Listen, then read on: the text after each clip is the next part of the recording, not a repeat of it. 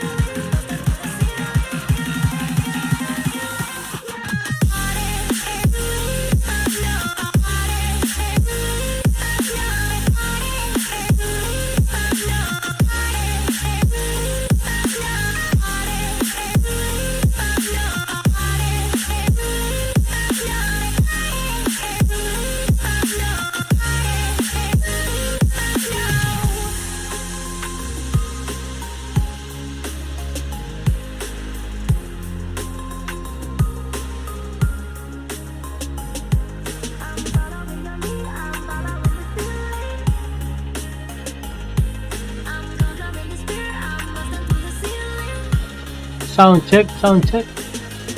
Sound check, sound check.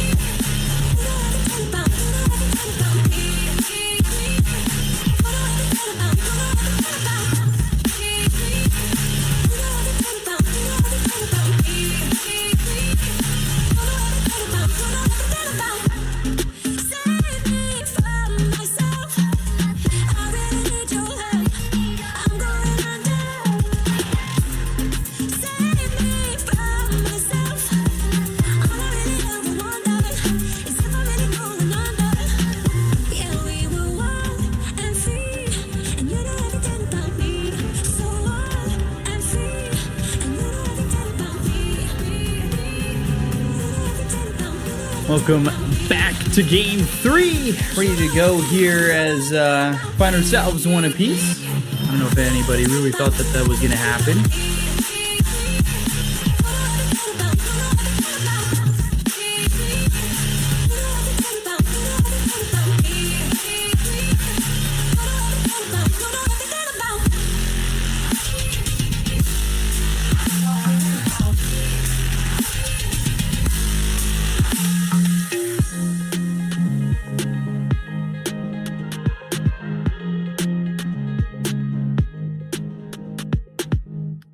The night has come, it's cold and losing my control. Your light is gone, and lonely darkness fill my soul. I wish that you could save me from my isolation. It's way too complicated, let's start this conversation. Let's start this conversation. We got no relation.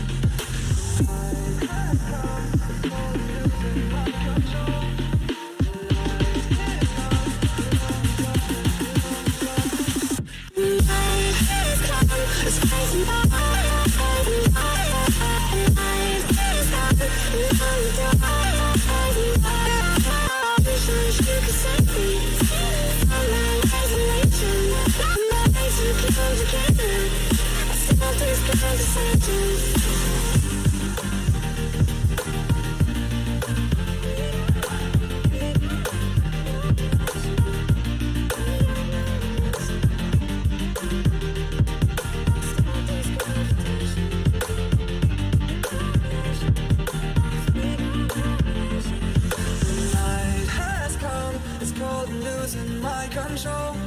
Your light is gone, and lonely darkness fill my soul. I wish that you could save me from my isolation. This way too complicated. Let's start this conversation. Let's start this conversation. We got no relation.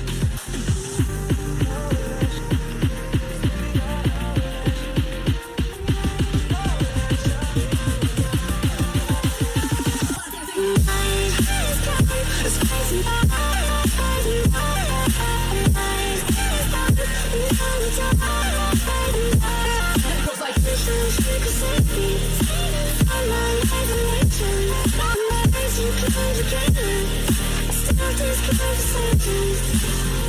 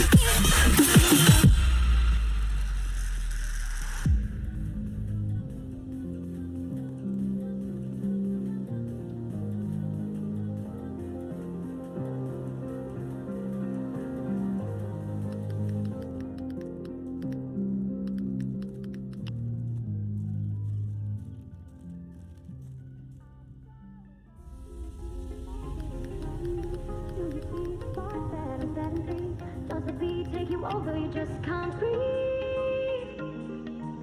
Do you feel your bones start to shake? Do you feel the earthquake? Do you feel your bones start to shake? Do you feel the earthquake?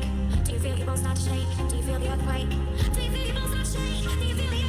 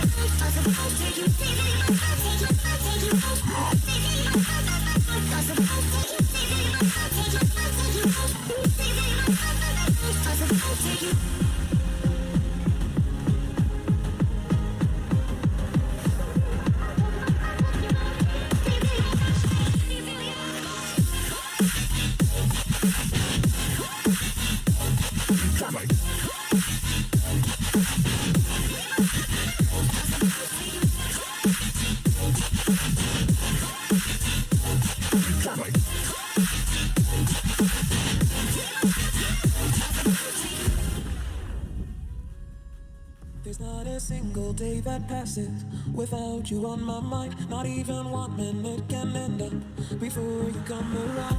I yearn for the days when I see your face, beautiful me. I long for the times you held me in your arms. Whoa. I wish that you were here to give me everything I want, but I know that life's unfair and we can't always have it all. Whoa, whoa, I wish that you were here. Whoa, whoa, I wish that you were here. I wish that you were here. I wish that you were here. I wish that you were here. I wish that you were here. I wish that you were here. I wish that you were here. I wish that you were here. I wish that you were here. There's not a single day that passes, not even 1 minute can end up. I yearn for the days when I see your face, beautiful me. I yearn for the times you held me in your arms. Oh, I wish that you were here to give me everything I want, but I know that life's unfair and we can't always have it all. Oh, oh, I wish that you were here. Oh, oh, I wish that you were here. I wish that you were here. I wish that you were here. I wish that you were here. I wish that you were here. I wish that you were here. I wish that you were here. I wish that you were here. I wish that you were here.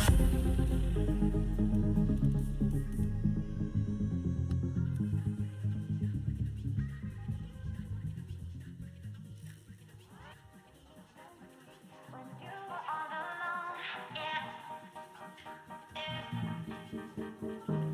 I'll be there for you when you were all alone. Ladies and gentlemen, welcome to the BTS Pro Series Season 4 for the Southeast Asia region. We've got Motivate Trust Gaming kick it up against T1's new roster. Joined with Denog. How you doing today, man?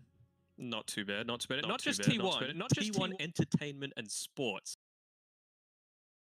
For them, it's basically the old Geek Fam roster with Jackie thrown in there instead of Ravens. So I'm keen to see how these guys go together. Radiant team. And with Motivate as well, they've undergone a few little changes. Obviously, we mentioned Jackie moving over to T1. on the Motivate side, and also Masteros making his way over to Fnatic. So coming in for him, 23 Savage, Motivate in for Motivate, never mind from Allows coming in for that offlane. So keen to see what's going to happen for him. And, you know, pretty 10 seconds par remaining. for the course for Southeast Asia. We're going to get a Snapfire starting out. Played all across 5 the board, seconds so remaining. we'll see where it lanes up in this first game of the tournament. Yeah, it's going to be exciting to see how they're able to open up with. I mean, you see a couple of the bans as well. The Eye, the Mirana getting taken care of for T1, so you're just giving the priority at getting rid of some of the support heroes for Motivate, and then the Lina and the Phoenix as well. So a lot of the supports are getting taken care of, and now this is a... I feel like the Tiny, just this hero that's going to be able to catch the Snapfire, makes it very difficult for you to be able to kind of play around with the Mortimer Kisses in fights, but you know, it gives you a lot of this burst potential in the forward, don't you reckon? I do, and it's a Q special as well. Like, he absolutely loves playing the heroes, so you know, why not just go for comfort? You want to be able to ease yourselves in the first game of the entire tournament, and this is the best way to do it. Just pick something that you're very confident in, but you're going to have a tough time fighting into an Undying, and that is very much a T1 specialty as well. So just going for comfort across the board, it seems. 3 strength heroes as well. Yeah, we've seen this Undying be picked up pretty frequently, just with the laning stage prowess that this hero is able to provide you with, kind of going for a little bit more of a greedier position 1 who's maybe not as strong in the lane, but we're also seeing a lot of these off-lane strength heroes that really suffer into the Undying in the laning stage, and we actually see Morphling picked up in this 8th pick, so now you can protect the Morphling with 3 bans in this next phase, and it's a classic for Savage as well. Yeah, for sure. I mean, you want to make sure that he's comfortable as well, standing in. Yes, he would have played a fair few games with his Thai teammates, but still, you've got the case where it's going to take a little bit of adjusting to get through. I mean, all across the board in this tournament, basically every single team has undergone some kind of roster change, right? Like whether it be multiple or just one swapped here and there. Basically, the only ones that haven't have been 2 of the ones that have come through the open qualifiers in Execration and Vice, and even then, Execration just lost Raging Potato, I believe. So changes across the board. It's just who's going to adjust as quickly as possible. Yeah, definitely. I mean, we're seeing a couple of, you know, a new stack as well with Arbet and the gang, so a couple of new players for him to play with. But I'm intrigued to see how these open qualified teams are actually going to also match up against a lot of the veterans. You know, we're going to see them actually going toe-to-toe later on in the night here. But with the early pick for the Morphling, what are some of the big worries that Savage is wanting to kind of ban out here in the second phase? I mean, it's all just about the tempo, right? And it depends on the style of Morphling that you want to go. You know, are you going to go for this pick-off heavy style? You've already got a Tiny, so you've got Grace Burst potential. Combine that together with a first item E-Blade, you can just go for an all-in kind of push strat, because Undying sucks at defending against any kind of, like, big death ball. If you can kill him and take away the Tombstone and his threat of just being there, then suddenly you've taken a lot of map control. Or you can go for the later stage with, like, a Manta style, then into an E-Blade or into a Skadi or something along those lines. So they've still left it relatively open for themselves, and you know, I think these bans will kind of suggest what they want to do. They're banning away some of the later game carries, as we can see here. Yeah, the AM, the Phantom Lance are some of the best heroes to be able to deal with the Morphling as the game goes on. And speaking about it though, I guess taking a look at the lineup, is there one opener that you're more of a fan of between Motivate and T1? Not really. I'd say it's pretty even so far. It's so early to call this sort of stuff. I mean, you can see T1, they're responding to the potential of this aggression coming through, right? Just Clockwork, fantastic early game. Elder Titan, amazing. Ogre Magi, it just accelerates all of these timings so much. So I think that's what they're worried about a little bit. Just making sure that they're not going to get cheesed and the game's going to end in 20, 25 minutes. And it seems like with that Elder Titan Clockwork ban as well, it's very strong to be able to find the Snapfire when you're kind of sitting on the back line using those Mortimer Kisses, even though you do have the cookie to get out of the cogs. But also another thing, both those heroes can scout out if the Tombstone's on the high ground or if they don't have vision of it, just can make it a little bit easier to be able to find that tomb in the fights. But we're going to see a Viper get picked up, and this is a hero that we've seen start to get flexed a lot more as the position 3, but it's got that potential to still go mid. Have you been a fan of seeing the Viper as the position 3 lately?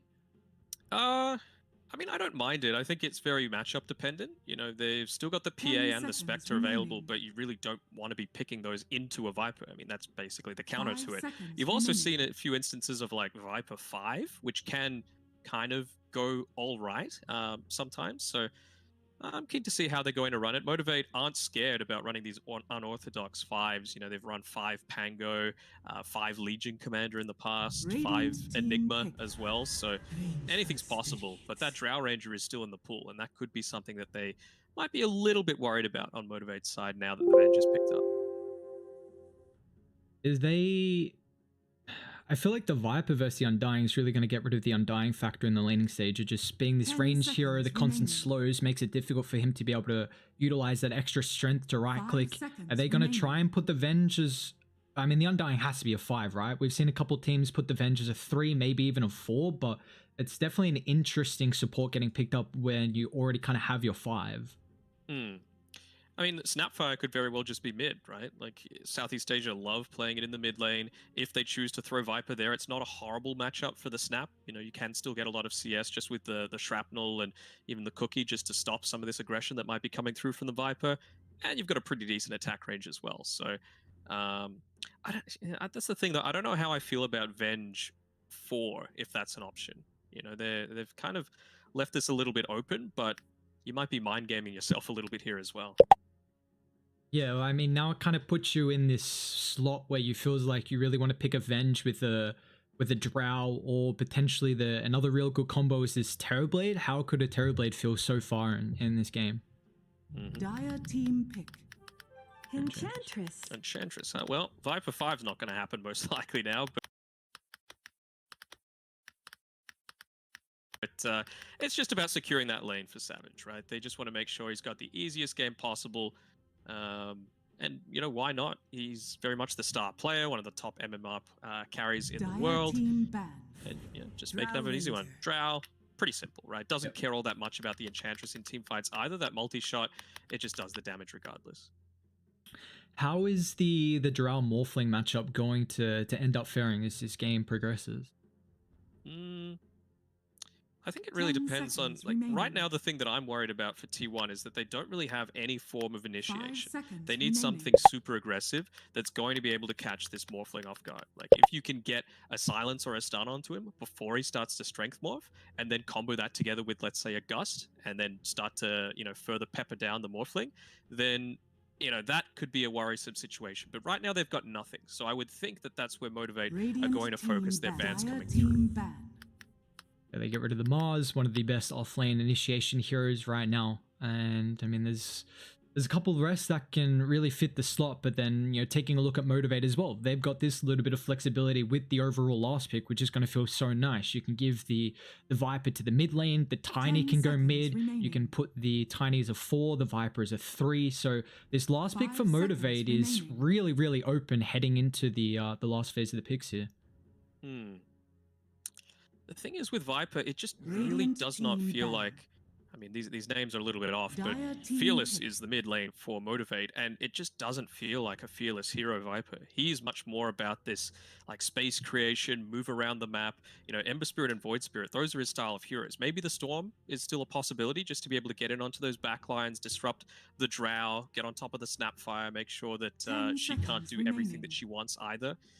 But yeah, they're kind of scraping the 5 bottom of the seconds barrel here a remaining. little bit, and then of course they've always just got the mid invoker potentially for T1 to come through that can put a lot of take a lot of pressure off the Drow. Yeah, you brought up that some of the special heroes here for Radiant Fearless in team particular with the Void and the Emperor, but actually for T1 we're going to see them pick up the Night Stalker, which is a hero that's been getting a little bit more limelight. I think everyone's starting to come back to recognition of how strong Vision actually is, and with that nighttime advantage, and it doesn't really give you the 10 seconds remaining. easiest way to initiate like a Blink Mars, Blink Slider for an example, 5 but this Night seconds Stalker remaining. is going to cause a lot of chaos, and that first 5-minute timing, they really need to pressure the lane. And even just small things like being able to drop the Tombstone when the Night Stalker ulti goes out at the same time. You can oftentimes just have a hard time finding it, you know, and trying to deal with it. So that's going to swing things heavily in T1's favor. I think, yeah, this is going to be heavily on the Night Stalker, though, for T1. If he's able to get a decent time in lane and then progress that, be that tanky frontliner, probably going to see an early-ish BKB coming out from him and just be like, hey, pay attention to me, don't worry about the drow, and our Motivate going to be able to rally around that and make sure that they're not falling into the T1 trap. My only issue with the Night Stalker is that your laning stage first 5 minutes is pretty weak, and that's when Morphling can really get pressured out, but we're going to see this Conquer get picked up, so nice little tempo hero, gives you a lot of control through the fights, and they're very hard to bring down on Motivate as well, now especially with that run buff. Yeah, I don't know, Conquer just feels a little too passive for me. It is going to be the 3 Viper, by the way, never mind playing it for one of his first games for this new roster. So, Cuckoo, you know, doing classic captain things. He's like drafting around himself, giving himself the last pick on his team. And, well, he's clearly confident about how it's going to go for him. But time will tell. I'm just a little bit worried that Motivate are having to kind of go a little bit too far away from their 10 normal seconds remaining. style to, not to appease Savage, but to make sure that he's as comfortable 5 as seconds possible. So remaining. I feel like there's more comfort coming through from T1 right now, in my mind. Whoa, we got Avenger mid. Yeah, also possible. I was not expecting that. I thought more than likely, well, again, the Venge 4 we kind of brought up is a bit interesting. At least they get the Snapfire Night Stalker lane, but have you seen a Venge mid be played recently? I don't think I have.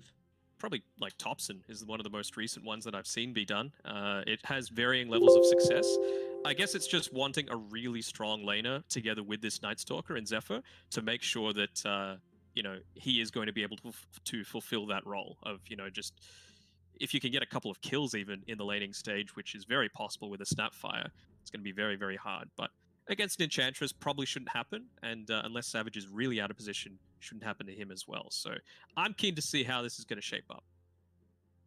Yeah, especially, I mean, I wonder how the Venge is going to be able to lane as well versus the Conquer. I mean, pretty low attack range, so you're going to eat a lot of damage against that Tidebringer. There's not much you can do to kind of out-harass him and set your dominance in the lane, but like you said, they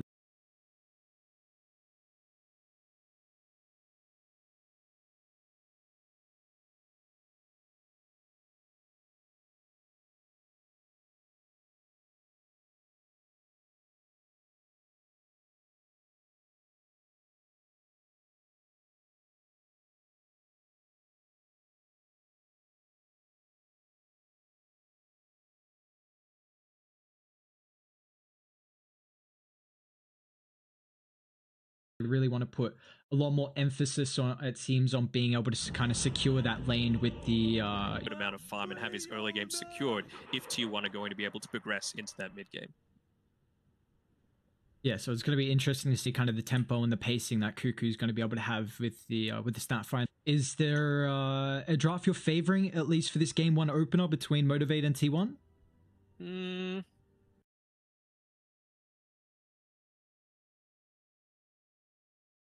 know, Savage, but then having Nevermind come through on the position 3, so it'll be interesting to see how much synergy they already have with these new players, and even, you know, how many scrims they've been able to play together as well. But you do have to keep in mind, I mean, Motivate, they were the last season's champions, the BTS Pro Series Season 3, so we'll see if they can try and defend their title with a bit of a newer roster. But in regards to that, I mean, they've got the lineup set where you've got Savage on one of his best heroes. I mean, everyone has always been, you know, kind of in awe about this Morphling.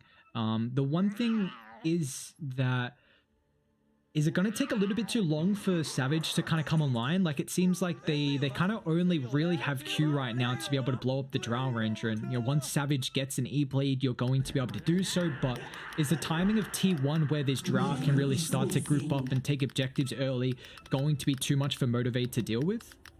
I think so. I think that's what's kind of leaning in a bit more into their favor for me.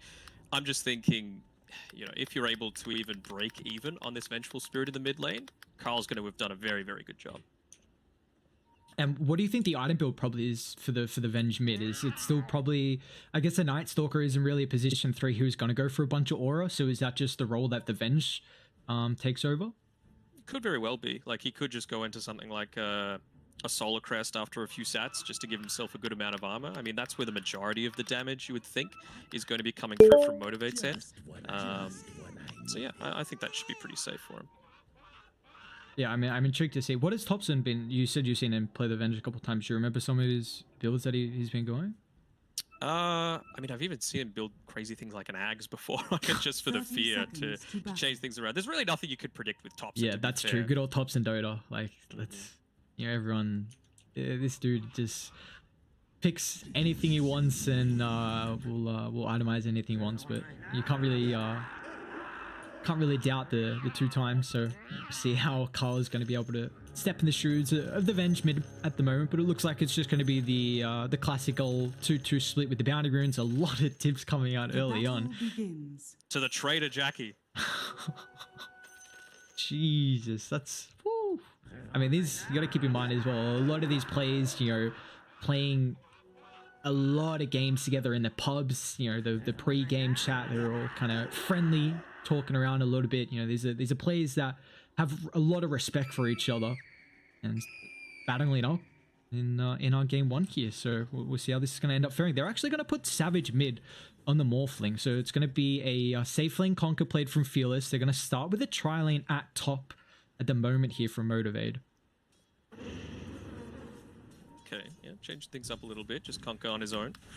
And I can see why, right? I was having an interview with Fearless quite recently, and he was mentioning to me that the thing that tilts the most in the game is Jackie if he has a very poor start. So I can think that this is probably why. You can see Q, he's making sure to block this small camp here, then he's pulled it through, doing a good job over there, and yeah, it's just about getting that level 2 ASAP. So we are going to see Boombell actually TP back down the bot. So looks like, I guess, just trying to set up, maybe find a first blood potentially if the Drow oversteps the mark there, but they're going to be able to try and secure their early CS. We're even going to see a little bit of chip damage onto Whitemon up top. Nevermind, he's already got that level 2 thanks to killing the hard camp, so just the poison attack really coming out. I mean, look at the Undying. There's a lot of harassment that the Viper's going to dish out early. Mm-hmm. Wisely going for the Ring of Protection as well, making sure that he is able to sustain that little bit more. You just need to be that tanky frontliner that's going to be able to stop all of this never-ending aggression that's coming through from the Viper lineup. Meanwhile, mid lane though, it looks like Carl's having a pretty good time. I mean, 5 and 4 compared to the 4 and 2. Yes, Morphling early on. You know, once you get more points in the attribute shift, your damage is going to continue to skyrocket. But I feel like there's going to be a lane where 23 Savage should have a pretty good time. Like the Venge feels like doesn't really offer any kill threat, which without having like a big nuke or like an easy. You got a stun, but even then, it looks like he's putting more points in the Vengeance Aura. So Savage, once he gets his level, should have a pretty good time here. Yeah, Carl just wants the harass, right? He just wants to be able to stand and brawl right now, and that's what the stats are extra good for. 7 bonus attribute. It's not just the Morphling that can get that, but now that he's level 3, he's going to have a lot more flexibility to play with on Savage. Even go through all the lanes here. We'll take a look at bot with that first daytime at the moment, how much Cuckoo is able to get out of the lane, and we see he's having a pretty good time at the moment. You know, second in the last hits.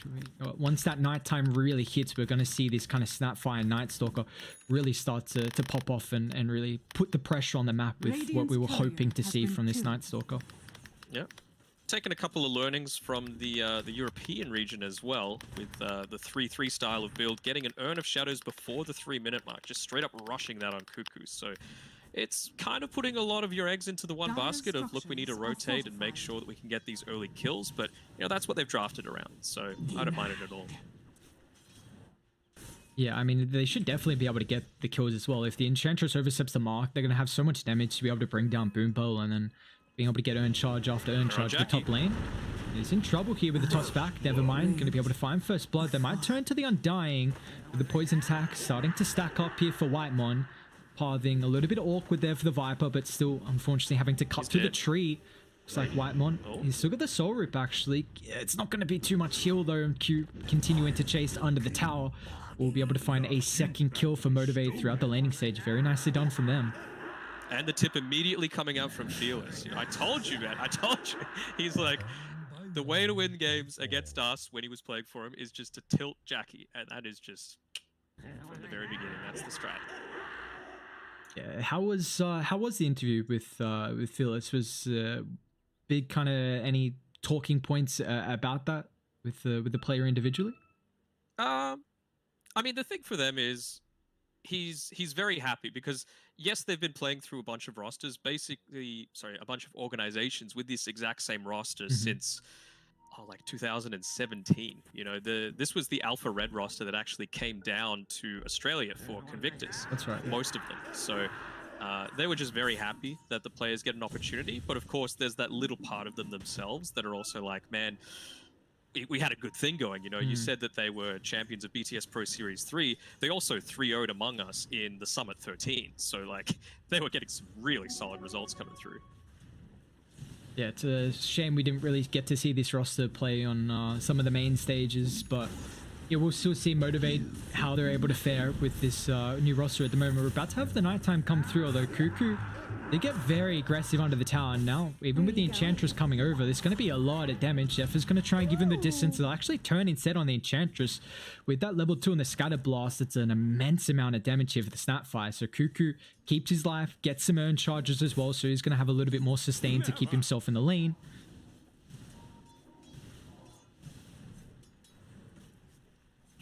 Even see how this mid lane's continuing to fare as well. I mean, the Venture's just destroying 23 Savage at the moment in the CS. 25 and 15 compared to the 15 and 3. So the Morphling struggling a bit early on to be able to find that CS against the Vengeful Spirit. Yeah, but I think that's fine, right? Because Venge kind of drops off a cliff Cuckoo, later on. Ooh, he's alright. No. So they It's might turn nighttime now. Yeah. He's got 2 points up on the Void. They even get the stun here. Conker gonna try and play around with the Torrent.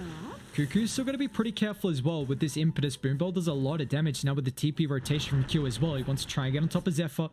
The Cookie on cooldown and that immense damage from the Tidebringer. Zephyr will end up falling. So 3 kills, a nice rotation from Q. It does now leave Nevermind solo, but he's already level 5 and not really getting pressured much. I mean, you can handle the Undying now with 3 points in the poison attack. Yeah, and I don't think he minds too much. The thing is, he's gone the Urn of Shadows, so you would think that he's going to want to try and get a few rotations coming up here soon, get a few charges Dire's into that. bottom tower is under attack.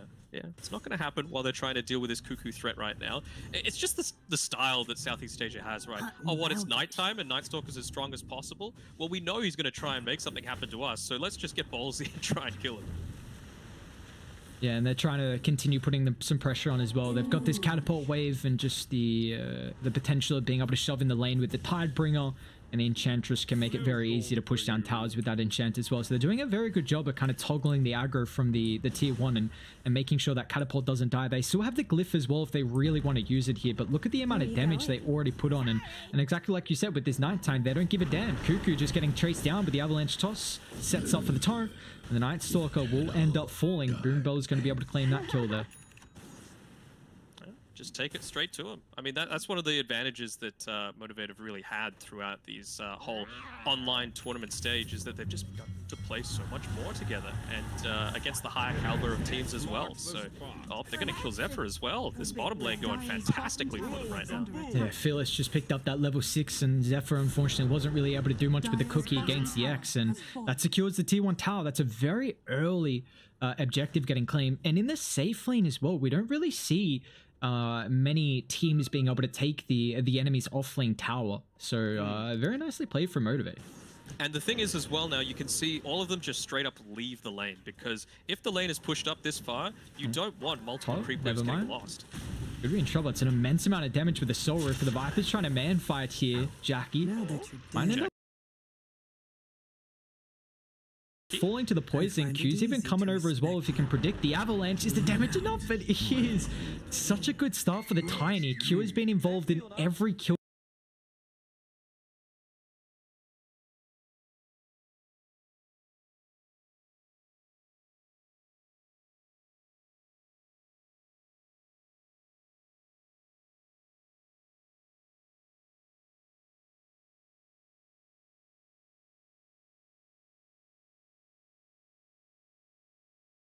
They can really put some pressure on the Drow Ranger, still yet to be level 6, so just trying to really force the Drow to go to the jungle a little bit earlier than wanting here. See, ulti picked up now. like I was saying before, this is exactly what Motivate want. The wave, a double wave actually, was pushed under the tier 2 bot tower, so Cuckoo has to stay here, and he can't take full advantage of that first nighttime. Like, they've killed the lane multiple times, they've taken the tower, now they can just get out and make sure that they're winning the other lanes. Yeah, and now you got a support who's just able to play the dead lane. Like, Enchantress is able to do it incredibly well. No one wants to take the farm, so, you know, why doesn't the position 5, who doesn't really mind dying if you're getting some free experience and gold that no one else really wants to, and it's just kind of relieving some pressure on the tower, and is exactly like you said, it just opens up the map. We see Fearless up top, we saw Q up top as well, just, you know, trying to make the movements, and they got the kill with the Drow, and now it looks like they're looking to try and start to maybe think about putting some pressure on the tier 1 tower, especially with that second catapult coming up pretty soon. And they've even sniped that observer ward that should have spotted them out before. So Q's getting a healthy amount of gold for himself. Only 9 minutes in, and he's got a fair few items, and they're just going in onto Whitemon.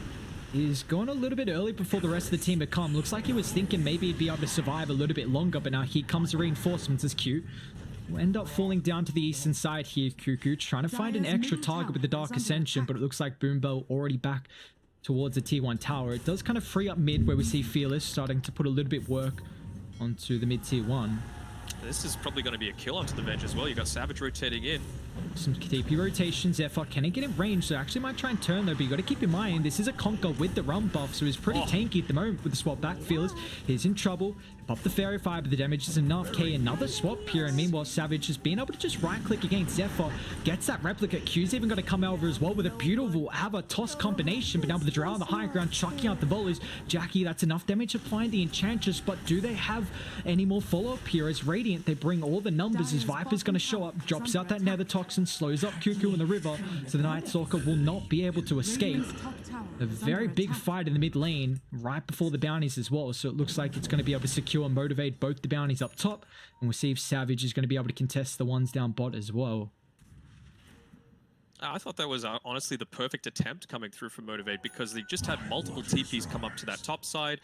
Cuckoo had just used the Dark Ascension, and it had just moved to daytime, so there was no way that Nightstalker was going to have a huge impact, but good turnaround. Lucky enough, the Undying didn't use his TP previously, was able to come through and save the Vengeful Spirit and defend that tier 1 tower, although it's still being siege right now with that second siege creep coming through.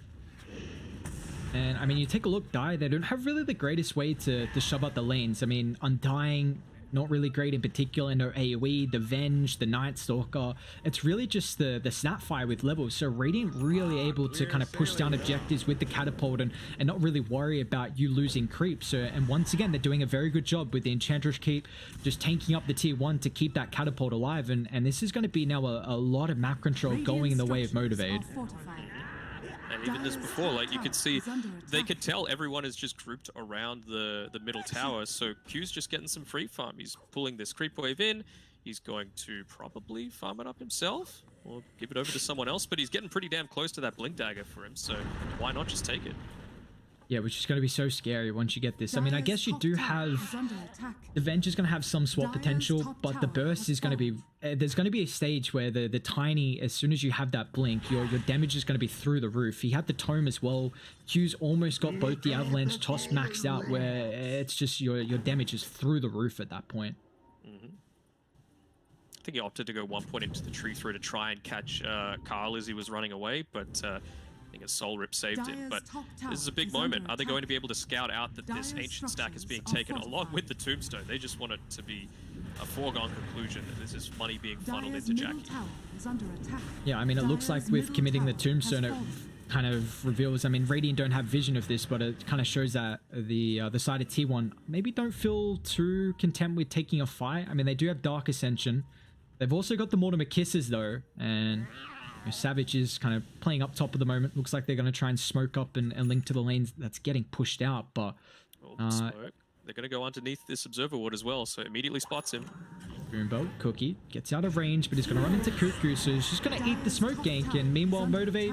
Well, everyone's going to be able to dip out safely, and he's just going to try and waste as much time as possible. Man, this is taking them a little bit longer than they were hoping. Carl's even going to just use the swap at least land the stun. So, I mean, Ven just got a killing spree at the moment, but you take a look what's happening across the map. Like, all of Radiant are farming. Q's getting closer towards a blink, so this, I mean, now he's got it. So they dodge the gank on Savage. Tiny, meanwhile, farms his blink.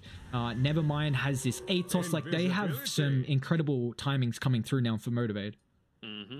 And it, like you said, it was just so much time wasted by the Enchantress. Boombell, he's the captain, he's the level head, and he would have been like, guys, it's fine, I'm dying. They're so stupid, they're just attacking me this entire time. So you just need that steadying voice in your team a lot of the time, and he's great at that. It looks like Radiant now, they're going to smoke up. The blink ready. They want to try and reveal it, but they don't get the vision, it looks like, on Jackie. I mean, he was pretty close towards the tier 2 tower regardless, but now top lane, Savage as well. Oh, They're actually going to end up diving. Q with the toss back. Nicely comboed up here. And now with the boat coming through, Swap's going to give the space for Jackie. Carl looks like he's going to be okay as well.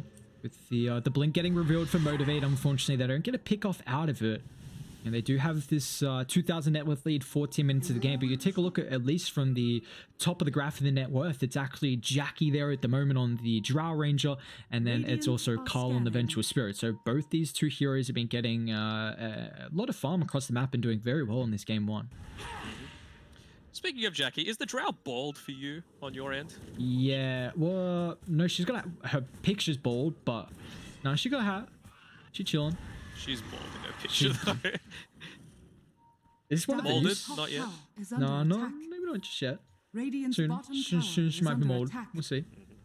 Yeah, how Jackie's able to play right now. I mean, you got the good old Ven-Drow combo. It's been a pretty classic throughout the patch at the moment.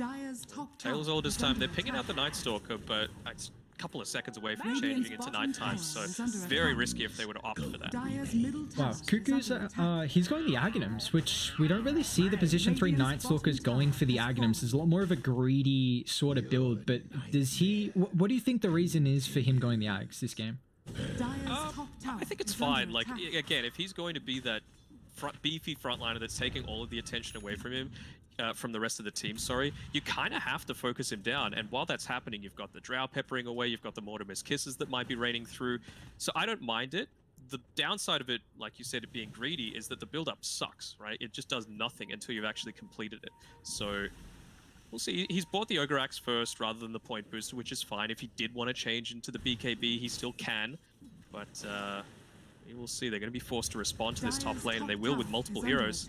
Radiant, they got a nice observer ward in the jungle as well, so they're going to see Cuckoo wrapping over. Looks like Boombell is just going to sacrifice his life once again to the rotations up towards the top side. And you see instantly Radiant want to try and deal with some other lanes. Savage going to TP down. But again with the Night Stalker though, you really want to try and get these Aghanims by this timing of like 17:30, 18 in, so you can really utilize it with that second night time. But Cuckoo's just going to be a little bit too late here, and I'm worried even with the Aghs, like you not having a BKB now against the Tiny, the Conquer, the Viper, you're just going to completely get controlled through these fights. So he's really going to have to play the Dark Ascension pretty flawlessly with how you can position with this unobstructed movement. Yeah, I mean, against the Viper, it's not a huge difference. Yes, you can avoid the Poison attack, but the Viper Strike is still obviously going to go through that, so the slow impacting you is still very much real. But, you know, if they're able to do what they have in the past 5 minutes or so and just create a ton of space to allow this farm to happen, then it's not the worst thing that could possibly happen. Smoke coming through again. Cuckoo, perfect positioning. He's just calling out where this is going to happen. They found him out a little bit, but no, they're not wanting to dive all the way too deep. And it's a nice earn instantly on Q as well, just so he can't blink follow up the cookie from Whitemon, but it's a lot of damage. Man, Jackie on the back. We're kind of seeing this Drow just, you know, continuously be farming around the triangle. It feels like the past couple of minutes we saw T1, they tried to smoke kill top for where the Savage Morphling was. That got kind of tanked by the Enchantress, and then as soon as the Enchantress died, Radiant, they regrouped and tried to smoke to the triangle. And that's been, I think, twice now that's just happened, where Radiant just literally made that same play. And T1 are just reading them. You know, they've got this ward on the high ground, Cuckoo in a very defensive position, just being able to pop it where you've got some vision, and then just really protecting their triangle where they know that the Drow Ranger wants to be positioning and finding the Ancient Farm. And now they're thinking about kind of posturing around Roche. I mean, they've got the Vlads, they've got not really any minus armor at the moment, but it's just the fact that they're going to be able to take objectives really fast when they want to. Yeah. I mean, they've got the Wave of Terror, that's a little bit. Oh, sorry, yeah. Nah, that's fine. It's not that much. I heard who they found Actually, out. It's Cuckoo. Cuckoo could be in trouble here. They got the combo. They're going to be able to drag him back. The Sora will be a little bit of heal, but it looks like now Q's going to try and follow up for more with the Night Stalker. Already down. Geek Fam. Sorry, T1. They're going to try and retreat away. I miss the days of when the stand-in tags were there. You know, when makes it all... Yeah, it's like now everyone's just got like three team tags in one team. A little confusing sometimes. We see, I mean, Motivated with that pick off, they're just gonna try and walk into Roche. Die. They do have some vision down. They're well aware of this, but it looks like Motivated, they feel incredibly strong at the moment with the toss back. Carl's in trouble. He won't be able to get the swap, however. Now with the waveform forward, Morphling wants to try and find Zephyr, but now with the Manta Dodge, going to be able to get out of the silence. Replicate with the Cookie Sun as well. Savage going to be able to lock two in place. Jackie trying to dish out the damage at the moment. They are actually able to bring down the Morphling. Let's see if they can continue on for more with a beautiful Avatosh from Q. Drags them both back on top of the Viper. Jackie nowhere he can run with the X. Conker's going to be able to chase him down. That's 4 dead on T1. And yes, you do lose Savage, but the rest of Motivate kind of clean up. I think they saw Cuckoo as well, so he's going to have to be a little bit careful. He TP'd out to this tier 2 tower, so he's kind of stuck. At least for the meantime. And the impact from Tiny this game has just been so incredible. We're seeing Never mind. He's looking. He might be able to get him. Yeah, Cuckoo's going. He's in trouble. He doesn't have the ultimate as well. Let's see if the movement speed's enough. But even Carl just TP'd up as well without the rest of the team.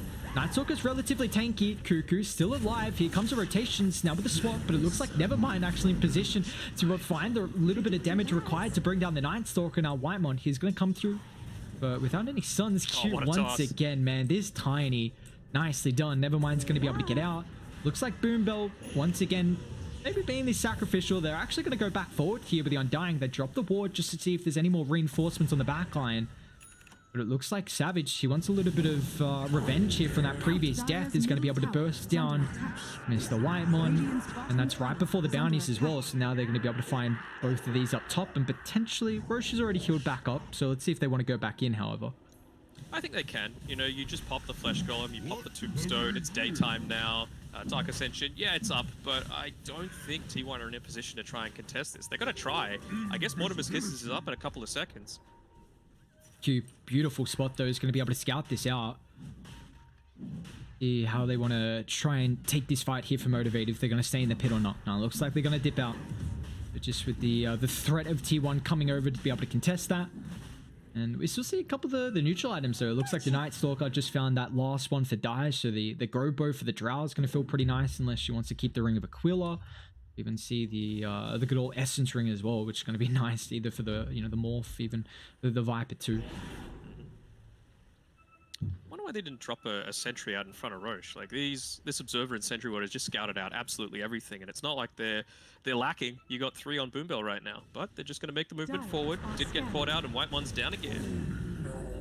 Just an easy little pick-off should be able to secure Roche Undying without the buyback if they wanted to contest it. Looks like they're still going to come in with Carl here, so they're thinking about trying to attempt the stall on Roche, but unfortunately this is already going to end up falling. Savage doing so much damage on the Morphling, although see if they can get there fast enough. They're just going to get claimed for the Morphling. Now Cuckoo just giving them the vision. Ooh, Radiant. This is horrible for T1, you know, popping that. It's a huge cooldown being popped, you know, 2 minutes on cooldown now. Yes, you've got 25 seconds left on it, but you're going to have a solid 100 seconds where you've got Aegis, it's daytime, it's useless, basically, on Cuckoo up until that point. He has... Yeah, so he switched over. He's going to go into the BKB because he's just tired of getting full comboed down. Yeah, even with how tanky he is with the stats and his strength game, it still just feels like, yeah, the combo and not really much is able to do without the BKB. So it needs the recipe, it looks like, until he's able to pick that one up. But we would take a look. What's Savage going for? So just go on the Skadi is the next item after the Manta. And never mind, he's even going for the Aghanims as well. So just a lot of control with the Viper Strike. I think that's fine, going pure stats, right? Like, you have nothing that's going to be dealing percentage-based damage to this Morphling, at least until a Spirit Vessel's picked up by Night Stalker, but they're not really in a position where he's able to go into that, and it's not going to have a lot of charges regardless. Yeah, it won't. I guess you've also kind of got that Manta to be able to deal with as well. He's more than likely going to hold the Manta for the Drow Stance, being able to kind of disjoint that magic missile as well. But there's really not much that the Morphling has to worry about this game. You know, we've spoken about it's one of Savage's best heroes, and kind of giving him a relatively easy game. I don't want to say free game, but a relatively easy game for the Morphling. You know, we'll see how he's going to be able to transition into the late game, but he's now being able to finally take over the top of the net worth, and looks like Motivate with this Aegis are looking to try and start taking some more objectives with this tier 2 first to fall up top. Yep, they're just taking it slow and steady. No need to rush anything. They know they've still got a solid minute or so where this Night Stalker is going to be a non-factor. Mid actually, Fearless gets the combo. Never mind, he's going to be able to follow up with the Atos, but looks like Zephyr's going to be alright. Unfortunately, do lose the Courier. Meanwhile, top as well. Dooku just trying to solo defend against Savage. He's just pushing with some reinforcements. Q's going to try and blink forward, but doesn't find the opening. Now the Tiny could be in trouble. Savage tries to give him a little bit of space with the Avalanche. So they want to reset though with Kupu. Showing a little bit too far forward. It's going to get the X drag back. Cookie. Not enough distance here. So Cuckoo's going to end up paying the price. I mean, he does have a buyback available. They're going to drop the Tombstone in the back. But now with a little shredder thanks to the Replicate, Savage going to try and deal with this. Even the waveform forward. Remember, he's got the Age to be able to protect him as well. But can they get in control to enable him? Manta gets out of the silence. And Mine's going to force that forward as well for the Atos. But the Drow Ranger not really under any threat at the moment. Now Radiant, have they dived too far? Phil is going to attempt the BKB TP out, but he won't be successful as Jackie has the physical damage to go through. And now Savage is going to be careful as well. He's got a little bit of mana with the wand. So close with that terror as well. Q gets a toss back thanks to the creep wave. And it looks like Radiant, they might just be out of there. But, I mean, that's a pretty good high ground defense there from T1. I mean, they do lose the tier 3 tower. And QQ falls at the start. But you get 3 heroes from Motivate. And also that's kind of a BKB charge for the Conquer. That's down to 8 seconds. That doesn't really give him anything. And more importantly, more money funneled into the rest of the T1 team. You know, he's only, what is that, about 1,000 gold now away from BKB on Jackie. So that's going to enable him to be much more survivable. But, you know what I was saying before about you don't need to push the advantage? Well, they did, and being punished for it. Yeah, going to opt to go high ground without taking all these outer towers, or I guess they did get the pick off on Cuckoo, but maybe just overstaying their welcome a little bit too much as we're still going to see. I mean, it's not nighttime just yet, and Cuckoo's still without the BKB, so it looks like Motivate. They've got the Aegis and the double damage rune in the bottle here for Savage, so it's like kind of posturing relatively aggressive, seeing if maybe they can bait Savage. I don't know. If it was me, I would be like, look, Savage is so close to finishing up his Skadi. Let's just get that and then try and make something happen. You'll still have a little bit of time left on your Aegis. You've got the bounty runes coming up. Yes, it's going to be nighttime, but we've seen that they haven't had too much difficulty in dealing with that. Although he's probably going to have his BKB now with these bounties being picked up. Yeah, immediately rushing it out to him. There's a Halberd now picked up on Fearless as well. So yeah, Radiant, they're getting a couple of items coming through. We even see the BKB now finished on Jackie. So this is going to be a big timing for either team as Radiant. They still have the Aegis for a minute 10. So let's see if T1 actually mid lane swap back into the Cookie, but Quick Finger's going to be able to get the attribute shift. He's still in trouble though. He's going to lose the first life. Radiant, they're beelining it to mid. Can they kill him a second time though? He's already popped this Manta now with silence as well. It's unable to get the attribute shift. Oh, Q, he can't do anything. He actually blinks on top of the silence here and now won't be able to use the Scepter to swap back. Fearless gets the Halberd. Still getting control with the body blocks. Perfectly done. Oh, this Venge just styling on Fearless. It's a double for Jackie. They find 3 on Motivate, and Cuckoo, he wants more blood here. He's trying to find Boombell, who's protected with the Glimmer.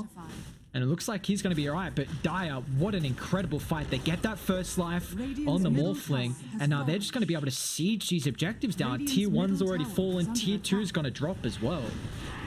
Yeah, and Chantra's not the best at defending against that solo anyway, you know, going towards the top, trying to get something in return for it, but yeah, you've got a siege creep, you've got a Drow. There's not too much that they can do to contest this. Radiant structures are fortified. Yeah, top, both teams looks like they're going to glyph up here. So Dire, incredibly done. I mean, now dropped this net worth lead down to 1,000 for Motivate, and they've got a pretty big swing coming through for the graphs as well. So T1 just with kind of the timing.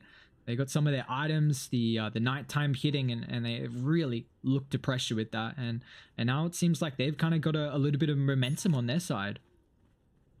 Immediate smoke coming through from Motivate. They're like, look, They popped everything to try and make that happen. No Flesh Golem, no Mortimer's Kisses, although you've got the Gobble up now on Zephyr, which just enables, you know, we were talking about before, they were lacking a little bit of teamfight burst, teamfight initiation. Now they've got it. You know, if you're able to get Cuckoo in on the front lines before he gets the Viper Strike onto him, that's a big deal. Oh, they found him though. Pops the BKB, but the damage from Savage is too much. He even attempts the TP, but just the positioning there with the Sentry. Which runs kind of very nicely they just done. dropped it too. Is under attack. I think they saw him with the Ward Sentry combo up to the northern side, so they saw him coming through and drop that Sentry at the perfect timing. Yeah, so just the combo of the Ward and Sentry allows them to get a pick off the tier 2 tower, and now bot's kind of shoved in as well if they want to think about finding another tier 2. I mean, Cuckoo's going to be up in about 20 seconds here, and he's going to have the Dark Ascension. He won't have the BKB available though. I think they're fine for now with just taking away this Tricamp area. Might even body block the next Ancient Spawn just so that they're reducing the amount of farm that TY can get. Getting a little bit unlucky with these neutral item drops though. It's just hit the 27-minute mark and none of those Ancient creeps dropped anything. It would have been nice, especially if a fight was about to break out here for Motivate, but looks like Dire maybe just trying to get a little bit of control and potentially de-ward this top jungle at the moment, as they don't really have any control through bot, and you just see Radiant, the last tier 2 tower is going to fall. They do drop a ward on the high ground though from Whitemon, so it's going to give them a lot of information. Unfortunately, there's already Sentry here, so I'm going to try and posture, put the Viper in the front, the Conqueror as well, just in case they want to jump and use that wall. But there we go with the Gobble up. Cuckoo's in. He finds a stun. Fearless going to be able to pop the BKB. Where's Carl for the control? He's got the haste if he wants to swap him back. Now Fearless's BKB is about to expire, so you got to be careful. He drops the boat. It's going to give him a nice little buff up. And now with the Force Staff as well, but he's in trouble here. They continue and chase him down with the Mortimer Kiss as well. Do they have a way to get rid of it? It looks like they don't. Everyone else has just retreated away, so Fearless, unfortunately, will be the sacrifice here. Nicely done. They do have a timing now, though. Kunkka's going to come back alive in about a minute or so. That's going to be daytime. Not going to have Dark Ascension up for about 40 seconds. So I think that's probably what Motivate are going to want to try and exploit as much as possible. But some really nice swaps coming through there from Carl to make sure that there was no getting away for Fearless, even if he was to pop that BKB. Yeah, you see how aggressive Carl is playing with this Venge. I mean, he's about to have the BKB picked up, and I guess the haste kind of enabled him in that fight, so he could run a lot more into the middle and be able to disengage after like this aggressive swap. But they really want to try and protect the outposts as the 30-minute mark's about to come through with the toss forward. Boom Bell is going to get stunned up. Then we'll give him a little bit of protection with the Force Staff as well. Let's see if they want to continue forward. Q with the counter initiation though. He gets a blink toss combination. Undying's going to end up falling now with the BKB. They want to try and look to turn though. They've still got a little bit of nighttime. Instantly straight on top of the Morphling. With the silence, he doesn't have a way to get out of the AoE. Now Nevermind's going to get swapped back as well. They're doing such an incredible job at just allowing this Drought range to just freely siege on the backline, and there's just nothing Motivate can do about it. Yeah, that's one of the advantages of having the Venge in the mid lane, right? Normally you swap him in, you basically resign yourself to dying, and you go the full aura build just to make sure that your remaining illusion from the Vengeance aura is still doing something for you. But he's got a BKB, he's got a full Hurricane Pike, he's got stats galore and the Vladimir's offering, so he's able to just walk on back out of these team fights. You see just the, I mean, that's third death here now for the Morphling, and it looks like he's kind of umming and ahhing on what he wants to go for. He's got the Ogre Axe already picked up, but you know, the E-Blade is in that quick buy. Probably more than likely he's going to end up trying to finish the BKB though. It's just T1 have been able to do a pretty good job of kind of shutting down this Savage Morphling so far. I think for now he's going to keep using the Orb of Destruction. Maybe once he hits level 20, he'll swap that Paladin Sword in. Once he gets the Waveform Attacks Targets talent, just so that he's able to really bolster up his HP pool again in the middle of a team fight. But T1, they've been coordinating so well that they just haven't given him any chances to use anything. And I love how they're positioning now as well from Dire. They know that this next age is going to be the next objective from either team, as Q's going to blink forward, but Cuckoo, incredibly tanky here, as they're going to drop the Tombstone on the higher ground. Motivate, can they deal with this straight away? But now with the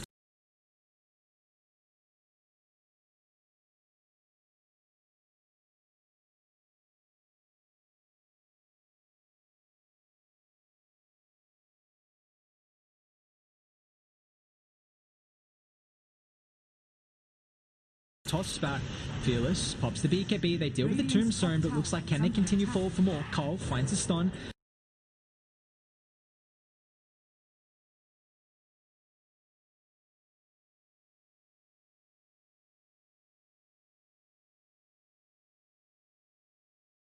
little bit of space, but now with Gobble up off to the side, paired up with the Mortimer Kisses inside the choke point, and Chandra's going to end up falling, and now Tiny's in trouble as well with Blink, unable to get out after the heals. It looks like there's going to be 2 down from Motivate, and that's right before Roshan is for that net for the Roche control. They just want to take out this tier 2 tower. They don't want any easy way for them to get back to join the team fight when this Roche is being attempted. So just slowing them down for that extra 5-10 seconds is a huge deal. And T1 seems like they've got some pretty good guidance coming through from Cuckoo here. Yeah, the captaining is starting to shine as we see T1. They've been able to take the network lead. They've got the second Aegis as well. Cheese is on Carl. Jackie is going to be the one to pick up the Aegis, and now they're looking incredibly comfortable. You got to keep in mind as well that Whitemon, he's even got the cheeky old telescope, so just more attack range from this Drow Ranger. It's not fair, honestly. Just all of that attack range is just ridiculous. You're attacking across the screen. Yeah, and the volleys are miles away. Like, you can sit from yonks and not feel contested at all. And we brought up earlier that, I mean, they only have a blink on the Tiny, so actually being able to get on top of Jackie is very difficult, and with the BKB as well. So that kind of the Conquer doesn't really provide any control, the Viper Atos doesn't really either, and especially because they've got the Snapfire with the cookie or the gobble up, even I guess for the positioning. You've even got Avenge as well, more using the swaps aggressively, but you've just got so much now potential for T1 to really keep Jackie alive in these fights, and we're seeing what the Drow can do. It's even just the little plays, right? Like Zephyr's here in the Dire jungle farming a neutral camp, and he just gobbles one of them up, tosses him onto Q, so he shits himself and starts to run away. Just the good old mind games. You always want a little bit of fear in their mind, you know? Yeah, I gotta make sure that he doesn't feel comfortable with trying to farm this aggressive that he is at the moment. Maybe think otherwise, that he can't get this free wave. Maybe next time, instead of that gobble up being just a toy, that'll actually be maybe the Night Stalker flying through the air, and it's just the demise of the Tiny.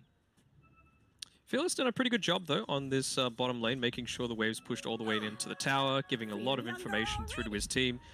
And I think he's just tired of dying all the time, to be honest. He's got the 18 extra strength from hitting level 20. What's next for him? AC. Well, he might not have time to get it before someone gets picked off here. Never mind. In trouble. They got the vision thanks to the Night Stalker, able to swap back Carl. They're going to try and TP in, but Boombell's just by his lonesome self. Like, I mean, now the rest of Radiant, I mean... They're staying out here. They're finally coming back. So they're already going to end up losing their tower, and they also don't have any glyph as well. So these objectives just getting shredded thanks to the Drow and the Venge. And I mean, it's just going to be a set of racks, it looks like, without any defense. I mean, the Viper does have a buyback now with the toss back. Cuckoo pops the BKB, is going to try and turn with the silence. Beautifully done, controlling up too. And now the Tiny might be in trouble here. It's going to be able to get the swap away. Nicely done from Carl through that yours. Now they might just try and end it. See if they can get some buybacks coming out. So they've got this Tombstone in a very great spot that Radiant can't really do anything about. So now Carl, Savage is still ratting though. The BKB. Savage does get the full set of racks here up at top. He's now going to be able to come back to join the rest of the team, but it costs him 2 buybacks on the Tiny and the Viper. And let's see if Dire want to reset. I mean, they do have to deal with top and bot, but they've got a very nice ward inside the mid base here if they can jump. Oh, Boomba might just multi-shot. Oh my. Look at that. How is that balanced? Drow Dota. Sustains good. Well, that's in the end. I mean, I guess Radiant, they do buyback 2 heroes, but objective wise, you see the trade in the full set of racks top and mid. So, and T1, I mean, they still have their ages though for also a minute 30. So let's see what they can do. And now we finally got that Ags up on the Night Stalker as well. So Cuckoo, he's got all those extra stats as well as just, burst damage coming through. He's got the Void Talent. He's got the right-click damage as well, just from hitting level 20. And he's going to be buffed up together with this Vengeance Aura, as well as the Vlad's Offerings. So he is something that they need to deal with as well. It's not everything onto this Drow. I mean, I guess that's the thing, right? Every single one of these heroes on T1's side is capable of doing a huge amount of damage. Like, Venge is basically all single target, but other than that, it's just damage galore. I mean, Venge has a goddamn butterfly now. So we just see, like, this hero is just been dishing out so much damage, and You know, with the butter now picked up, you got a little bit of evasion. We'll see how you're able to play with that one. But it looks like T1, they're just going to try and at least even out top. They'll shove it in. Got the Aegis for another 40 seconds. You know, Radiant are doing a very good job to keep the other lanes pushed in, though. You see Morphling dealing with mid. Q's going to try and keep that bottom lane shoved in. So at least gives them some options for Savage to be able to rat, which we saw last time, and how incredibly fast he can push. Even Fearless is here. Yeah, you can see they're kind of splintering off a little bit on T1's side. You know, what do we do? Do we need to defend? Well, both lanes are being pushed in, but we can take top. It's fine. There's everything going on right now, and there's 15 seconds left on this Aegis. So what's going to happen? They're going to TP back Savage. They've also got Zeph from more of a backside angle here, but Savage is just going to BKB TP out. See if they can catch anyone else, though, Carl. With Whitemon underneath their own ward on the high ground. Did Dire want to join them instantly? It does look like the Aegis just ticked out, and they've got some neutral items. They're not really controlling this high ground, though. So Fearless forces out the BKB. The Venge gonna have to unfortunately use that one, but even Whitemon's hanging around as well. They've got a really nice ward kind of around this top a River Rune side, so getting a lot of information. Well, the lanes are somewhat fixed now for T1, though. It's not all just pressing up into their base, which is nice. And they've been able to withstand the Aegis timing. So what is the next thing that they're going to be going for? There's a lot of money right now onto Jackie. Nearly 5k just waiting in his bank. And have a look at the Zephyr as well. Position 4 is gone for the MKB. Why not? Let's transition into another core. See what Zephyr's going to be able to do if he can find that. But they did actually smoke up underneath that ward that I was speaking about just previously. So Motivate, they've been able to back up. Looks like they're wanting to bait Boombell at the moment. Carl, see if he goes for the swap straight away with the multi-shot. He gets a Ghost Rift off, but it's still going to get bursted down. And now I've got to keep in mind, they forced out some buybacks previously, so Q could be in trouble. The Force gets him back inside the base, and the Scepter defensively as well. Mortimer kisses down, but still look at Dire go to work here, and they're not really in a spot to be able to rat. Morphling's going to have to go back to base here, but now all the tier 4s are down.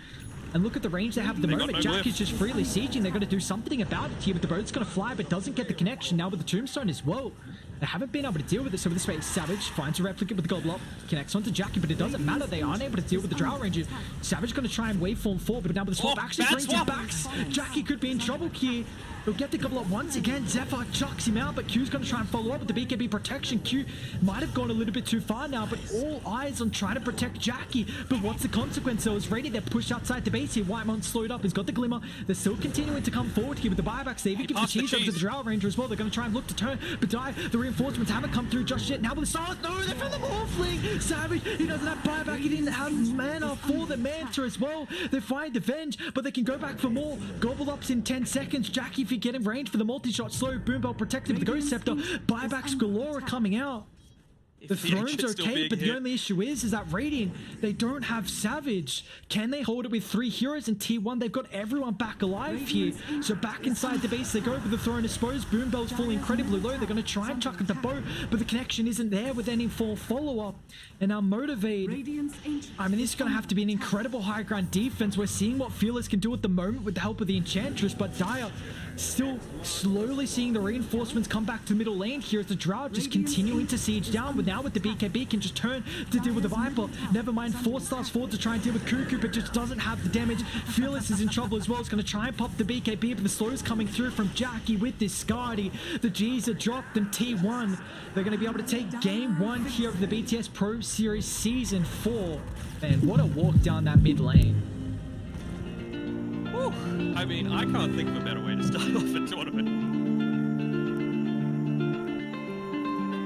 We lost our minds in the darkness of night. We live to die. We lose our souls every day. We lost our minds. We don't remember what's wrong and what's right. The world is dead, but we stay. 'Cause we are born as live and fight. We live to die. We live to die. And we surrounded by the night. We live to die. We are shadows in the neon light.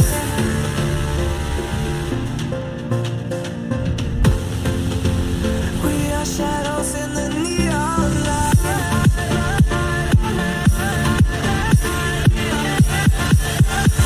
are shadows in the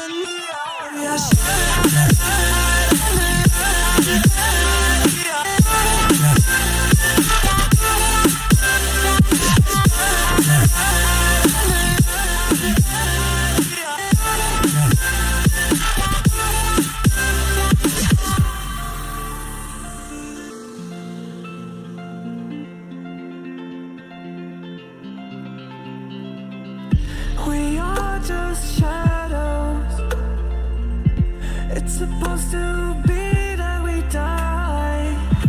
It doesn't matter if there is no light anymore, no light anymore.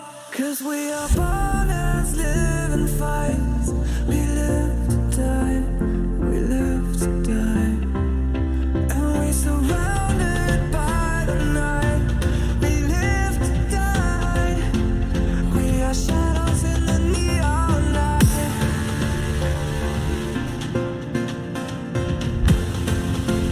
We are shadows in the neon light.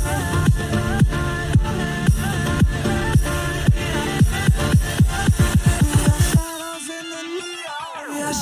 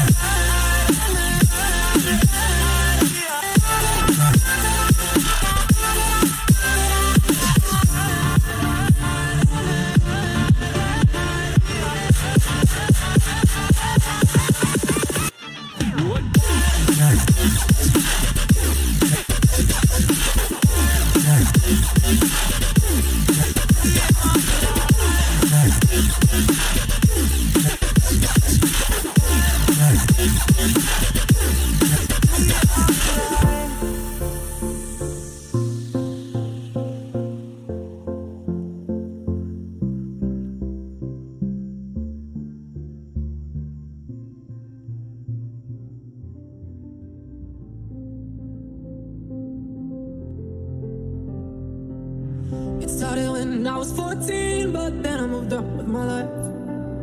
I said a lot of things I didn't mean, but I guess that's the young life I've had. And I do not regret a moment. I loved you for all these years, but we two grew apart. I knew you were there for me, but I kept you in the dark. And now, look what I've done to us. You always said that my heart is like Vegas. What happens there stays there.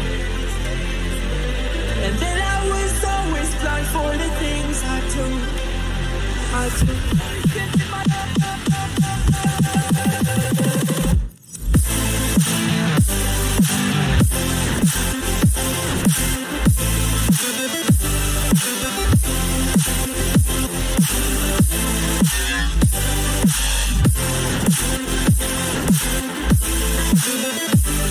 Flying kiss. Flying kiss.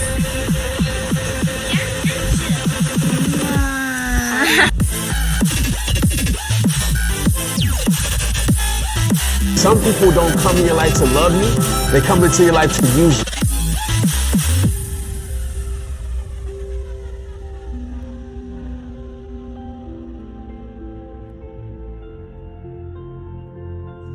You came back after 7 years and you took me by surprise. I have spent too much time trying to forget you are here with me. And you'll always be. I guess it may damage being without you, but still I was with you in my heart. My head is so confused, so it just frozen in. And too much time trying to forget. You always said that my heart is like Vegas. What happens there stays there. And then I was always blind for the things I do. I do.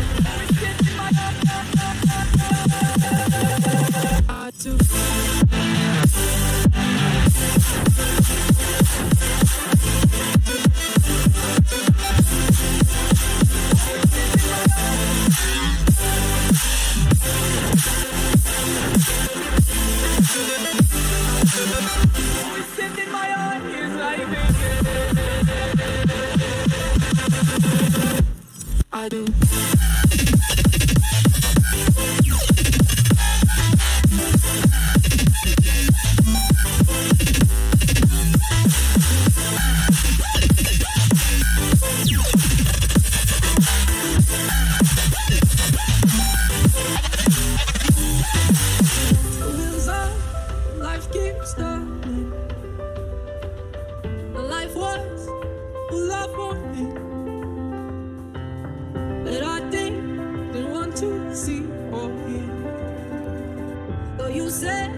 Yeah, you said it loud and clear. I still remember how you made me feel. Oh, you always said that my heart is like Vegas. What happens there stays there. And that you were always fine for the things you do to me. Yeah, you do to me.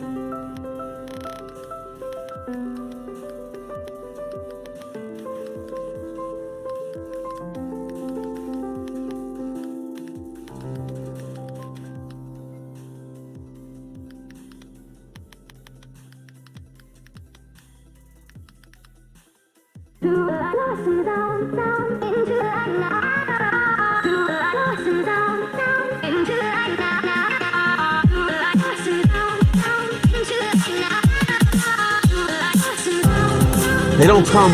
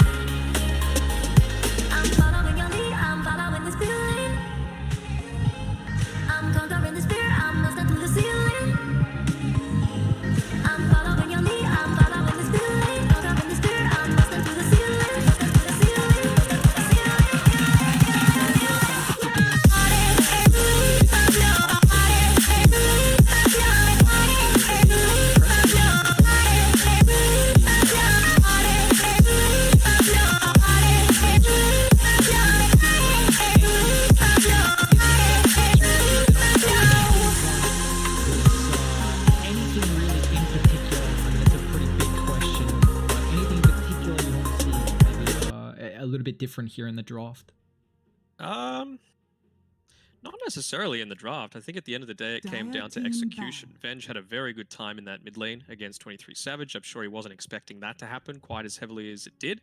I think Carl and Zephyr played amazingly for T1, and honestly, it was the cause on Motivate that ended up letting them down, unfortunately. Yes, Conquered doesn't have the huge end game impact, but multiple times Savage was unfortunately caught out, and that was basically all of their damage coming through. Whereas on T1, even if they lost Cuckoo and Zephyr, you still had Jackie peppering away. You still had a Vengeful Spirit that was doing a fair amount of the DPS come through. Yeah, we are going to see a couple of the bans different from last game as well. I mean, the Snapfire taken care of here from T1. They actually want to get rid of it, considering it looks like with this first pick, putting a lot more emphasis on, I guess, kind of protecting, making sure Motivate potentially don't pick up the Snapfire, considering T1 they don't have first pick in this second draft. And it just goes to the Motivate style, right? They're always this super aggressive one, and so they just want to take away as many saves as possible as they can from T1. Undying and Phoenix, they're the main two that they're seeing there. I think last time it was Wisp that was also removed from the pool. So again, another one of those heroes that are great at that. So wouldn't surprise me to see if T1 go for something like POS5, Omni Knight, or an Oracle to open up their draft here. Yeah, the Lena and the Wisp were the other two. They actually get rid of the Phantom Assassin. Interesting. We don't really see many position ones banned out in that first phase, even though like the Sven's so strong right now, the PA, the Void, the Drow. I mean, some teams will maybe get rid of the Void in some matchups, or the PA, Drow, etc. But we don't really see it prioritized as much. Yeah, there was that phase, right, where it was Void that was just super busted, but I feel like people, given time, there's always a counter to something, and if there's no counter, then that's when you get rid of it from, that's when you give it a nerf. But Viper coming through again, why not? It's a pretty strong hero. It locks down a lot of the hero choices that a lot of teams might like to try and do. Like I was mentioning before, Motivate, they really enjoy the aggressive style, and they're actually picking up an Oracle for themselves. So I don't mind that either. It pigeonholes T1 into going into a very limited, pool of heroes that they might want to go to. How is the Oracle able to deal with the Viper if this is like a position 5, a position 5 Oracle against the Viper 3? How is kind of that laning support going to be able to deal with it? It's rough because, the Fate's Edict to try and disarm him so he's not attacking you is such a short range that by the time that you get in, you're busted straight away. Yeah, we'll see. And Oracle is kind of a more, not the strongest laning stage hero as well. I mean, you can definitely find kills with that high points and Purifying Flame with the nuke, but we're going to see T1, they'll actually pick up the Earth Spirit here. So an incredible hero for Zephyr, and that can be quite a devastating combo that they have now with a Viper and an Earth Spirit in the lane. Fantastic hero for this game. Oracle, there's absolutely nothing you can do to deal with it. It's not like you can build into a Lotus Orb or a Guardian Greaves super early on. So if you get silenced, suddenly your carry is so vulnerable to anything that they might be able to do to turn around on you. And I still think Omni Knight is a very viable pick here. You just toss the Heavenly Grace onto an Earth Spirit. He's a strength hero, so he gets the additional damage and healing and status resistance bonus from that, and you just let him tank up a lot of this aggression that might be coming up from Motivate.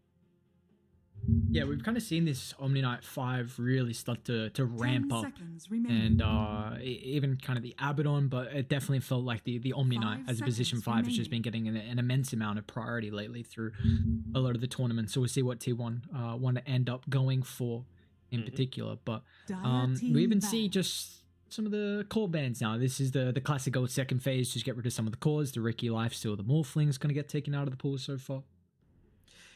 Yeah, I mean, Viper does seem like a cuckoo style of hero, but it's still open, of course, for Carl to play it in that mid lane. The thing I'm thinking about with this Ricky being banned and the Lifestealer, they're very much like tempo setting heroes. You're wanting to get hyper aggressive really early on because they can come into their timings with just one item, essentially. So maybe they're just trying to block something like a Mars that wants to sit back, be a little bit more passive in the super early game and not get run over. Or they're just trying to delay the game for as long as possible, pick something super greedy.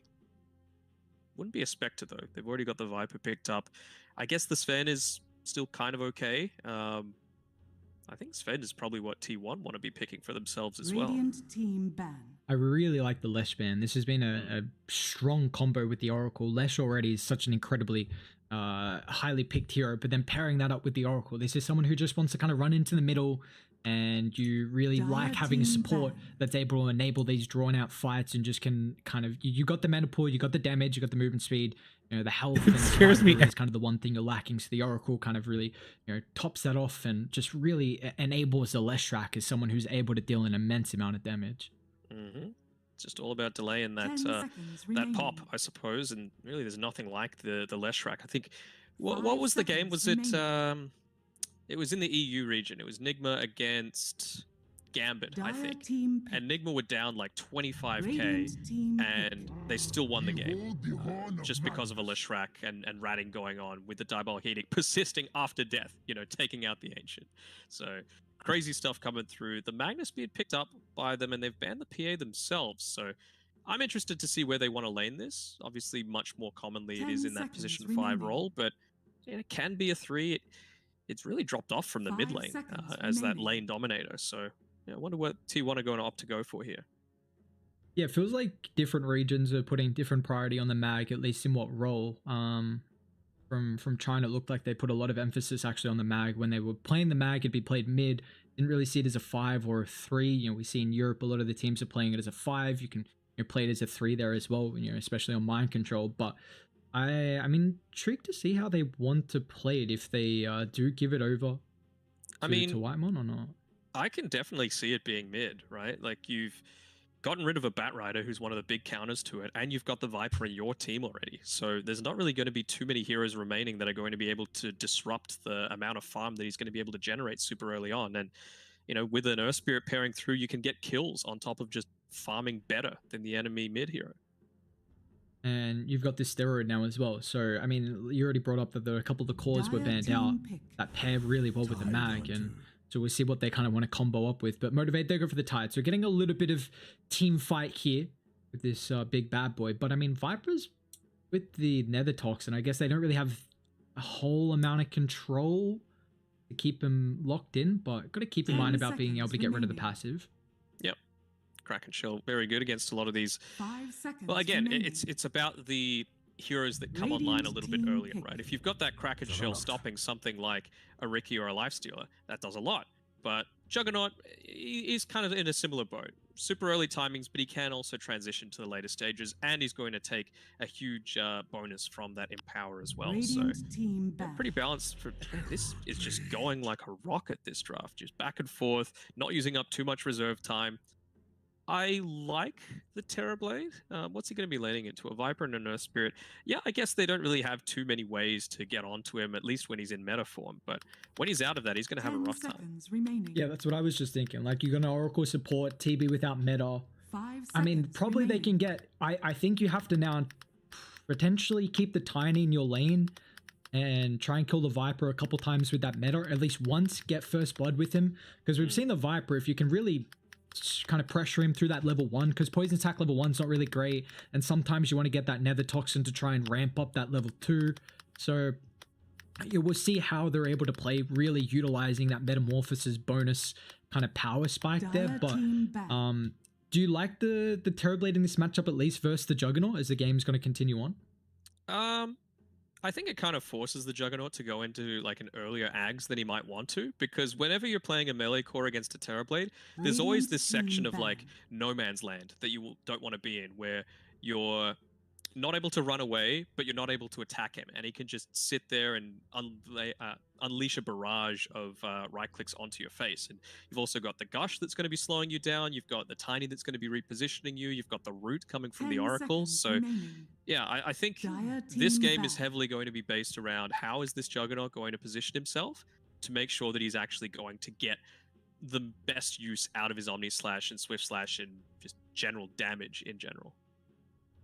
Yeah, and you see Motivate trying to ban out a couple of heroes that are going to be very good to deal with the Terrorblade. The Zeus in particular, the Storm, just mainly to kind of jump the Oracle, which is something they, I guess you've got in the Earth Spirit.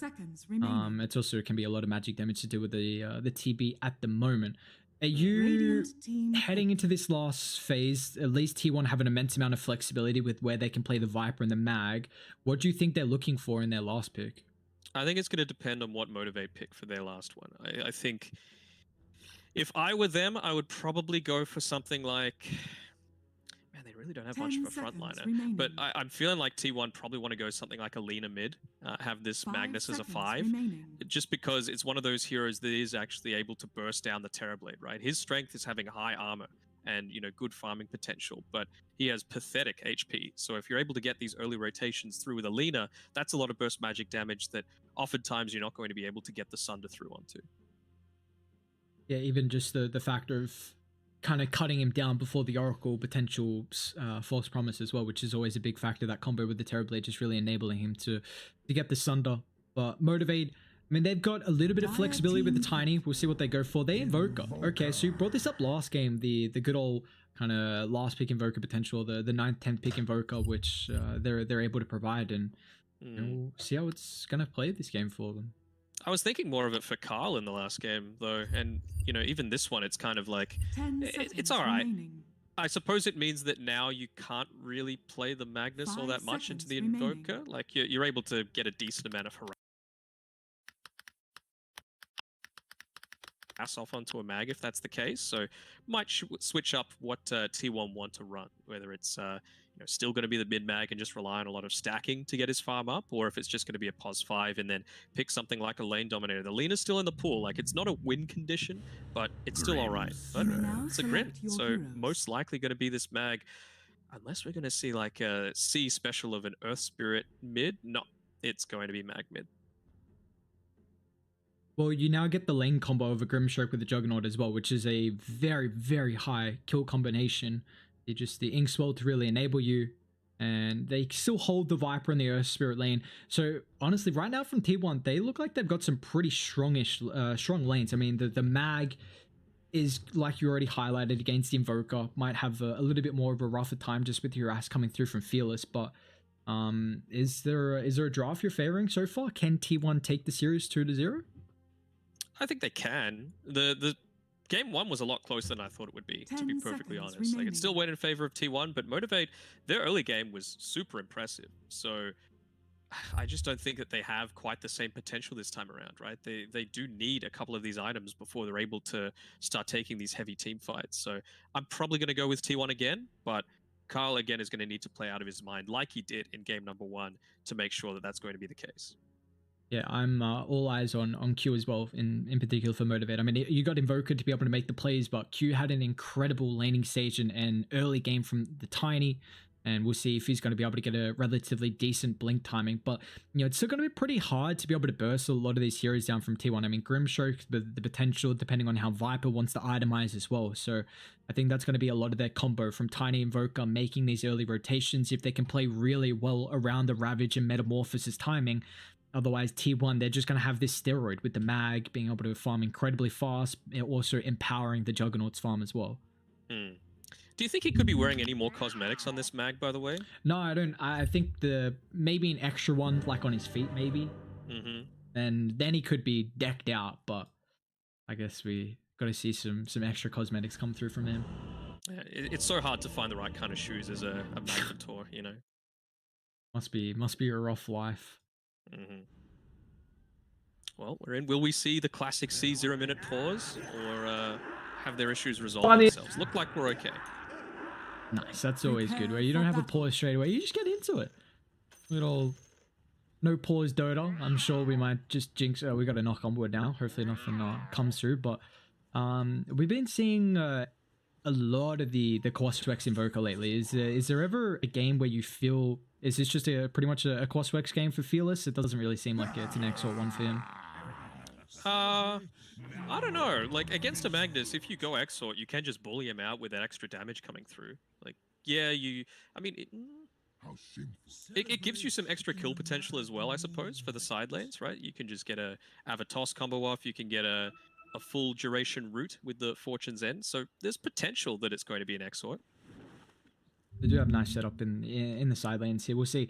I guess the only issue with going Exort is how kind of passive you end up playing. You know, usually we see this Exort build going Midas, playing the jungle. Midas has kind of been more of an item for the Invoker if he needs to kind of scale into that late game if they can't really snowball and really take over the mid game fights. As we see Fearless even the level 25 Invoker. So we're going to see how he's going to be able to play this one. He has got the Quas up. But it looks like, once again, just the classic 2-2 trade here with the Bounty Runes to start. No shenanigans at the moment with trying... actually, Q is actually already down bot. So it looks like they are going to attempt to try and find the first blood with that Metamorphosis and really pressure out the Viper early. I think that's totally fine. I'm also just thinking about, like, for damage purposes, again, you don't want to put too much just onto the one hero. And with going Quaswex, you kind of are doing that, as opposed to Exort, where, you know, Ravage Cataclysm is very much in the equation. But Carl, very nice block coming through. He's already making sure to pull this underneath his tower. Yes, he's going to get farm, but level's just as important. Down bot though, Cuckoo could be in trouble here. Brute sets up for the toss back, straight on top of Savage. Cuckoo is falling incredibly low, and it looks like he's going to be the first blood here this game, as Savage will find it incredibly done. You already see Zephyr kind of setting up to try and get that drag, but he's also going to eat a relatively decent amount of damage here as well with the root and also the toss back onto the full creep wave. So Zephyr could be in trouble without having the roll on the last right click from Boombell. So once again, the start to the lanes here from Motivate, very nicely done from them. Another reason why I was thinking, you know, potentially this is going to be an Exort build for Fearless is that you just have a look at the attack damage when you compare a Magnus Top lane, with Whitemon, a toss back from Q. He was chasing Nevermind. Yeah, I mean, Nevermind was just trying to drag the wave, but Q just tosses him under the tower. You got the gush. I mean, that level 1 potential, 110 damage, full armor reduction with a 40% slow. Like, it's such a nice value point for this Tide Hunter, which we've kind of seen a lot more frequently with the passive now, the damage block. But he could be in trouble though with the level 2, at least from Jackie. He's got the spin him down, and also Whitemon setting up thanks to the stun. So it's going to end up being the demise here for Nevermind. T1 going to be able to pick up their first kill of the game. At least it's the Grim that gets it, not the Juggernaut. You know, that's always the worry. He's the win condition very clearly for the team, but you know, like I was saying before, you've got 92 damage on this Magnus compared with the 66 on Fearless, and that's very evident in what we can see here from the denies coming through. Yeah, we'll see how. And once you get that extra, every level in the power, it's just going to get more and more difficult for Fearless. Usually the kind of the Quaswex Invoker, we see some of the stats come through that blade of attack, the extra null, just kind of really offsetting the damage you're missing from the Exort. But this is going to be a matchup where he's going to struggle pretty heavily. And now once again, we already see kind of this rush with the Urn pickup. Dire's top tower is under attack. Why not? You know, you know that they're going to play this aggressive style on Motivate, so just build for it and hope you win a few team fights, and then suddenly you've got so much extra damage to be able to deal with it. Yeah, and now this lane feels like what's happening at the moment is Savage is just getting chased down, and he won't even be able to make it back towards the tower though. Oracle is going to be able to purge off, but it's not going to matter as Zephyr rolls on forward. Cuckoo's going to be able to claim the kill, and now they can push the wave in if they want to dive Boombell potentially, although Cuckoo's got the mango to be able to get a little bit of mana, but it looks like instead they want to just kind of offset the creep equilibrium. Oh, in trouble actually. Yeah, pops the Fairy Fire as Fearless with the attack speed increase thanks to the Wex. We'll be able to get that last little right click in. So Fearless actually finds a solo kill in the mid lane. Really nicely done from the Invoker. Yeah, things could have been going even better. I think Savage just slightly misplayed there, stepping back into the rolling boulder as it was coming through. So might have been able to survive, but you know, at the end of the day, you've got a full HP reset, so that's always nice to have. Boombell might have overstepped the mark as well. Yeah, you see just the slows. It's so hard to be able to dodge through. And I mean, even though you can kind of get rid of the poison attack stacks, you've still slowed down so much, and Viper's on top you to kind of restack them up. As we are going to see that 4-minute mark, so the rotations coming through from the support to try and secure some of the power runes. Luckily enough, though, Carl is going to be able to hit the bottom one. They don't actually have the bottles just yet, so not really doing too much there. Oh, he's in trouble though. Oh, just gets out. Yes, this will do just fine. And never mind, he might have to TP out top as well. Yes, Whitemon unable to charge up the Inkswell fast enough, so he's going to be alright. But Seatbot Savage pops the Metamorphosis. Unfortunately, just the Oracle route wasn't really enough to control them, and Tiny wasn't there fast enough. A nice scan though, so they are well aware that Q wanting to rotate down whenever the Metamorphosis is available. Yeah. And they know that they're trying to well, they would assume that it's going to get some sort of wards going on there, but it's just blocking the camps, actually, with the Sentry and the Observer, respectively. Did he place that Obs on the higher ground? Yeah, it is. Okay. For a second, I thought he placed it just below this heads. I'm like, oh, awkward vision, but well forward. Savage. I mean, Q just kind of walked away from the Terror Blades. You see instantly T1 wanting to get aggressive. I mean, they won't be able to kind of get towards the bounties as Carl is bounty up on the high ground as well. But he's gone double brace. So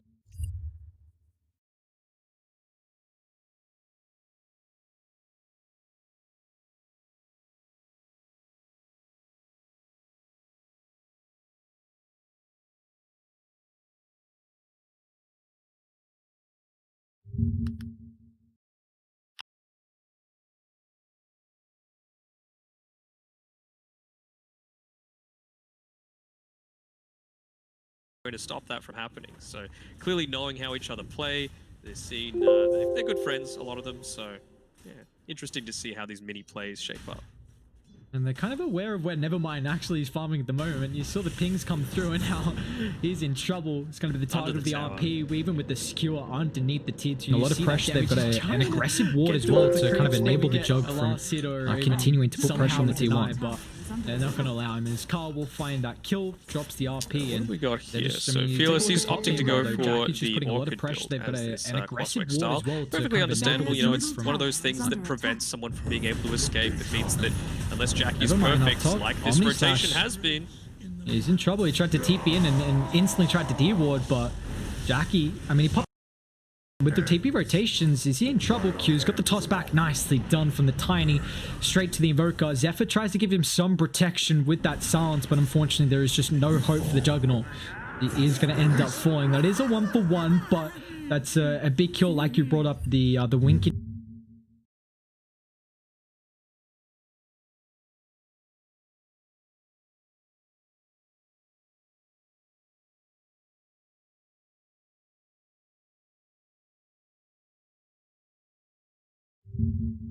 Condition for T1 is the Juggernaut.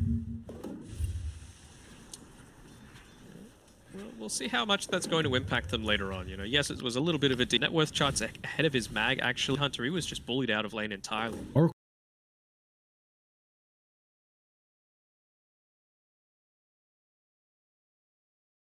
You're much more vulnerable to being ganked. How do you feel this laning stage or early game is kind of going for Motivate at the moment? Do you still feel like they're pretty reliant on the, I guess, Q and Fearless making the plays? Because it feels like they're pretty cooldown reliant on the Terrorblade and Fired. Yeah, I mean, the laning stage has gone okay, but the big thing for me is the Magnus. Generally, if you're picking a Magnus mid, you're wanting him to be the top of the net worth, just because of all of his self-improving farming capabilities. Against a ranged hero like an Invoker who's able to put a lot of harassing onto you, yeah, it's going to be a little bit tougher.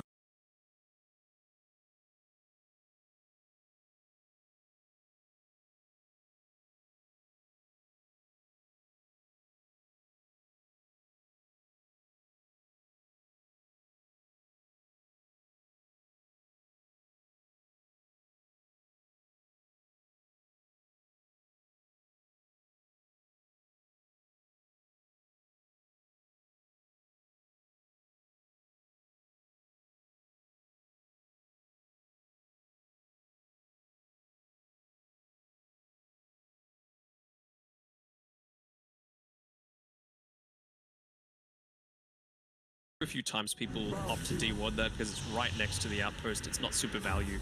Mid lane though, Cole is in trouble.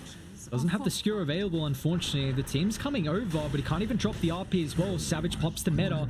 Now it's just going to force back tier 1. And now with this Metamorphosis popped and everyone here Radiant, they're going to try and look to fight. They've got the Ravage timing as well. And it's... Do T1 have the damage to go through at the moment? Cuckoo's going to try and TP in. Only 1 point in the Nether Toxin, but he drags off the creeps. It looks like regardless, Radiant, they don't really care though. Yeah, if you're popping the meta, you're always going to commit to this sort of thing, and now they're going to start invading.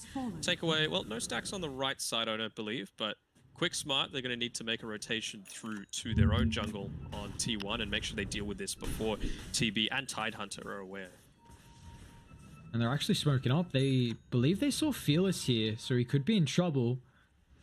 See if he's going to end up showing that move up on the high ground. And yeah, he's in trouble. Cuckoo.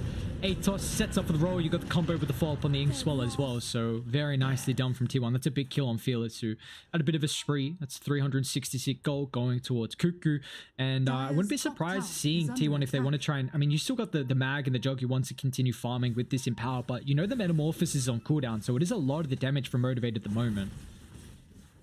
Yeah. I mean... To be fair as well, what items have they got coming out to the Magnus? Is it going the Echo Saber? Looks like it. Yeah. Therefore? So,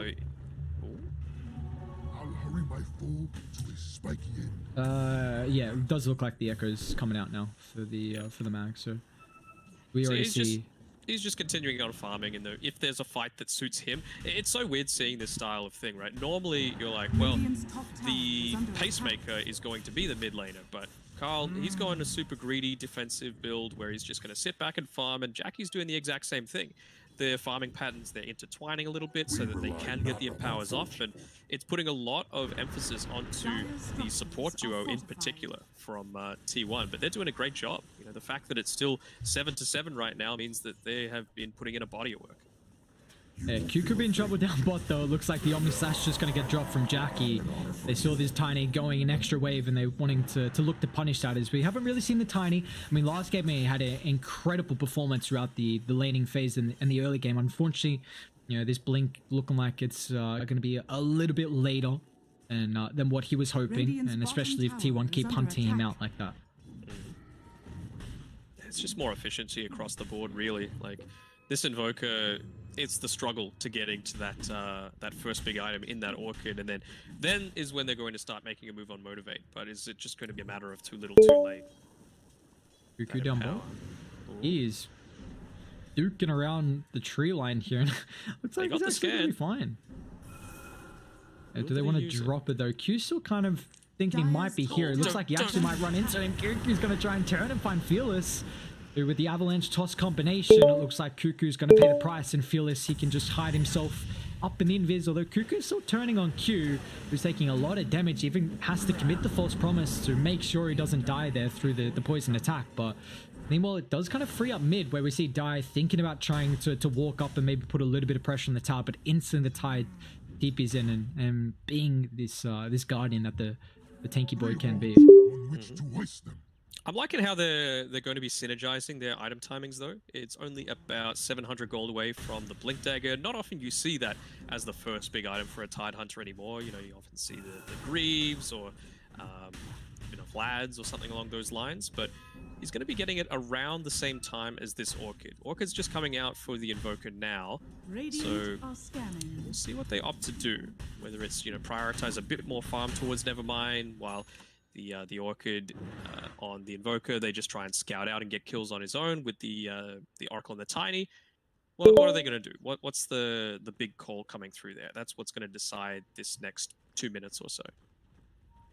Yeah, we're about to have the bounties come up as well, so we'll see if there's any rotation through them. It looks like Dai trying to sweep through that bottom side, just make sure Radiant aren't thinking about contesting it, as Radiant just going to control up this top side of the map. Looks like it just will be the 2-2 a piece with the bounties, but it's just another kind of farm fest mode. I mean, we've got 16 kills, 15 in, but yeah, with the mag lineup, you're kind of expecting not as much aggression as some other games. It's C-Dot though, you know, you're always going to get aggression coming through, and that is very close to the Blink Dagger as well on Cube. So a couple of Blink Daggers coming at exactly the same point in time is going to be a big power spike for Motivate. So it's just about defending this mid tier 1 tower, you would think, as the priority for them, but Siege Creep's already here, so maybe T1 will opt to fight around that, and the smoke starts to come through. Jackie, Zephyr, Cuckoo, they're all coming. Yeah, Cube, he's in trouble here. He's got Boombell on the back line. The false promise is available if they want to chuck it out. Tide just picked up the blink as well to counter initiate. Never mind. Needs to try and find the angle, but it's a little bit hard. Jackie protected with the magic immunity. So they'll clean off the Tiny, but on top of the back line, K with the blink forward finds the RP. It's on top of the Tide Hunter as well, so we can't counter initiate. Boombell protects up Fearless, but they've got the vision to be able to chase him down. And they're all in trouble at this bottom side as Fearless actually gets a decent amount of health back here, and Jackie actually wants to turn his attention, try and Boombell as he disengaged away from the Invoker. Now Savage is showing up with the Metamorphosis as well, along with this Alacrity, so they could be in trouble. Try and play around with the Ironwood tree, but man, T1 very nicely done from them. They get 3. The Ravage from Carl on top of the back, finding 2, but quick fingers from the Oracle does keep the Invoker alive. Quick fingers, and he also had the reason he lived is he had a health back. Q is going to be able to find Cuckoo, where Savage is set up with the Metamorphoses, so got a little bit of revenge. Looks like T1 weren't able to retreat fast enough there. Yeah, he had the health potion on the Oracle, that's why he was able to live throughout the false promise. Always good to keep a couple there. And you can see he's just purchased up another one for the next team fight. But Cuckoo's understanding, he already had a courier there in Roche waiting for Radiant to walk in, and I mean, Viper's down for another 10 seconds. Whitemon can definitely scout out, and it looks without the Metamorphoses, They still want to stay though. They don't have any life still at the moment. Savage can sunder out, but this could be a difficult fight for them to take. Yeah, I think the incentive for that is that you just saw the Omni Slash use, you saw the RP use, so it's like, well, what are we really scared of? But meta being down is just big of a deal. So T1, they've mid lane, yeah. Kyle, he's in trouble. He's got the team coming over. Is he tanky enough to be able to stay alive for long? However, looks like that Orchid is going to end up ticking him down. So nicely done, Motivate. They get another little cheeky pick off here. The blink from Q, kind of and allowing them to find a couple of cores that have been farming just a little bit too aggressive mid.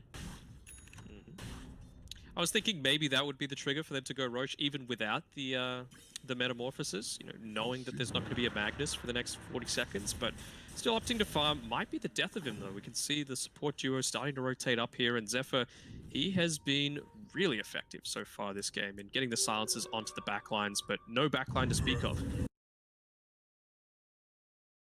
There we go with the roll 4 paired up with that silence and stun combo thanks to the Grimstroke. Nothing you can do there, unfortunately, for the Terrorblade. Just really nice support rotation. It looks like Fearless is looking to try and punish with the wrap coming through from Q, but again, this Warden Sentry giving them a lot of information at the moment from T1, and they might actually look to bait with the TP rotation. Cole's in. They've got the RP as well. Let's see if they group up. They're going to be careful. Whitemon straight onto the back line with the silence. They do find the Earth Spirit kill, but now it looks like the Evoker's in trouble. Carl's going to drop the RP. Q will scurry off to the northern tree line, but they got the core and the Invoker, which is exactly what they wanted.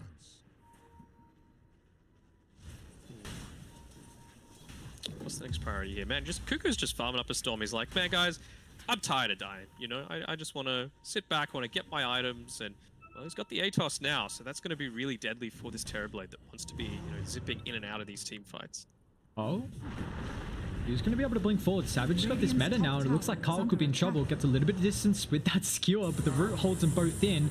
Now Jackie coming around as well with the Omni Slash. Going to get tanked up a little bit thanks to Terrorblade Illusion. Looks like Boombell forth, but now with the counter initiation. Never mind. Nice finds a Ravage on top of 4. Straight on top of the Terrorblade as well, so he's going to be able to siege him down with the Metamorphosis here. Jackie runs into the Sunstrike, but the damage is enough. He's only got 2 points up in that Sunstrike. And now Cuckoo sundered up. Roll 4 from Zephyr, but it looks like Cuckoo's in trouble. And now Radiant, they're just going to brute force him down. And nice attempt with the blink to kind of body block up that roll, but unfortunately they won't be successful at doing so. They will be able to get both outposts, it looks like. So a nice fight here from Motivate with that Metamorphosis, with the Ravage, and now they're going to walk into Roche.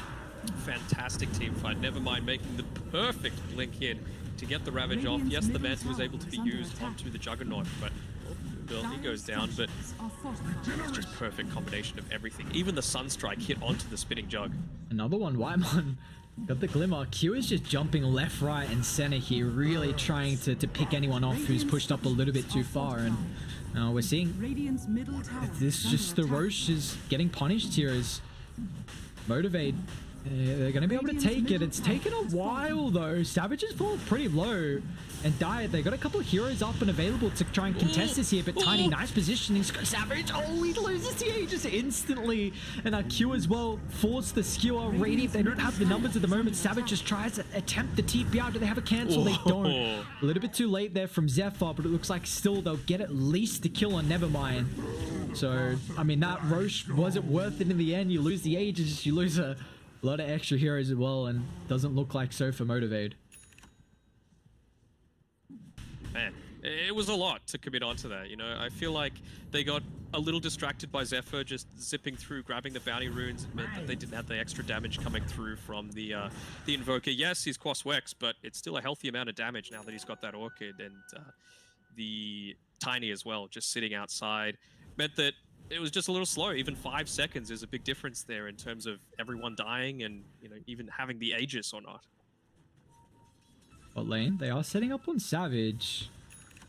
Cuckoo was chilling in the trees, and with the rotations coming through from thanks to that tier 1 tower control, so unfortunately his spidey senses tingling. Savage is actually going to try and hold the high ground as they've got Ravage up soon, paired up with that Metamorphosis as well. What's the strat here? Are they going to try and walk past the secret shop first? Savage, he's got enough money to buy up that Skadi, but you don't want to really be taking a fight before that happens. Radiant's top Can they tower try and is burst under down attack. Cuckoo? Have it tossed a little bit off the mark. They still got the follow-up there with the Ravage. Now the Sunstrike as well. Doesn't find the connection. Cuckoo's going to fall. Zephyr doesn't get the roll away. He's still protected with the Glimmer Cape, and now with the Tornado from the backline, Fearless gets the ankle to control up too, and now with the BKB pot from Carl, he's trying to find the opening of the RP. They're going to come back forward now with Jack in the buyback, skewers in. They're going to be careful because that shockwave drag back protects him. He's got the false promise though, but it looks like Terrorblade's still in trouble, gets the Sunder out, but trying to turn on Jackie, who's going to end up falling, and now Carl's in trouble as well. Terrorblade's still going to pop after the false promise. Carl's trying to turn on top of Fearless, who's running very low on mana and that health as well. T1, can they continue forward? Carl got the blink, that Echo Saber to be able to find another. Could be in trouble with Q, but it looks like a quick silence going to be able to protect him against this avalanche toss, and Cuckoo's just cleaning up along with the rest of T1 as they take an incredible fight down bot. Tiny falls in the river. It's a double for Cuckoo, and that's a full team wipe as well. It's just that little teasing distance there, making sure that people are wanting to stick around to try and get that last kill before they go down, but perfect coordination coming through from T1. Yes, they lost the Juggernaut, but I don't know, just their positioning was fantastic. And again, I was saying, you don't want to take the team fight before he has the Skadi. He didn't have it, all of that team fight, just because you were forced to fight to the right of the secret shop. So perhaps it might have been the difference. Maybe TB would have lived with that extra stats coming through from that. I don't think Oracle got the health pot off either, just not in range to do so. Yeah, it's a bit of a costly fight there for Motivators. T1, they're just going to be able to increase this net worth lead, and 6,000 for them, and we're just continuing to see it skyrocket as well, just thanks to this mag combo as well. I mean, unfortunately, the rest of the cores for Motivate, you do see Fearless, he's picked up the Midas, so really trying to keep up and scale into the late game, but they are severely lacking the farmers. Terrorblade's a hero who can eat up a lot of the map here. Let's Juggernaut side and build. So he's already gone into the MKB, already has it finished up. It's not in my nature. And yeah, I can see why. Like they haven't really made too many aggressive moves right now on Motivate's side, and they don't exactly have the lineup to do so. So why not just play this style with the mag, with the Juggernaut, where you can sit back, get your items, and then when he does decide to fight, even though he's going to be a complete beast, it's just not going to be enough. Yeah, Jackie really starting to dish out the damage. We saw that last fight, but the Omni Slash was an immense amount there. I mean, this game kind of stalled out a little bit. Looks like both teams really trying to find that next kind of set of items here. There's a decent chunk of the gold in the bank right now for Mag, as Carl's going to be going for the Silver's Edge. Is there... what's a big timing key from Radiant? Because they do have their ultis available, the Ravage and the Metamorphosis. Do you anticipate them trying to make a play, or are they just going to stall this one out of it? I mean, what are they really lacking right now? I mean, you've got the Blink Dagger now on the Oracle, which is nice. You can stand well out of fights, make sure you're not being locked down by Zephyr, which I feel like has happened a couple of times. And you've also got the Yule Scepter, so able to place himself a little bit more aggressively here on Q. So I think maybe that's the timing that they're looking for, but at the end of the day, they're still kind of lacking. I think there's the Vlad's completed on Nevermind as well, so I think they're going to be pretty happy to move forward right now, but at the same time, BKB complete on Zephyr. You've got Cuckoo, who's now got his Boots of Travel, so he's able to roam around so much more. And yeah, I mean, there's not really too much the enemy team can do about it. Is that a Silver Edge as well, just being completed as well? I believe it is, yeah. So it's a lot of items getting picked up from either team. A little bit more kind of utility we see from the Radiant lineup, but the Yours, the Blink, the Vlads, Die, they get some of the big items here with the BKB and that Silver's Edge. And we see, unfortunately, that smoke up mid, Jackie wasn't able to find anyone, but they are really looking to pressure. Unfortunately, they don't really have any deep vision at the moment. Grim does have one Observe Ward, so we'll see where they want to try and place this, if it's going to be around the triangle to control up this area. Silver Edge complete, immediately pops it, and I think they might have spotted him out. Yeah, they did, with the Forge Spirit just walking past. So nicely done there by Fearless to make sure that that's not going to be in the equation. And immediate picks coming out as well, so they know he might be a little bit separated from the rest of his team. Making a bit of a move that way as well. Is Nevermind.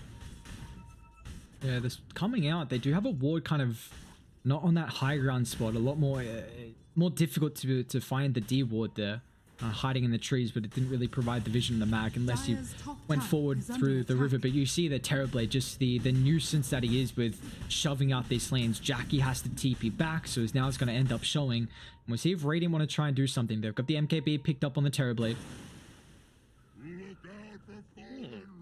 Not something that you see all the time, but he's opted to go for the Blade Fury movement speed on the Juggernaut, just to... Top lane, Fearless. Gets to set up on top of the Earth Spirit, burns out all the mana as well, and Dire, they don't have the numbers to protect Zephyr, tries to pop the BKB into that roll. He's going to be able to stay alive, but it looks like, unfortunately, White One don't have the same fate there, but they do get, I mean, a kill, and then also that's a 10-second BKB charge from your Earth Spirit. Yes, they smoke up for it, and they don't pop meta, though. Nope. He's still safe for it. But yeah, not oftentimes you see the Blade Fury movement speed. I suppose that might be due to the thing I was mentioning before with the whole no man's land that you can get stuck in against a Terrorblade. You want to be able to close the gap or just straight up get out. The big thing is you just need to make a decision either way. You can't be caught in two minds about it. He's going Radiance. He queued it up. No, that's Nullifier. Oh, it's not even late. See, I could blame it if it was like a couple of extra hours in. I'm like, hang on, wait, he's not going Radiance, right? I'm seeing things. Magic damage Jug. It's the way. Like, hang on a second, what's going on here? But in addition to that movement speed as well, the 8 armor from the level 20 talent is going to be super effective against this TB. You know, it's the extra couple of seconds that you need to live, and that'll be the difference between getting the Swift Slash off or not. See, Dire looks like they're grouping up together at the moment. If they want to try and smoke up, and they will. They'll put Carl on the front line. Radiant, they've got a nice observe ward by the mid lane here. So we'll see if Q's going to be able to pop the smoke with that vision advantage. Dire, they want to try and get this high ground control. They're wrapping over. Drop their own ward as well. It is going to need a couple of sentries. Yeah, Carl with the blink forward, unfortunately, doesn't want to dive too far. Boombell's posturing pretty aggressively down on top of the lane.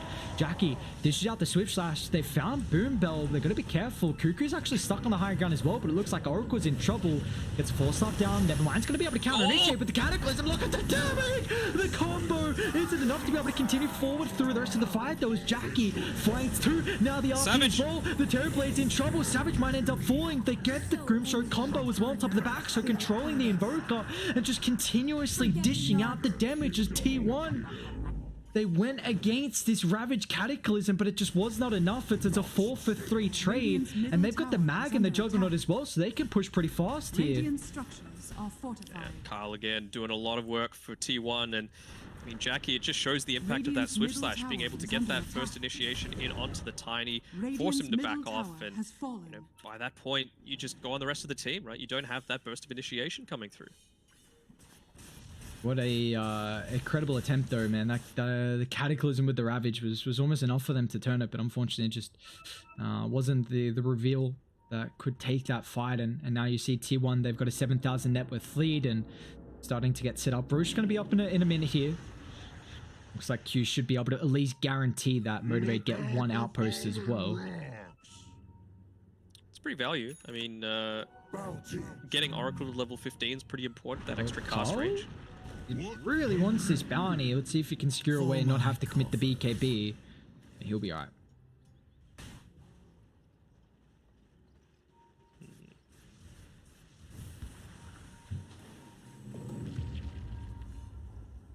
What is... I got a cheeky haste, alright. See what Jackie... He's got this Nullify queued up, so... No Radiance, unfortunately.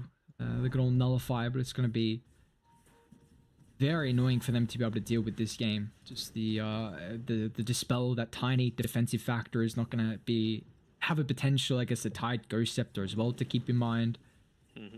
It's a lot of respect being given to Q, the fact that you're essentially building an item for, yes, you can use it on multiple heroes, but I think he's the main target of it. And here we go. Roshan's up. Viper scouts it out with roll forward. Zephyr trying to find the opening, but now he could be in trouble. Doesn't get the perfect initiation. He actually finds the backline, which is the Invoker. With that protection, the BKB doesn't really have to worry. And Radiant, all their heroes aren't here at the moment. They chuck out the Cataclysm, but the damage is in there and now died. They want to continue for more with the double Viper strike. Invoker just taking up all the damage. Unfortunately, that protection, the false promise isn't enough. And now Jackie comes out of nowhere. Swift Slash cuts him down. They get the Tiny on top of the high ground as well. So it's going to be a 3-for-1. As now they can fall back, claim the Roshan, which is going to be the second Rosh of the game here. So they get the Aegis, Cheese. Terrorblade's doing a decent job at trying to kind of give them some opportunity to get something out of map with that tier 1 falling, but it's trouble looking for Motivate. Right now, he just wants stats. Like, he's already gone the Skadi, he's picked up the Reaver now, so a lot more durable to a lot of these engagements that are happening from T1.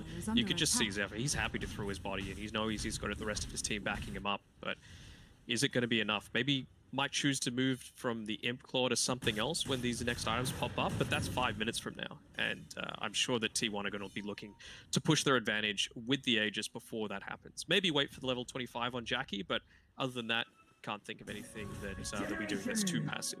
They've hit their timings.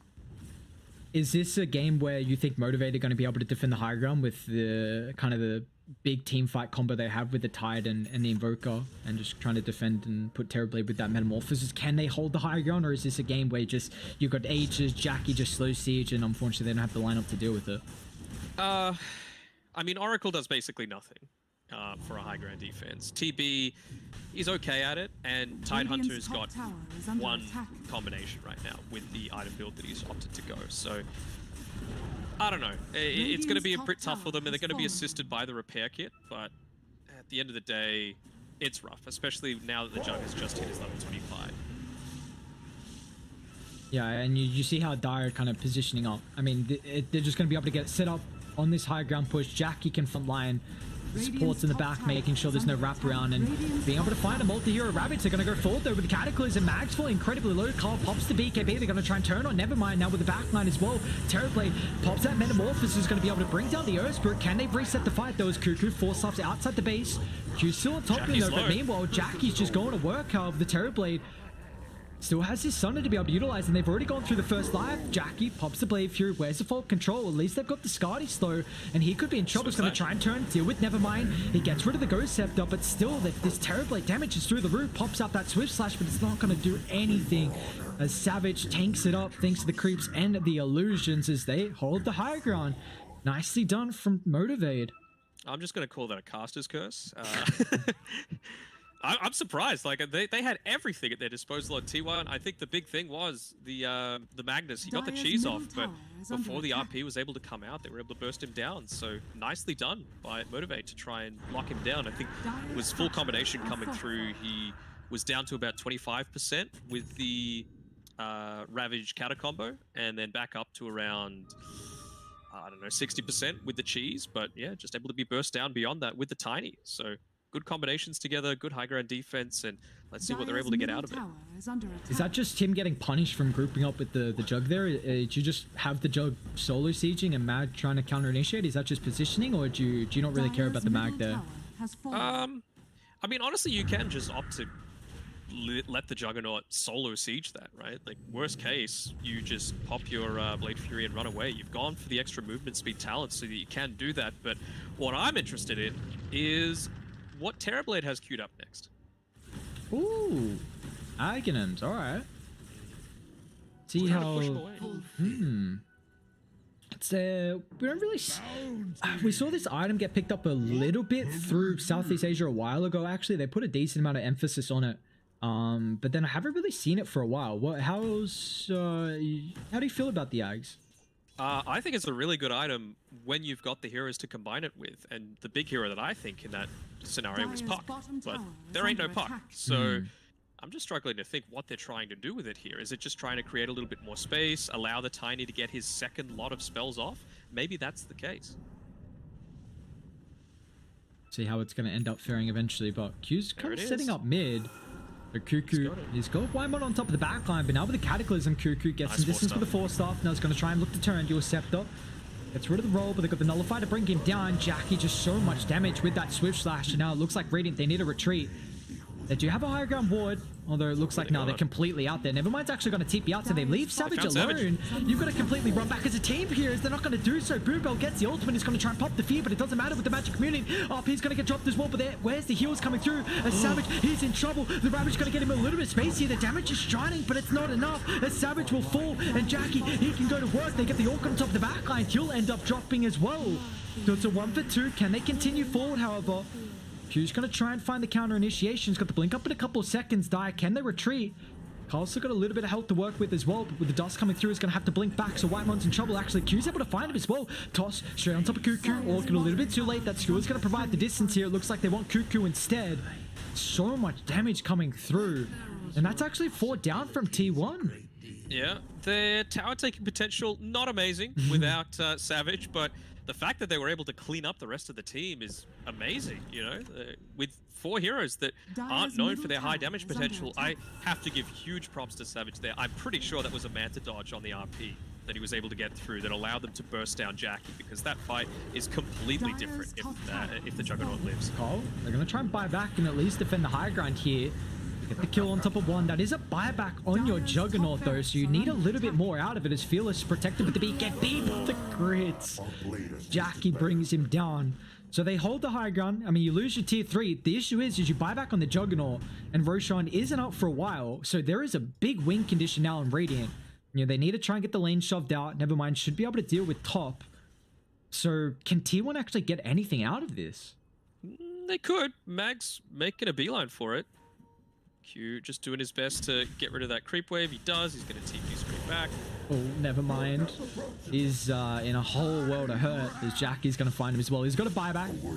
Doesn't get the full wave, unfortunately, and they've already got mid shoved in regardless. So Radiant, they do have repair kit, right? Yeah, they do. So Tiny's got 3 charges available at the moment. Kyle just does so much damage though, even if the Jug's not there. Radiant's top barracks has He's just chunking it down. Radiant's top barracks are under And attack. realistically, you don't want to use this buyback on the Tide Hunter. He's still got 30 seconds until the Ravage, so I think that might be what he's waiting for. Under attack. Yeah, they might just have to give up a second set of racks here. They'll pop the glyph. Q's going to try and toss back the mag, maybe force a BKB. Try and waste down a little bit of that health pool as well, as Cole isn't going to use either of them. So holds the skewer and this BKB, but he's got to be careful now through a follow-up, as you already see, just in case if they try and initiate at the end stage of that rack's getting claimed with the Inkswell. But now it's 2 full sets of racks advantage here for T1. Yeah, I mean that's the thing, right? They made aggressive movements, but they were trying to push onto a high ground without their high ground pusher on Motivate's side. You know, just these tiny little decisions that can snowball into something much greater. They're going to check the Roshan, but it's not up for the next 40 seconds. Luckily enough for Motivate. Oh, yeah. Illusionist cape though on the TB. That's quite the item, to say the least, for Savage Heals. We saw the Jug got the level as well, so that's even going to feel pretty nice for him. But a couple of some decent neutral items getting picked up at the moment from either team. Hammer, nice for the Tide. Continues to become beefy bland. Got 18 strength, a little bit from it. Well, Watermelon. We've got 5 seconds till Roche. Cuckoo's courier is waiting. We've got a smoke coming from both teams. See Doto. Was that? It might have been underneath the Radiant Orbs, actually. Q's going to try and scout this with the ward on the high ground. If they can bring down the Grimstroke, but he's got an Aeon to protect him now with the RP as well. Cole, he's going to be able to find 2, and now with the Ravage, it's already been used, and it doesn't do anything as Motivate. They just get shredded under the combo. Zephyr pops the BKB at the end, but regardless, I mean, they got what they came for, 2 heroes, and they want a little bit extra blood as well, as Zephyr's hunting. See if he can find Boombell. TP's under the cover of the fog, but they're in trouble without the buybacks. It was a celebratory BKB, you know. He's allowed to do it. But, yeah, just that Ravage being popped a little bit too early in the fight. You know, it's a slow traveling spell, so pretty easy for Kyle to respond with a BKB, and then suddenly it's all for nothing. Oh, look at it. This is ridiculous damage. Yeah, this is and Dire just throughout these fights, you see if it doesn't look like Radiant can stay alive long enough to get some of the abilities off with the You keep finding a couple hero RPs like that. Is down bot. Carl, he's got the Bizzle Blade as well. It's just going to skew back Q. And that nullifier, we've really seen Jackie get rid of the defensive factor of, you know, the Yules, the force on the Tiny, and then that Ghost Scepter as well from the Tide as well. Man, Tiny's pretty leveled, huh? He's nearly 25, ahead of Fearless. Oh, yeah. I was wondering why his death timer was so long. Yeah, he did buy back previously, but it's been, what, 5 minutes or so since he did? So... Yeah, he's actually... I mean, he's got, what, 4-8 and 17, 104 last hit, so... I guess his highest last hit out of the supports, but level 24 already. You wouldn't really expect, but Roshan's up. Third Rosh of the game. We got the Aghanims available here for Dire. Looks like Radiant, unfortunately, just going to try and have to deal with the waves, as Dire have got a incredible setup of the vision around the triangle pit. Radiant's courier has been killed. I want to know who's taken this, this Ags. Could it even be the Grim? It is, yeah. He's going to Dark Portrait the TB. Well, that could be trouble. Could do a decent amount of damage. I mean, I think Jug just... Yeah, he just got the Ag's Blessing, so he's got his own Mag. Aghanims, interesting. One for the Mag there.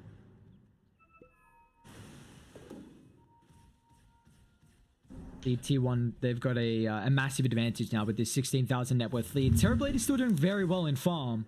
And you see even Savage has got the Rapier queued up, so he's going for this kind of last resort item on the Terrorblade. We'll see how he's going to fare. The thing is, if you can get the False Promise off on Savage, he is staying alive for a very long duration because of that. And he's going to be able to dish out an immense amount of damage as well. So you've got to be careful on how heavy you commit to try and deal with him.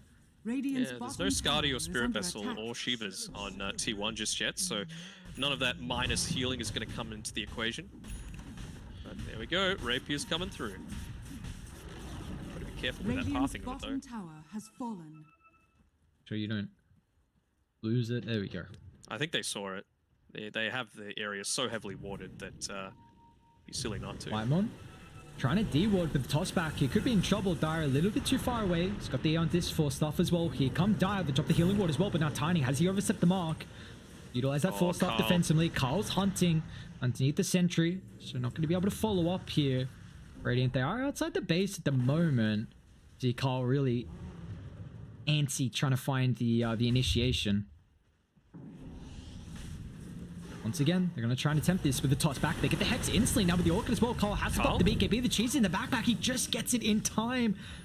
Sunstrike through. They might tank it up. It's off the mark. Now, never mind with the Ravage as well. Just clips onto one. Carl's able to try and blink away. And they've committed incredibly far here. Can they continue forward? However, got to keep in mind Savage. He's got this Rapier. But if Dire just disengage, that is perfect for them. Ravage down. Meta used. They're actually going to go back. Savage could be in trouble here. He's got to be careful. They sees that Dark Portrait, so it looks like he's going to be able to retreat away. Do they hold the higher ground, though, where Savage is set up with the ward? Oof.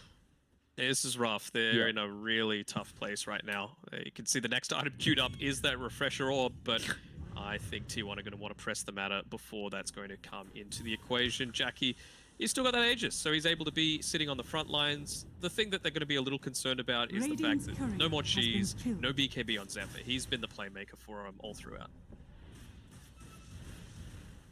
See how they're able to open up. They still got Aegis for another 2 minutes here pretty much from T1. So can they bring down Jackie like that last high ground defense and then do it a secondary time afterwards? Unfortunately, they don't have the meta to be able to play around with, so it's going to be a lot more difficult. Try and toss him back. Jackie gets rid of the Orchid. Very far away from the team. He's got the Lotus Orb. It looks like Carl is trying to hunt as well, but at least Terrorblade making it very difficult to be able to find that blink initiation.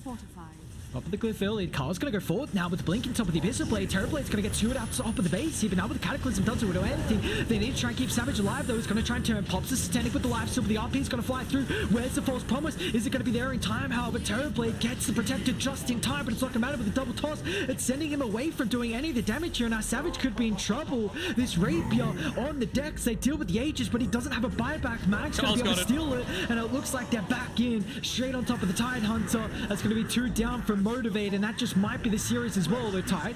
Gonna try and buy back. Tornado messes around with the tosses, so they're able to get the combo. Now, you gotta be careful though, because John, he doesn't have this second life. The Orchid is doing a lot of work. Once again, the toss back Q, nicely done. But Jackie inside the base pops that Swift Slash, finds one. That's a dieback for the Tide.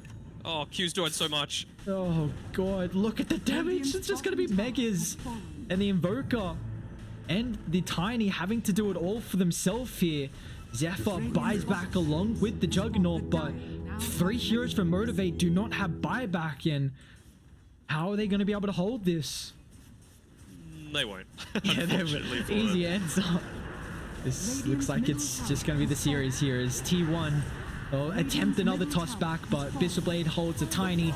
Meanwhile, Jackie just goes to work on the Invoker, all down from Motivate and along with the game and the series. As T1, they open up the group stages with a nice 2-0 victory.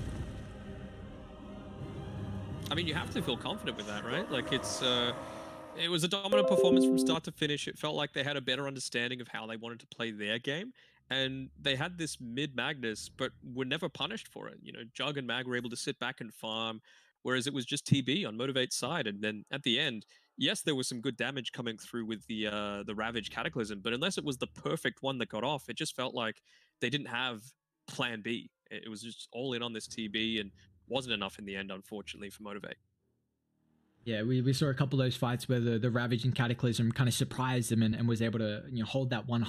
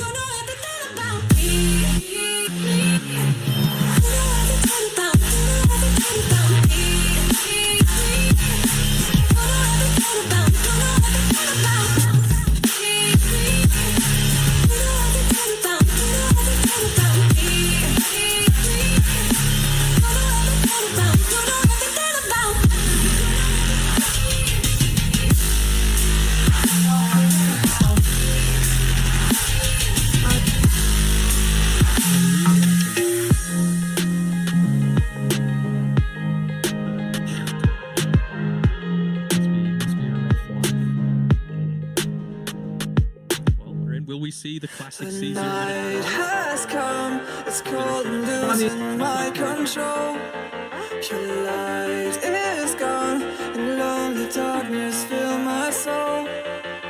I wish that you could save me from my isolation. It's way too complicated. Let's stop this conversation. Let's stop this conversation. We got no relation.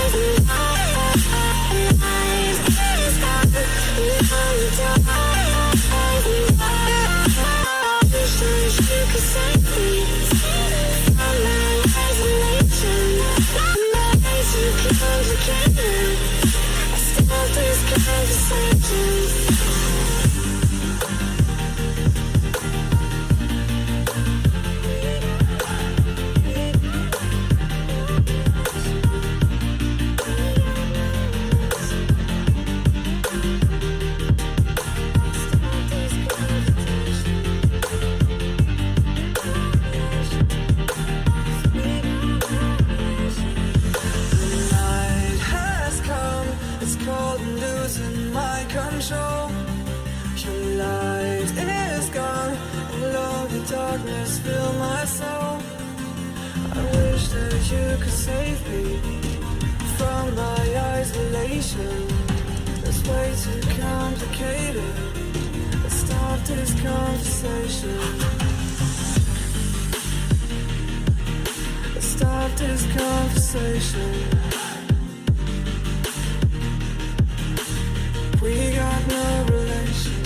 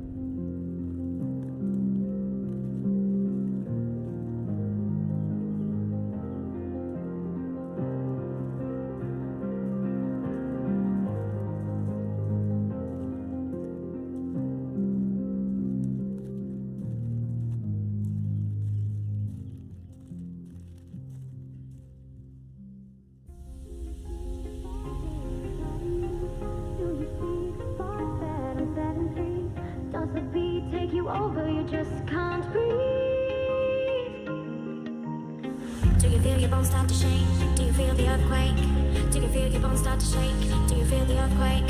Do you feel your bones start to shake? Do you feel the earthquake? Do you feel your bones start to shake? Do you feel the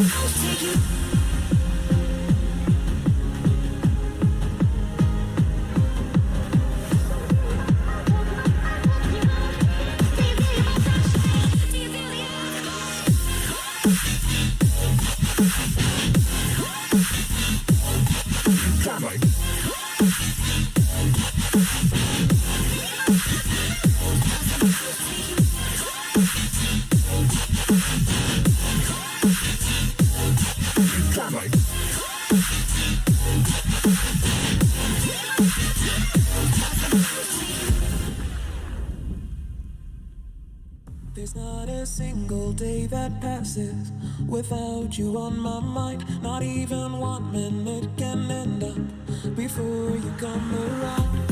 I yearn for the days when I see your face here before me. I long for the times you held me in your arms. Whoa. How I wish that you were here to give me everything I want.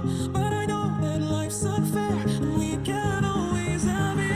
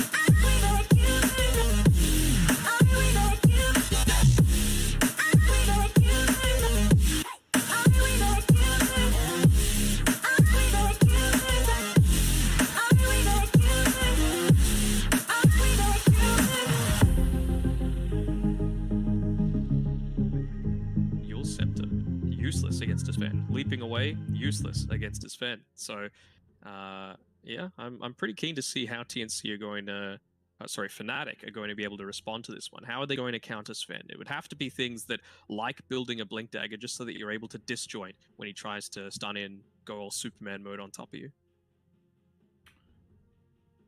Yeah, I'm intrigued how they want to try and what they want to go in the offlane as well, because you kind of want a stun setup with the Mirana, just potentially having a kill threat to deal with the support. I mean, killing this Ven might be a little bit difficult in that laning stage, but if they do have an offlane that's going to be able to provide them with some control, can set up for the Mirana, then just makes it easier as the game goes on to set up for these ganks as well. We go for the Centaur. So it's, well, you take a look, TNC, I mean, Viper probably picks up an Atos, but there's not a lot of control. You got the Rolling Thunder, you got the Stormhammer, but just being able to disengage with this, you know, Centaur Stampede and kind of reset the fight, though. I'm liking the Omni Knight, though. Sven's probably the best hero that you combine together with, just because you're able to trade so effectively with being a strength hero. You're probably not going to die. You're using your purification so that it's like a... It's effectively like 180 HP trade. You know, you're healing for 90, they're taking 90, and then you've just got your Heavenly Grace that you're skilling up, which gives extra strength and HP regen. Sven loves both of those things, so he's going to be able to look to dominate and try and get kills, I would think, at around the level 3 mark in this bottom lane here for 10 TNC. seconds remaining. Top lane, sorry, they're on Dire. I'm a big fan of the Morphling getting picked up, though. 5 It's seconds remaining. always so strong against the Omni Knight, whether the Omni's a core or not. If it's a core, then the lane's pretty much free. If it's still, regardless, the Omni Knight just being able to provide that purification, the Heavenly Grace to the Morphling, it can just make fights so much more easier to play into. And again, they don't have a lot of stuns to be able to find him before he gets that attribute shift off. So his lane, also you see the Ogre Magi, a very kind of pretty decently strong position 5. He's going to be able to tank up a lot of the damage early. If this is a Viper 3 though, we'll see how much pressure Viper can put on if he gets that 2 points in poison attack before the Morphling hits the level 3. I guess Morph probably still has waveform to provide some distance, but Viper, if it is in the offlane, really needs to put a lot of pressure on in the early levels to pressure out the Morphling. Yeah, and I think assuming this is going to be a Pangolier in the pos 4 role, you're going to be able to do that. You know, you're just going to be able to spam, shove that wave in, get your levels earlier than the Morphling.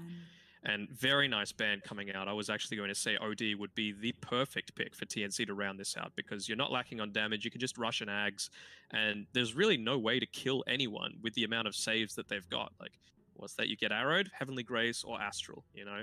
Sven, just buff him up further. Save yourself. Pop a Sanity's Eclipse on a Morphling that might be super squishy. So I think that's a perfect ban coming through from Fnatic. Really nice homework being done by them.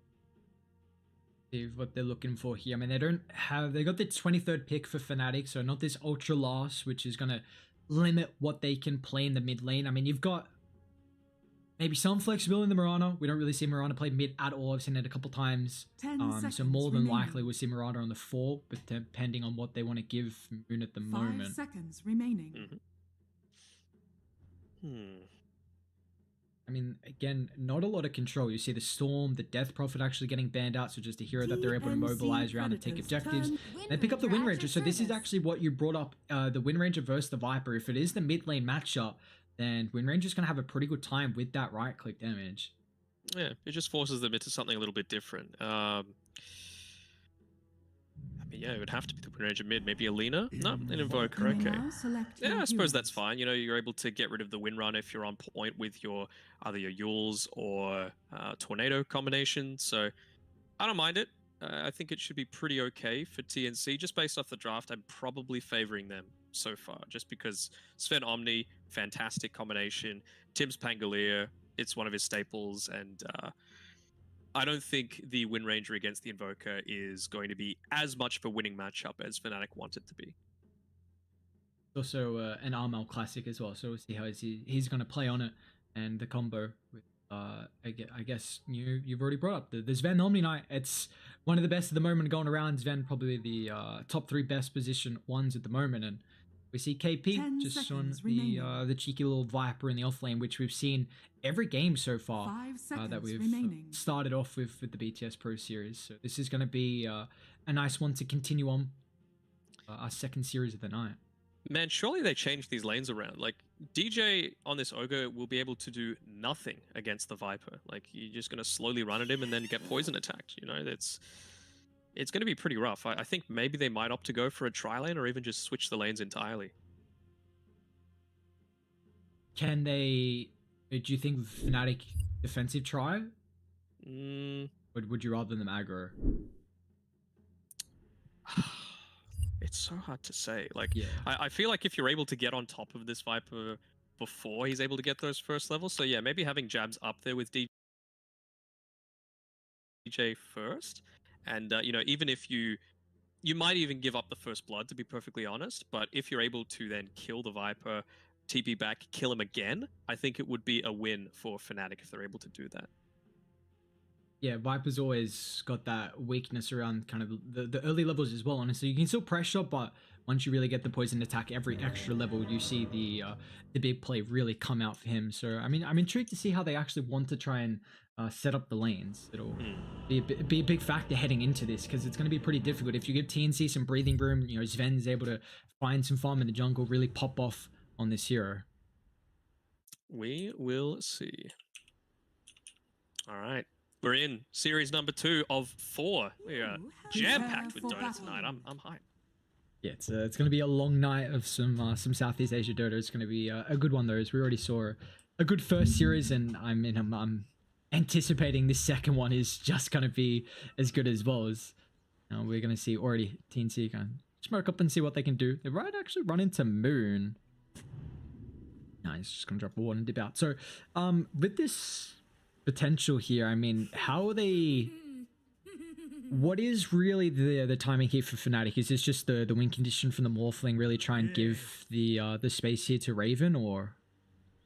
I mean, I think Moon has to absolutely pop off, right? Like, he just needs to dominate. He needs to rotate around the timings of the Moonlight Shadow. I think that's going to come into the equation quite heavily for Jabs. And if they're able to get kills onto the Invoker, that's going to slow down the Sven's timings. It's going to allow them to, you know, make more aggressive rotations into the jungle, block the stacks, maybe take them on their own.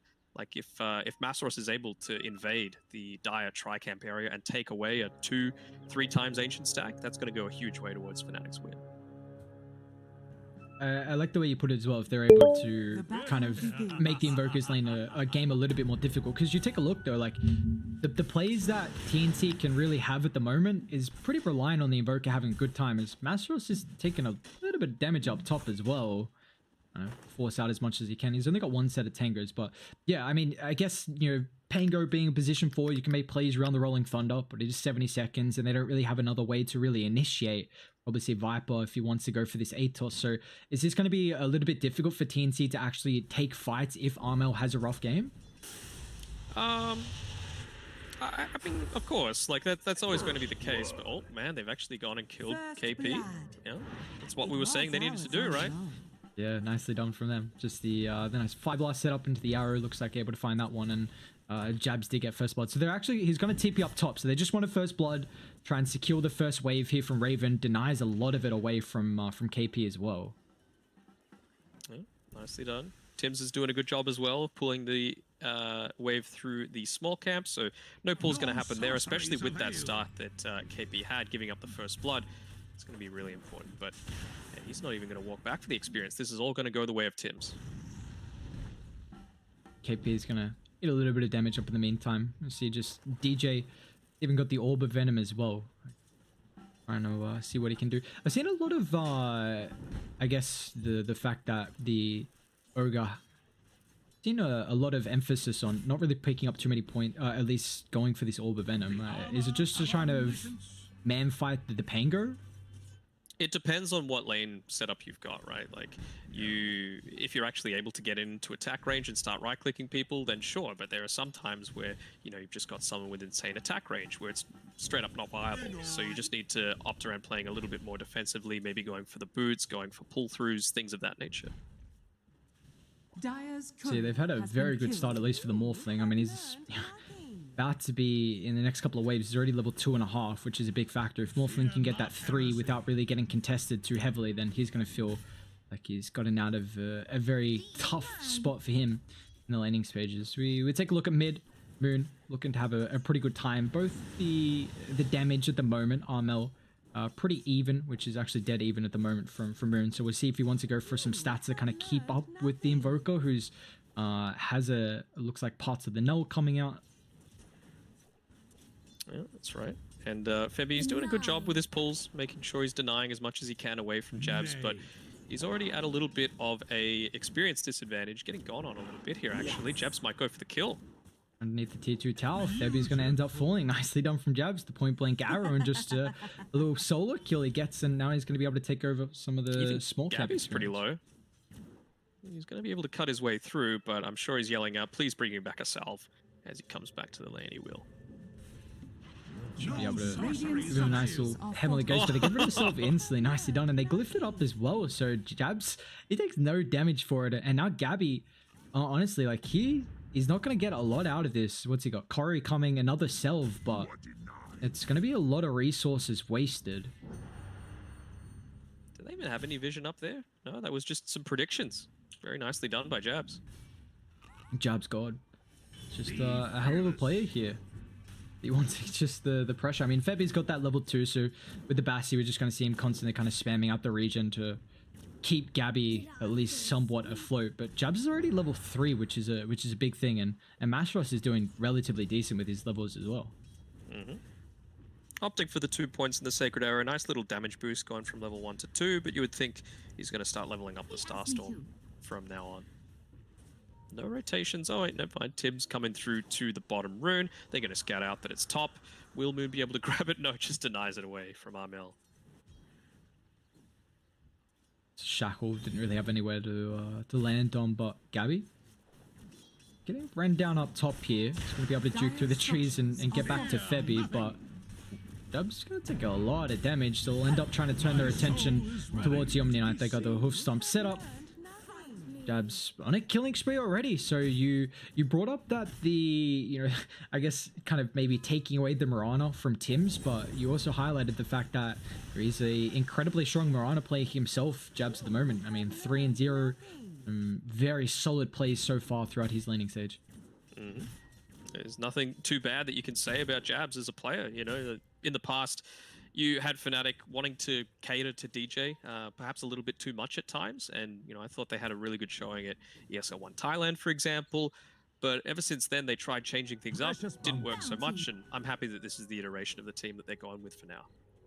The prize is mine. It's a very good start to this game one. I mean, they got a 1,000 net worth lead very early on, but it just shows how strong at least this start to the laning stage has been. And Jabs is even going to get a nice little D-ward as well. So now this is going to enable a lot of his rotations, being able to go from top to mid and just kind of running on that backside. A lot of the time, the Mirana wants to kind of find the angle on behind the tier 1 just for this arrow. It's going to give the mid lane Invoker a little bit less of a time to be able to react with how his camera is going to be positioning. So you see he's even got kind of a deeper ward as well. Perfect ward as well, because you know with a Sven that they're going to try and give him some sort of stacks, and you know that's catching essentially 2. You know, the one that it actually has vision on, as well as the fact that you're probably going to be pulling this stack closest to the tier 1 tower to the right. Armel finds DJ coming mid. Meanwhile, Mastros just solo kills Gabby up top, but we'll keep our eye on mid as Urgo does end up falling.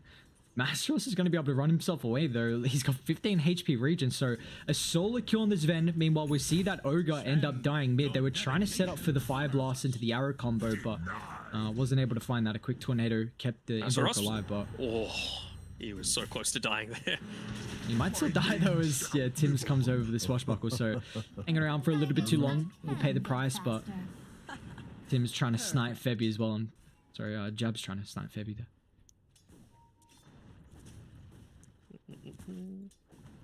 To his credit, KP has made a decent recovery after giving up that first blood, but you know, 1v3, it was always going to happen. But Raven still looking pretty scary on that Morphling as well. He's already got his Morbid Mask, so he's not going to need to ferry any more regen out for himself. He's just going to be able to sit there, farm safely, and essentially DJ can start to make these rotations up away from the rest of the team. Actually want to get aggressive though down bot with the Stampede. Allows the Ogre to set up for the stun. Well, that's all they needed to close the distance. It's a nice kill hunting KP. Meanwhile mid though, Moon A little bit low, doesn't have a whole lot of mana as well to be able to turn and help out jabs. It looks like it was just trying to get himself away from the aggression. So nice use of the Stampede there, nets himself a kill, but they do now know that Mousesports doesn't have this, although with some onto two, Tim is going to end up falling. Mousesports is playing out of his mind in this laning stage, and now with the arrow clips on top of this event as well. Hoofstomp still on cooldown. Jab's going to come over. It's only 1 point up in the Starstorm, but Gabby, he doesn't have a stun for another 5 seconds here, and along with the purification, that's on cooldown as well. Perfectly. Jabs, he blocks the retreat. This man is just styling on them at the moment. Armel's going to TP forward. Finally, they get the king, or do they? Fairy Fire? He's got the... Oh, it's not enough. The 1-2 sticks, unfortunately, but man, Jabs is... Whew. That was so worth it, though. You know, kill on the core, forces the rotation away from mid, gives Moon more time to farm, gets him the rune. It's a double damage as well, so just wins on wins on wins coming up for Fnatic. Looking good for them so far, as they've even got Raven, who's just having an incredibly nice time down bot. But I mean, for TNC, you see Armel, he is top of the net worth at the moment. He's actually going to be going into that Orchid that we saw last game as well from the position 2 Invoker. So trying to have the little bit of the catch and kill potential. You did bring up though last game that it feels very awkward to build up, you know, at least with what you're able to do with it on the Evoker. It's not kind of these cost-effective items that we can see kind of the Urn really utilize with the cost works. Yeah, I mean, wait, are they even building an Urn at all on the team? Viper's Okay, they've already got it on KP, yeah.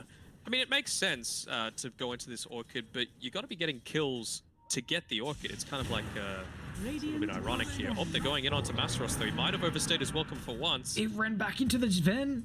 There's that last right click with the tower. Yeah, he just ends up costing him his life there. So, I mean, that's a nice little bit of revenge they get, because Gabby, I mean, he's at least the thing on this event is that you've got this innate farming mechanic with the cleave. I mean, 4 points maxed out already, so you are going to be able to catch up, but it's still got to keep in mind though, like shutting down his lane, and it's going to be very obvious where this Ven wants to play. I mean, he's just going to try and position himself around the triangle, so this can give Fnatic, you know, opportunities to move in with the Mirana ulti and just, you know, place some vision as well. Radiant's courier has been killed. And that makes Masros's role in this game so important, right? He needs to constantly be pushing this wave in to make sure that it is obvious when the Sven is off farming things in the jungle. And, well, we found an Omni Knight. That's one little bit of information. And now Gabby, he's going to stack up that Ancients a third time and start to farm it up. DJ will end up falling. Raven's going to get a return kill by the bounty timing. So looks like Zen comes over and snags. It's going to be 1 for 2 overall across the map here, as it will be a lot of pressure forced on top, although KP, he's got a haste, and Mastros with the TP unfortunately not available here, so KP is just able to solely bring him down. Armel's even going to come over as well, just in case there's any more reinforcements from Fnatic, which are coming over in the form of the Morphling and also the Ogre as well. If they want to try and make something happen, and they will. They'll smoke up. Mirana showing.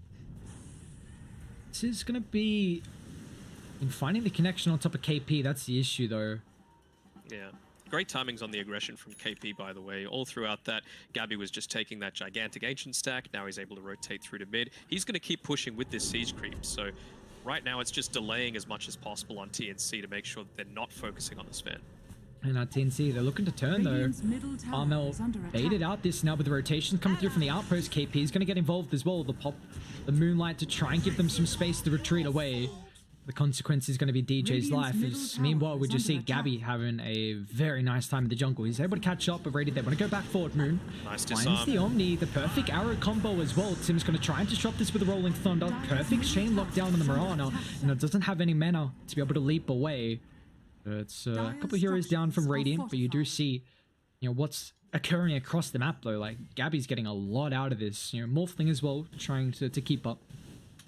He was in 5th like a minute ago, so he is just rocketing it up the net worth charge. You know, you might see a bunch of kills go the way of Fnatic, but they don't care at the end of the day. As long as the Sven's having a good time, that's all they're worried about. The classic Sven game where he's had maybe a rougher laning stage, but you just stack him up, and then, yeah, I mean, even then, like, his lane's so strong a lot of the time, but just the comeback potential that he has, it's annoying to watch sometimes, as his hero is always around the top of the net worth. But the Centaur, I mean, he's in a bit of pain at the moment here as DJ tries to help out with the stun, but it's not going to be enough there as Armel is able to bring him down. Just going to give them an opportunity maybe to get some vision down as Febi's got a ward, looking to drop it a little bit more aggressive. Tried to get that shackle in onto Armel. Didn't quite connect. Probably would have been enough to take him down with that javelin. But, you know, the fact that they're able to do this, or are they going to find jabs here?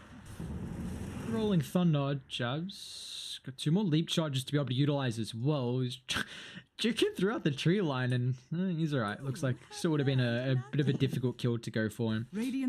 So Jabs is actually still going to go for the Yule Scepter, even though you're against this Ven with the for the 15 talent Dispel. Looks like Jabs mainly just wants to use it more aggressively, and I guess also what it's able to provide the Mirana with some regen. I suppose so. I mean, with the Sven, he's most likely going to ult. He's probably dead here on Jabs. Maybe. Maybe not. Alright, nicely done. They're probably going to want to try and get aggressive, start making their first movements when he's got that Axe picked up. So maybe rather than using it defensively, just needing to make sure they're in prime position on some high grounds, and then use the Yule Scepter offensively. Pick off the Sven before he's able to get a BKB purchase for himself. Top lane KP. They missed the shackle. They're still continuing to dive though. Moon's doing an immense amount of damage. Yeah. Good old focus fire javelin, and yeah, the right clicks unfortunately the Viper not really able to deal with that. Even Raven's trying to show up as well. So I mean, they haven't found a tower just yet for Fnatic. It looks like they will finally be able to though, with the top tier 1 ending up falling here.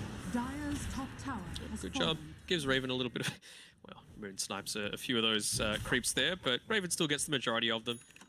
And he's just going to progress into the jungle. It opens up a lot more farming space for him as well, so he'll be very happy with what he's been able to achieve. Anything big that we've got waiting? I suppose they're getting close-ish to this MKB. I think maybe Moon will be trying to pick that one up, only about 750 gold away, and then starting to make some action. Yeah, it's going to be the hunt potential that Moon can have, and also just the Mirana constantly enabling you to be able to find these pickoffs as though TNC, they're smoking up, trying to catch up Masaros here. This is very deep, and if he can get the Stampede off, he's also got some magic protection with the hood, but it looks like still Masaros is in trouble as there's actually no help coming through from Fnatic. They'll end up burning out the Centaur. Now they want to try and look to take the tier 1 tower mid as well. Radiant structures are fortified. It's prime real estate this is right now, and they might even try and make an aggressive play into the bounty rune. KP's positioning himself for it, but I don't know if they're in this position to do it right now with the Rolling Thunder having just been used. But Armel, he'll at least pick up this bounty rune. Maybe find himself a Jabs kill. No Walker just yet. Armel can still hunt. He moves pretty fast. We'll miss the tornado, unfortunately. Even lands the arrow, but meanwhile mid, Febi's pushed up pretty far forward. Raven, waveform aggressively. KP is going to show, but I mean, with the protection of this Omni Knight morph, it's very difficult for you to actually try and pressure out Raven here. Now we've got the Orchid here though, onto the Invoker, so might be starting to make some more aggressive plays. Morphling is of course public enemy #1 for TNC. But I think they're going to be happy with whoever they find pickoffs for. Probably just only the Ogre they don't really care all that much about right now. Gabby's going for Silver's Edge, it looks like. Interesting. Precious bounty. Do you like this this item choice here from the zone? It's okay. Man, is he really going that? Wow. Yeah, I'm I'll be real, I don't like it all that much. Yeah. Interesting. What's... Okay. Maybe he's going for solo pickoffs, like trying to find the Wind Ranger when she's farming on her own, is the only thing that I can think of. Like, you use it to actually start the fight, then when you panic, Wind run away, he's going to be level 15 by that point, so he can just stun, kill her. Simple as that. Well, for Dire, I'm going to smoke up, trying to utilize that ward that Febi placed deep previously, but unfortunately Radiant kind of a potentially, whereas DJ and Moon sitting behind the tier 2 tower. You got Masaros still continuing to play up top, who had a very good start to the game, 2-5-3 at the moment. He does have this blink coming out for the Centaur, so it looks like they want to try and maybe smoke up and make a play happen as Moon also with the MKB. Radiant's bottom Yeah, they've taken the tower is entire under jungle attack. away from Fnatic, but Dire's Gabby, top he might get tower caught is out under here. attack. Smoke pops. Forward, and now he's just going to get melted down. Gabby will pay the price, and now they're hunting for more. Mousesports with that stampede, although it looks like with the pings, they want some objectives instead. Maybe more guaranteed, an easier time for them as they're just going to be able to walk it down. Take the tier 1. KP is showing they can wrap behind as Mousesports is already set up at the moment with counter fall. He'll find the Viper. The perfect chain locked down. They're going to try and get on Febby, but slow stops him from getting in range for the Heavenly Grace. Now Viper's going to end up falling, and now Omni's going to pay the price as well as Febby trying to disengage. Tim's going to be able to disrupt the fight with the Rolling Thunder. It is a 2-for-1 at the moment. Can they continue fall for more though? Armel thinking about running up the high gun straight into the hook stomp. Febby chucks out the ultimate, but it's not going to matter. As Fnatic, they punish them from trying to defend this tier 1 tower without the help of this Ven. Mastros played that incredibly well. The wrap round, finding the initiation of the Viper, and then Stampede slowing up the Omni Knight so you couldn't dispel off the hoof stomp arrow combo. Looking very strong off Fnatic. It's clear that what they were looking for when they went to pick up Masaros is they wanted someone aggressive, someone that can find those cheeky pickoffs, and well, Masaros is playing his role to perfection. I mean, it all just goes to show when you're playing at this high level, a simple mistake like Gabby being caught out there where, you know, he was a little too deep, to be honest. He has teammates nearby, but I don't know, just being a little greedy and being punished effectively for it, losing mid-tier 1, few heroes, and now this game feels like it's in Fnatic's favor quite comfortably. They are kind of posturing around the high ground wall that they have at the moment, Radiant. They're coming over. See how they can initiate Mastros, 2-man hoof stomp. The Shackle as well on top of Gabby, who's just getting shredded by the Wind Ranger, though with the stun, provides some distance, moves in trouble. Now Tim's going to roll forward as well. Arrow connects, but Gabby has got the rest of the team here to try and provide some distance. And now Armel with the Tornado, Morphling controlled up, has got the man to be able to get rid of the Orchid, but now he's just completely burned out of mana. And Raven, he's in trouble, nowhere to run, nowhere to hide. 3 down from Fnatic. They even get the vision on Jabs as well. So it looks like this Mirana, can you retreat away? Armel's hunting. Actually going to try and go down to the southern side near the river. Oh, he's got that Silver Edge. DJ is dead. Nicely done. That's a big fight for Dire. I mean, you... And that is... Oh, God Strength's just finishing, but they could probably still take Roach if they want it. I think wanting to just play around the safety a little bit, but it happened like we were predicting before, right? Jabs, he used the Yule Scepter offensively onto the Sven, used up a fair few seconds, about 6 or so of that God Strength, just with that Yule's arrow combination. But still, not enough to be able to turn things around for his team. Yeah, nice positioning. TNC just answering the request from Fnatic, trying to attempt to fight there. Although real quick, Radiant, I mean, they scout out Armel, who's pushing top with that deep lane ward, so Armel could be in trouble. Although Raven shows, meanwhile, Tim's just gets absolutely melted by Moon down bot. They're still hunting Armel top, is underneath the sentry ward. So Jabs has got set up, and now DJ can follow up with the Fire Blast as well. Does get a multicast, which makes things even sweeter. Although Armel, 2-man Tornado. Morphling should be able to follow up in a couple seconds with the waveform. Even Masaros showing up as well, just in case. So now, can they walk into Roche? Try it. 2 down.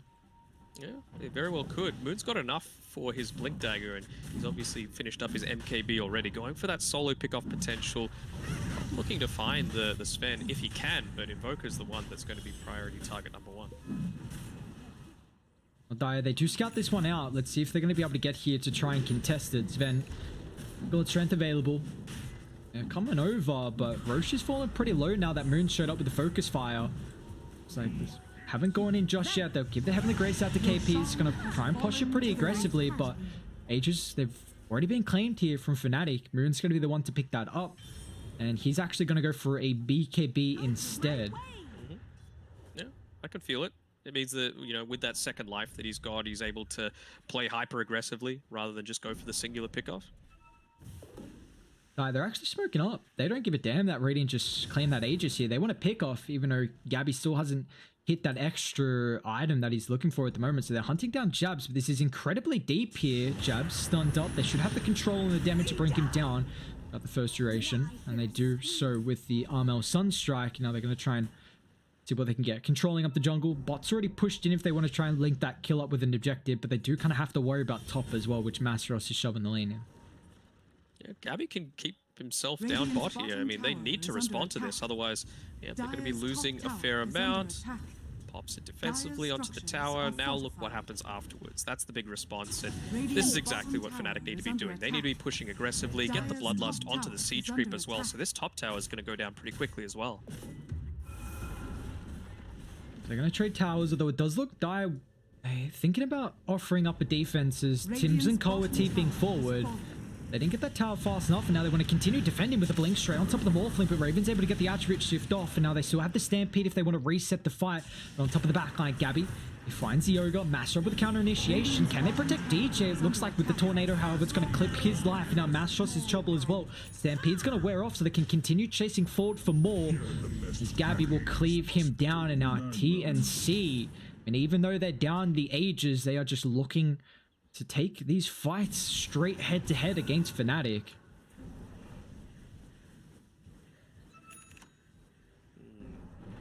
Radiant's top tower It's just this Sven, the terror of the Sven, always being a factor. You know, he's got that lifesteal, so even when you think you've got him, all it takes is 1 or 2 lucky hits, cleaving off a few people, and suddenly he's still in fighting shape.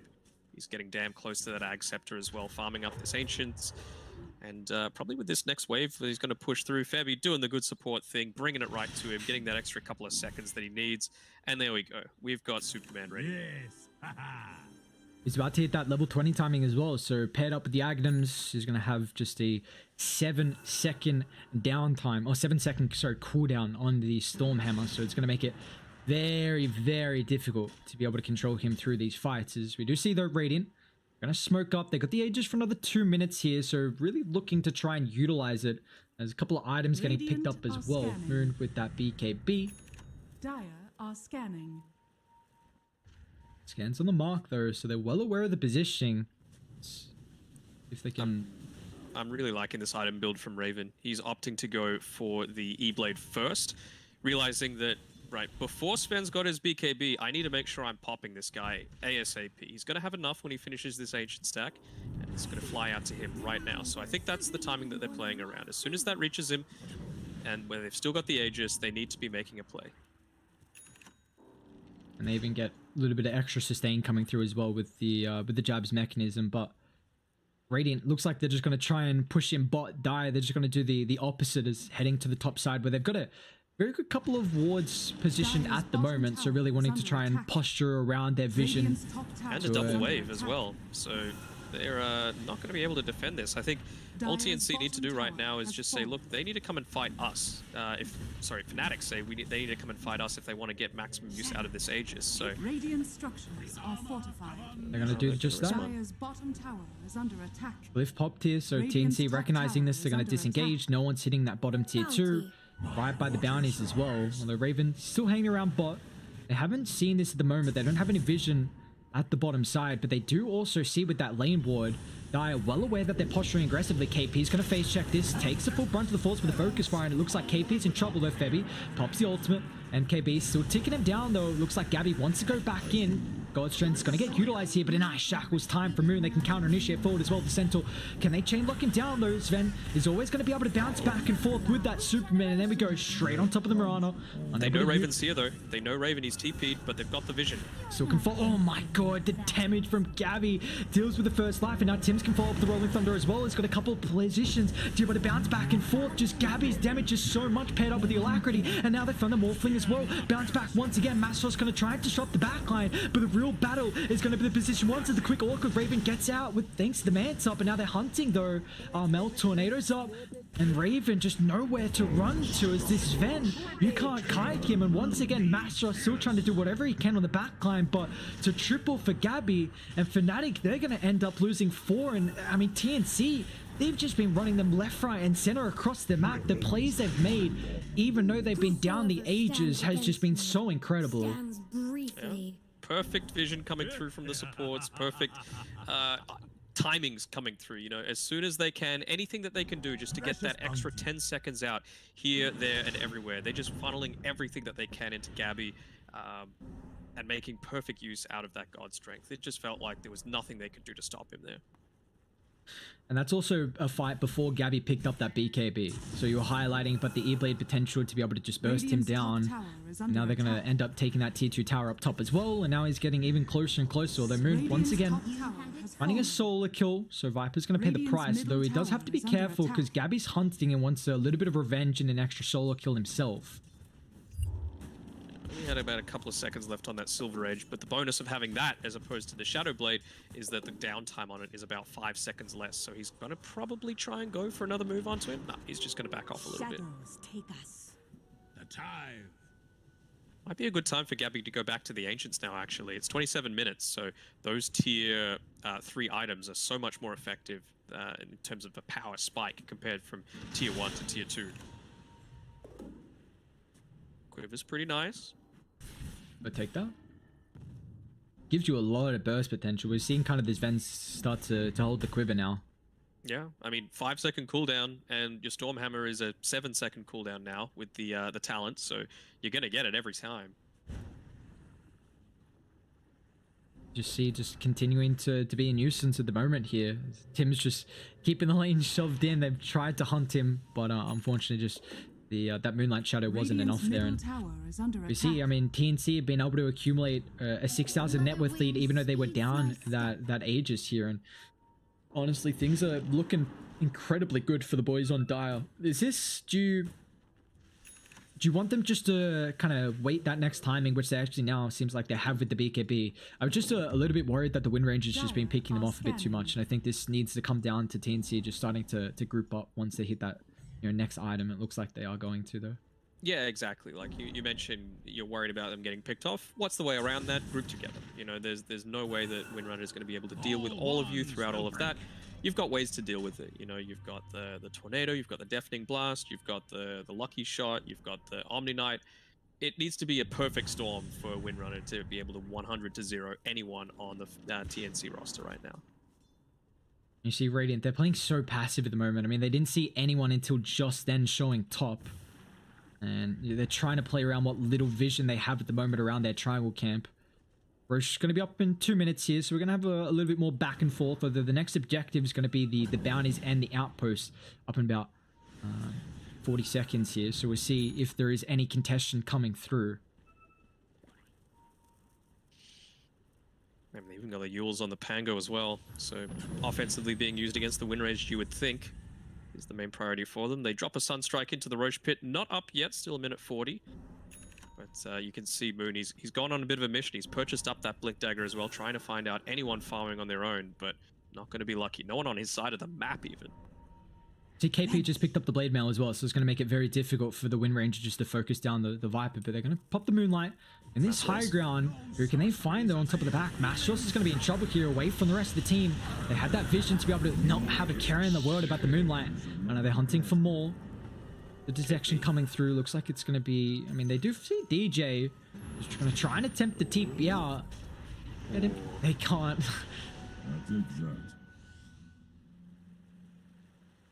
I mean, it now gives you... Yeah, and now with the gem on Tim's, like, you're just going to be able to kind of de-ward around the triangle camp, and that next big objective, Roshan, having the vision advantage here is going to make it very difficult for Fnatic. Mm-hmm. We're still trying to go for these solo pickoffs, but there's just no one. No one's squishy enough, and I think Amel's been doing a good job of making sure he's sticking with at least one other hero throughout all of this. There we go, just posturing on the high ground, exactly what they need to do. Control the triangle. It's like Radiant, they're going to lose, I mean, a second Observer Ward now, so they've only got one kind of around the bottom power rune section. And they don't want to be there on Fnatic. You know, they know that the top side is where all the objectives are. You know, mid tower, Roshan spawning in about 15 seconds, and then even the top lane, if they win a team fight, they can just go for racks. The big power spot that TNC are in at the moment, you see they're baiting this high ground. You just got KP pushed up so far forward, a hero that's very difficult to burst down, but I like this play from Fnatic. They're going to wrap all the way around, although even the positioning from Tim's is well aware of this. Smoke's going to pop. Oh, they found him. On the high ground, so Moon's going to show mid. They still want to continue to wrap through with the rest of the team. It's a massive wrap, but it looks like TNC, they are so aware of this. Dire's bottom tower is under attack. Scanning it up. Didn't pop just yet, but you can see the one standing on the front lines is Febby, a bit of a sacrificial lamb here. Killed. I mean, Jab showed, but they know that Moon is mid, so if they actually want to try and hunt, Armel's looking for someone. Yeah. They've got the timing on the smoke perfect as well. They're starting to make their move. Yo, Sentry drop. Mastros is in trouble here. Still Moon hasn't grouped up with the rest of Fnatic as well. Pops Stampede's going to try and retreat away to the northern tree line, but looks like he's in trouble. Just that poison ticking him down. Centaur's got a buyback though if he wants to rejoin them, but it looks like the rest of Radiant, they're going to dip out, try and get the lane shoved in. They know that Roshan, well, at least Febby scouted out that Roche is up, and they've got the timer as well. Just look at the top side. Tim's is just cutting a path through the trees and Gabby's following him all the way. But God's Strength is still up for not that much longer, actually. Only about 10 seconds. So taking Roche now is a little bit of a risk. It does give them a bit of an opportunity maybe to find pickoffs. So we see Moon hunting Armel, but you got to be careful how deep you want to go for this. They had a very slight window there to potentially get a pickoff, but rest of TNC recognizing this, they group up once again and going to continue to try and, you see the lines drawn, hold that triangle camp area. They're just going straight back. They don't care. They know how important it is for, I mean, the farm around the Ancients to control the map as well. And now Moon, seeing if they can pop the BKB here, which is a 9-second duration for the Wind Ranger at the moment. What is Raven? He's going for the Scotty, so he almost does have this completed. See if he's going to be able to have that one by the next fight, but it might get to a stage when the God Strength is back up. TNC could just force it. What's their vision looking like? They're just going to clip? No, Moon's not going to walk into that dire tri-camp vision just yet. So the Observer Ward that just expired isn't going to give them that vision, but despite that, they're still going to go for the Roche. Dire's bottom tower is under Radiant's middle tower. Yeah, I mean, the lane's in a very good spot. More importantly, mid, the lane to do a lot across the game at Dota is completely shoved in, top shoved in as well. So, I mean, yeah, you're going to be able to try and trade and get an objective out of bot, but the big price is going to be that second Roche. As Gabby will claim the Aegis, Armel has got the cheese, and now they're going to smoke up and try and link down to bot. Yep. Just keeping these lanes pushed in as much as they can. You know, Tim's is going to be the one showing, and that's fine. He's got plenty of escape potential for himself and a DD. Come on, man. They got a bottle? No, they don't. Okay. It's fine. He's just going hunting. Well, KP's hunting. Fine jabs, gets a double leap on top of the Ul Scepter. Tims can follow up, however. Now that's no more leap charges. Where's the angle, though, for Tims? He might run into both of them, though. Runs up one. Doesn't actually have the gem at the moment. He sees Moon is going to try and pop the BKB into the TP out. Moon will be fine. The rest of Fnatic. Oh, Mastros. Mastros found him. Oh, it's good, though, that he interrupted the TP. Now you know that Sven has to be on this bottom side of the map, and wisely enough, Gabby's starting to beeline towards the middle of the map as much as he can. Let's give them, yeah, a lot of information. He's even going to show on the outpost here. So we'll see if Radiant what they can do. They know they're split up. An opportunity for Moon to maybe go for a pick-off. With the Sven not being able to group up. But you see Armel just kind of posturing. Seeing if the Wind Ranger's thinking about making a play by the bounties. But the arrow fort, they find Tims. He pops the Aeon Disc here. It looks like still. Even got that Ul Scepter as well. So nice pick up of the Aeon Disc. Just getting proc there.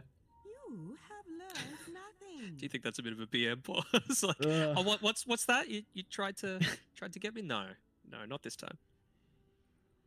Yeah, back into it. Yeah, I see. Of course. So just it couldn't be anything else, could it? Just had to be Armel lagging. I accept his offering. I mean, how did Fnatic come back into this, you think? I mean, they're down 11,000 gold. The fights have felt very awkward for them. Just, you know, they're splitting up the map, but it feels like going head to head. Is this just giving time for Raven, or how do you think these fights are going to play out? I mean, it's going to be rough for them, right? It feels like, you know, Raven's a good player, but it just felt like I haven't felt his impact at all this game. And as soon as they realized, right, we've been picked off a couple of times by Moon, TNC have just been this ball, just a huge bundle together that never has the potential to get picked off. And even more, Wind Ranger it's all single target focused, right? And he's gone into a Chrysalis, so kind of doubling down on this style. I thought maybe he might opt to go into something like a Hex or something like that, so you can at least, you know, CC someone else while you're trying to burst down a secondary target. Moon could be in trouble. Gabby's able to find him, has to pop the BKB more defensively here, and now with the TP out under the cover of the Magic Community. Bash. Moon is fine, but now off to the western side as well. Arma's going to be careful. They got the ward sentry combination. They're going to try and blink for from Azeroth. Where's the fault? They get rid of the Lincolns. Arma protected thanks to the Omni Knight straight on top of the backline. Now with the BKB pop, he's going to try and look to turn with the Tornado. Meanwhile, Gabby going to work on top of DJ, but it's just a position 5 at the moment. They want a better target. Looks like unfortunately Centaur, no retreat capabilities. It's going to be dead in this bottom side as he's down for 60. He's got a buyback available. TNC, is that their opening to try and get something out of it now? They've got the God Strength for about half duration left over. You can just allow this vent to siege with 2 minutes left on the Aegis. Radiant structures are fortified. What do? They either force the buyback out, they try and make an aggressive play. You've still got about 5 seconds on God Strength, so that tier 3 tower should go down. Backline, Tim's gonna get caught here, but the stun doesn't last for too long. Aeon Disc is gonna get procced up once again. Now back inside they go. Buyback coming through finally from Centaur, but where's the follow-up stuns? Gabby, he just runs away, and now they can reset because they got a ward kind of outside the base here, so they're gonna be careful. Moon. Moon might be dead. Uh-oh. I mean, Gabby without that ultimate maybe lacking some of the damage she's thinking he needs to bring down the win ranger there. So they buyback on Masteros and they don't get anything out of it. Yeah, I was thinking maybe they might try and go for a fake back because Rolling Thunder just came off cooldown, but you know, they're in a strong enough position that they can say, look, Orb of Destruction, that's a fine enough item. I want tier 4 items for Gabby. I want him to be an absolute beast. See what else they're able to pick up. I mean, what? Timeless Relic at the moment. They need a couple of more stacks, stronger camps to be able to find, but this has just been a very slow, bleeding game where TNC just kind of continued to grow this network lead very methodically, and first game for them, first game for both of these teams throughout the group stages, so trying to just get a little bit of a footing here. Prince's Knife, handy pickup. Sends it back. Who's going to pick that one up? I think it's going to be KP.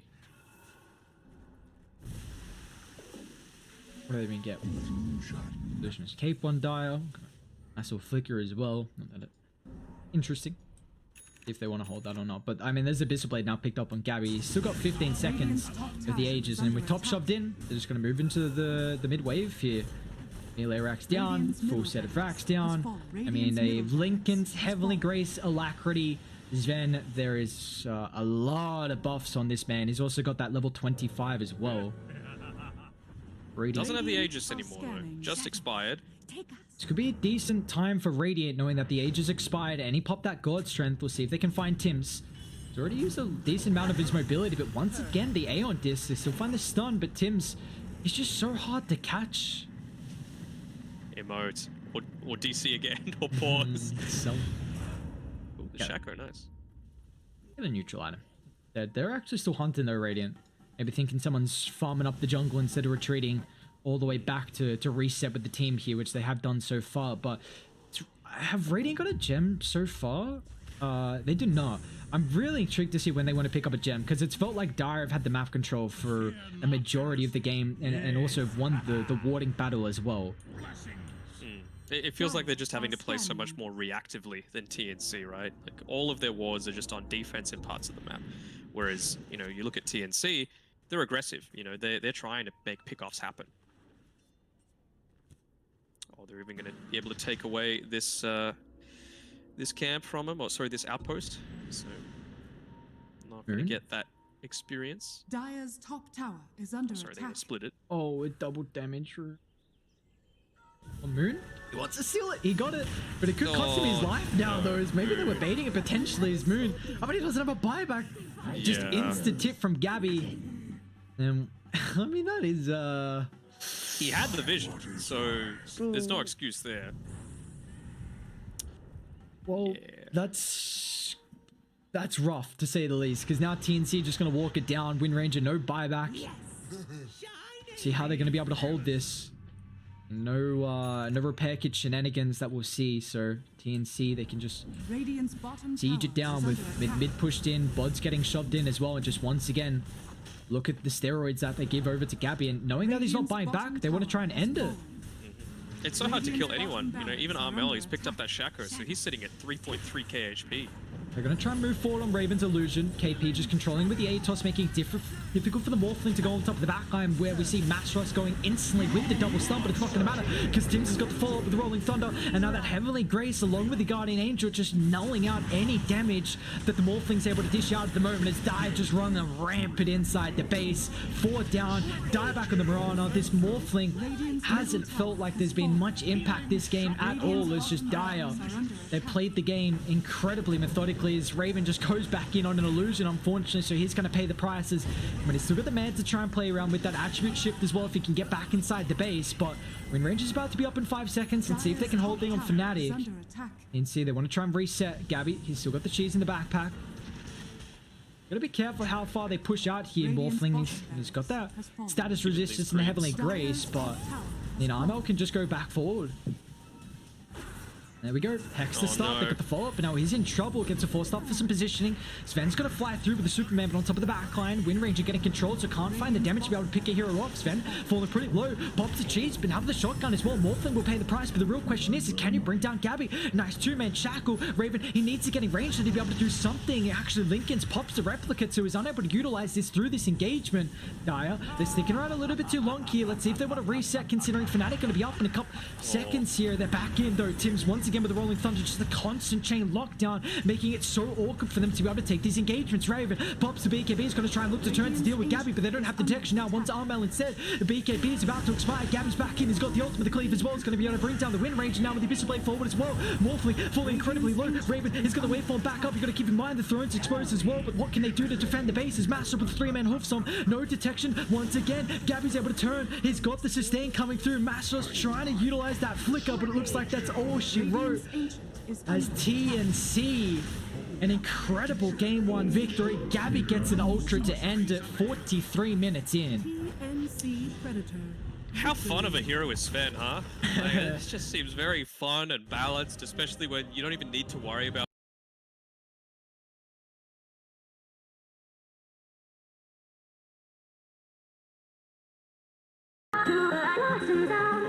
Into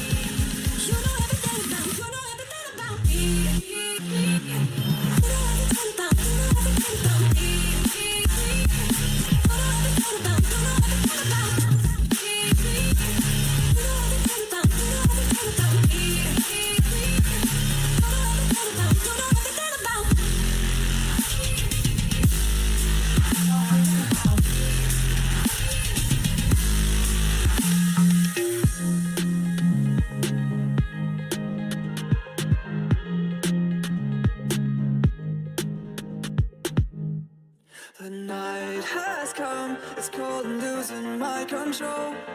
Your light is gone, and lonely darkness fill my soul. I wish that you could save me from my isolation. It's way too complicated. Let's start this conversation. Let's start this conversation. We got no relation.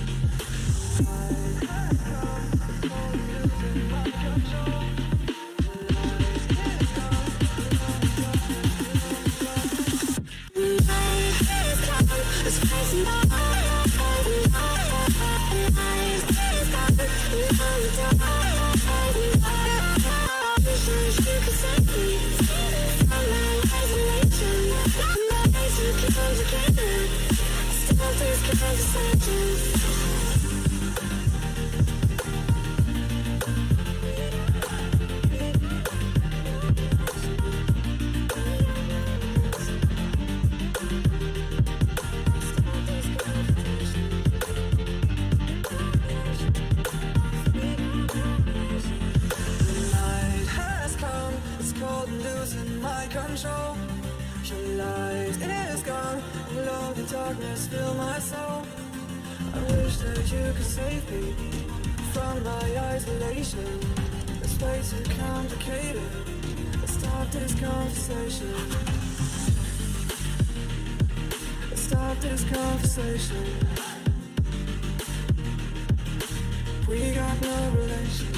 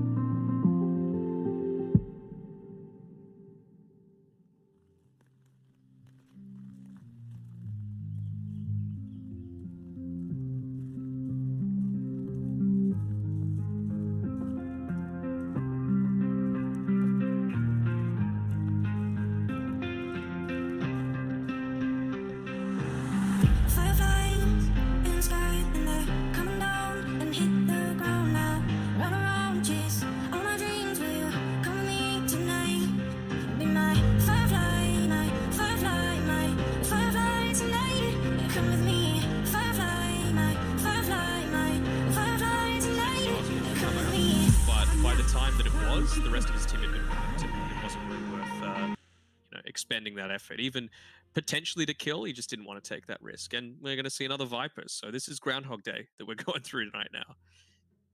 What, gee, 4th pick here. It's just back to back to back to back. Let's have remaining. 8 games of Viper tonight. That's going to be a lot of fun, right? Who doesn't want to watch a Viper play? Yeah, I mean, Viper is just a very skilled hero. You press your Q and then you left click them, and then towers don't hit you and creeps don't aggro you, and you can just harass them out of lane. Crazy. And then, I guess maybe that's a little bit better than seeing Sven 8 times in a night. At least we won't have to. Fnatic, same opener. Are you a fan of this, considering I don't want to say the Mirana Ogre was the issue last game, but them not really swapping anything up but that first phase Omni ban? 10 seconds remaining. I don't know. Like, I feel like they felt that they had a lot of these team fights, if not for the Guardian Angel just providing that 6-second buffer that they needed to, get the next round of spells off, to get another Stormhammer through onto the backlines, Maybe that was the thing that they were considering, because they had a reasonable start to the game. I think this time around, though, for example, KP, he's not going to put himself in a position where he could just get, Fire Blast into Arrowed and then give up the first blood. I think he's just going to play it that little bit more safe. See, I guess, again, they have this flexibility with being able to play the Viper and the different roles as well. They started with the try and bring him down. So, potentially they've still got that combo set up for the arrow thanks to the Fire Blast. But we're actually going to say TNC. They'll pick up the Tiny here. So a hero that got played in in honestly both the games in the first series and had a very good performance on both of them was Q. So we'll see how Tim's going to end up faring. Yeah, Tim's is a great Tiny player. Not bad for the Pango, though. Nothing changing up all too much, so changing up their strategy a little bit. You don't want to be too... I don't know, different captains and different teams have different mentalities towards this. A lot of them are like, look, we beat you with this. Now it's up for you to beat us at our own game. But that can kind of make you predictable in some ways as well, right? So you want to throw in these little changes here and there. And Tiny instead of Pangolier is definitely one of those. Yeah, it's going to give them a nice little way to be able to initiate as well. I mean, until you get that blink, but regardless, Tiny's damage is just absolutely through the roof with what you're able to dish out with the Avatars. Kind of relies on the levels that we see, and even and it's a reasonable lane with a Viper as well, right? Like, you just get one poison attack. Tiny's got a pretty decent base movement speed. You're going to go into the boots super early on, so you just toss them back. More and more poison attacks stack up, and even a core, if it's not the right one, can just get soloed by a Viper, essentially. 5 seconds remaining. So, wonder what they're going to opt to choose. Fanatics turn to They're getting rid of the Magnus, huh? I was thinking maybe they might have tried for something like a Mag PA, but not going to be the case. Terrorblade ban. Is this Terrorblade and Drow ban? Are they, I guess, just steroid heroes for this Ogre? Is that more what they're thinking about, or is it potentially protecting something that they want to pick up? 5 seconds remaining. I don't know, like, how are they... What is still in the pool? I'm really surprised we haven't seen a Faceless Void at all, by the way. Sven's gone, yeah. So a lot of the hard carries being removed. It's basically just the Spectre, which I believe Fnatic banned out last time around, but they haven't this time. So TNC, they have the first pick in the second phase of picks, so they might opt to pick that for themselves. And, well, yeah, I don't know how I feel about it. Obviously, TB, you don't mind playing against a Spectre all that much, just because you can use your reflection and does great amount of damage. But Drow, you could definitely leave that in the pool and still pick a Spectre and have a good time. Definitely. We'll see even the Sven getting banned out as well from Fnatic. So just going to make sure that they don't get the Sven, which was able to take over last game, which is nice. I mean, we're not going to see this kind of combo, both of them. At least we're going to have a game where, no Sven. Let's the Void, the Phantom Assassin still in the pool. So there's a couple of some of the stronger heroes that we're seeing right now throughout the patch. But honestly, I guess showing at the moment is kind of the flexibility that you can really see with the Viper. Again, and more than likely, it seems like a KP hero more than it does, putting it mid lane for TNC. Yep, you would think so, but then again, they've got the flexibility of that last overall pick that they can just run it mid if it's the perfect matchup. So, Fnatic, they're in a little bit of a difficult position there. You know, you never like having uncertainty of just having a hero that's going to get completely dumpstered if it is up against a Viper. They're both joined into a little bit of time here throughout the second phase, and they actually got rid of the Invoker. Okay, so Fnatic's turn to pick. pull it up with an ET. Okay, I don't mind it. You know, it's got good frontlining potential. You would think that it's most likely going to be a 5, and we've got a Leshrac coming through, huh? Don't know how I feel about that one. Like, obviously it's surged in popularity in recent times just because of the damage that it outputs is straight up busted. You've got some good combinations together with the Mirana. You know, it enables you to hit that arrow so much easily with the Lightning Storm coming through. You've got a few slows now with the Ogre Magi as well. I don't mind the Queen of Pain, though. That's one way of getting out of the burst damage. Even just pushing him back with the Sonic Wave. I mean, it discourages them a little bit from picking up something like a Morphling as well, right? On Fnatic's side, just because you've got this Elder Titan, one of the classic big counters towards it, removing a lot of that base armor, which he needs to be able to live through a lot of this stuff. Yeah, definitely. I mean, just the potential of the combat that they have as well. And the Queen of Pain is someone who... I'm worried the matchup with the Leshrac, though, is Lesh is a hero that's going to be able to build a Eul Scepter, so can deal with the Queen of Pain, at least as the game goes on. You've got this kind of little bit of a animation with that blink, so Lesh can always provide some opportunity to be able to set up. And they even go into a lifestealer here for Fnatic. Okay, it's a lot of magic damage that TNC have at the moment. Yeah, I suppose. I mean, Viper, you're still going to be able to get off your Viper Strike and potentially kite him around a little bit, so might opt to go for, you know, something a little more mobility oriented or something that has more status resistance so that you're not suffering as much from that. You know, maybe the S&Y race car style. Yeah, we've seen some different builds come in and out of the phase for the lifestealer. For a while, it started new with the good old Maelstrom Halberd, and we've kind of seen, you know, the armlet picked up. MKB Rush was there for a little bit, but it seems like that armlet's just still a pretty core item into whatever else you want to go afterwards for the lifestealer. Wonder if they're going to go a Troll. Gabby likes playing Troll, and pretty decent against Lifestealer, against the Leshrac. As long as you get off the Battle Trance, you don't really care all that much about standing within all of that burst. And then, of course, if ET's nearby, that's just a ton of minus armor as well. So I can potentially see it. Can they morph as well? Like, it's a really good matchup versus the Lifestealer. This carry matchup where you get the Rage, the Feast, yeah, any Lifesteal pretty much gives you a relatively free fight. Maybe it's going to be someone who's a little bit slower, and we didn't really see the impact of the Morphling last game, which is kind of the only issue. Maybe they're not feeling as confident with picking it up. Yeah, it's possible. I'm just trying to think what's going to give them a winning matchup all throughout, right? Like, Tiny Viper can be incredibly strong. It's just all up to the positioning coming through. I mean, Lifesteal is probably not going to die, but Ogre definitely can. I'm not sure how effective DJ is going to be on that hero. Elder Titan was going to pair really well together with that. They seem to think a PA, and you know, sure, it can, but... And it is one of the other good counters against the Lifestealer. I mean, even Juggernaut's alright. You can use Spin to dodge a lot of the Leshrac damage. You don't really care about Rage if you've just got a Swift Slash or an Omni Slash. 5 seconds remaining. Basher, good for locking down squishier targets like the Mirana and the Lesh. Fnatic's turn to pick.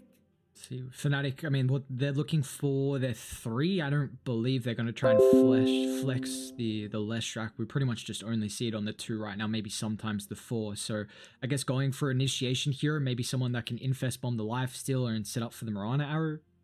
10 seconds remaining. Void Spirit's still in the pool, although I'm not sure how strong that is. I mean, that's just going further into the magic damage side of things, so that if they do go that Morphling and want to get that Rage back, or if they go the Juggernaut, you've got the Blade Fury, it's not amazing. Of course, you can just dodge out of a lot of stuff with the, what is it called? Dissolution? What, for the Void Spirit? Dissimulate. Yeah, that's the one. Can they just go back for the Centaur? For the Mirana Centaur combo, just disengage with Stampede? I mean, there's only the tiny ET control. I'm trying to think of 3s that can initiate and provide them a... They're gonna Beastmaster, okay. Yeah, it's not horrible. I mean, you take a look at TNC, they got decent ways to protect towers with a Viper, Nether Toxin, ET as well is super strong, but it just gives them a way to really be able to group up. Beastmaster Lesh takes objectives incredibly fast. 10 seconds remaining. Might be the only issue is the carry matchups that's going to come through from TNC, but they've already banned out a lot of the carries. I'm trying to think. I'm liking the morph. Alchemist, okay. Something a little different here. And you would assume that that's going to be Gabby's Alchemist as well. Asaros, Raven, nothing too out of the ordinary so far. Yep, Febi's going to be paired together with him. My thing is, like, they don't have quite as much... Well, really, they don't have any steroids for him. You know, you've got debuffs in the form of Febi, and I suppose KP as well a little bit. But Alchemist, he really thrives when he's got, like, you know, an Invoker backing him up, or, you know, his own Ogre Magi, or, you know, things of that nature. But... How are they going to deal with the boars? That's the big thing that I'm worried about, at least until the Alchemist hits level 6. Because ideally, you wanted to go, I was thinking of Morphling, a hero that's able to kill them, because they give, you know, not too much gold, but a lot of experience if you're able to take them down. So if they're able to get that, then it would be quite effective. But I'm just not seeing how an ET and an Alchemist is going to be able to do it. Yeah, and that's a worrying thing as well, because the boars are a big factor to Beastmaster's laning stage. Not only, like you said, giving over the experience and the gold, but enables him to be able to just CS, deny easier. You've got a lot of kill threat with the slows, and just that constant chip damage. And, you know, Beastmaster Mirana is going to be quite delayed here from Fnatic. And I mean, what is... It seems like Fnatic kind of have to really match the tempo and try and control the map before the Alchemist gets online. Do you think they're able to do that, though? Of course. Like, if they win a team fight, that's a guaranteed tower gone. Guaranteed. You've got a Beastmaster, Lifestealer, who comes online with, like, an armlet, and then, you know, he can just go and do stuff. A Leshrac, and then an Ogre Magi just to boost the Lifestealer even further. So I think they've definitely got the capabilities to, you know, throw back what TNC are trying to do right back in their face, but it's just down to a matter of execution. And I think a lot of it, and a lot of the attention that I'm going to be focusing on, is down towards that bottom side of the... bottom side of the map? Top side of the map, where Masaros is laning. Oof. 9 wins in a row as Mirana for Jabs, but clearly that did not count game 1 of this series. Yikes. That's true. But we'll see if they can bounce back there. I like the you know, we've had that cinematic for a while with the intro, but it's just kind of nice seeing some extra little stats on some of these players' heroes and what they've been doing through their pubs as well. Do you miss the one that we previously had, the one that was like the Street Fighter intro, where you know, it showed, you know, where like all of the anime intro, where like it showed the portraits and they were like making some sort of pose and it had a big versus in the middle? Oh yeah, I remember that. No, this one's good. I like this one.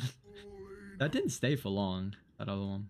I think people were complaining that it lagged them too much or something. I don't know. Oh. Gonna make sure you ain't got no lag issues. It's a big issue. Goddamn Tide messed around. Yeah, I mean, take a look. This second game here, we'll see if the boys over on TNC are going to be able to enable Gabby's Alchemist. The one good thing about the Alchemist is that we are going to see some incredible fights by the bounties. It looks like TNC, they're kind of just like, all right, we're just going to make sure we secure 2. Looks like Radiant, they're just going to make sure they're secure 2 as well. So they're not going to go too aggro here. I mean, you're totally fine with that as an Alchemist lineup. 2 bounties is a win, right? Because Alchemist is not contesting at all.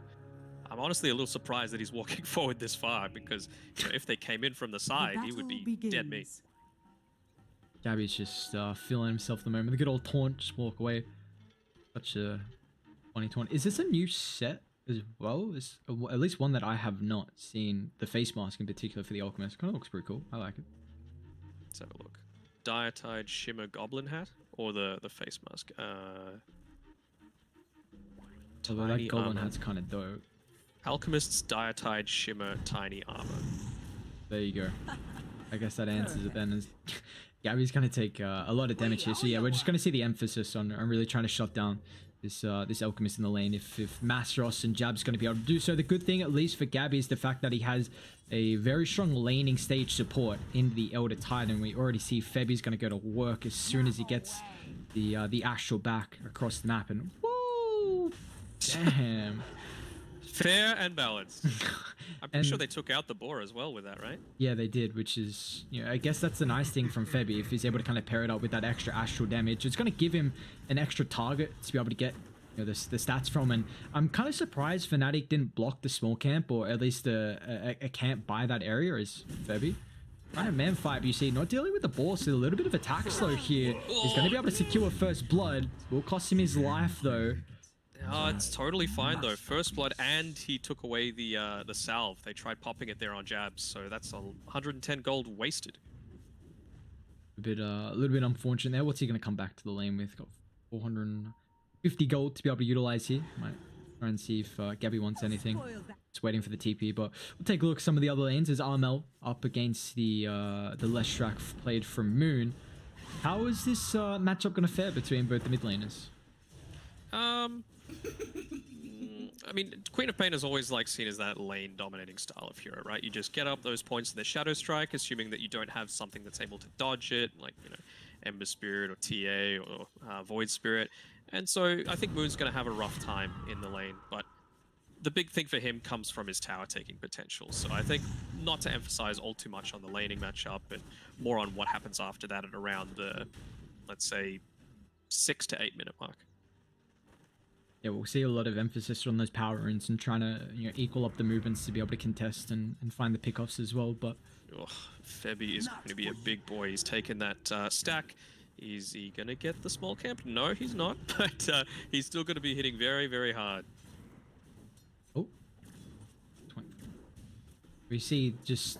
They haven't really kind of prioritized in the creepy equilibrium though. So Fnatic looking to try and pressure here. Maybe just kind of chilling out through the acid spray, making it a little bit awkward for them to commit on top of the Elder Titan, which is already pretty difficult. And Gabby's also got double bracer, so already the stats 1020 health for your Alchemist, so still going to be pretty difficult to be going through him. And you see the stacks are starting to come through as well. They've already got a triple at the Ancients from TNC, so he's going to get a nice little juice up there from the Triangle camp. Yeah, Tim's is doing a great job. And one other little bonus that probably wasn't entirely intentional, but with the acid spray, you're able to take out the Hawk if you're lucky enough that it's in the place that it is. So already getting an extra 40 gold from that. Febby's getting gone a little bit here. Yeah, got the Orb of Venom. He's ultra dead. Maybe just wants the boar instead. Gonna be another kill for Mastros. Do you like how they're playing the lane at the moment, where they're putting a lot of emphasis on the ET laning instead of kind of pulling the wave back? Yeah, I don't mind it all too much. DJ's making a little bit of a movement here, trying to get a wrap around, maybe bait out a blink, or actually doesn't have blink skilled up yet on Armel, so might be in a bit of trouble. Wants to try and contest the power runes at the moment. Armel's got Tim's wrapping forward as well for a little bit of help. Oh, you hate to see it. Oh? Although Jabs? It's very uncharacteristic to get in a position like that, and DJ's just waddling around the mid lane. Top lane, anything happening? No. So you asked me in the previous game, like, what is the situation? Like, you see Ogres build Orb of Venom sometimes. This time he didn't, right? Because his role is a little changed. You know, Mirana needs to be in that lane to make sure that the Alchemist isn't having as great of a time. So he just goes the boots, has a lot more mobility. His game is focused on, you know, just as much getting these stacks, scouting out things like the ancient stack that TNC have been able to form for the Alchemist, but he's just dead and under reward right now, so they know exactly how to play. KP playing on the right side of that lane. Yeah, we haven't put too much attention on bot at the moment, although we might have a fight around top with the bounties that are about to break out. We'll see Febby's pushing back Jabs with that extra astral damage. Although Mastros is coming over as well. Jabs, can he get the faster right clicks? No, Febby's going to be able to snag this, but he's going to be careful, because if the ball gets a slow, now without that bonus movement streak, he ultra dead, as that's a killing spree now for Mastros. He's had another very good laning stage. I mean, CS wise he only got 16, but kill wise he's 3 at the moment. How close is he to 6? Not quite. This is just a bracer fest right now. Braces on everyone. What were the bounties? 2 and 2, I think. Yeah, 2 and 2. Just, I guess another nice, if Alchemist's able to kind of go even instead of being able to contest. So I'm gonna feel pretty happy there. As we do take a look though. Life still having a very good time at the moment down bot. Moon in mid, trying to get does get the stun off actually onto the Queen of Pain. Has to finally blink away, skilling it up at level 5. But you've actually still got the bounty rune in the Radiant Tricamp area, so Moon's not all that worried. You know, he's able to push out, be a little bit more aggressive. Armor. I thought he might have, yeah. So he's got a Lightning Storm this, perhaps, just to push this wave in. Turns around to try and make something happen. It's a win if you can get your creeps underneath the Radiant Tier 1 tower. Sorry, the Dire Tier 1 tower right now. Arrow does connect on Tim. Jabs again doesn't have a point in the Starstorm already, and Armel's going to commit the ultimate there. So we see DJ falling. It's a lot of emphasis on this mid lane though. It is, to be sure. And now Masteros, he's hit up onto his level 6. Of course, so has Gabby, but now's the time to try and make a rotation through to this top side. Try and make a kill happen. Tim's finds Jabs, instantly has to try and pick up the bounty there. That would have been nice with a kill into the bounty. We're trying to wrap and find the Beastmaster there. Just saw previously as well, the Beastmaster actually used the Hawk to scout out the double stack that they have for Fnatic at the moment. Yeah, you see the Hawk that he's got, just really giving them some information around the jungle to try and reveal how TNC are trying to enable their Alchemists. And this is gonna, Fnatic have to try and deal with this. I mean, the Leshrac is a hero who's going to be able to take stacks incredibly well. So we'll probably see Moon, if they take that top tier 1 and then with the increased vision from the Beastmaster, they should be able to take the stacks a little bit easier. Oh, he's going the Battle Fury build as well, so uber farming style here from Gabby. Yeah, we've seen kind of the Battle Fury get picked up a little bit more frequently lately than the Radiance. Is there a reason why? Although DJ, Radiant's middle tower. Trouble is got Moon coming over, Fire Blast sets off for the Lesh follow-up stun, but looks like ET is just going to be able to kind of zone them away as they really want to try and pressure out these stacks. Masteros coming over. Wants a kill. Let's see what he can find though. He doesn't have mana at the moment for the Roar, so Masteros going pretty deep, but with the slow, Tims just can't run away. They might be able to kind of block off any retreat capabilities, even with the rotation for KP. Febby will pay the price. Masteros though, with a mega kill streak, will end up losing it, so 384 gold, and they don't get the stacks as well.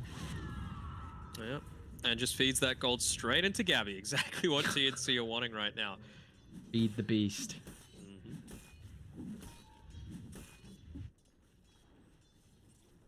That's a bottle refill coming for the Queen of Pain. And yeah, the stacks haven't even been taken yet. It is 8.5 minutes, and this Alchemist is getting out of control. We're probably going to see about a 10-minute or so Battle Fury, I would say. Ooh. Gabby's got to be loving life at the moment. Just he got a jelly, a broom handle. It takes the full stack for free, making sure he leaves that stack as well after the 7 minutes, just increasing the probability with the neutral items being available. Stacks up his own camp. Acid Spray going to get the double.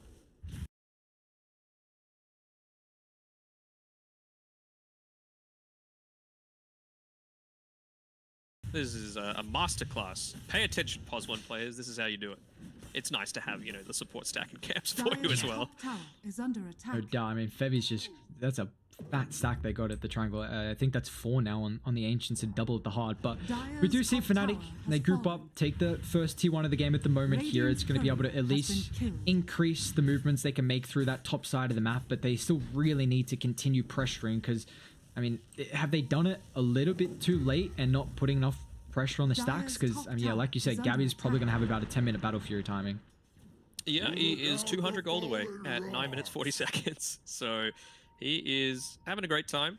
Will they make this invasion? That's the big thing. Masteros, I think he doesn't need to be in the jungle right now. He can just continue pressuring up towards this top side, although kind of a blessing in disguise. If they just move away from this mid lane, now they have no glyph to defend the top tier 2. So I think that should be priority number 1 right now for Fnatic.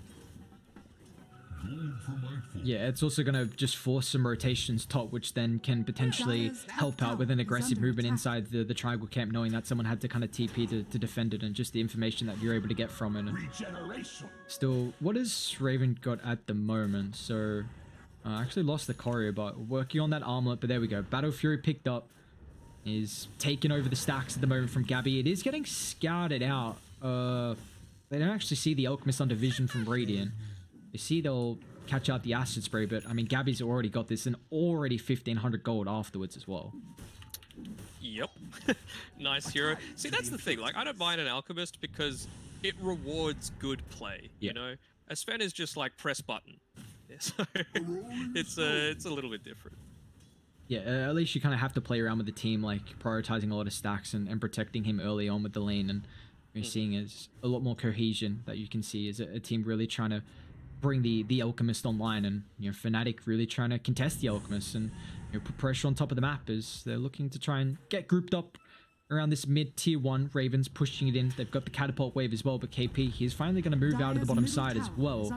Quantity don't really have enough strength at the moment really to be able to protect that.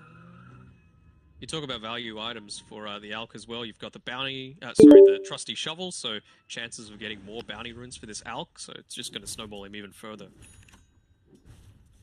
And I'm pretty sure KP is close to his Atos as well, so they're going to actually start to become aggressive. You would think Alchemist is going to have that Heaven's Halberd finished up sooner rather than later, around that same kind of timing. I mean, now the lifesteal is, I mean, it has been farming very nicely considering you take a look at the net worth. He's, you know, second on top of everyone else at the moment. But it's just the game of the Alchemist. Gabby's about to have the Halberd completed. Radiant, they have taken 2 tier 2 towers. Is this kind of what you were hoping them to reach the mark at 12 minutes in to have these objectives? Probably more than that, to be honest. And I don't think that they've grouped up quite enough to make it to do so, right? Like, this is a low kill game, you know, and that's still like nearly a kill a minute for this sort of thing. And you would think that if you're on Fnatic's side that you would want to try and, you know, up the tempo a little bit more. I think they could have potentially done slightly more to try and stem the bleeding of when this Alchemist is going to start to join these team fights. Like Fnatic thinking about making a play though. They're going to smoke up. There's actually, yeah, the smoke and moonlight as well. So they're going to try and infiltrate this triangle camp where they've got the Hawk vision. And wrap around from them. You see Dire are getting set up at the moment. The scan also connects. And they know someone's underneath the tower. Jeb's going to be the one to show. See how they can get the angle. Might run into him. DJ pops the ward. Nice vision to be able to set up for the Queen of Pain chain lockdown, but it looks like no one's going to fall off here. So Armel just run himself away, even with the blink on cooldown. Beast's going to end up falling off to the eastern side of the fight there, and Gabby now finds the connection and stun on top of DJ. They need to follow up, and it looks like Armel is going to be able to provide that. The damage thanks to the screen, but they're not done. And that Jabs is a bit stuck down here. Moon's in the tree line as well. Gabby's just going to go forward. The ultimate is about to wear off, and they've got the Infest Bomb as well. Now with the arrows off the mark. Nicely done. Fnatic, they punish this aggressive dive, and Master up with the buyback as well. It's going to find the raw control, locking in KP. A lot of buybacks forced out here. What more can they get? Armel's actually going to blink on top of the wave. He will attempt the TP. Do they have the fire blast up? All the damage. Neither will be the case as Armel snags a kill. TP's back to the base. They lose the Alchemist though, but it does cost them buybacks on the Ogre and the Beastmaster. I'm pretty sure they didn't even need to use the buybacks. I don't think the Ogre or the Beastmaster had any damage in killing that Alchemist. So, well, it's you have to be happy with that. You know, you're able to slow down the Alchemist timings a little bit. Even with a Halberd, you can't stop all of that burst damage that's able to come through if you're stunned all throughout. Yeah, unfortunately, just that ulti wearing off a bit too much and the die potential there. But, I mean, we see at the moment how until Tim's gets this blink, their initiation potential is at least kind of just relying on mainly just running down heroes and brute forcing with the high amount of kind of, you know, sustain that they're able to have. Just the difficulty to be able to kill them. So, if once his chemical rage wears off and not really having a follow-up on that tiny blink, I mean, although he's getting very close to it though. Tim's already level 8, so he's got the combo maxed out. Looks like they're going to give him the dead lane as well to try and work towards that blink. Radiant's bottom tower is under attack. Slowly farms it up. Radiant's bottom He's going to be tower very has happy with that. fallen. He's even holding the Keen Optic ahead of the Queen of Pain, just so that he always has mana to be able to progress towards this. And wouldn't surprise me if they just swapped it over to the Quap afterwards. But right now, getting him Blink Dagger is a big priority. Oh, maybe just snag both bounties up top. So I don't think Radiant got any. Yeah, they didn't. That's gonna be 4 bounties. Wow. And they got a Deep Observer Ward down as well. So when they do try and make these rotations through with the Blink Dagger, it's just going to be devastating. And probably not where the rest of the team are if you catch someone farming out on their own. Just, it's with the bounties as well that picks up the blink. So see what they're able to do. There is an item now, the Spirit Vessel, at least for Jab's gonna really enable them to kind of deal with this Alchemist. A lot of the sustain, I guess, is going to be hindered thanks to this item, but we'll see how it's really able to fare, because Alchemist is working on that BKB as the next item. He's already got the Mithril Hammer, and with 1200 make it already 1500 gold in the bank actually, so he's getting closer and closer towards it. And all he needs to do is just bank on his team to play together, play in safe spaces. Right now, I mean, he's kind of in a vulnerable spot right now. He was farming right underneath some Radiant Observer wards, but he doesn't care all that much. I suppose Raven, he's happy to take the fight to them. And like you were mentioning before, he doesn't really want to join the fight until he's got that BKB totally completed, but only about 550 gold away. With this Ancient stack, it should be basically done.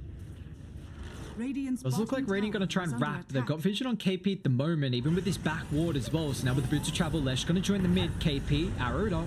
Baby's going to try and disrupt this, even with a toss from Tim's as well. Nicely done. Now Gabby's going to wrap around as well. Finds Mastros. Raw's going to control him. So will stun up himself, but now with the backline, Almon's going to try and solo kill off the Marauder. Will be able to do so successfully thanks to this Orchid. He also had an Arcane Rune as well, so this Sonic Wave, lower cooldown, Orchid back up as well. Very nicely done. And not wanting to waste the Chemical Rage, just going to, well, you would think, opt to try and take the tier 1 tower, but Alchemist is just like, you know what, I think I want to farm, you know? Tim's? Yeah, they want more blood though, but the blink forward, Abbott, toss back, Armel, even trying to deal with the Ogre Magi is just going to TP out, but it looks like Mastros in a whole world of pain. They even have the ward, I believe, scouting out Raven, but that's going to be a little bit more tricky of a kill. Instead, they're going to go back, and it's what? Roshan's going to be the next objective. Don't have any no medallions just yet, but still just drops so quickly with the acid spray on the ground. Yeah, the limiter, a little bit of armor reduction that's going to be able to provide from it, and just a couple of kills. I mean, now, Gabby's got a BKB, and now they've even got the Aegis as well on top of TNC, which looks like they're going to give over to Armel instead. Just, I mean, going through Gabby, the once is going to be difficult. Now even Armel having a second life as well, almost with a BKB. So Dire are really trying to synergize once with the double BKBs on the cores. It can be completed. 15 level 15. He's gone for the extra health just to make sure he's just not killable. Good luck getting through 2600 health at 18 minutes into the game. Yeah, and now this Spirit Vessel feels like, what's it really going to do with Gabby's BKB? So, I mean, Radiant, they are going to smoke up. Sorry, with the Moonlight Shadow. They're going to walk up the high ground, but they do have a nice ward at the moment scouting out the Alchemist, but in KP's position at the moment is just so aware. And they're going to try and move forward, but where's the rest of the damage coming through? Infest Bomb's going to come. Gabby pops at the BKB, but the ultimate's a little bit too late. But now Dire, they can still continue with the fight with the damage that's skyrocketing it out from the combo. Armel along with Febby going to help drop down 3. They do have the second life, and Tims can jump back forward, lacking a little bit of mana, but pops the stick, and now Mastros is in trouble with the Avatos combination. Beastmaster's going to end up falling, so the 4th death here from Fnatic. They do, I mean, they get the Alchemist, you get the Aegis, you also kind of force out a 10-second BKB, which is going to feel pretty nice there, but the consequence, they come out ahead in gold from Radiant.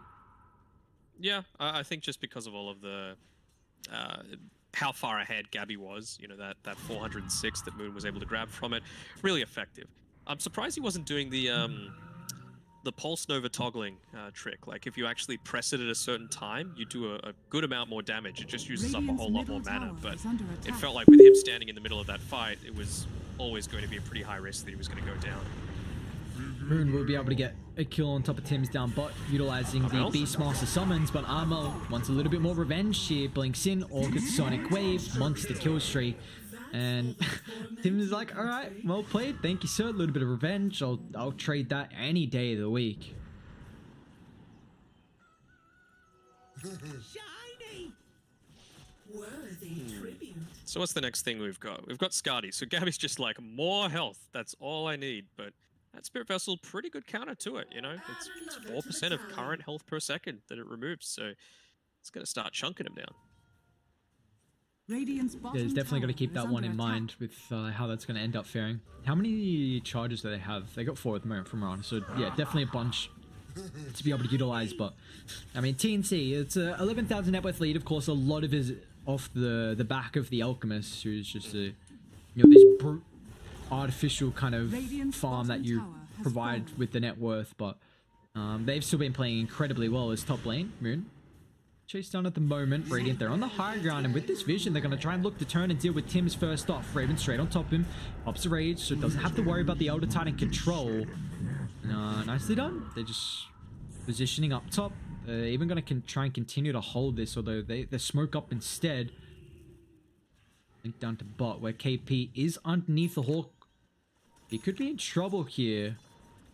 Yeah, enemy number 1 is Gabby right now, and unfortunately for Fnatic, I think Masros used his Hawk where they could see the position they were coming from. It went right underneath the tier 2 tower, so they knew that there was some aggression coming through to Gabby. He's relocated accordingly, so nice awareness coming through there from TNC. And it looks like they might think about trying to group up and make a play happen here. Gabby just picked up the Skadi, so a nice little item timing for him. We have any objectives at the moment, no bounties. Of course, got another 3 minutes until that one, so just seeing if they can pair up the item timing with a potential smoke movement.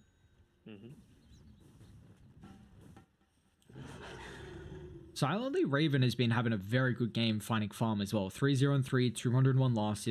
We saw kind of Raven in that game 1 trying, you know, the Morphling wasn't able to get involved as much. But at least the farm so far. And you know, we see as this game goes on in the carry matchup, is this still, you know, how are you going to favor it with the Alchemist versus the Lifestealer?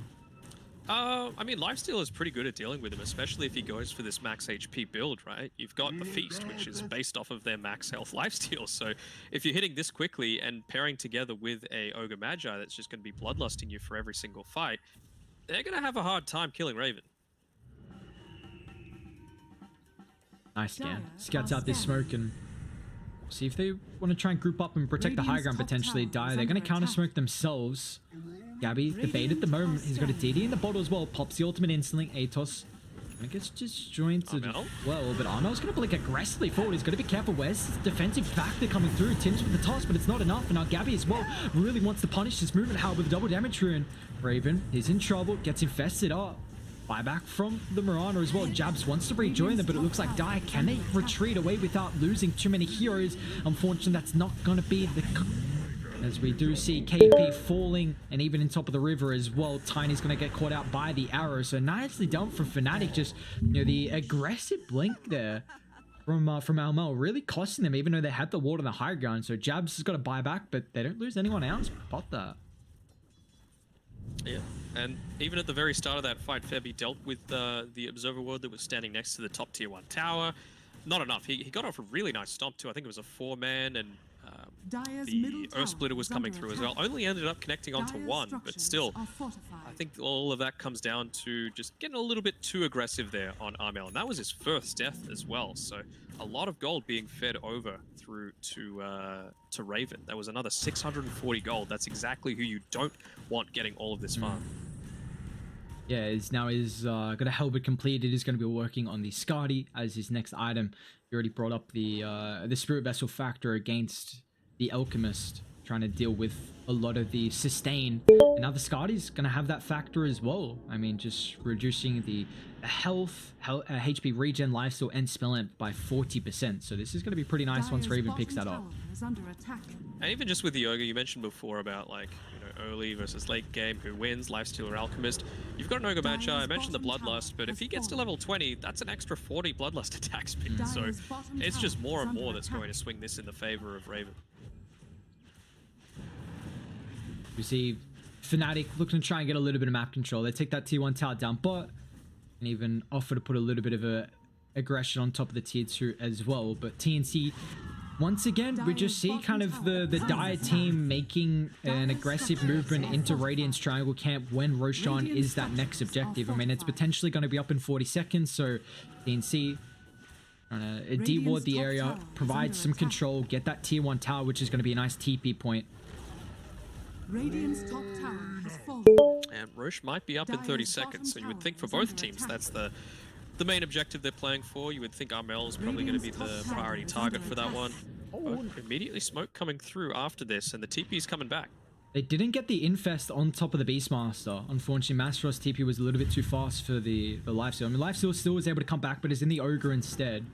Maybe this infest bomb not really going to pay off as much as something they were hoping for. And look at Dire's positioning. Smoked up underneath the Observer Ward. They got a double Observer combo as well, where Tims is playing in that tree line, so he's going to be able to pop the smoke where they have vision. But it looks like Fnatic, they're wrapping all the way around. They might find Armel. Gets the blink away. Still doesn't have the Lincolns completed just yet. So now they're just going to go back to where they've got the vision at the moment. And Radiant like, all right. We've still got the Beastmaster that can always scout out Roche, and that's actually going to be up in 2 minutes 10. So Moon, you're faster than the rest of your team. You got to be careful. flying through.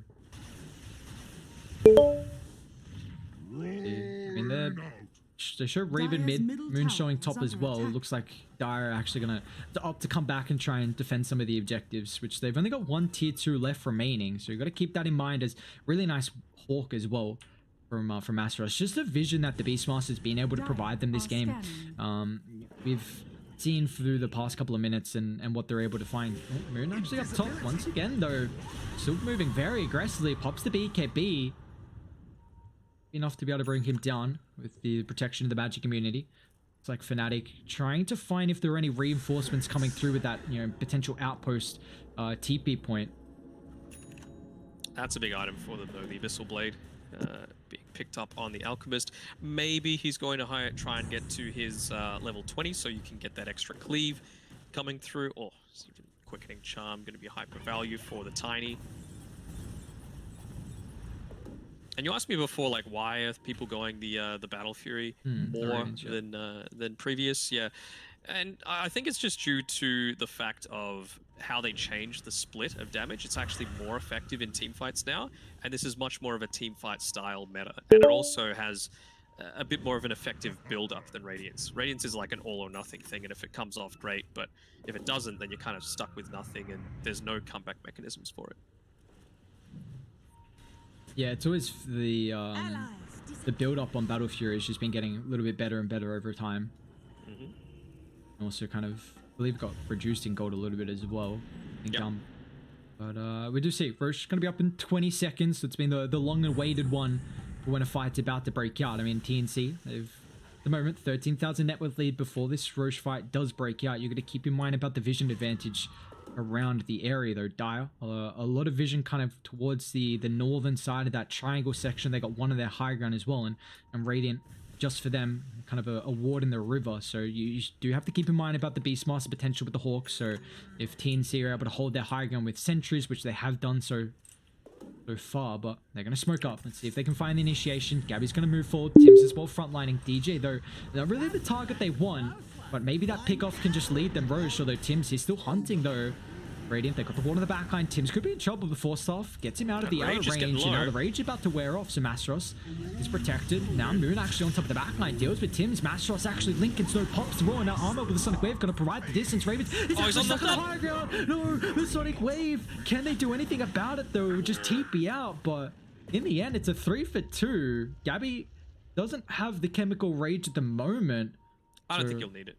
He's got the Orb of Destruction, he's got enough damage, and the Acid Spray is going to be enough to take down Roche.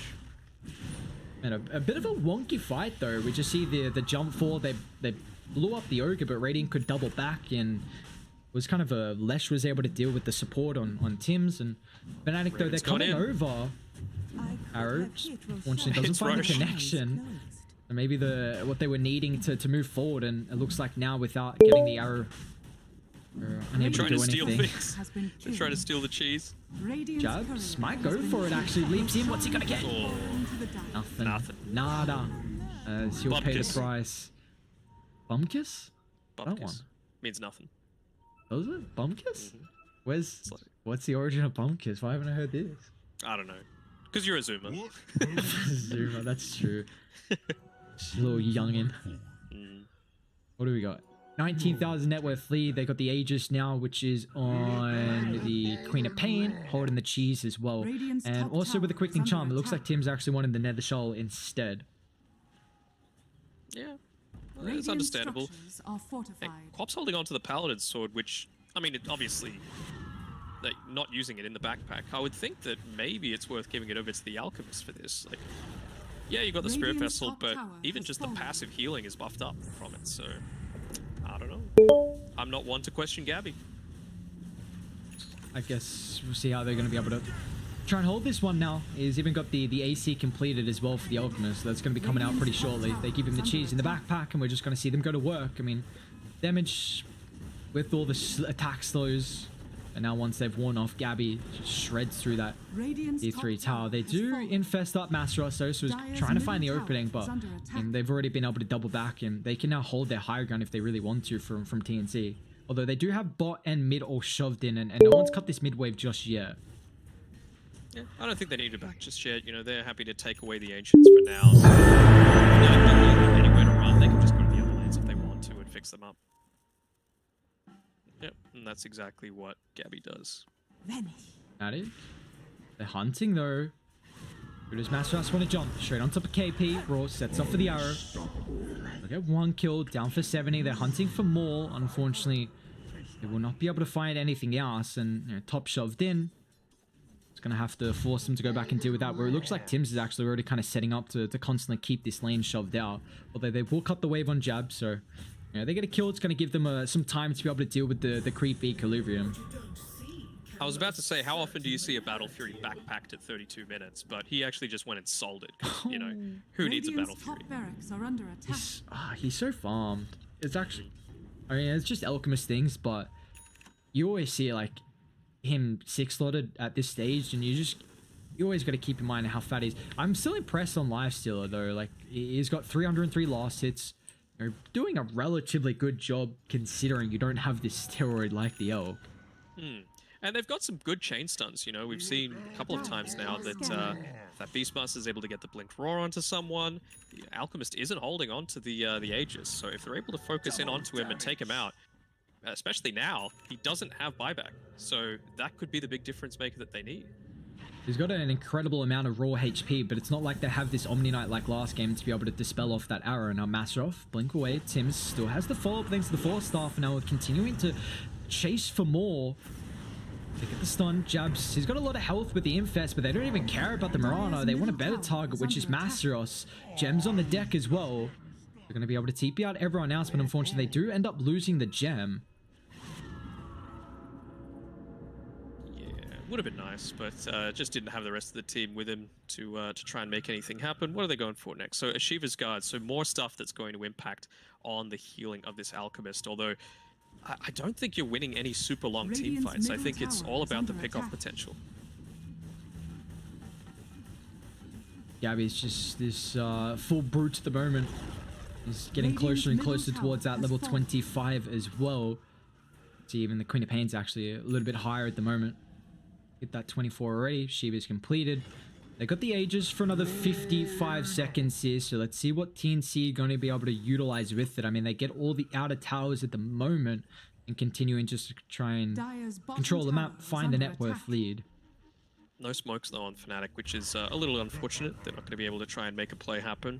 Although you can say that it's a little bit of a blessing in disguise. All of TNC just waiting on this high ground to demolish anyone that came forward. Raven just picks up this Abyssal Blade as well, so they're going to try and Moonlight with this here. They can jump, but just the high ground positioning with the ward, it's going to be so difficult.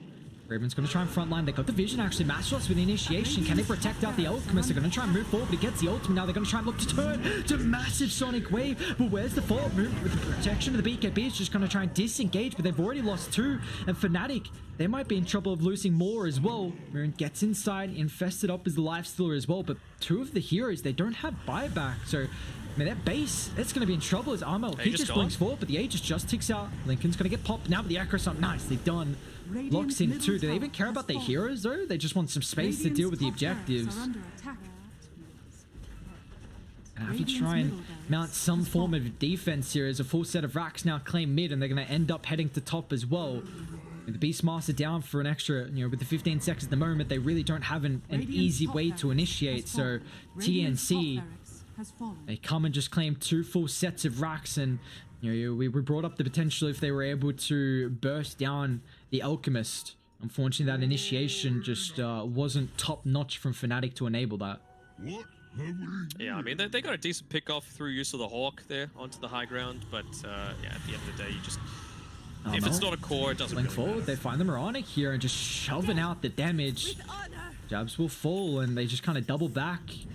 Elk's now picked up an Aghanims as well, so see who he wants to give that one over to, but they're not done. They're going to walk back inside the base. Radiant, they don't have, I mean, they only got a buyback on the Ogre Magi at the moment, so how are they really going to be able to hold out this high ground? They're going to wait till Chemical Rage and then blink forward potentially with the Beastmaster, but they don't have the follow-up stun lock with the arrow, which they were really requiring.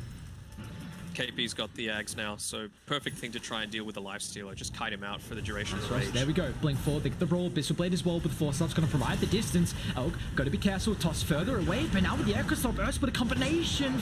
TNC, they double back, baiting out Gabby. It just costs them everything as they'll call it quits. TNC take it 2-0, and this is a big series to take down as well.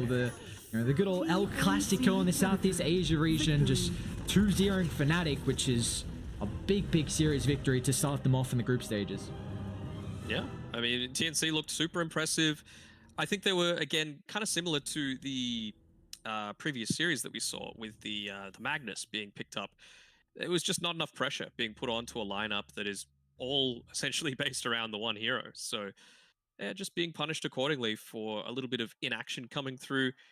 Gabby again, though, showing that he is one of the most stable, effective, efficient carries in the even the global scene, not even just Southeast Asia. So really appreciate the way that he plays.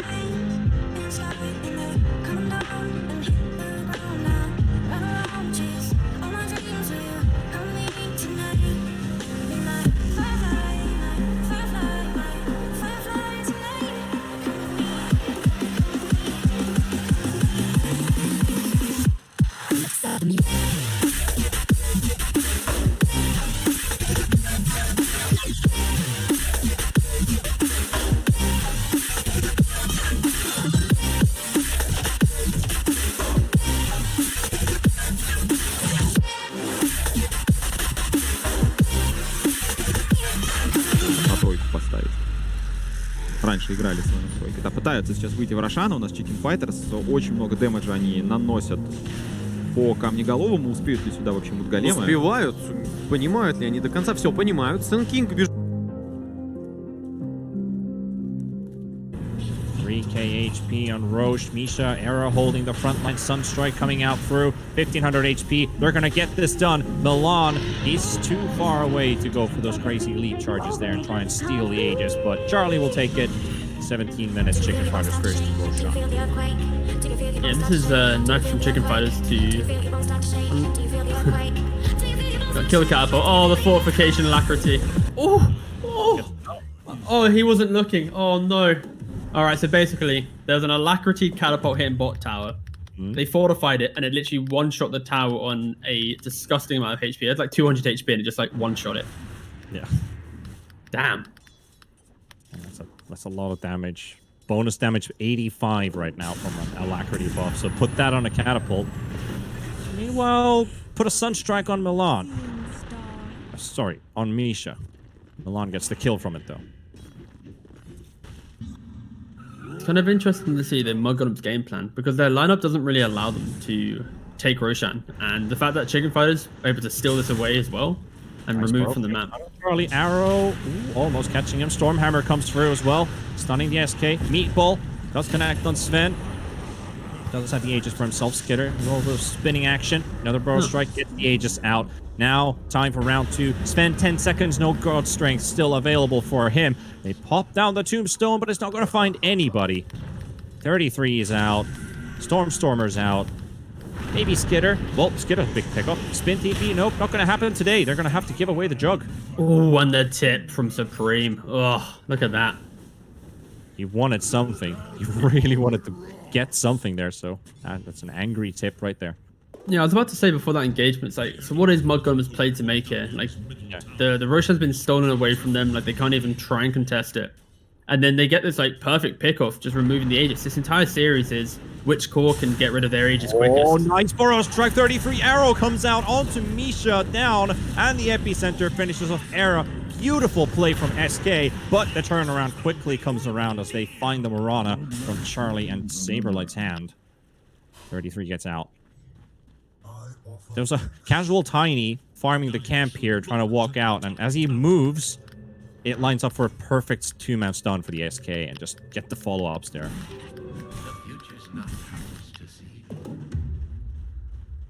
Going for Lotus first item as well. Yeah. Look at the vision there on the map now. All this aggression, all this kind of back and forth. The map's very much broken down for Chicken Fighters. They don't have any wards available, and you know, Fada, he had that Invisor and he quickly got a deep Dire ward out in their jungle. So potentially, if Misha isn't able to deward this, it will give Mudgolems a play to make. They can smoke into it when they next have Omni Slash, and this could be a timing for Mudgolems to play off. But for Chicken Fighters, they just need to group. Yeah, exactly. They have to be on Sven. They have everything they need to win a fight right now, so they need to go on the aggressive. Looks like they got lucky because that ops board didn't spot this smoke, but they scanned, but they know they're up to something. Era's there. Gets the vision. Tombstone is down. Doesn't catch anything again, and Moonlight Shadow allows them to stay hidden. Nobody found. Just great map awareness from Mudgolems, though. Identifying the fact that they most likely are going to make that aggressive play. Fata has the existing vision ready and playing deep behind it, so no smoke can come in. But also, Tiny not having a blink dagger at 20 minutes, it makes your smokes very hard to execute. All right, this is interesting. Stormstormer just got a blink on Invo. So a bit of a change to his item build. I like that. Oh, it's mainly for the eventual Ags on the Sven to be able to deal with that disconnect with the stun. TP away. Tornado keeps the Bloodseeker out. Stormstormer TP's away. Milan 33. Being chased by a Charlie Sven. They should be in the clear. Sven's all alone now. There's nobody... Wait. Okay, Milan just uses arrows, so I don't think they're going to fight this Sven anyway. But it looked like for a moment that they could actually fight this 3v1, but they're out. I hope not. Sven has a BKB. There's just not enough damage coming out from Mudgolems to take that fight. And you mentioned the Blink Dagger. I like the idea of this item because the way that Storm's playing, he's being very much that pesky split pushing hero, and with that Blink Dagger, that extra little bit of ability, he can make those plays. And utilizing that bot's being very active on the map, he's keeping the game going, because right now this is recovery mode for Juggernaut. He's only just matched the farming speed with the Sven with the Battle Fury, right? And he's now going SMY. Like, he's once again one item away from being able to take a fight. Mudgolems really are playing around Storm and 33 to a high level, and I think Storm is doing a great job, especially after replacing Boromir, at just kind of having this impact that is needed to give Skitter a game. Chicken Fighters pushing high ground in bottom. Going straight for the such a strong tower. Double BKB. Supreme has BKB. Sven has BKB. They are in their element right now to try and pressure. They are. They're doing a lot of damage to this as well. Moonlight Shadow does come out. But the tier 3 tower slowly falling down. Tornado catches 1, 2 heroes. Era and Misha both supports standing on top of each other, so they're going to keep their tower up. Moonlight Shadow's about to run out. Familiars getting rooted up, but no chance to jump in. They're already moving away. I think the best thing there for Mugglums is Skitter wasn't too quick to TP and to think he had to join his team in the defense. The presence of Stormstormer alone deterred Chicken Fighters from pressuring, allows Skitter to continue farming up this tri-camp and to try and find himself entry to this game. Yeah. Okay. So we talked about Invo Blink, Sand King Blink, Mirana going for Blink, Oracle going for Blink. It's the anti-Sven build, man. Like, this is what you have to do. I played a cheeky Undying the other game, mate. I went Tranquils, Wand, Blink. This Sven, he was like, I'm a kill though. Wait, what? Hold up. My entire team just rocking Blinks. It is literally the only answer, realistically, to a Sven, other than having a lot of saves on your team. So, no, I fully respect this item build coming out from 4 of the 5 players on Mud Columns. Yeah. I can totally see that scenario where Sven's just like holding his big sword and like, all right, I'm going to ulti, I'm going to run at you. Like that. Basically just me, big sword, hit hard, and then everybody just disappears while Supreme. There we go, but it's not enough for the initial kill as Misha saves him. There's the BKB. Omni slashes. Go! Not gonna be enough 80 HP. Supreme into hiding. They pop the Rupture as well, the Juggernaut. Meanwhile, Stormstormer taken down by Era. Vada also very low on HP as that ulti is gonna pop. Well, he instantly disappears. And Milan is trying to, well, pull with the creep wave, at least away from here. Here comes Superman and Mirana out of the way. Visage is so tanky.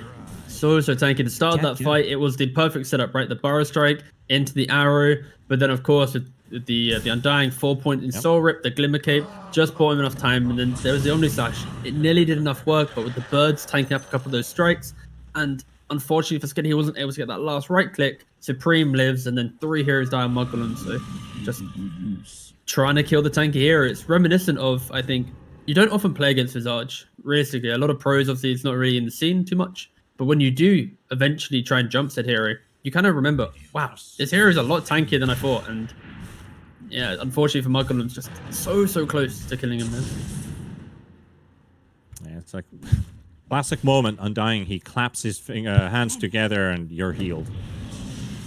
It's very easy, very high skill hill. Yeah. Very Twitch interactive as well. Clap. Meanwhile, 25-minute bounties coming up. Charlie ready to take the bait. Skitters there as well. Nicely actually dodges the stun with the Blade Fury. Looked like it connected there for a second, but does manage to disjoint it. Bounty runs away.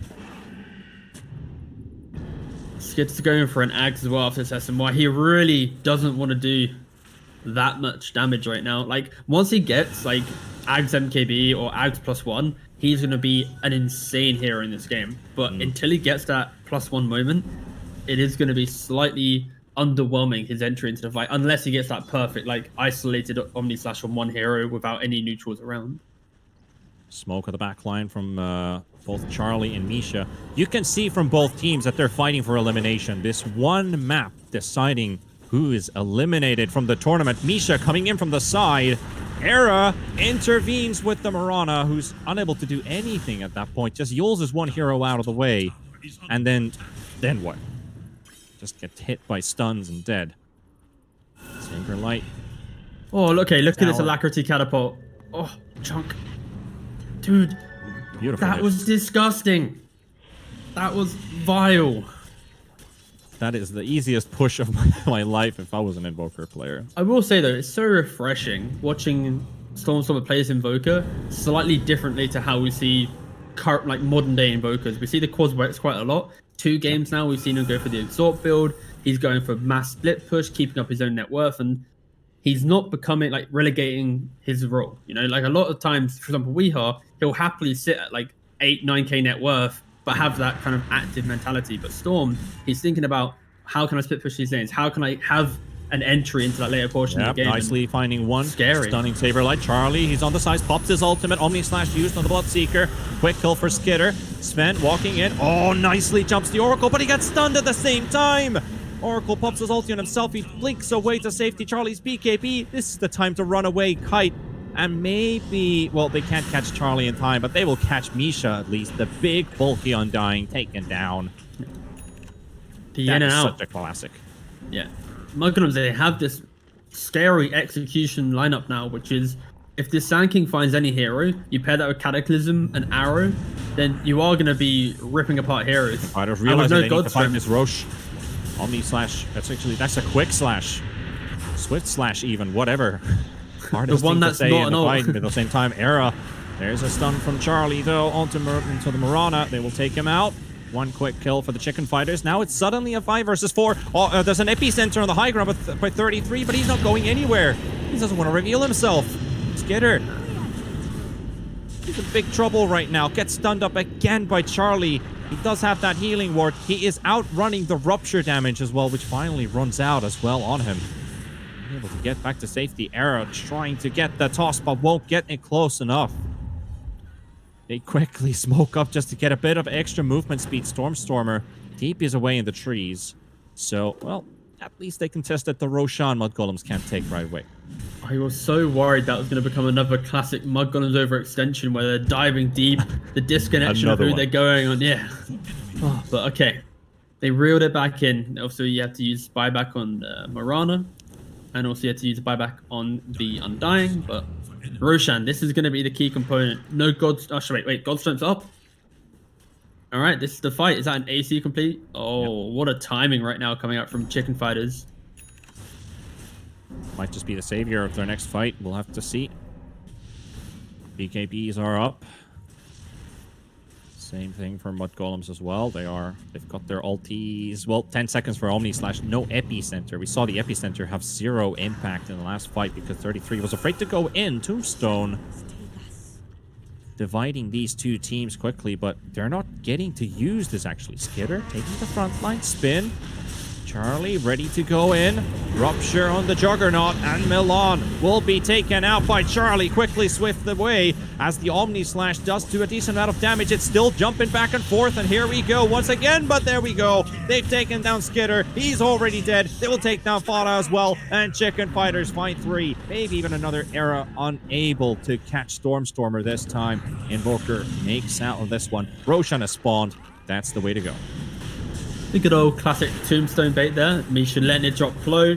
As it gets to that one last right click, hits it with a soul rip, heals it back up, and Skitter, he used his entire spin just to try and kill off the tombstone. But then after that, he has to defensively use Omni Slash, and that is not a way you take the fight. So, nope. Yeah. This is a big change now. Nice blink. This is a really big change now. Stormstormer in the trees. Misha finds him, but unable to cancel that one. So we have Aegis on the Sven. We have Cheese on the Visage. And Chicken Fighters look like their old form once again. This has been a bit back and forth, but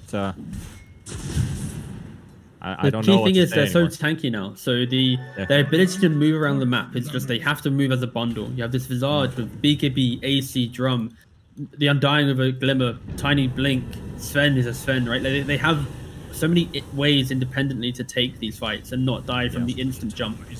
And the key thing for Mugglins, they need to have this perfect execution. Their draft, again, it was mentioned on the panel, their ability to take a fight, they have to outplay so hard because it needs to be the Burrow Strike into an Arrow, into Cataclysm, into an Omni Slash for one hero. After that, where's the fight? Where's that continued damage? It just isn't there. Quick Slash comes out. Nice Cataclysm coming out as well, and it surprises them. Misha's down, the Aegis down as well. And Chicken Fighters going for the reinitiation at the same time. Skitter, oh my goodness, Juggernaut's dead. They also lose the Sand King at the same time with a Stormhammer from Charlie. There's a buyback. There's an epicenter still up on this SK, but your Jug is dead once again. He just used a Swift Slash Cataclysm, and then he died. But that's what I mean, Panda, right? Like that entire play from Mugglins, that's all their fight in them. It was literally the Burrow Strike Cataclysm, that's it. BKB by Charlie onto Fada. 1, 2, 3 dead. Stormstormer follows suit. There's your epicenter, but that doesn't really do anything here.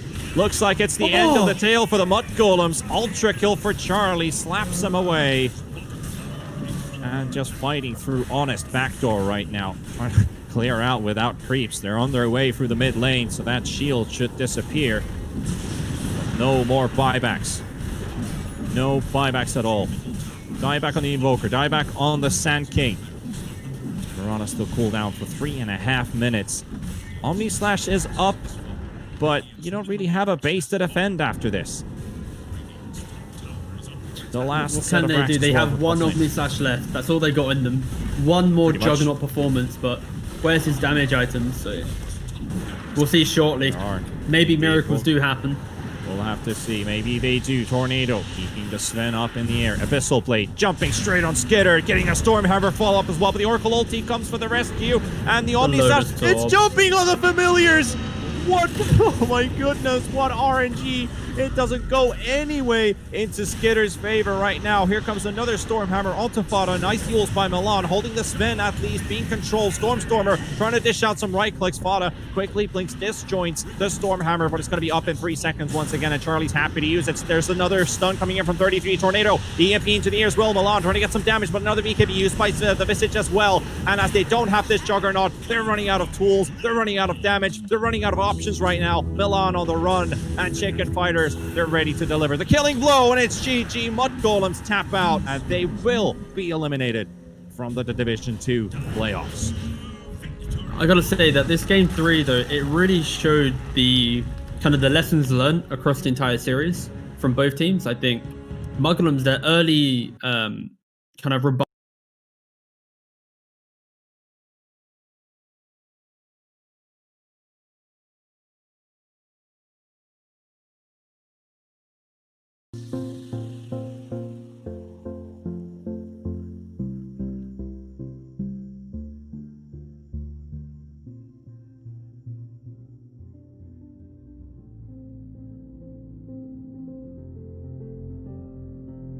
It started when I was 14, but then I We've seen a faceless void played in the past 5 role, but probably not. It's a Morphling being picked up. Hey, what's the answer here gonna be for Team Dog to deal with the Morphling? Because this carry vs carry matchup, I mean, both the heroes gonna take a little bit to come online. Morphling has this steroid at the moment with the Ogre. You know, Team Dog, I guess you got the Tidehunter minus armor, but you know, we'll see. It's more, you know, it's going to be single target, whereas Ogre constantly buffing up the attack speed for the Morph. And the matchup, you're going to have an immense amount of agility. So just high armor is really going to make it difficult for the PA to deal with you. And the thing about this carry matchup is that, you know, PA needs Battle Fury plus an item. So it's going to give Morphling just kind of a free early game to just feel not really too pressured to join fights and can just continue farming. Trying to think what, because you don't want to give something good for Morphling to morph into. I was thinking maybe one of the spirits, but yeah, just go for Invoker. It's like you said, comfort, buffs up PA, good at dealing with Wind Ranger, and that's what Yopaj is going to be playing there. Yeah, nothing too out of the ordinary this time around. Yeah, it's just a good old classic. We get to see the Invoker play from Arbed, Ice Tidehunter as well. Really excited to see how this this team's going to end up having a run through, but also Neon as well in particular. And this is a tough matchup, honestly. Their first series going against these guys, are they going to be able to shine as this new roster? How are you liking their draft in game 1 for Neon? I think Neon's is fine. I don't really understand like the obsession with the Ogre Magi. I think it's a good hero, but not a it should be picked in every single game hero like it seems it's been so far this time around.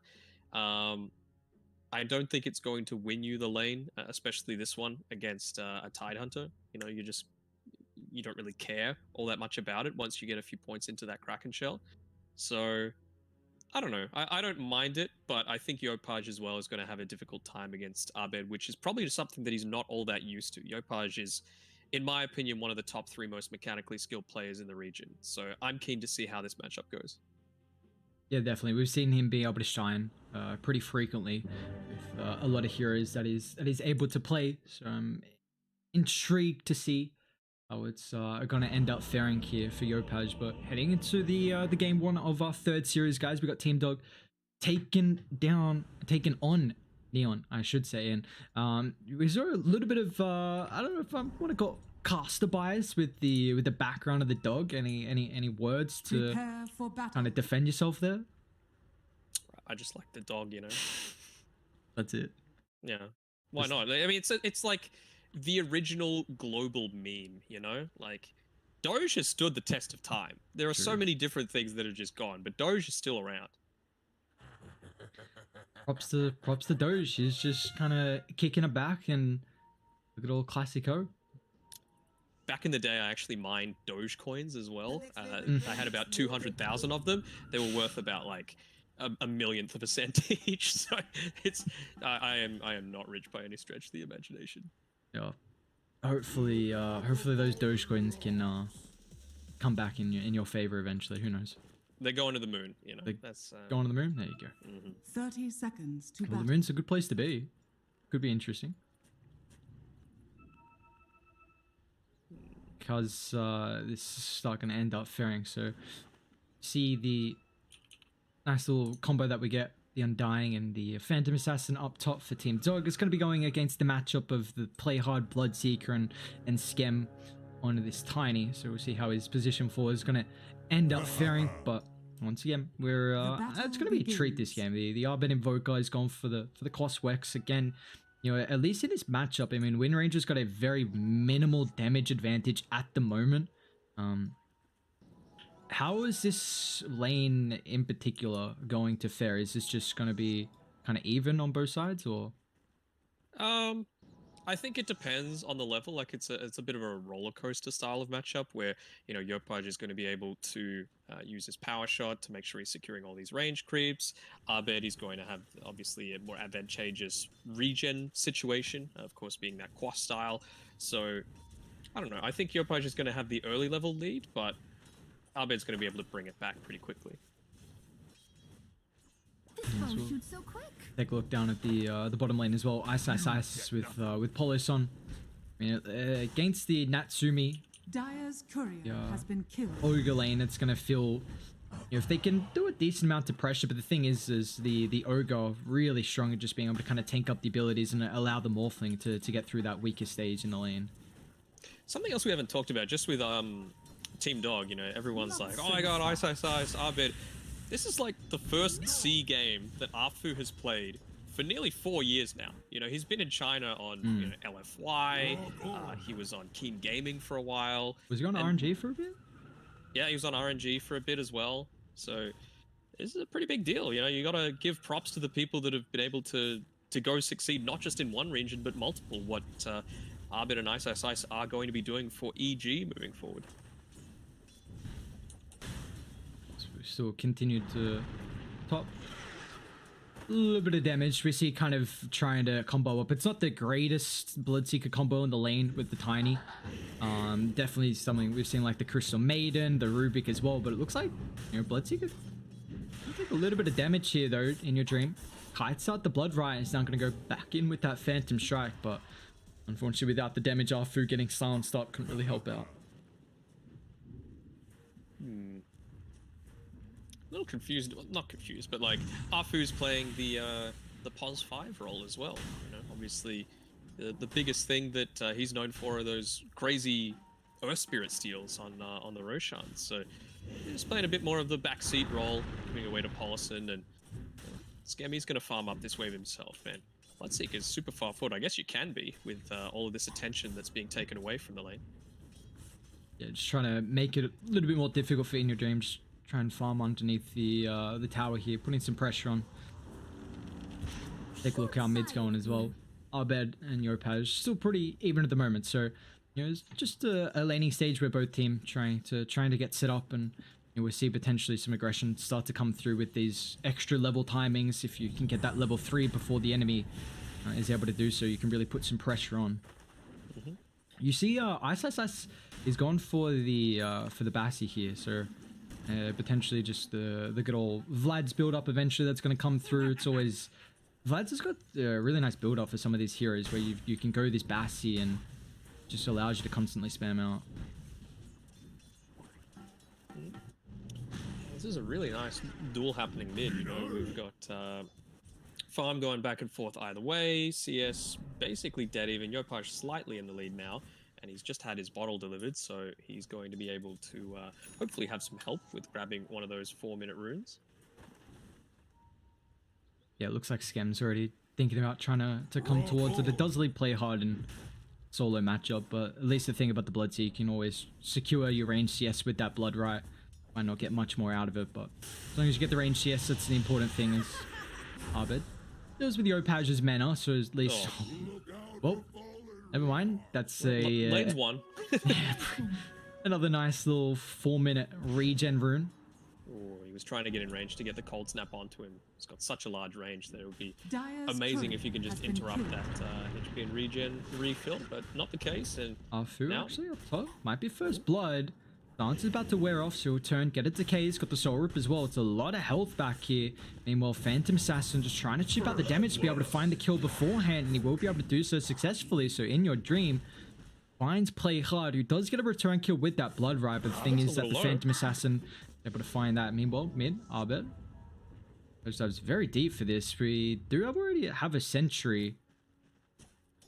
See how Arbed's able to play. Yopaj still posturing pretty aggressive.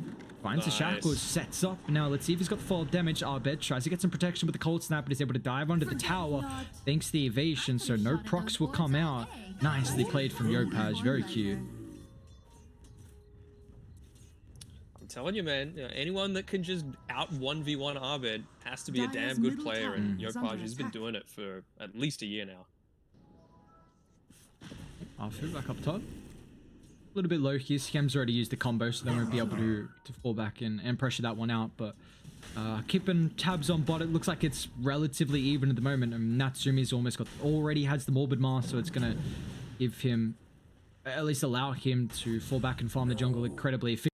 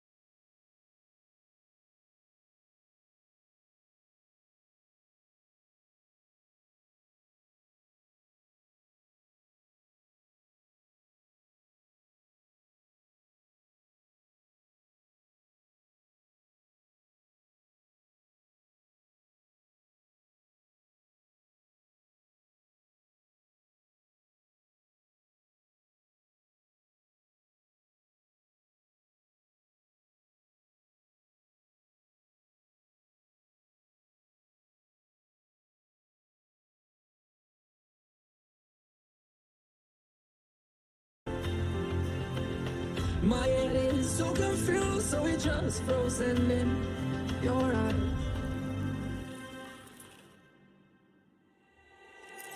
You always sit in my arms like Vegas. What happens there stays there. and that I was always blind for the things I do. I do. I do.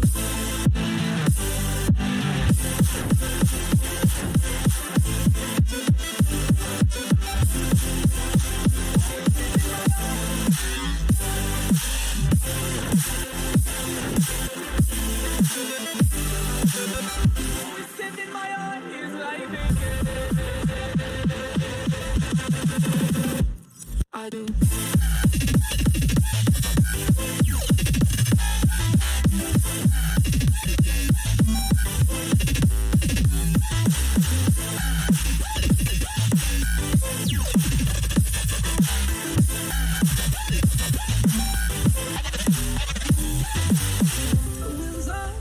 Life keeps turning. Life was love for me. That I didn't want to see or hear. Though you said it loud and clear. I still remember how you made me feel. Oh, you always said that my heart is like Vegas. What happens there stays there. And that you were always fine for the things you do to me. Yeah, you do to me.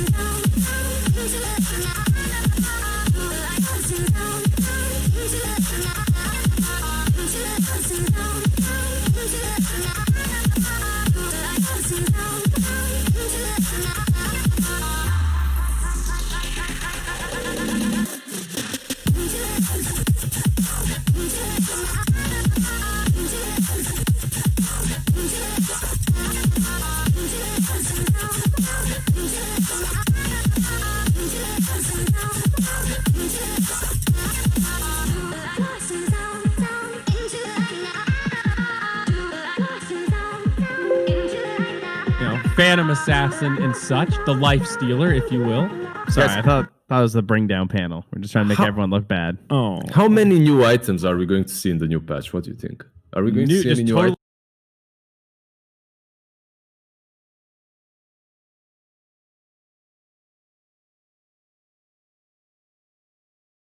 New items? It's totally new, yeah. If we see new items, it'll be 1 or 2 max. I don't think it's going to be a gauntlet of items like we had last time. I think the item kit is pretty well-rounded right now. Yeah, like what are we missing in the item world that would be unique? Now, here's the question. What are we going to lose? What item is out the window? I feel like we've lost an item every time. I think Holy Locket needs to go. This item is just way too broken. We see it way too many times. That's fair. Yeah, pretty much every game. 10 Holy Lockets. Yeah. I'm disgusted by it already. Or maybe, just destroy Nullifier so we have even less. I think Solar Crest might get a little timeout. Just put it on the bench for a while until they decide what to do with it. Solar Crest seems like a really good item right now. Every time I buy it, I'm not disappointed. That's fair. And it's been nerfed as well when you think about it, like throughout last few patches, or at least changed a little bit. I think it became more expensive, right? So yeah, you know what gets me every time is when I see the 10%. I think it is movement speed that you give someone. I'm just like, oh yeah, and there's movement speed. You just handing someone some movement speed for some reason. I don't know why. Why? But here you go. So, bans here, a bunch of position 1s taken out by Windstrike, your Morphling, your Faceless Void. Somehow Lena makes it to the second phase, but she gets taken care of alongside the Bloodseeker. Still a lot of scary heroes left. Yeah, you can ban out. Actually, Mirana already banned out, so you don't really care about that as you have Enchantress. Not that it's really a big counter, but still. And yeah, you don't really see a lot from Windstrike. You just know that they have their safe lane already checked in. Maybe you can break one of those offlane duos like Phoenix Mars. Maybe that's a good idea. There you go, Mars banned out. I like that idea because I think the other option is you can ban out some of the more like mobile position 1s, but Alliance, we all know, as you already mentioned, might go for like a position 3 Death Prophet, so maybe they still want like a Void Spirit or something for themselves. But the Slardar makes it through. The rare occasion in this meta where the Mars gets the ban priority over the Slardar. So there you go. I think it's really because that Prophet and Ench don't do Living Thing to Phoenix, and then Mars is also in the pool, so I mean, that's the scary combo. Another guy that doesn't like playing against Dispel, though. He is Sprint. It's gone. Yep. It's true. Typically, we see the Ench as a counterpick to the Slardar. Yes. Yep. Also, Enchantress is really strong in the lane, even without that sprint, right? Like, even if you don't dispel the sprint, you're still bringing a creep to the lane, which can deal with Slardar quite well. And you can combo Ench with something like, well, you are playing versus Sven, but something like a Drow Ranger is still in the pool, and then Slardar has no game whatsoever. We've seen it yesterday, actually, and I think it turned out really well. Trent really likes this hero. Tell me about the Dark Willow here, Trent. Not as much. I don't know. I'm off that hero. That was last year. That was like crit every game, Dark Willow. I was down for that. Well, I think she's a nice compliment to the Omni Knight. He's rather defensive. She's rather aggressive.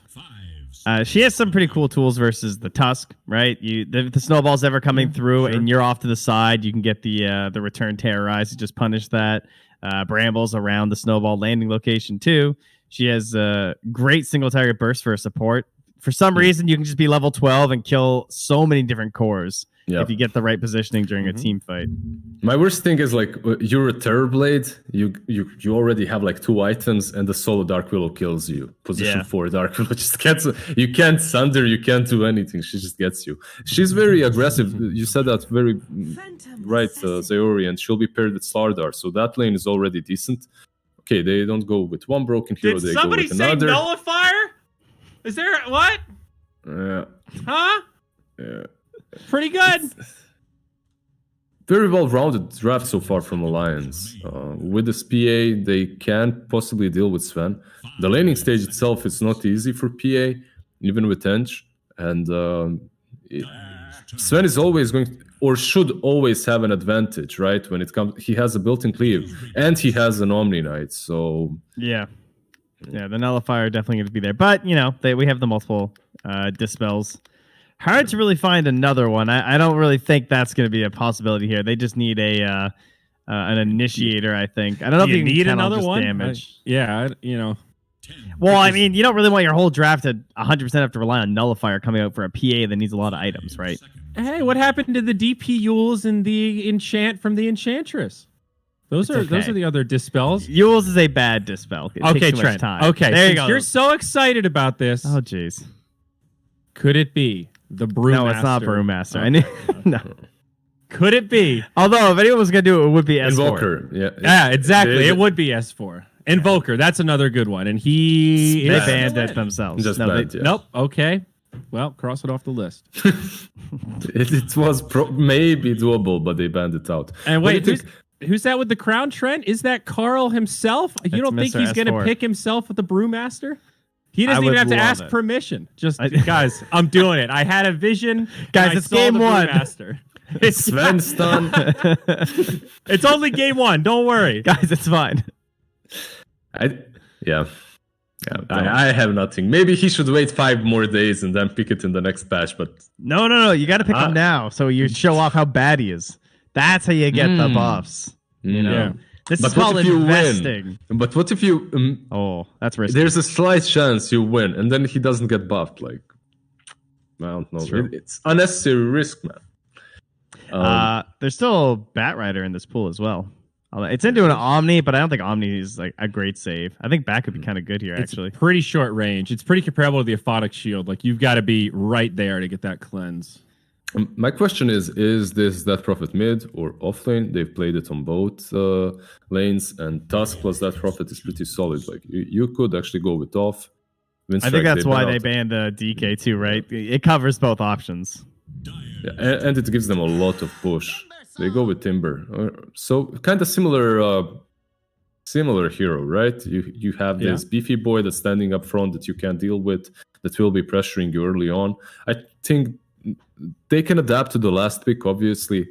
Timbersaw should do quite all right on offlane too. Like Sven and Dominate, they can't touch him literally. 5 seconds. It's a better Brewmaster. I always find myself going back. Is a better Brewmaster.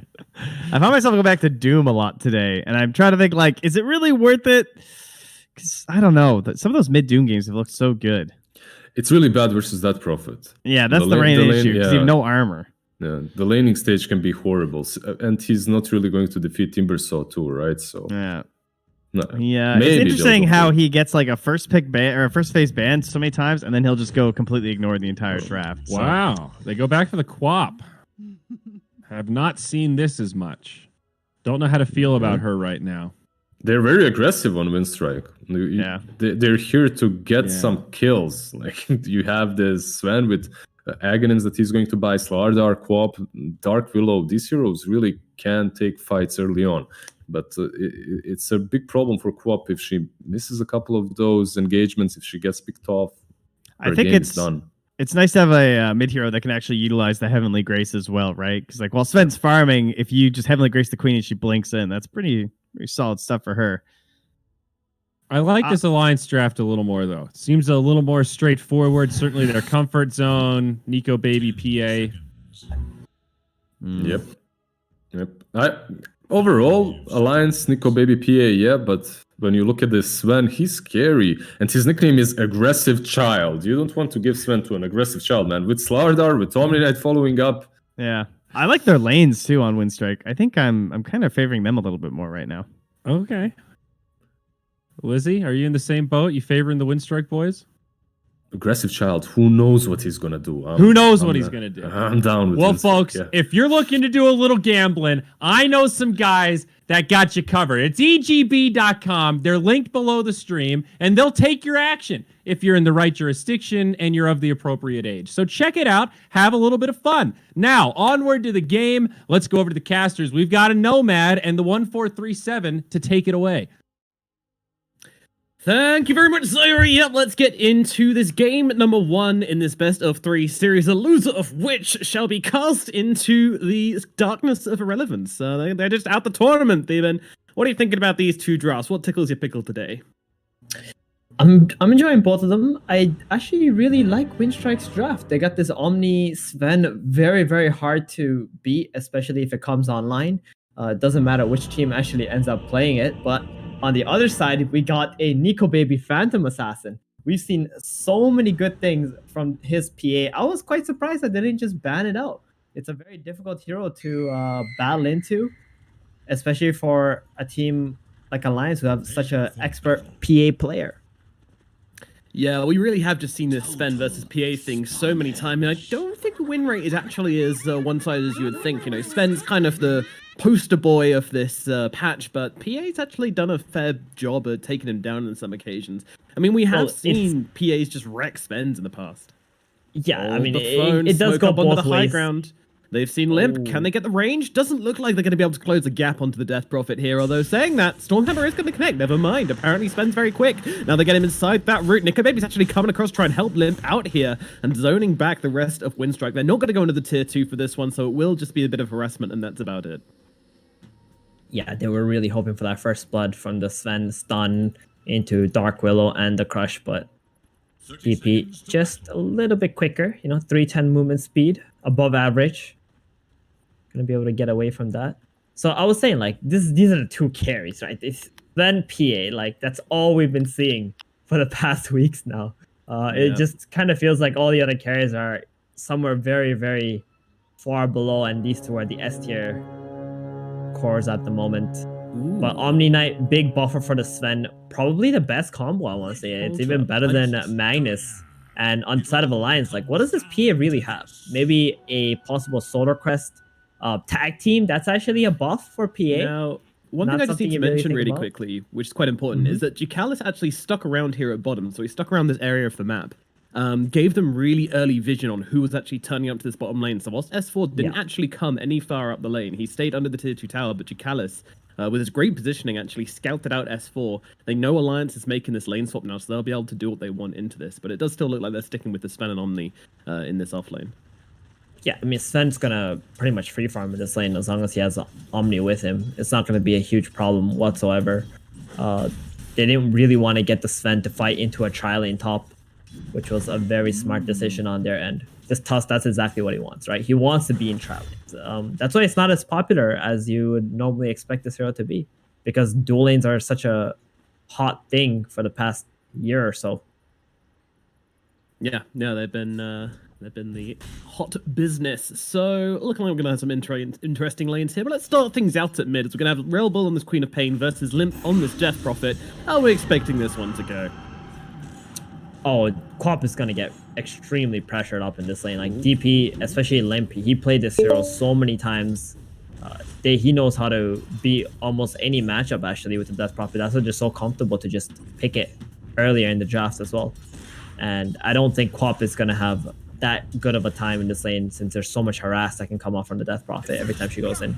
But first blood happens up in the top lane, as they will be able to drop Yamich on the Dark Willow.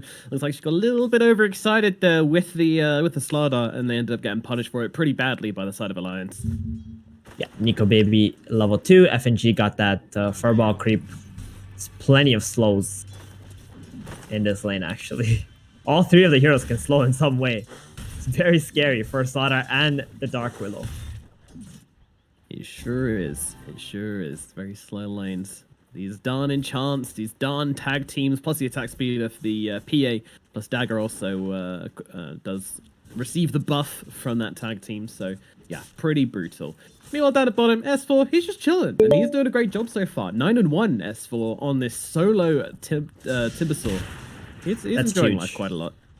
Yeah, and on the opposite side, we got a 1-0 Slardar, right? This is not a hero that can actually catch up or that quickly in the game. Where Timber, maybe he can, and it looks like he's in a lot of trouble right now, Slardar. Yeah, it's not looking too great for him right now. The impetus gonna come through. One more dagger. The job. DK Focus is gonna survive. Had that very far. Now the salve coming out from him as well, so he will not die this time around. But Alliance just threatening on this trail lane really, really heavily, and just giving Nico Baby the freest of games currently. And Yamich even come in, daring to place a sentry. FNG says no, slaps it out of his hand immediately. Get that out of here. This is our lane. And Yamich gets put back in his place. If Windstrike knew that their Slardar would get punished this hard, I think they would have just soloed the Slardar bottom against a Timber and try to trial in Alliance back. Because this is really bad. Having their Slardar only have one last 3 minutes into the game. He's got one? Oh, yeah, no. he got one. Oh, no. Now he's about to get hurt real bad. Hanskin comes in with the tag team. Nico Baby comes over, and that's going to be an easy-peasy kill. Bye-bye, DK Focus. That's a beyond free farm PA now as well, and has 17 denies in this top lane. Like, this Timber, he's got free farm bottom. This Omni just can't do anything to stop him, right? Like, the Sven, he's going to farm well, sure, but Omni, that's all he can do is like try to put out fires. He's not good at creating fires, actually. So Timber having a great old time bottom lane. High fire Omni Knight set when? You Arcana? Give him a Yeah, little this hat. hero already has immortals that I didn't even expect he would get. He's pretty balling. He's one of the heroes which hasn't played that much yet. For some reason, has loads of big fancy immortals. Oh no, definitely in the lower brackets, he's played quite a lot. I think. Oh, is it? People love this hero. Yeah, I wouldn't they know. love it. I mean, Sir Action Slacks loves this hero. Oh my It's goodness! it's his top hero, right? Got him to 5k MMR. I love that. I love that, Theban. Thank you for that. Anyways, yeah, this laning phase, it is looking very Alliance right now. I mean, Aggressive Child, he is farming, but at the same time, S4 is farming even better. And then we look over to DK Fogos, who has doubled his CS in the past couple of minutes to 2. Oh my goodness. I've never seen a hero shut down this hard in like the past 6 months, I think. That's insane. This is a core Sodar, guys. Position 3, No, it's 2 not. last hits, 5 minutes in. Oh, this is gonna be worse than a position 5 soon. Yeah, and DK Fogos, I mean, FNG's just bullying him. Just the tornado. Oh, the tornado. no. It's so bad. The slows. He can't Yeah, do and Nico anything. Baby, he comes in for the love tap too with that dagger onto DK Fogos. It's like, hey buddy, you remember I'm still laning against you. Come see me sometime. Like, that's exactly what's going on right now. Like Nico Baby is so happy. Like you don't see carries free farming this hard. Bottom lane. No. Oh god, Hanskin makes the rotation, gets a kill onto the Sven, the one hero who's doing okay. They will also bring down Decalis as well, but it looks like Purification will not keep him alive. And now in the top lane, DK Focus gonna go down. 3 heroes down on the side of Windstrike. Alliance, they are absolutely destroying this laning phase. 5 and 0, a 4k gold advantage 6 minutes into the game. Uh-oh. Got some problems here. Terrible. This is absolutely terrible. Like, you know how they could have had more farm on Windstrike if the Omni was actually supporting the Slaughter, and then the Willow was with the Sven bottom, so they actually had some kill potential on this Timber stuff. That's how they could have actually, you know, got out of this lane stage. But right now, like, Alliance are completely outsmarting Windstrike in every way. This is S4 is level 7 almost. He is living the dream, and Nico Baby, you know, he doesn't have to do anything. Like, his lane is free. He's probably playing like Tetris on the side or something. Doesn't even need to give all his attention to this game currently. He's just enjoying life. I mean, Willow will get the deny. That's something at least. Oh, and looking for a plans for FNG. Okay, first rotation from Queen of Pain. She will kill off this Enchantress. There's no way for FNG to survive this one. Rebel gets himself a little kill. I mean, it's the first one for the side of Windstrike. I hope they're celebrating this. I hope they're going, yeah, woo, we got this, a kill. Because they need every win they can get. I mean, that was an Invis rune too, so getting just a +5 for it feels a little bad still. It's fine. Limp, Exo. Oh, he just keep it in too. Like, Rebel can't afford to die here, so he's gonna instantly blink out, and this tower is in so much danger. Are they gonna get 2 towers in 7 minutes? They're bringing in Yamich and Ducalis. They want to try and fight this one. Rebel's going to get that Heavenly Grace put upon him, and they're going to try and make this defense happen as the Bramble Maze gets put down, and Hanskin and Limp will just have to navigate it and get themselves away. Still a lot of damage taken by that tower, but it looks like it will be defended. That's good. Aggressive Child also has a 3-stack here, and they're not going to let him take this. Like, he popped the God Strength. There's vision of him. That's how they knew that he was going to start this, and they're invading right now in a line. S4's just like, hey buddy, what you up to? Oh, you found some stacks? Can I join in? Oh, no, you're not invited, S4. God damn it. And he's coming in anyway. He wants to take some of these big creepies here. Gonna get stunned up. A lot of damage coming out to him actually as there's 4 heroes from Windstrike. Maybe S4's been no more than could do, but he gets the Timber Chain down to the low ground. Sonic Wave's got to follow up as well. Not enough damage as Rebel really trying hard to punish S4 here, and the Purification will finish the job. Meanwhile, Aggressive Child is able to run himself away. Limp may be in some trouble as Windstrike cast a bunch of spells onto him, but at the same time, this Death Prophet, she's pretty damn tanky and pretty damn healthy. Not a hero you can bring down particularly easily, so they'll turn their attention towards Hanskin instead as Rebel closes the gap onto the Tusk, but with Limp turning up, they're a little bit spooked on the side of Windstrike, so they're just going to let him do his thing. Meanwhile, in the top lane, Nico Baby, he's just farming. He is just farming, as expected. Yeah, but DK Focus also getting a little bit of space now. He's got a little bit more than 1 last at a minute so far. That's something for him. Yeah. DK Focus is begging on the lanes currently. So can I have some creeps? I do want to say though, S4 he played a little a little too cocky, right? He could have just used his Chakram and harass the Sven, let the Ancients also hit the Sven, and just try to wither him down instead of putting himself in such a dangerous position. Because Windstrike getting that kill onto the Quap, that was a pretty big deal for her. Gave away quite a lot of experience and gold. Yeah, no, Quap's going to be very happy with that one, and maybe kickstart this Windstrike draft into being able to actually do something on this map, because right now they don't have many options. They don't have many tools in their basket. Yeah, I just clicked network charts. I'm not very happy if I'm Windstrike at the moment. 3 supports? Pog? Yeah. It's not only that, even the Quap, like, even though she was able to create these 2 kills, it really didn't amount to a lot for herself in terms of items. They're looking for more, though. They're looking for Nico Baby. I mean, it's an ambitious kill, and it's not going to happen as a handy creep wave arrives for Nico Baby to blink across to. He's going to be able to get out easily. And his positioning is really good too, right? Like, he always understands his potential for these smokes to happen, especially since his team is playing so aggressively on the bottom side. So you just have to wait for them to react to this bottom pressure, and then he's just going to go back top, keep farming. Like, he's okay not farming for this a little bit of time at the moment, because his triangle is also kind of dangerous right now. There's no vision there for him. Doesn't really know if they're actually sitting there waiting for him. Yeah, and meanwhile, Alliance, they've got out their hammers and they are deconstructing this bottom tier 2 tower of Windstrike like a reverse IKEA. They are That's taking crazy. it down one step at a time. Enchantress, Timber, tanking it up with the armor. She also gone for the Nature's Attendance build. Not something that you normally see, but I guess it works this game since you have 3 cores who pretty much won all their lanes. Also,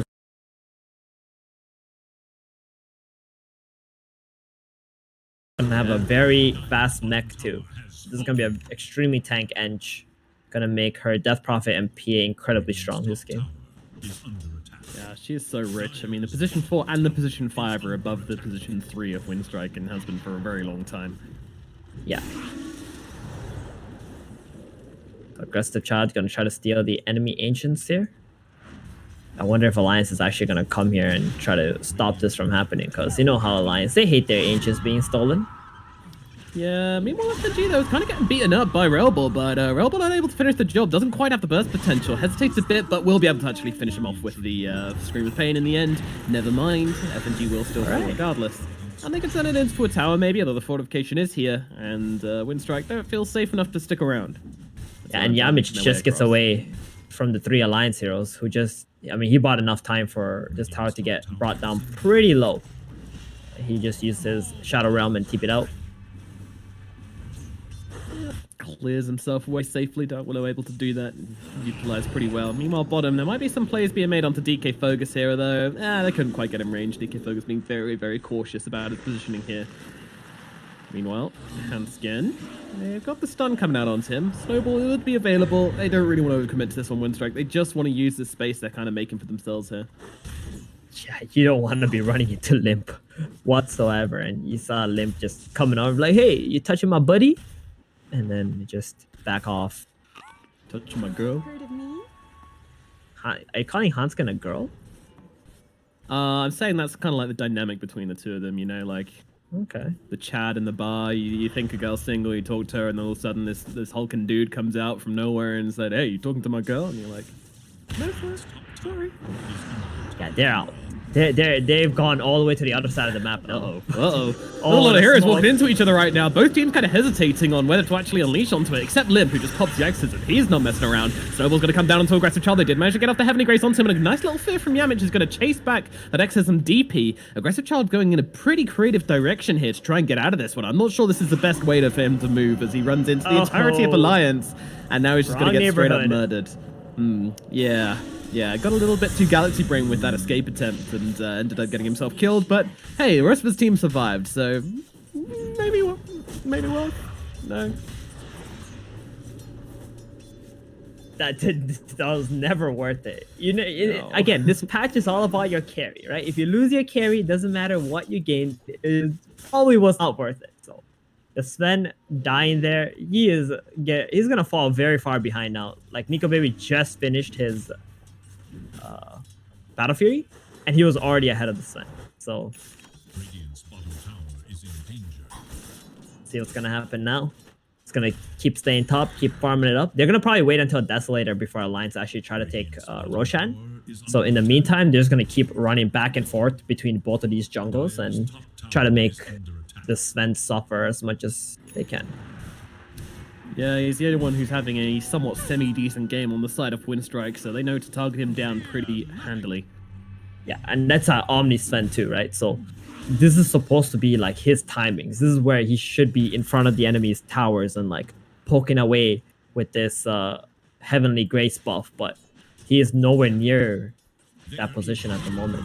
This Timber plus Death Prophet are just way too strong for Winstrike to deal with at the moment. Too tricky, too tricky, and Rebel's really been able to kind of make any plays considering how far behind they are and how farmed these supports are on the side of Alliance as well. Like one of them has Stick and an Urn and is heading towards Blink at alarming rates. The other one, and is level 7, the other one has the Enchantress, almost has mech, and a Medallion. So not easy for this Queen of Pain to make any kind of plays even with her supporting crew, as S4 getting on top of this Dark Willow, getting dropped so low, but will be able to get the TP out, makes his way back to the fountain. So we'll live to fight another day. And Bounty Rune's being picked up by DK Fogus as well, so there you go. Not bad. Alright, got 2 for 2 bounties. Right? Yeah, they should be okay with that. I'll take it. Meanwhile, dagger out onto Rebel. Rebel doesn't blink away, so the snowball is not going to connect, but the Ice certainly will. Now a punch up from Handskin. Slow and Rebel right the way down here. S4's coming across as well. They've got an Atos. No blink away for the Quap. She is going to get cut down. S4 grabs that kill. Baited quite nicely. Yeah, the Quap has only 2 levels in the blink. Went for a 3 levels of Shadow Strike build, so needs a lot more experience before she's very mobile. I mean, that being said, like Alliance don't actually have a lot of stuns, do they? That's why we see S4 going for this Atos build. Yeah, nice compensation from him, just realizing the downfall of his team and doing his best to cover it. Meanwhile, Yamage is going to get his stairway blocked by a beautiful little ice shards here from Handskin. Bye-bye, Willow. Yeah, he's playing a melee Viper. That's what he's doing right now. And S4, that's what it kind of feels like, you know? It's so annoying. Yeah. Some of these and into the Roche pit we shall go. Nico Baby doesn't even have this Desolator to finish off, but says, hey, you know what? The time is 9. Let's get into this pit. Let's take the Tejas and let's start pressuring this team.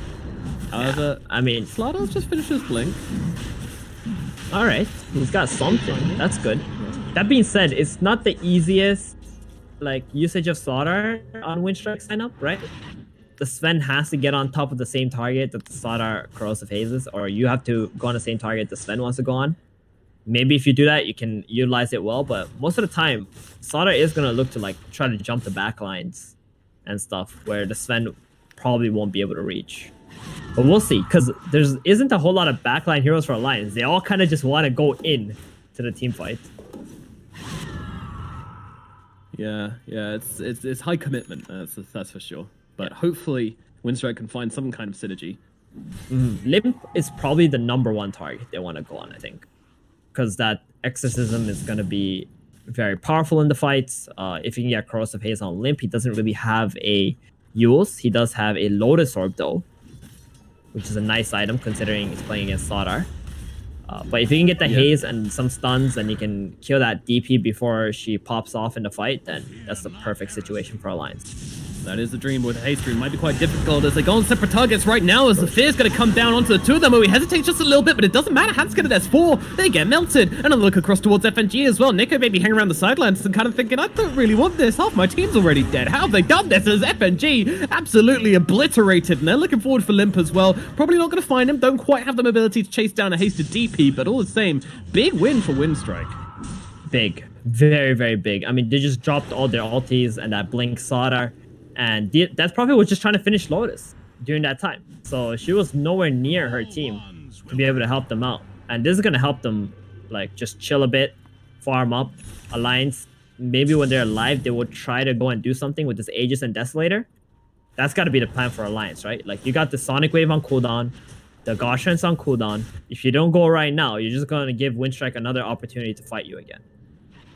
Yeah, and Jucalis is kind of just dangling his body here, like, probably not in a great position. Gonna get picked off, and there's a crit coming through from the PA. Yeah, I think he was just trying to break the smokes so the Sven can just farm the Ancients freely.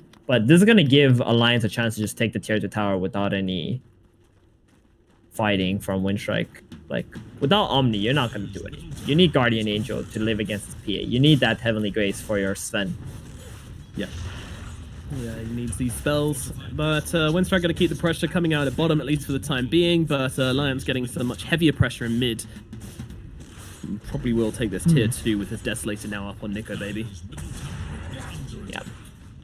Very interesting item choices. They're just going to back off first here on Lions. Just try to farm out the map a little bit more, control these jungles. Yeah, but yeah, I was going to say, like, very interesting item choice from the Sun. Like, he went for the crit, and then he's going for the Ags after.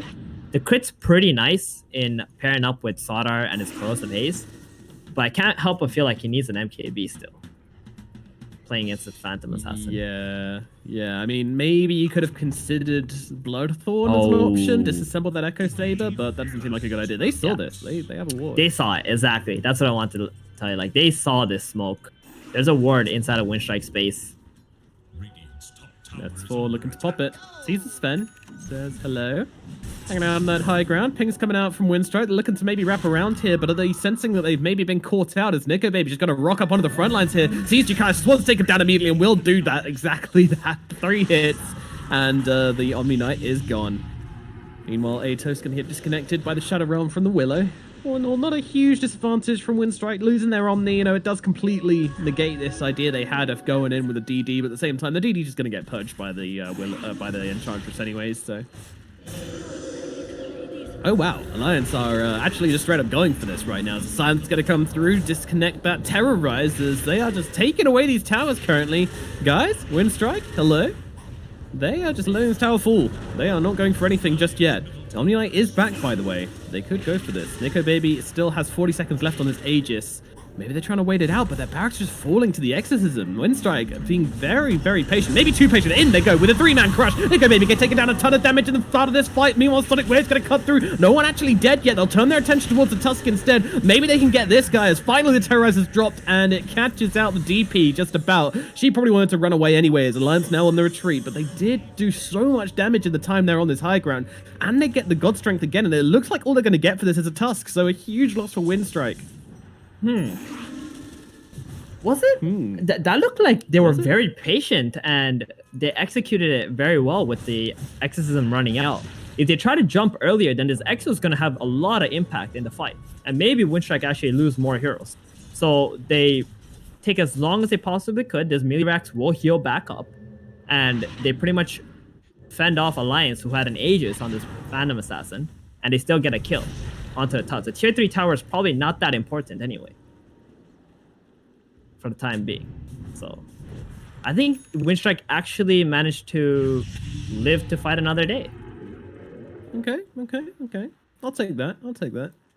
We'll see if they're able to hold on next time Alliance come for their high ground with his Exorcism, which will be 47 seconds.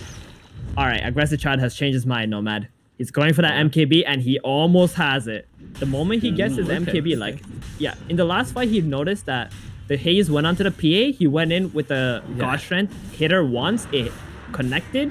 The follow-up hits did not connect, so she actually lived because of that. Now, if he has an MKB and they do that again, this PA is looking pretty dead. And with no Aegis, that could be a big threat on the board. Alliance, they want to try and make something happen, though, before they can reach their timings on the side of Windstrike. Up they go to the high ground. Once again, Hanskin immediately punching up DK Fogus. A very deep dive from him under the tier 4 towers. As Aggressive Child comes into this one, he's going to kill off some creeps rather, going for the heroes, as Rebel's going to throw in a couple of spells, but the Loader's going to reflect that dagger, but Yule's going to dodge the reflected dagger. Very confusing as the range racks go down. Windstrike, they'll stand their ground. Alliance with the quick strike in. No huge commitment from them, but they do manage to get that range back. Here it is. The MKB has arrived. That's exactly why they didn't actually commit to that last fight, Windstrike. They were waiting for the Sven's courier to deliver the MKB to him. And now they're going to smoke up. Ward again. There we go. Value. They know it's coming. That ward. Exactly. Just going to back up. But sometimes when you're retreating, you might go in the wrong directions. Let's see what happens here. And they've got that vision on the high ground now. This is already great vision out from Alliance. Meanwhile, the Sven running around, but he's silenced up. Can't really find himself a target. Moves across, looks towards the Timber Saw, reflected back into his face. He's doing a bit of damage, but not really. It's the Timber after all. An aggressive child's actually losing his health. He has to come onto the high ground, looking across towards Nico Baby. He knows who he wants, but Nico Baby blinks down to the low ground, turns around with the dagger, which crits, and they will be able to finish off aggressive child. And now Windstrike, their damage dealer, is gone. They need to get themselves away. DK Focus on the run as the Willow goes for the TP in front of their faces with the Shadow Realm. Does get out okay. And it looks like DK Focus is going to survive this one as well, but still losing that Sven is very, very unfortunate for the side of Windstrike. I kind of feel like he needed his team to follow up with him a little bit harder and stop Alliance just freely casting their spells with the vision which Alliance had. It was really tough, and now they get a silence down onto Slardar. A great little ice shards coming in, blocking them off, and now they'll kill him down with a 1,660 damage crit onto DK Focus, and now the barracks are up for grabs to the side of Alliance. The Sven respawning in 13 seconds.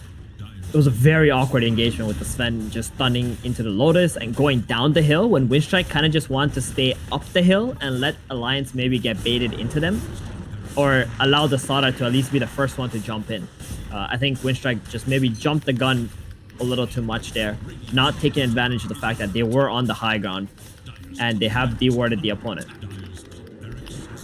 Now they're going to be down 2 Raxes, and this is looking way, way, way more difficult than it was.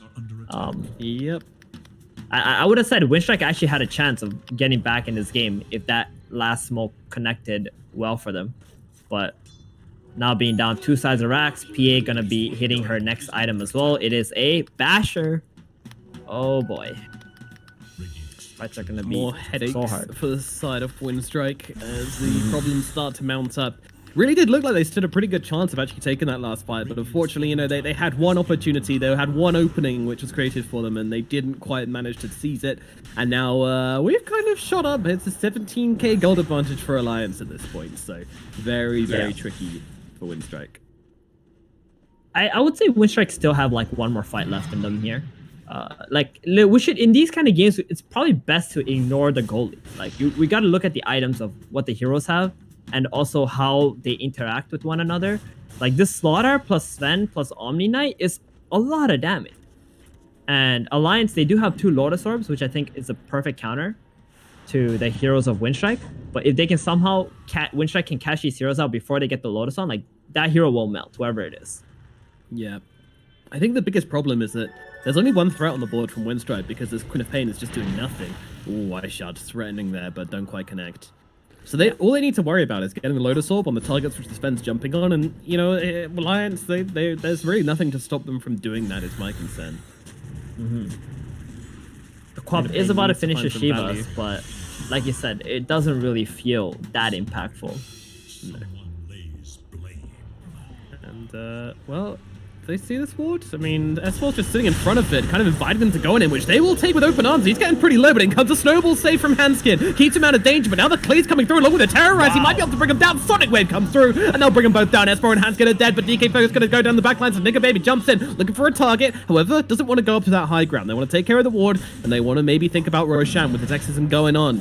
Windstrike, though, they're pretty strong. They've got this God Strength, they've got this Warcry, and they want to come in onto Limb. Limb is going to be the target here, but with that Lotus Orb on him, Aggressive Carl can't finish the job. So much damage being poured into the Sven, and a crit from Nico Baby will finish the job, and now they look forward onto the Omni Knight as well. Omni Knight's going to be the next target as Ducalis will get his life taken from him, and that is it. The GG's going to get dropped. They realize there is nothing more they can do in this game, so they will drop game number 1 and give the win to Alliance. That was that. Like it looked pretty cool with the cleaves and the damage that they had going on to Alliance, but that was a one last fight. They had to wipe Alliance and take this Roshan away from them if they want.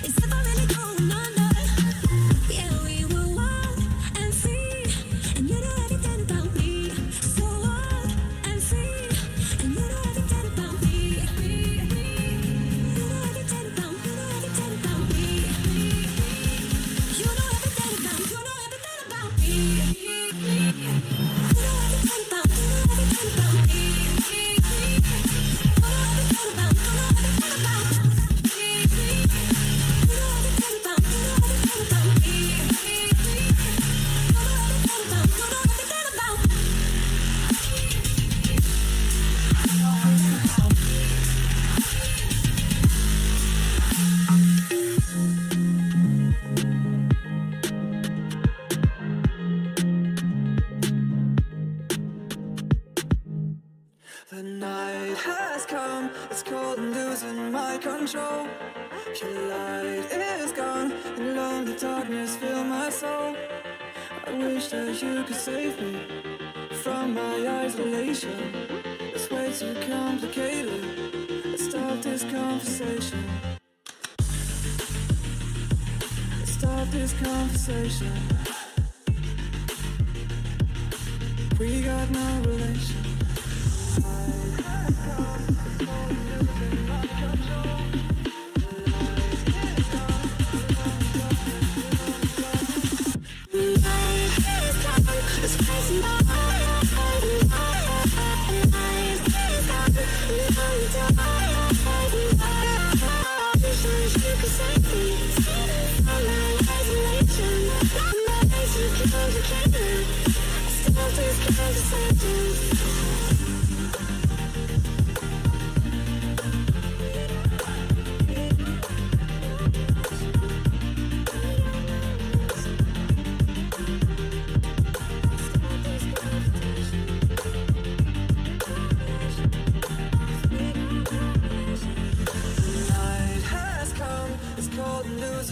Control.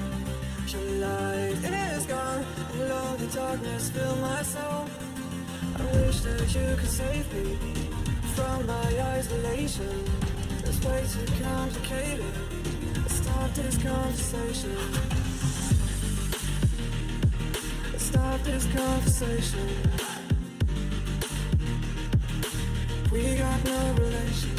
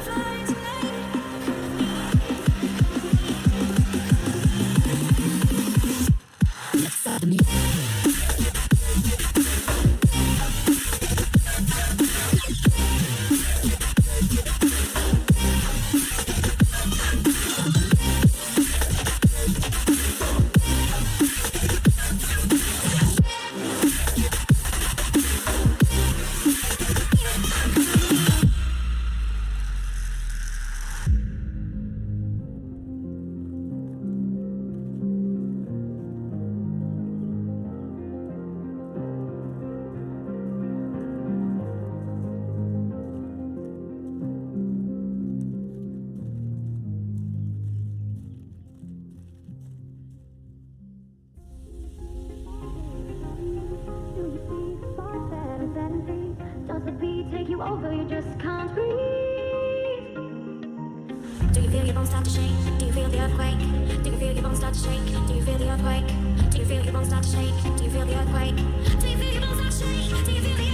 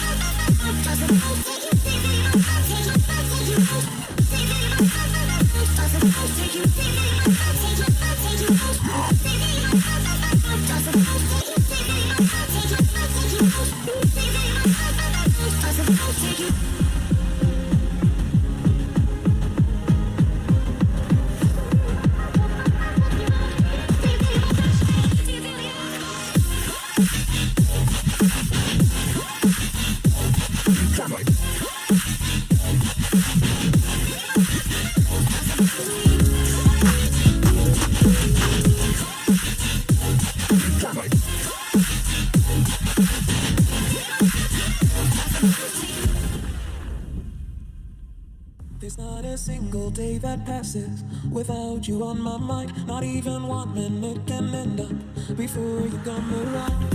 I yearn for the days when I see your face, you before me. I long for the times you held me in your arms. Whoa. I wish that you were here to give me everything I want, but I know that life's unfair and we can't always have it all. I wish that you were here. I wish that you were here. I wish that you were here. I wish that you were here. I wish that you were here. I wish that you were here. I wish that you were here. I wish that you were here. I wish that you were here. I wish that you were here. There's not a single day that passes, not even 1 minute can end up. I work for the days when I see your face, you before me. I work for the times you held me in your arms. I wish that you were here to give me everything I want, but I know that life's unfair and we can't always have it all. I wish that you were here. I wish that you were here. Damn. Yeah, that was quite the game for Nico, baby. Right from the very beginning, right? Absolutely crushed that laning stage. I was thinking that maybe Windstrike were the ones that could kind of take a hold early, and that was completely incorrect because they got Opposite. handled. Yeah. The way the laning stage went, I thought this game was going to be over much sooner, but Windstrike, they managed to Yeah, they managed to pull off a couple of good fights. But I guess that leads us to this conversation where we're a little worried for Winstrike now, because this wasn't just a purely out drafting issue, right? This was an execution issue for Winstrike. Yes and no, though. Yeah. Because there was also moments where like they did capitalize on mistakes that were made by Alliance. I would say, like when S4 went a little bit too deep at the Ancient camp, they actually punished him, got the kill there. They end up like trading and doing like fairly well in fights where they're down like 8, 9, 10k gold. So if they can do a little bit better a job of stabilizing the laning stage, then perhaps they'll do all right in the mid game. Slardar?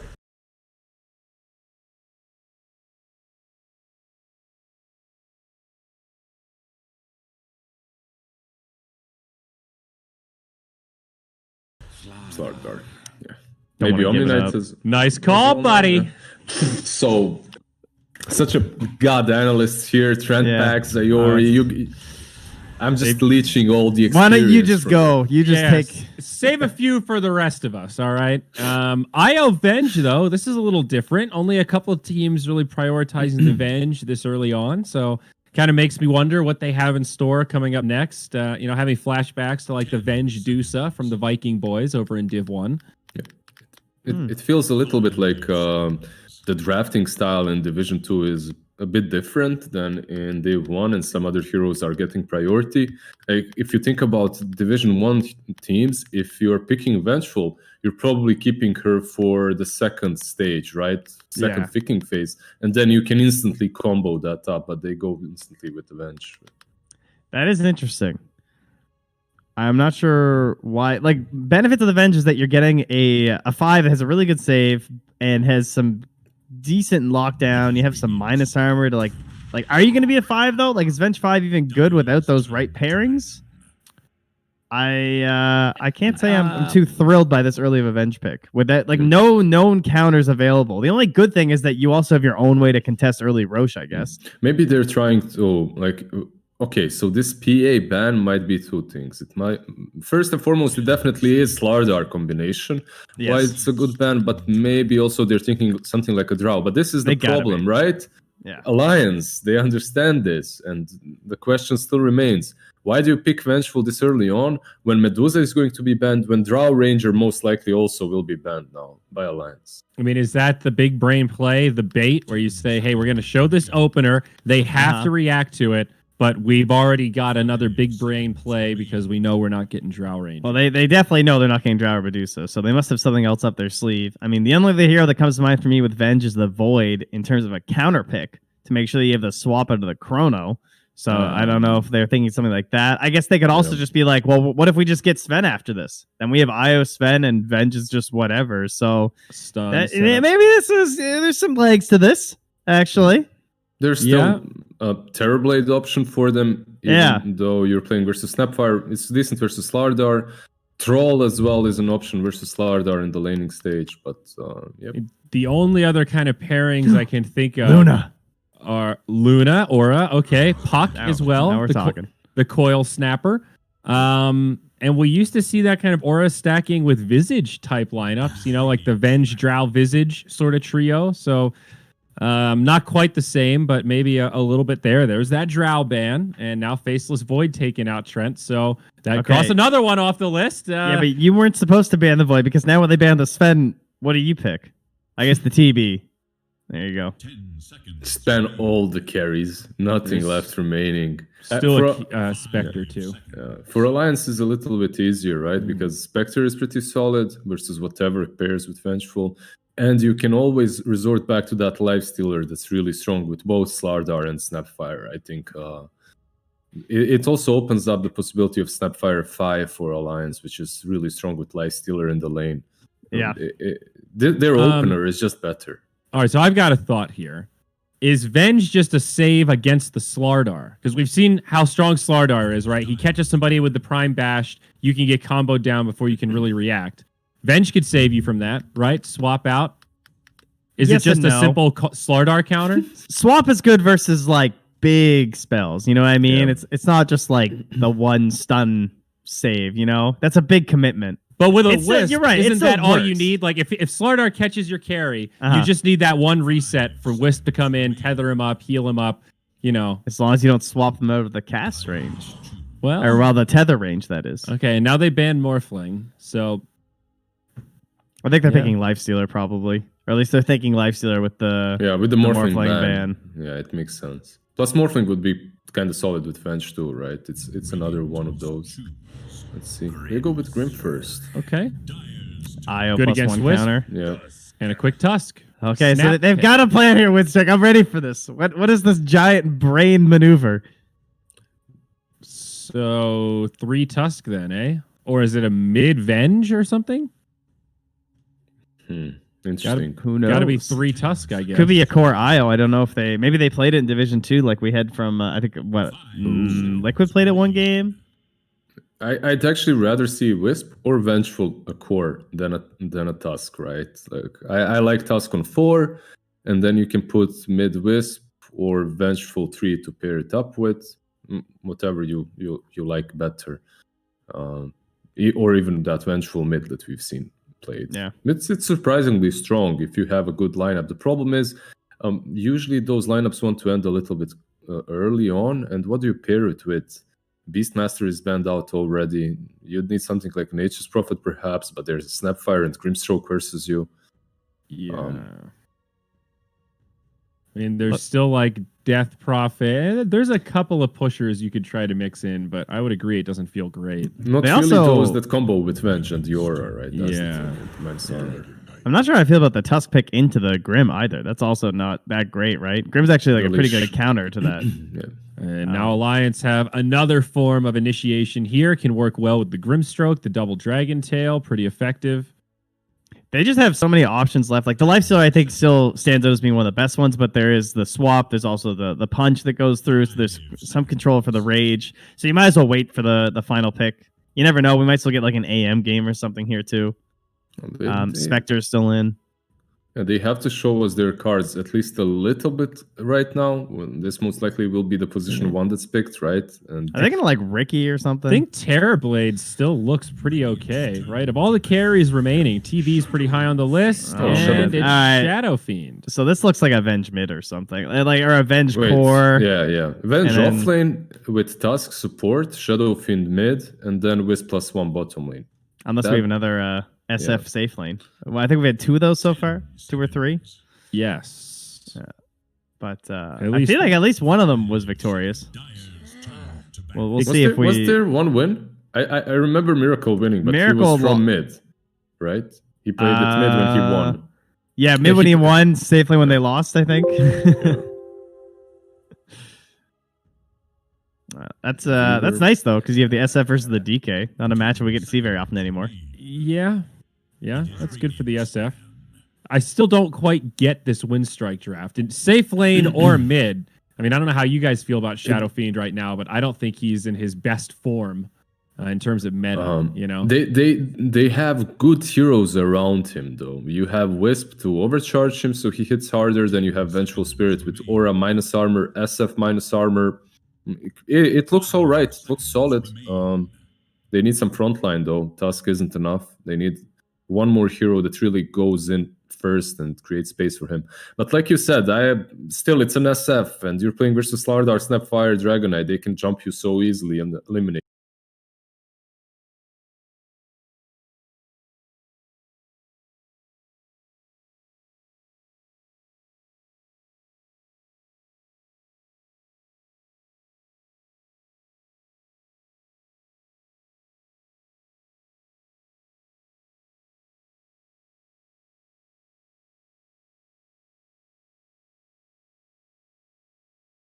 You.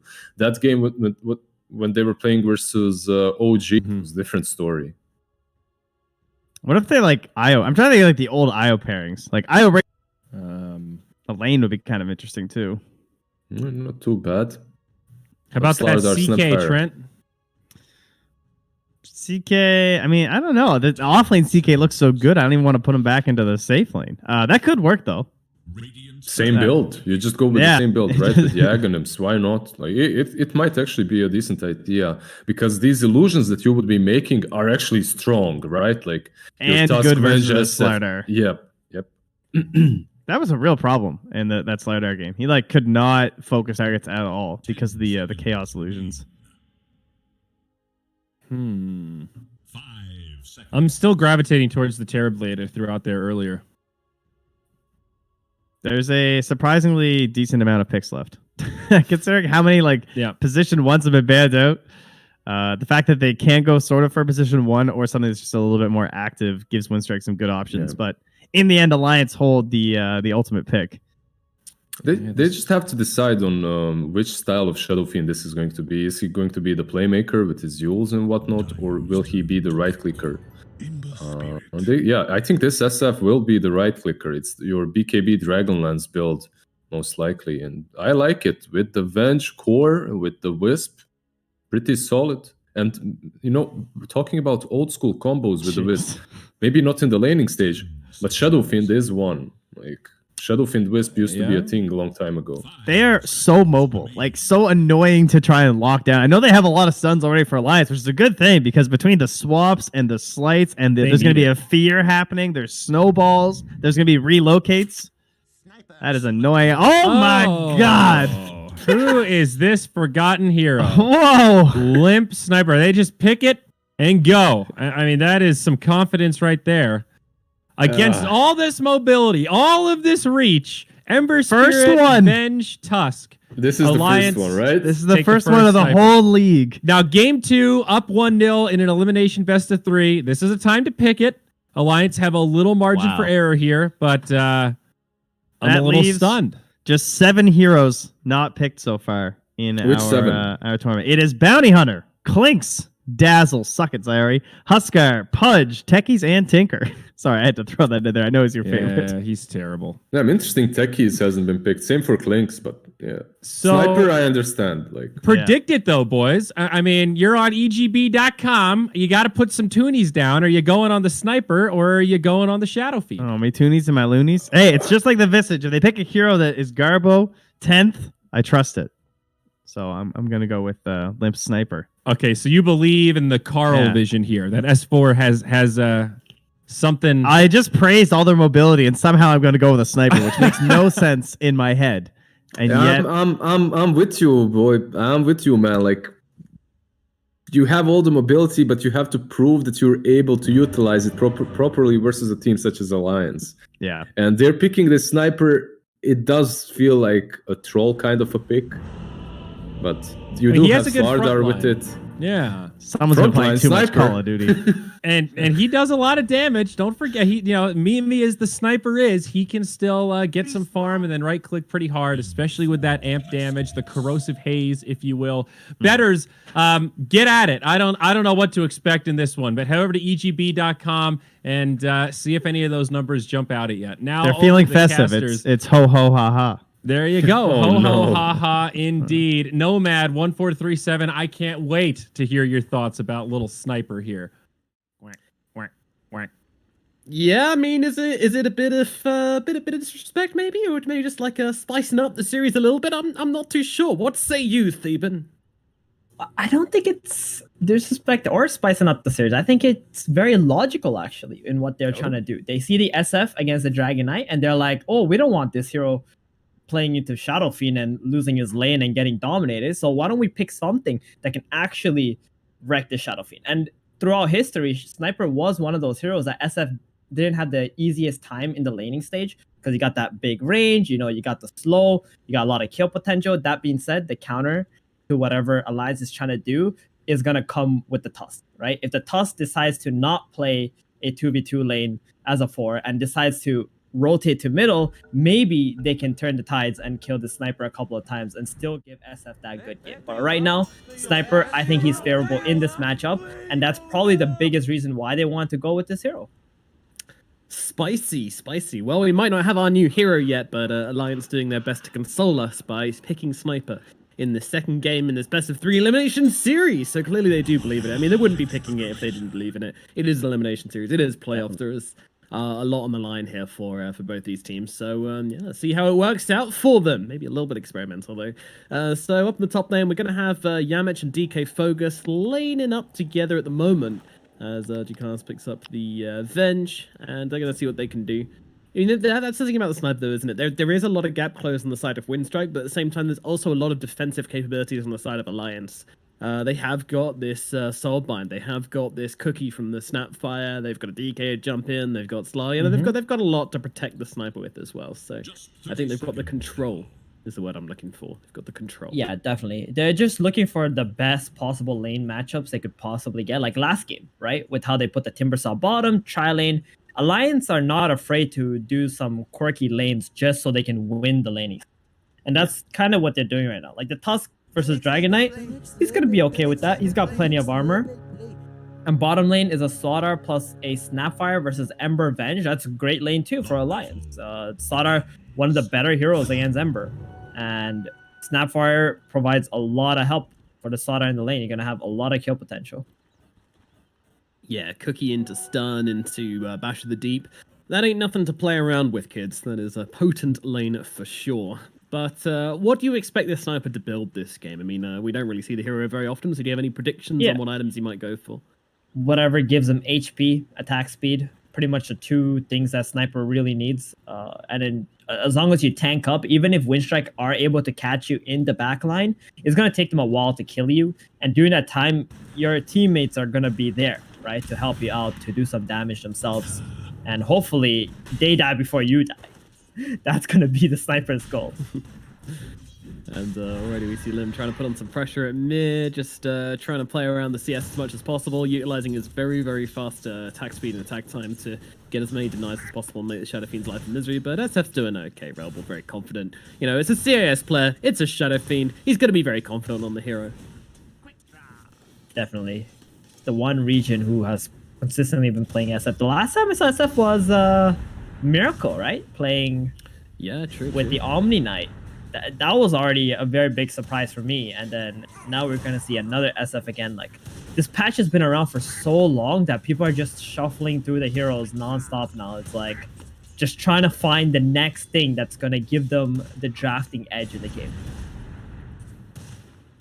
Yeah, we always have this constant shifting of metas as heroes become popular and then less popular, and someone finds something that's strong and then it gets countered, and then the heroes which are being countered become the countered hero. It's very confusing. Yep. That's why we're here right now with Shadow Fiend and a sniper in the mid matchup. Because of that. What year is this?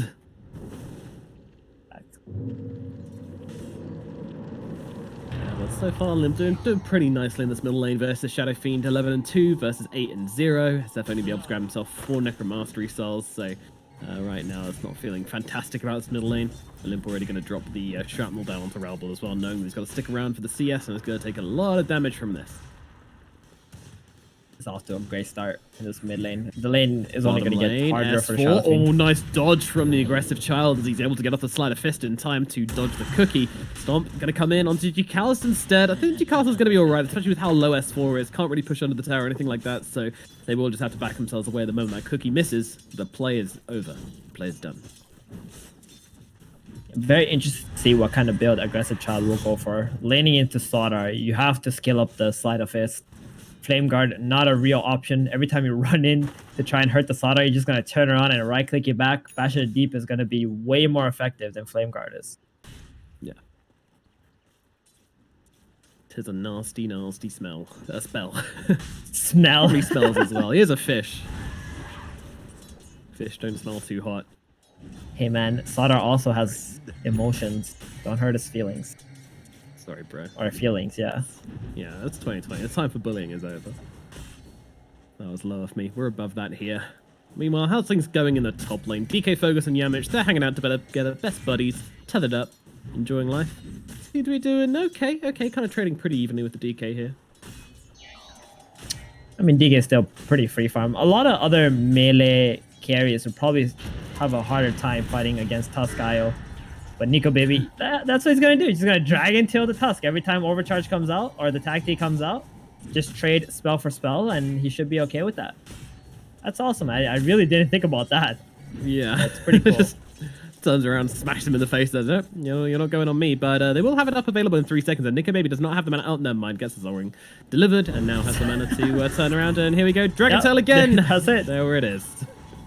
And rotation middle to the Shadow Fiend by FNG. Oh, it's gonna get him. It's gonna get him. Nice movements in from FNG on this Grimstroke, utilizing his poke, along with a sniper, with the nice positioning of the shrapnels, allows them to bring down that SF. Oh, shrapnel level 3 so strong right now, and the only reason why FNG was able to go to this top rune, help the sniper out, was because it's a Dragonite in the safe lane. That being said, he's being pressured up a bit. Oh, FNG, the savior. Mummy's home, helps him out. Now the stun comes around onto Io. Io's gonna be forced back. Nico baby feeling pretty confident. He just rocks back up into this lane. He's acting like nothing never happened.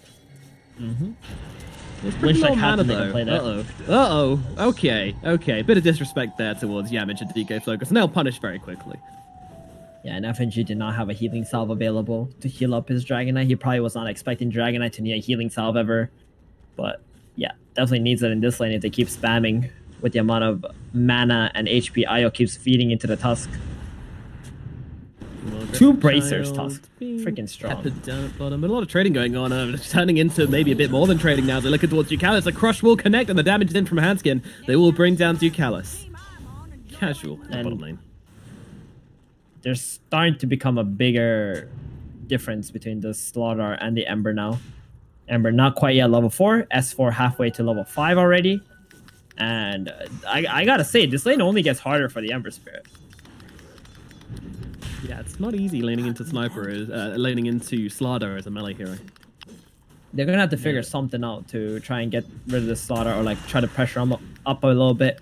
He's a very good hero to kill in the early game, so it doesn't snowball out of control. Talking about snowballs up in the top lane, DK Fergus uses the snowball to dodge out a bit of damage from Alliance. SF mid links well with that, but SF mid is in some trouble. Oh no, Limp's got him pretty much by himself. Hanskin was a neighborhood, but that was pretty much a solo kill from Limp. Big Assassinate canceled the TP of the Shadow Fiend. Maybe Rebel forgot that spell actually cancels TP. Try to TP out. Got stunned, and then he's got 3 shrapnel charges. The Shadow Fiend can't do anything unless he's constantly keeping the sniper at low health. And Limp, he's got that raindrop, which is like the best item you can buy against Shadow Fiend here. Now SF, no TP, gonna have to walk back mid, drops a ha to his team, letting them know that he's not ha-haing, he's more like crying. The laughters of tears. Yeah, it's pretty sad, but Limp's absolutely smashed this middle lane. What a sniper pick, eh? As they are dominating through this mid lane. And I just want to mention that it's nice that this Snapfire's picked up the 1-1-1 build, where he went for a singular point in Little Shredder. He's now actually put a second point into Little Shredder. As he comes in, oh my goodness, Ducalis just gets wrecked. The cookie across, assassinates here as well. Stun's going to drop down onto Ducalis. Hanskin, can he finish the job? He's got a Shadow Mask. He doesn't even need it, though. Just kills him with the right clicks. Ducalis goes down. Max Little Shredder? I love it. Is this to pair up with S4 and surely, the physical right? damage? The anti-armor. Yeah. I mean, he's gonna kill Aggressive Child right now if he pops that Little Shredder. S4's gonna take it. There we go. Very nicely done. Meanwhile, up in the top lane, we're gonna lose Nico Baby as they look forward for a little rotation there. Rebel coming into the top lane. That was good. And that's gonna refill his Necromastery cells quite nicely as well. That was very nice because the Dragonite did pop his ultimate and they instantly get a kill onto him.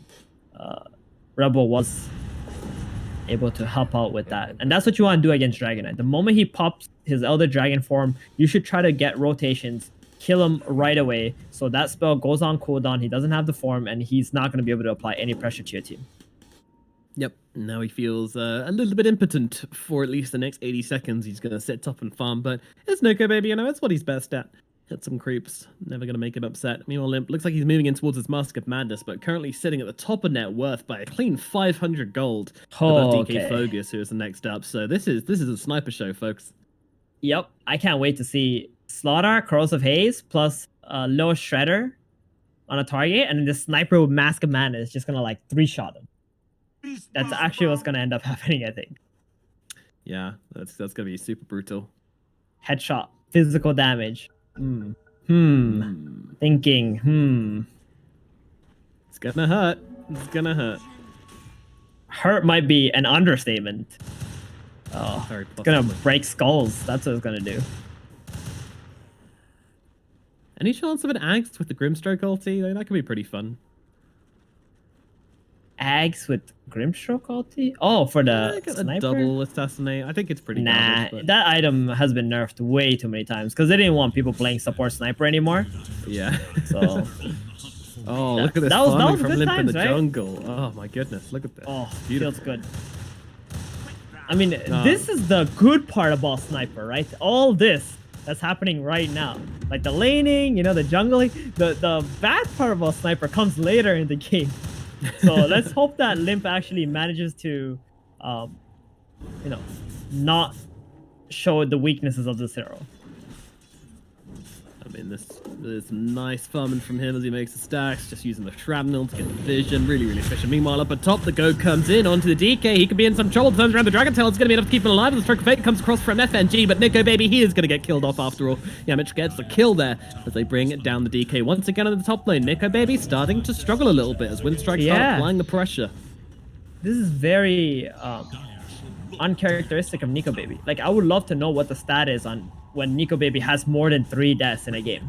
Like, all the games he's dominated, this man has like 1 death, 0 deaths. That's it. Like, he doesn't get to this point where he has 3 deaths. It's already 9 minutes in, he's got 3 deaths. So he's gonna be way more reliant on Sniper and Slaughter to actually carry him through this early game. And that might be Windstrike's opening in this game. They've done such a good job at like making sure this DK is shut down though. Yeah, they've done a fantastic job. Meanwhile, dual pressure coming out from Alliance whilst they've taken the top. Nico Baby and S4 taking down the bottom tier 1 tower, and a bit of pressure comes out at mid as well as the Snapfire and the Sniper start to push in that middle lane and get some damage down onto that tower. So, all things considered, a pretty busy time on this map. Meanwhile, the bottom tower does fall, middle stays alive. Windstrike invading the enemy jungle, seeing what there is to see, and they will see this little stack here. Might be tempted just to take this one down real quick. Themselves a little bit of extra gold in their pockets. And I'll be happy with that. Meanwhile, a line drawn from Hanskin saying, I know where these Windstrike guys are. They're waiting on the high ground. They want to kill the sniper. Let's not give it to them. Don't give them the satisfaction. Limp starting to farm up Ancients. Hanskin trying to defend middle. Level 3 low Shredder. I mean, the problem with this low Shredder is he doesn't have that much wave clear anymore on Hanskin, which is kind of concerning. Yeah, that is an issue. Oh, swap back as they jump forward onto the Slaughter. That's going to be the main target here. Ultimate pot from Rail Ball as well. Can they actually finish off S4? It doesn't seem like they can now. Swap into the Sniper. He doesn't want to be here, but he is going to be okay. And now a big Stroke of Fate coming around from FNG. Layer it up with a lovely Mortimer's Kisses. They're going to bring down one. Can he snipe him with the Kisses? Doesn't look like it. Yamage will get away, but Jukalis won't be so lucky as Limp gets himself a kill there. And that's to be both DK Focus and Jukalis dropping in this engagement. Don't forget that Tusk is a 3, so a pretty big defense from Alliance here at mid.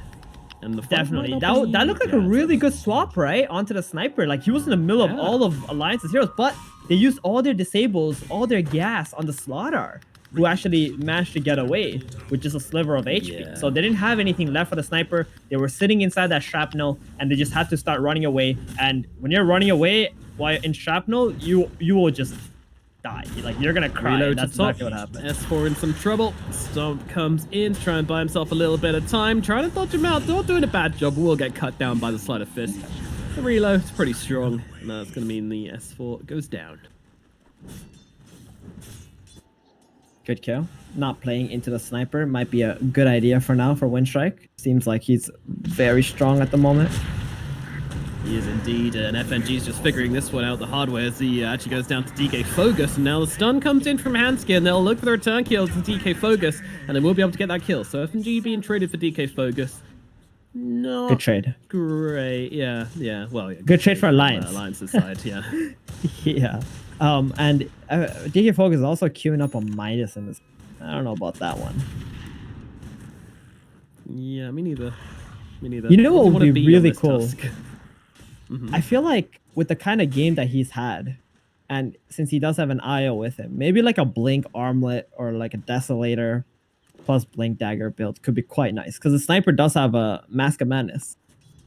If at any point you can get on top of the Sniper when he's popped that Mask of Madness and you Walrus punch him with that tag team, like, he's just going to get one-shotted. So. True enough, it's going to be pretty brutal. And he now finds FNG here, going to roll down the hill onto him. The punch does so much work as they tear through FNG. See you later. Damn. That was just, what, 2 shots? FNG, and he's got like 1,000 HP. Sniper's got 1,000 HP, but a lot more armor, but that Mask of Madness will remove a lot of that armor. So very similar things could happen to a sniper if the Tusk gets on top of him. This Tusk ain't here to play games, that's for sure. He's tearing down these supports when he sees them and is doing very well for himself when it comes to net worth as well. And interestingly, Relble's now overtaken the sniper on net worth, so Chesef just really utilizing his farming capabilities to pull ahead in this game. Yeah, I mean, the lane was terrible for him, but Shadow Fiend, the one good thing that he can do is just clear camps so quickly. He's got that Arcane Ring, absolutely beast item for Shadow Fiend. So much mana. Well, nice Zero killing Ancients too.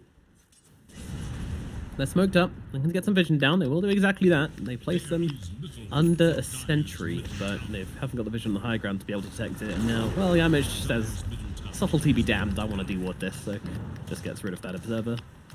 And that will be that. As far as a Blink Dagger, they really want to take this fight. Now, Limp, the positioning if they go into this high ground where Windstrike is already at might be a bit awkward, so they're just trying to wait, maybe see if Windstrike will walk down the hill instead. Yeah. But it looks like they're just going to get away. I don't know, Ducalis and Yamish still sticking around. The two supports looking very tasty here as the Inkswell's going to come down and just blow up Ducalis, and S4 trying to look for more as they roll themselves forward. DK Focus right in the middle. My goodness, Hanskin is just gone. Whoa, that was a lot of DMGs, but now the damage coming through with the DK Focus, but Yamish going to heal him out quite nicely as Nico maybe just running away from Aggressive Child on the side. He's going to keep on chasing him, but I mean, he's not really going to be able to bring down this DK. Meanwhile, in the river, S4's going to be able to run down the Tusk. Assassinate comes through. DK Focus, so turns around with a snowball, the reload out. They get him away. The Tusk will be saved just in the nick of time. Meanwhile, Nico baby, he could be in some trouble. I don't think so though. His team's got him pretty well covered on the high ground, so going onto this DK sounds pretty much impossible. But Relbel and Aggressive Child still interested in FNG here, and they're going to be able to bring him down with a couple of slights. Nice fighting from Windstrike as they bring down a couple of heroes and get themselves a good amount of progress in this engagement. That was really nice from Windstrike. That Tusk was Corrosive Haze, and the sniper literally is the only target that he hit was the Tusk the entire time. But the IO's healing, the mech, the magic wand, it kept them alive constantly. And Alliance were like, wait, where's our damage, guys? But I think they just got to change targets whenever the IO links up the Tusk. Go for other heroes. Aggressive Childwall, perfect disables. Okay, yeah, just get changed up in the middle lane. That is Nico baby with that Blink Dagger. Being able to lock him down and kill him off. They are moving into the Roshan pit currently, Alliance. They've got some big ideas. They got S4. All they need is the Corrosive Haze here. And this is why Stoddard is such a popular hero, right? It just makes your Roshan so easy. Yeah, DK Focus though, gonna split things up a little bit. Lim can no longer help out with Roshan, so it's gonna be up to Nico Baby and Slardar to take care of this on their own. And with the Wave of Terror coming through, they can't really do this anymore. S4, you're right, does not have the HP to keep on going. He's gonna get salved up. Alliance, they don't want to give up this Roshan. They need to look for an engagement, and they're gonna jump forward onto Aggressive Child. Oh no, comes out of the slider pit, gets stunned up by Nico Baby, but S4 actually doesn't blink there. Yeah. Huh. That might have actually been a kill had he got the stun off first. Was this blink on cooldown still? Not sure it was. Too sure. Yeah, I didn't get to see what happened there. Yeah. Still, Slardar couldn't come in for the engagement, and that means they'll get themselves away. Roshan still on about 3.5k HP, so still healthy enough to, you know, for no one to be able to really jump in and just steal it. Although Windstrike might just try it anyway. They're smoked up. They're looking into the pit. They got the tag team. That's a good spell. It is indeed. FNG is going to poke in forwards. I mean, both teams have very good vision inside the pit, especially Alliance with his shrapnel. And two heroes on Windstrike also have plate mills now, so that's going to cancel out Corrosive Haze. It's going to be very nice. Smoke up. Lions, they're a little bit sandwiched here, so they need to be really smart with their engagement. They're going to go onto the back. They're going to try and find Ducalis. A nice easy kill into the Venge, so they'll be able to bring it down with relative ease. Meanwhile, the ultimate from the SF going to force back the side. Lim trying to get himself away, but DK Focus, he's on him like a rash, trying to take down the sniper. Everybody on the side of Lions trying to turn around and deal with DK Focus. A beautiful charge comes out, though. Lim's just being peppered, but in come the kisses. Can they finish off Lim? They're trying to get to him, but they can't fight through the entirety of Alliance to get this kill. And now they're going to lose Aggressive Child and DK Focus. Yami's trying to get the TP away. Not going to happen. Cancelled out by the assassination, and now Rebel's gonna drop as well. It's a full 5-man team wipe from the side of Alliance. They will lose everybody on Windstrike. There were so many other low HP heroes for Alliance, but Windstrike, like, this Tusk just tunneled into that sniper. He did not care about anything else. He did not care about what's happening to his team. He just went straight for the sniper. Limp doing the perfect job of just pretty much running away. And the rest of Alliance heroes just did what they had to do. Kill Windstrike. They're just running past him. S4 had like, what, 100 HP and it was next to the Tusk? But, like, no, I want this sniper. That's it. Yeah. Nobody else. He only had eyes for one man.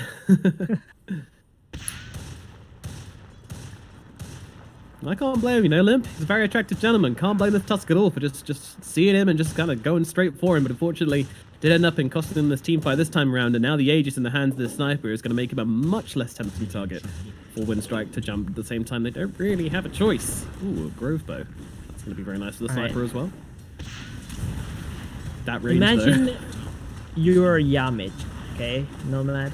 You're this IO, okay? You're playing inside of this IO, right? And you see your Tusk just going in, chasing the sniper past everyone, and you have to tether him. You have to help him. Oh no, yeah. Tell me, what are you feeling right now? Dread, fear, depression, well, not loneliness. That's one thing I'm not feeling, but just about everything else. I just see this IO behind following this Tusk into complete danger. 4 other heroes of Alliance surrounding you. And you just don't have any other option. You gotta sacrifice yourself. You gotta go with your brother who decides to just run in like a maniac. Please, Tusk, I don't want to go in. You have to kill the sniper, Aya. Come on, Yamich. I don't want to. He's still quite tanky though, like on this Tusk. The only problem is he doesn't got that blink dagger, you know? I really feel like this blink would have been the big thing that would allow him to just get on top of the sniper as a surprise, you know? Like, yeah. If he snowballs in, it's pretty obvious it's coming there. Yeah, and they got Cookie, they've got 4 staff, you know, they've got the capabilities to save Private Limp, so you do need that snap initiation to jump in and blow him up. And if you're looking for a good way, then a good segue, then another great snap initiation is it's going to be the Snapfire again, the Axe, which she's very close to. That's going to be a projectile Slada coming at you, a million miles per hour. No one wants Is he going for the Axe or the mech here? Got the point booster, so but also has a buckler. Okay, yeah, he's gonna go for the Axe first. I mean, that's such a good item for the Slaughter. I like it. Yep. Game has slowed down quite a bit with the Aegis being taken by Alliance. Their lead not so big, and I do think Windstrike they are gonna be able to fight in this game, like mid and late game. They got pretty decent heroes. Yeah, I don't think we can ever really count Windstrike out of it, just because, you know, their draft, it's strong. They've got a lot to offer. It scales very nicely. They got good buffs on their team. IO, Venge. Yeah, even the tag team, you can consider it. But the Sniper's going for his first big item. That's going to be the MKB he's looking for. And that's going to help him do some serious damage in these team fights. Meanwhile, looking in towards the mid lane, S4 kind of playing around with Aggressive Child, just kind of throwing some spells at each other. Bit of flirting in the mid, but no real commitment from either one of them. Nico Baby. Ooh, it's not going to find the stun. He sees the hero's top and he's like, all right, I'm kicking these guys out of the triangle. Yeah, S4 starts it off, and now Nico Baby looking to continue it on, but with the TPs coming out from the side of Windstrike, largely back themselves away, so they can turn their attention towards mid tower instead. Dragon Form just getting a couple of poisons up in this tower, gonna do so much damage. Alright, DK Focus heard us. He has switched from going for the straight Lotus and has bought a Blink Dagger. Alright, let's go. Let's jump on that, boys. Ducalis gives his life for the greater cause as he swaps Aggressive Child out of danger. As in comes DK Focus, trying to blow up S4, and they will be able to do that, but DK Focus getting pretty low. The double silence coming out from FNG and doing a load of work, but at the same time, Rebel's going to be able to take down Nico Baby, and now popping that ultimate to scare off the Snapfire, cancel the ultimate, and save Aggressive Child. So a very interesting engagement as we trade the DK and the Slada for the Tusk and the Venge. Got to be considered pretty good for the side of Windstrike. Huge win for Windstrike, right? Like the Shadow Fiend just got these really 2 big kills, especially with Nico Baby dying, and then they defended off the team who has the Aegis. So Limp just gonna have to go back into the jungle, farm. That means Age is gonna run out. And as soon as that happens, Windstrike, they got an opportunity to just smoke up and now find a sniper and kill him. Because the Tusk, Ember, they're getting to that point where, you know, Sniper's not gonna be able to get away from heroes. Yeah, he's got to get his legs on, and well, you know, it's about being really well positioned in the fight, and it's about making sure that, you know, if they do go for you, then the rest of the team will be able to get off their spells and kill those heroes like we saw previously. But yeah, Exactly. it's a much scarier situation. What do you expect to see after this MKB? Oh, he needs something defensive for sure. He might even want a BKB or something, I think, because this Shadow Fiend Fear from his Requiem is quite annoying. The Snowball is annoying. The Searing Chains, these are all things that will get the Sniper killed. So I think he has to go for a BKB. Okay. I'm gonna expect definitely BKB. I wasn't gonna say anything else. He's now queued up the BKB as we both predicted. Meanwhile, S4 getting dropped by Aggressive Child. Down goes the Slaughter. 40 seconds to the grave for him. It's gonna keep happening. I think S4 is actually starting to fall off very heavily. Like, he's got 7k net worth and he's queuing up a BKB. I feel like he needs like a plate mail or something, because this tag team is gonna keep destroying him in every engagement. Yeah. Oh, So I'm reduces the actually armor starting to get worried for Alliance here. I think Windstrike are actually getting ahead in this game. I'm just looking at all the items that they've accumulated so far and how strong the Shadow Fiend is with the Venge and the IO buffing him.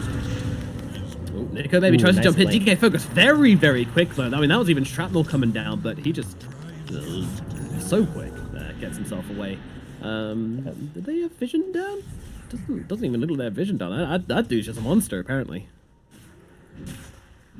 And a reload down to bottom, just getting that SF into the bottom lane, taking that wave, pushing it out. One of the really nice things about IO is that you can do this. However, there's a ton of pings coming down. That's very aggressive pinging from the IO, saying, guys, there's something going on here, and he's just going to TP himself back by himself. Doesn't want to bring the SF in case it was a bit of a trap being set by Alliance. It wasn't a huge commitment from them, but they're still going to be able to bring down this Venge with relative ease. So Rebel waiting on the high ground, going to cook up that ultimate and drop a big fat one onto Alliance's base. S4's going to be the one who dies very, very quickly, but Hanskin and Limp in the backlines doing a hell of a lot of damage. You got to take down this artillery as they take down two heroes, and now look across for more. Rebel with the 4-staff away should be safe, as well as Yamich and Jakalis making their way through into the backline, so both of them will be able to get out of there okay.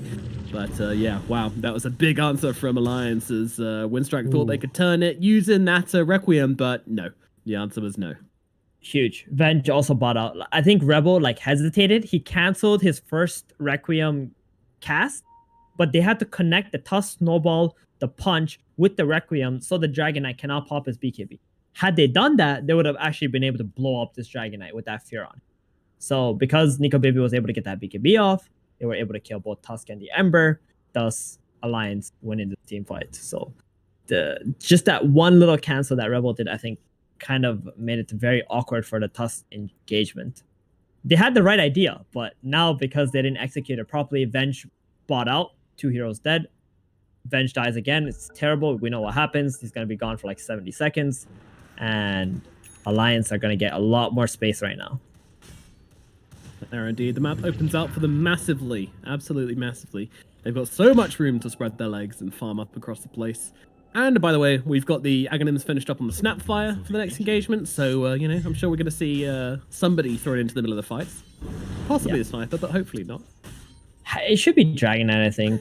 They can't even toss Slaughter in. He's just so weak. He's just dying every fight. Snapfire even has more net worth than him now. I don't know, man. I want to see the projectile snipers. Alright, sure. Throw a sniper into the middle of the fight, pop your BKB, shrapnel on yourself, come at me, dude. I would have to report Hanskin for 3-2-2. You know, that's it. Please don't throw your sniper in. You never toss a dwarf. Yeah, it's no longer Tiny Airlines. Snap Airlines is. I'm never riding Snap Airlines if I see a sniper getting tossed in. Just telling you. Refunding it to your membership. Well, right now we're just kind of farming up some tier 3 items, and it's going to be a chance to equip the sniper, which he's going to like an awful lot. That's huge. That's huge. Dude, this sniper can attack you like more than one screen away now with that quiver. That's a lot of damage with the active too. on take aim, it's actually insane. Yeah. Crazy. And it looks like Windstrike going for something here. They smoke up, they shove their heads into the pit, just see if Roshan's chilling out just yet, but he's taking his time. He'll be back in a minute 30. So they're going to make the big wraparound plays here in Windstrike. This is what I love to see. If you make these wraparound plays, you find the backlines. That is how you can take Limp. fights super easily. He's in the front line. Is indeed. They see him. Can they jump him in time is the question. The 4-star away. He's going to get himself out. Meanwhile, they'll jump instead to the side as they see the DK, but DK is absolutely fine. Aggressive Child, meanwhile, just looking to zone out Hanskin and S4. Meanwhile, on the front, well, they're going to be able to drop the IO as Sniper just pew-pews away at him. Meanwhile, Aggressive Child coming in deep onto 2, gets them both. They're brought down. Meanwhile, Limp still doing the damage. He takes down another here. Limp is just taking down anybody he wants, completely uncontested in this engagement. Now look across to Nico Baby on set inside of Windstrike, but the Sniper is chasing forwards and might have just found himself another engagement. Nico Baby jumps back in, re-engaging with the help of his other teammates, and they will be able to bring down DK Focus. It's an ultra kill for Limp as they will TP themselves away on Relbal and the IO. Messy engagement from Windstrike, though. They couldn't find the opening they were looking for into that Sniper, and the moment that doesn't happen, your team fight's gone. Yeah, they didn't have the word on the high ground there when the smoke broke. That was very bad, I think, for not to do that. And then the Sniper was pretty much free hitting the whole engagement. Right? Ember went for the Slaughter and the Snapfire. Shadowfiend was hitting the Dragon Knight a couple of times. And then Limp was just like, okay, I guess I'll just stand here and just right-click people. Yeah, he's having the dream Sniper fight, that's for sure. I mean, it was really good that what the Ember did was able to bring down 2 heroes pretty much by himself. He did so much work, but at the same time, the Sniper was able to kill off the IO, and yeah, once that IO was dead... Sniper brought down your whole team by himself. Yeah, pretty much. Okay, that's fair. Yeah, this quiver was such an insane pickup. Oh no, the telescope as well! Okay, oh my god. Sniper a bit of an overkill, but the fountain now. it still helps, actually, even though it is a bit of an overkill. Doesn't even need to leave the base. Yeah. His attack range is longer than his vision range, I think. At night. Oh. Crazy. Yeah, he can hit from a very long way away. I always want to see them just like shooting heroes in their vision, just because it's going to be so far away and not even going to realize where it's coming from. And now they jump in. Oh, that is one dead little Tusk. See you later, my walrus friend. And now they've shot forward from the Snapfire. They'll see this IO, look at the TP back in, and I think this IO is not going to be bringing any acquaintances with him. It'll be a solo IO. Put to death. Although they're looking for the +1. They find Eucalyptus in the back. What does he do? I was trying to be that target for the IO to tether to. Alliance just read them like an absolute book. Yeah, and now that's a dead IO without a buyback, and Aegis gonna go to the Sniper once again. Oh, dearie me, folks. Have you seen what Limp's score is this game? Oh, okay. 14-0 and 11. Yup. Just bossing it up. He's a content little cucumber, isn't he? Owning. I just can't. I feel like Windstrike just missed the opportunity to be able to like kill him when he was weaker. I mean, this Tusk bought a Midas, right? If this Midas was a Blink Dagger, they might have actually got a kill or 2 on him already, which might have actually changed the outcome of whatever's going on right now. It's actually kind of insane just looking at the heroes and looking at the fact that they've got a Sniper and the fact that the Sniper hasn't died once. I mean, that's just madness. That is just absolutely crazy. Yeah, he's done a great job at just playing this game to not die to Windstrike's close gap close abilities and stuff. Now the tier 3 shall falleth as Lions break the high ground. Though DK Focus comes in from the side, trying to blow up the Sniper, not going to be successful. This is an Aegis Sniper as well, so really huge overcommit from DK Focus. He's going to lose his life. Buyback from him though, as they're trying to run around with Aggressive Child. He's running out of HP though, and the range from the Sniper is just insane. So they'll be able to run him down with right click from Nico Baby, and now wow, Baker crushing from S4, holding both IO and the Shadowfiend completely still as they get taken down by the kisses. Mortimer will do them well as Rebel's going to drop DK Focus as well. Another ultra kill for Limp, and they will call it here, folks. That is a GG coming out from the side of Windstrike, as Lance will be able to finish the series with a clean. clean at 2-0, the cleanest of 2-0s. And even with a sniper in their bag, they were able to do it with style. We saw it. The sniper versus Shadow Fiend worked out really well for them. I think laning stage farmed fast.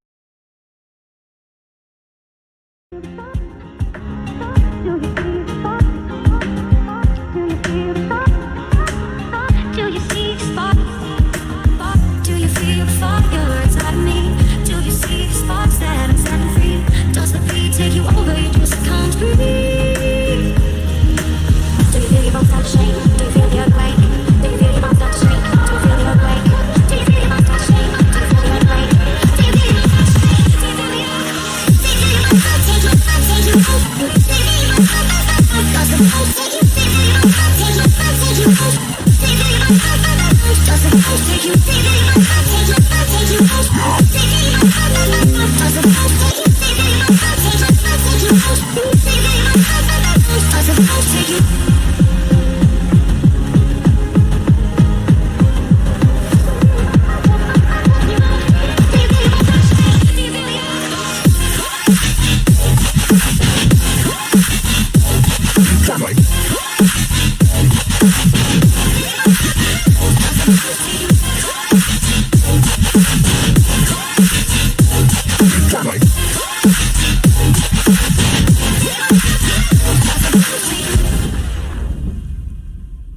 There's not a single day that passes without you on my mind. Not even 1 minute can end up before you come around.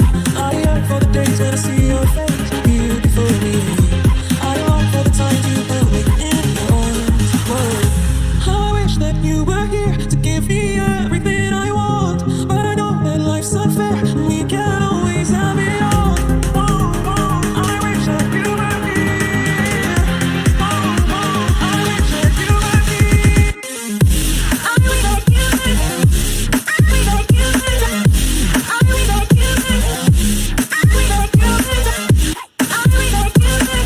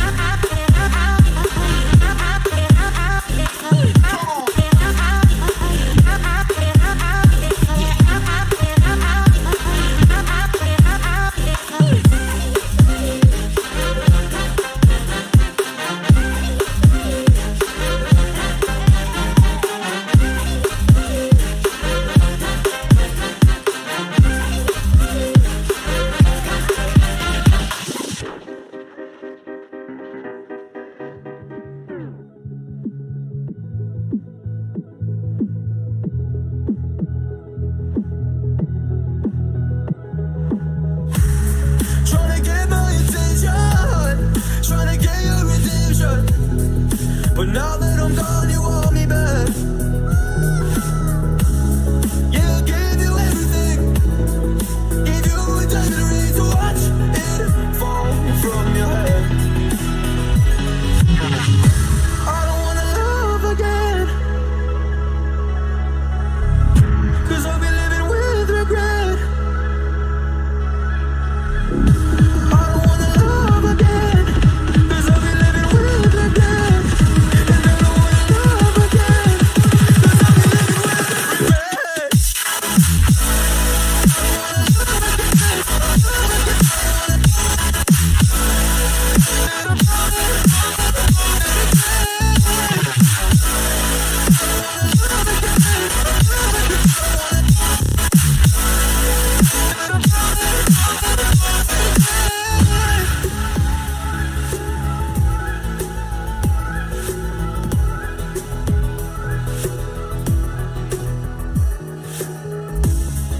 You came back to me, I don't trick or treat, don't knock on my door, don't want you no more.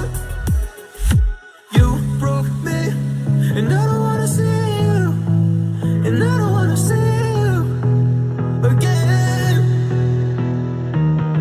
No, just trying, oh, don't deny the fact that there's everlasting love.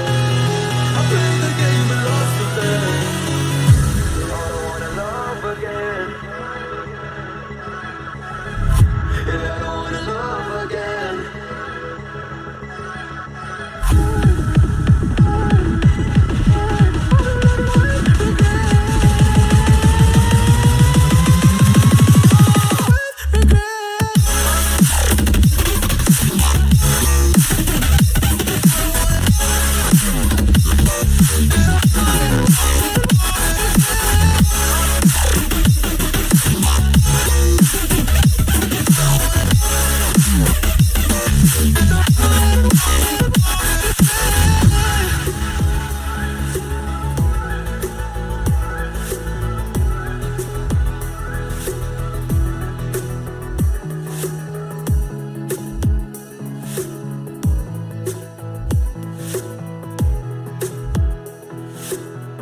Cause I'll be living with regret.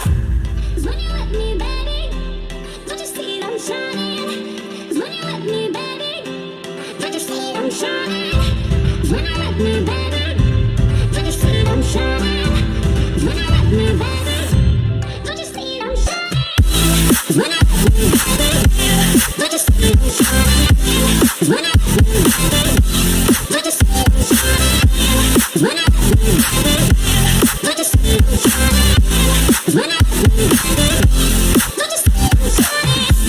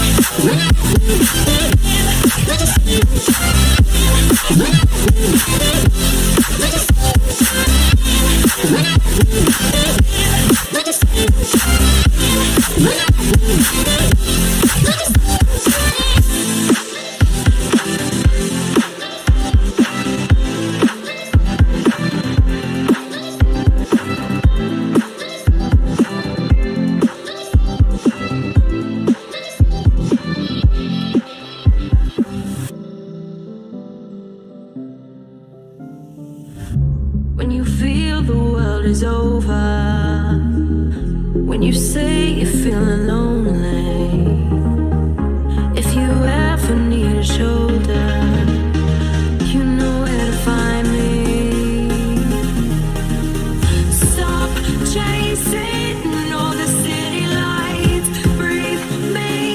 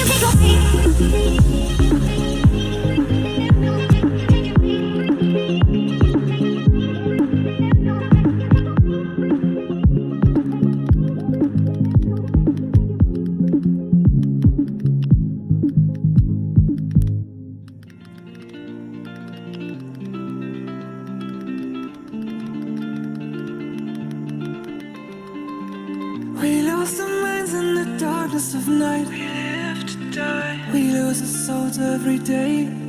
We lost our minds. We don't remember what's wrong and what's right. The world is dead, but we stay. 'Cause we are born as living fights. We live to die. We live to die. And we're surrounded by the night. We live to die. We are shadows in the neon light.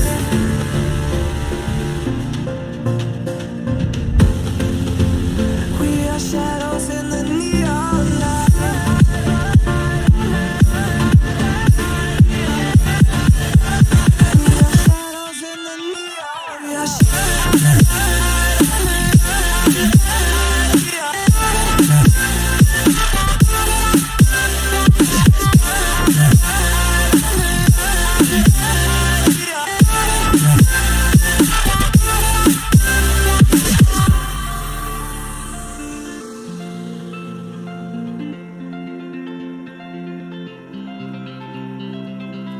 We are just shadows.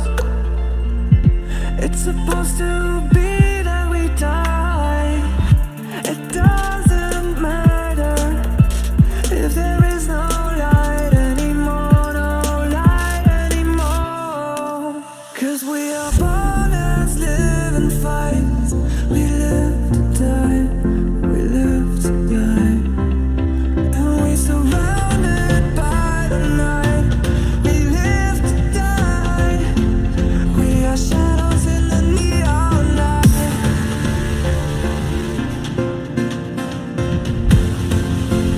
We are shadows in the neon light.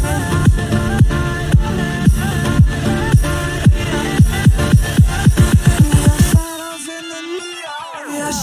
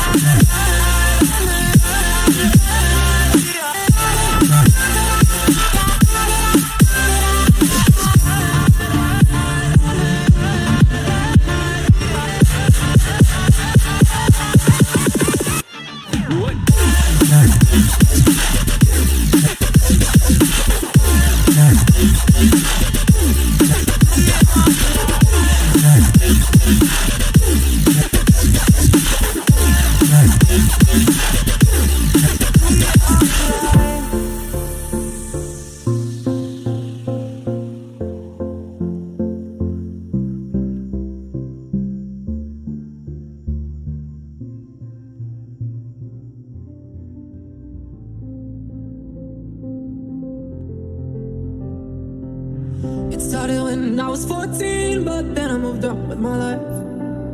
I said a lot of things I didn't mean, but I guess that's the young life I've had. I do not regret a moment. I loved you for all these years, but we two grew apart. I knew you were there for me, but I kept you in the dark. And now, look what I've done to us. What we send in my heart is like Vegas. What happens there stays there. And then I was always blind for the things I do.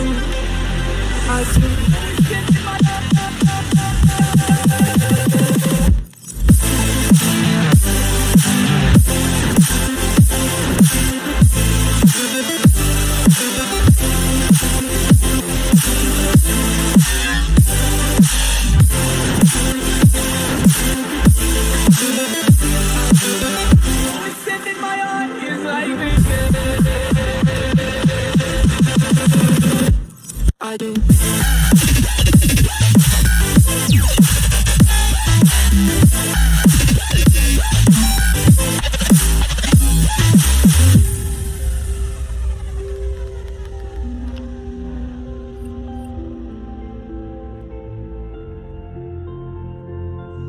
You came back after 7 years and you took me by surprise.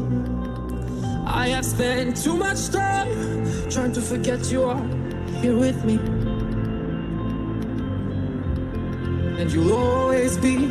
I guess it made damage being without you, but still I was with you in my heart. My head is so confused, so it just frozen in your eyes.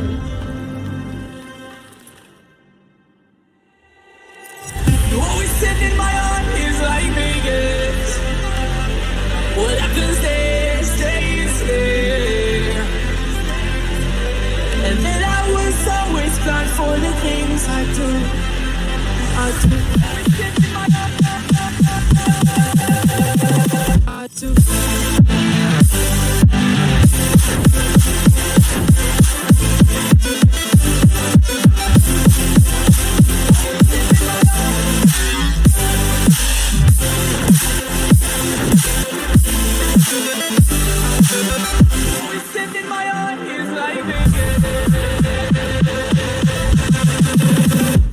I do.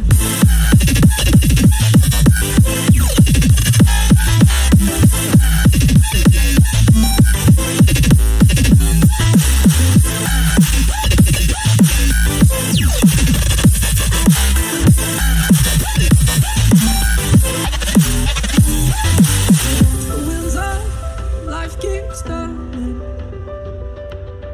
and life was full of warning that I didn't want to see or hear. Though you said it loud and clear, I still remember how you made me feel. Oh, you always said that my heart is like Vegas. What happens there stays there. And that you were always blind for the things you do to me. Yeah, you do to me.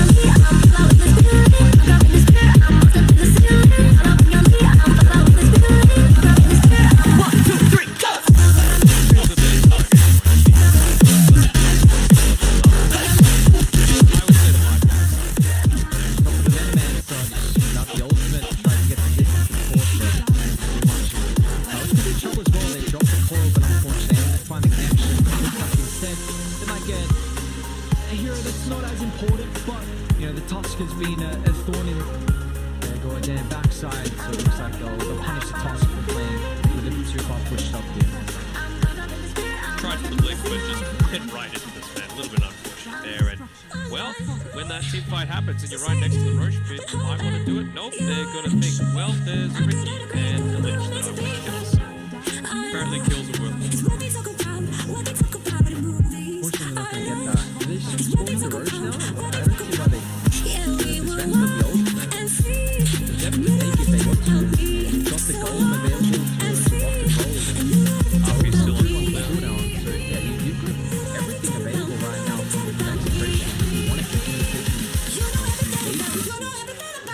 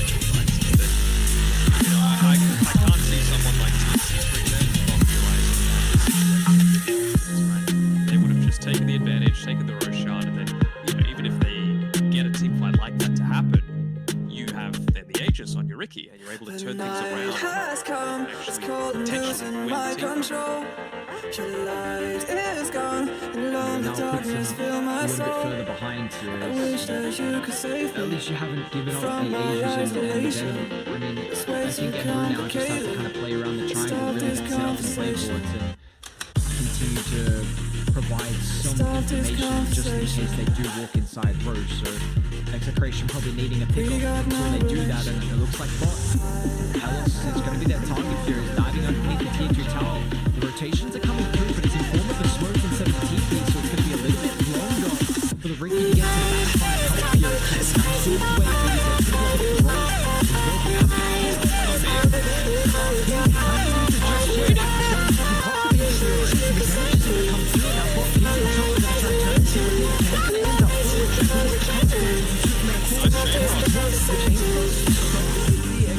Plays coming out from Execration, they can't kite forward, and they're actually going to be careful. They've kind of have to be getting on top of this vent. Ricky's going to go back forward here with the damage over time. They're going to get a brink thing down, and Venomenter, he wants more blood. He blinks forward aggressively. They'll deal with full potentials. Ricky actually going to be careful here. The H-One's going to do nothing.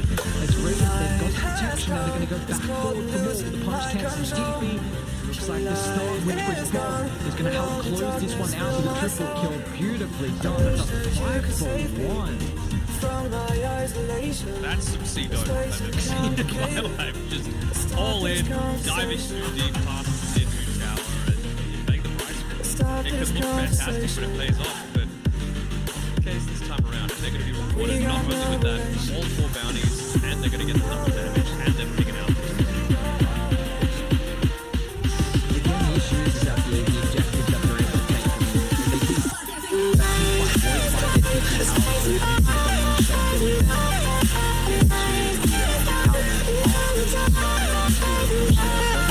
taking out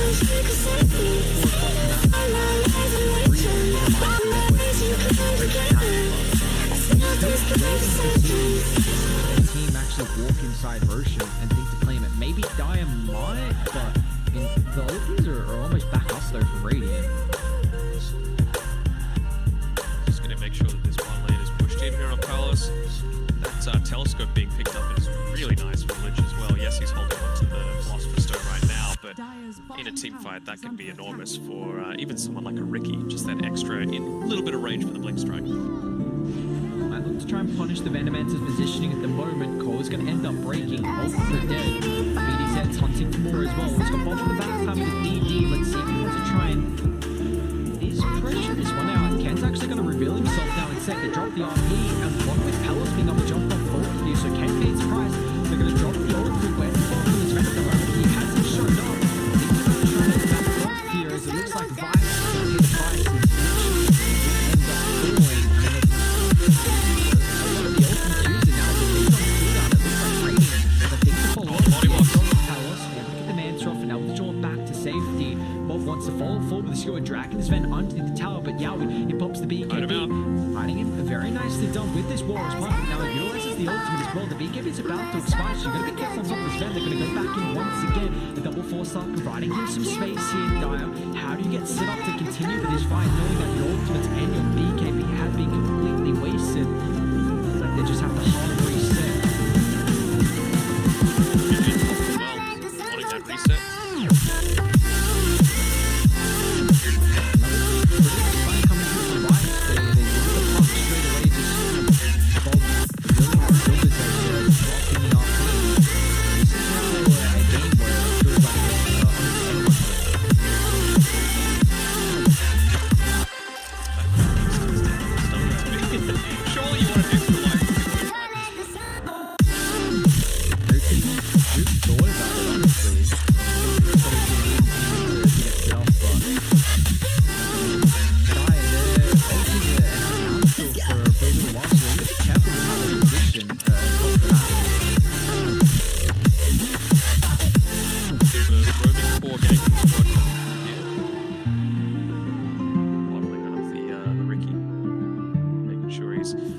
Pretty healthy.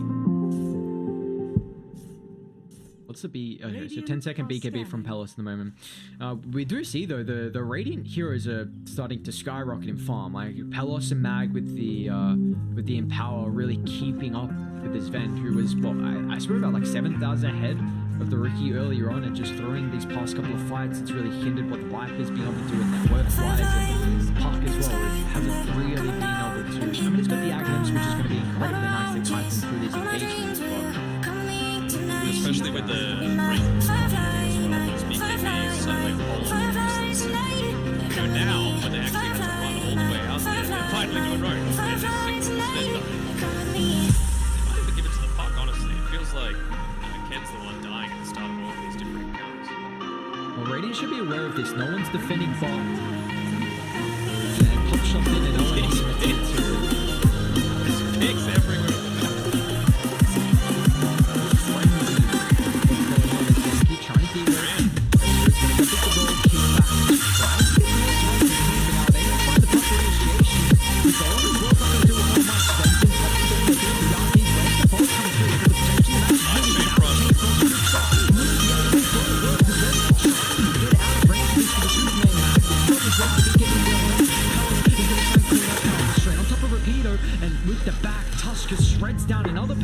Is that Yahweh with this Ven? It's still got this draw at the end, should be able to utilize here, so it's going to be a 4 for 3, a potential full 5-man wipe. It's the Superman in and out, they go. 16 and 3 at the moment for your Ven, and you saw it was a beautiful RP chain cross that kind of up the BKB, but still, this Ven, I mean, it's level 27. Oh my god.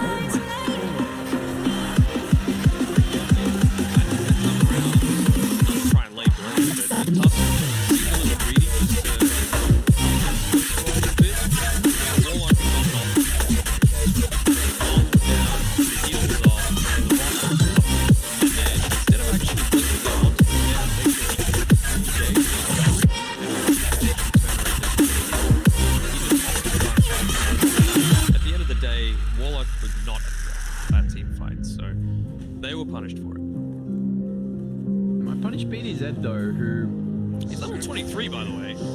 There's the longest chains I've ever seen in my life. Yeah, he's also doing pretty well in levels at the moment. You see Lich unfortunately 17, and well, I mean he's 3-6 and 25 the Force and the Lotus Orb, so yeah, Ghost Spirit very high level. But I mean, we're still yet to see his first Roche. I can't believe it. 36 minutes in. Do you feel your bones start to shake? Do you feel the earthquake? Do you feel your bones start to shake? Do you feel the earthquake? Do you feel your bones start to shake? Do you feel the It was earthquake? literally a full man. Why don't you say?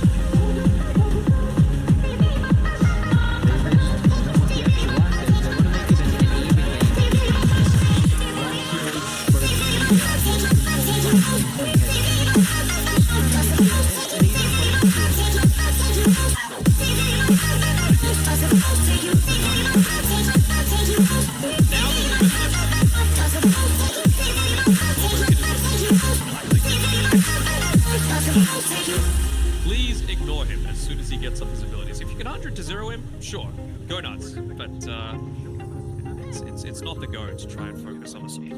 The time is gone. Value kills an extra 200 gold if it's actually He's in a very good spot to be able to pop this lead. Information is so important. We've seen who's able to find the proper initiation. Now, can they hold the high ground their leading dead? Also, with the team, that's going to provide the space for us. They're trying to set up the leading deck now. So, if you're right, there is position.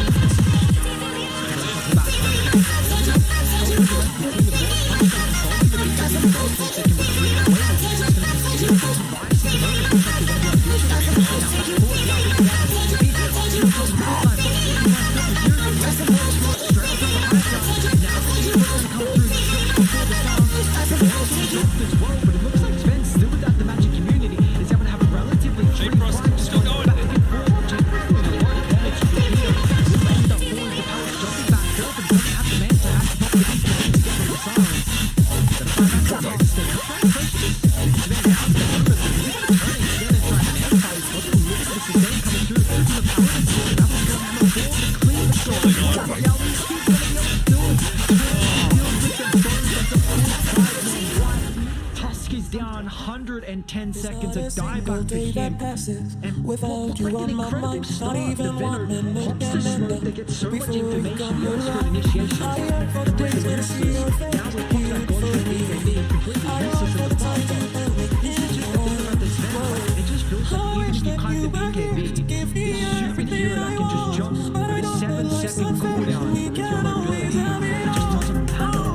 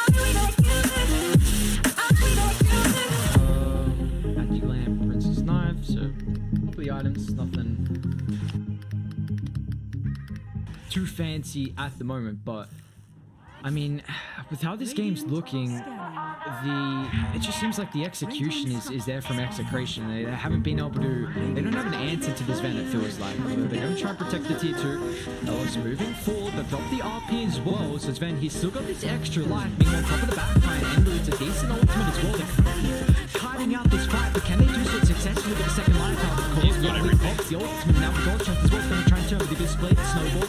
Doesn't get the protection for this Ricky, who the BKB is about about to expire, but they want to go back in. However, Pella's going to try and clean off the Earth Spirit. They dropped the Rock. Warlock's already fallen on top of the backline from Bob, but now can they continue kiting this Sven? That's the big question here. Is going to try and force on top of the Tusk. Will pay the price here. It's 3 for 1.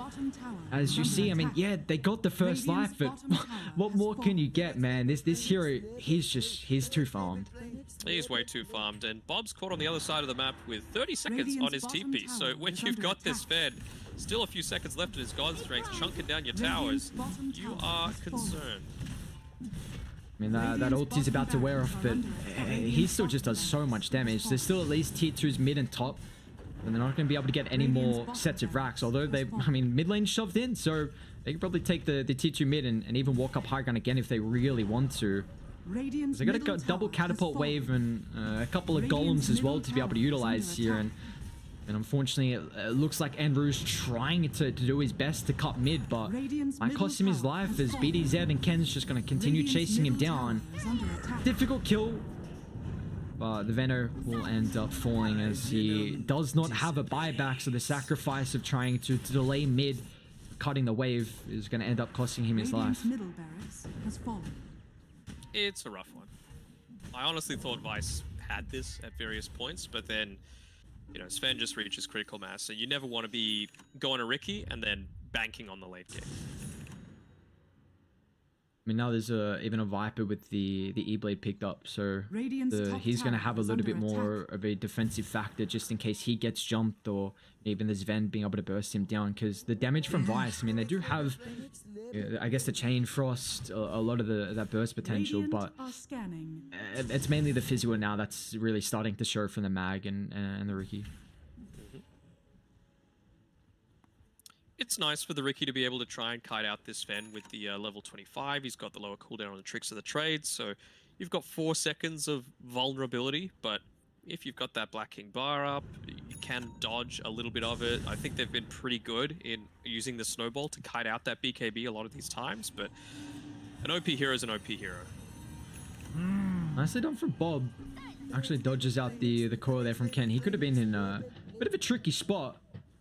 It's like, what are they going to offer up here? I mean, still knowing that the Venomance is down, Dire just going to try and drop some aggressive wards, control up the triangle areas. They're just, I mean, looking to close this one out. This is going to be a difficult game for Vice. Maybe they can have some incredible high ground defense where they bait Dire to all group up, I think, or someone's going to have to try and go in the middle and get Dire to group up, though. That's going to be the issue, and who has buybacks, though, from them? And unfortunately, no one's got buybacks from Radiant, so you can't really be this sacrifice to make them group. And I don't think they care all that much about this movement that Palace is doing on the bottom side of the map. They're like, oh no, Ricky is trying to split push us. Yeah, he's got no potential. It's not like he even has a Battle Fury to do so. Yeah, and without, you can't really rat the high ground either. Like, it's just not as a Ricky. Yeah, no worry in the world. Is execration. Now they can just pick off Henryu. Bob's even posturing on the high ground as well. Smoke's gonna pop. Mines are up, but they dropped the coil. Now the Mag's incredibly far away from the rest of the team, but the Bash is coming through. I mean, it will drop the RP. Where's the team? Controls up a couple. The team's just not there at the moment. They're having their own battle down to the southern side where Pelos is trying to go to work here, but it looks like with the Lotus Orb, BDZ provides a distance. Now he's going to be able to blink away. Now with the follow-up, the Rock dropped onto 2. Lich stuck on the high ground. Then they get Abyssal Blade control on top of the Tuskar. They try and deal with the Ricky. And this game is looking very difficult for them to come back from now, with Zenki just going to get chased down from Ken. It'll make him work for it. Ken's ability is about to come back up pretty shortly to claim that one. It's 3 down from Vice. They do have the Tusk scurry away and also Enru as well, but this is, I mean, Tusk doesn't have a TP. They're kind of stuck down here at the moment. He's doing his best, but you can only do so much at a certain point. Radiant are scanning. Yeah, he's just in. He's like, all right, guys, let's end the game. Yeah, pretty much. I mean, it's 45 minutes in. They got a 31,000 net worth lead, and this game continuing to go on. He's almost got that level 30 as well. So they'll drop the repair kit, see what they can do to try and stall out the Sven, which, like, it will be enough. So no quick coming through from Vice in this game 1, but it's really going to continue dragging it out for them and could just be Lotus mid Orb. lane. Tusk once again with the Lotus Orb pops the BKB, but Yawi with the control thanks to Abyssal Blade. They find Enru as well, controlled in the Atos. He's got a little bit of distance in the Force, but that coil breaks, and I mean, they don't have any buybacks, so Dire just, I mean, this should be it. They got one more defense in them with the Lich and the Mag, although no RP, so probably not going to eventuate in anything. And now with the Chain Frost, they've got, how many Lotus Orbs? I feel like they've got at least 2. Maybe just the 1, but he's been so effective at using it on the Earth Spirit that the Chain Frost is being reflected multiple times now. Let's see what they can do. I mean, they're going to end up being down Mega Creeps here if they don't try and halt a defense, and Pelos trying to get them grouped up for a potential RP, but unfortunately it's still on cooldown for the Mags, and now with the Bash coming out, they've got the Detection Pub, tries to skewer away, but unfortunately won't be able to get the distance. Now with the coil as well, locking in the Riki. Does do a decent amount of damage with the Chain Frost at the moment. Earth Spirit's going to turn himself to stone and kick himself away. So they keep the life from Pelos, but it's Mega Creeps. He's going to get a kill on top of the backline, so it does deal with the park, but he's still in no man's land to say the least. A nice attempt with the man to dodge, but this one is looking incredibly over as Vice, they call it quits. Oh boy, that's a lot more traditional, you'd have to say. 95 kills, 47 minutes, not wanting to take Roshan. It felt like an uphill battle as soon as Fan got the Ag Scepter, basically. Like, I actually, yeah, having a look at the win probability, it just falls off a cliff towards Execration as soon as that that Ag Scepter's picked up. So it was rough for Vice. I'm sure you would hope that they've got a few things to take from that as learnings, but they've got a game number 2. It's not over for them yet, and I think if they are going to look to try and secure themselves a place in the upper bracket, these are the sorts of series that you, at the very least, need to go 1-1. Yeah, definitely. I mean, against, I guess, unfortunately, you know, some of the open bracket teams, open qualified teams, you'd maybe anticipate to be placing lower in the group. So just the fact that if they want to make the run, you're gonna have to 2-0 this, because going up against some of the tougher teams, you know, T1, TNC, etc., it's gonna be difficult to take them down 2-0. But you know, at least some takeaway for Vice is that, you know, the laning stage went very, very well with how they were to set up with this Tusk Lich combo and the Riki, just a lot of kill threat, really, you know, limited kind of the factor that the Viper was able to have this game. So that's kind of something to keep in mind, where the laning stage, at least from Vice, was pretty strong, but they kind of just tailed off towards the mid to late game with their execution. So, you know, if they're able to work on that, come back with a second draft, and we'll see if they can try and deal with this Execration lineup here in game 2. So we'll take a short break, guys. Game 2, about a 10-minute break until that one's going to be up and ready for you guys. So Execration, a game 1 victory from them, and we'll see if they can close out the series.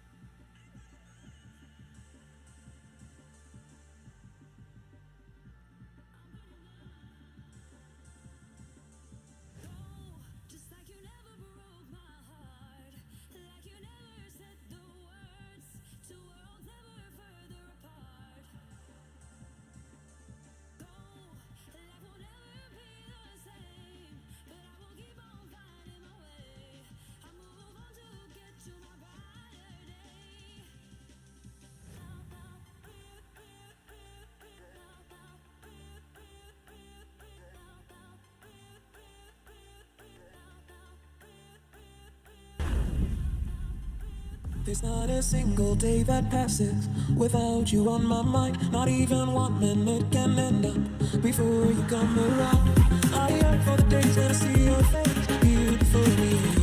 I long for the times you held me in your arms. Whoa. I wish that you were here to give me everything I want, but I know that life's unfair and we can't always have it all. I wish that you were here. I wish that you were here.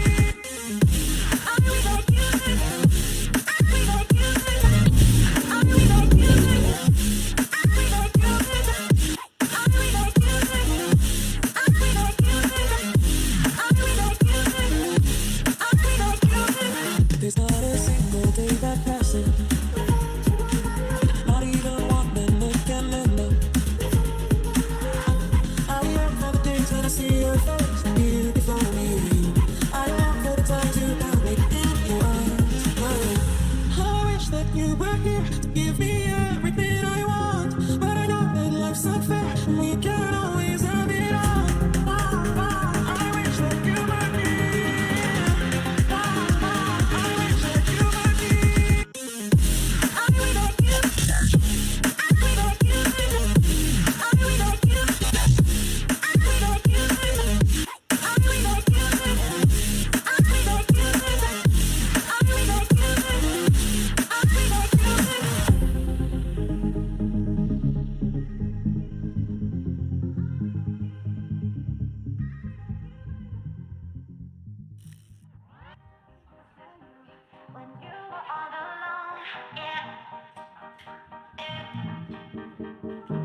I'll be there for you when you were all alone. Yeah.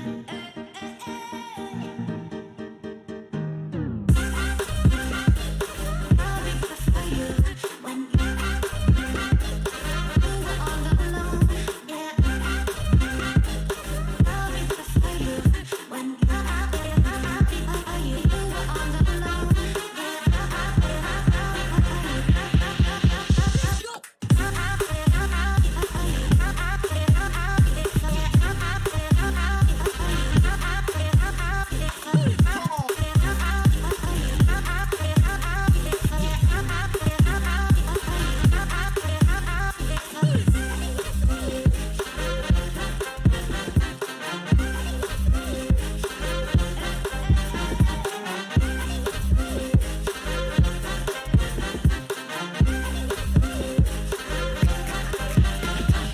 I'll be there for you when you were all alone.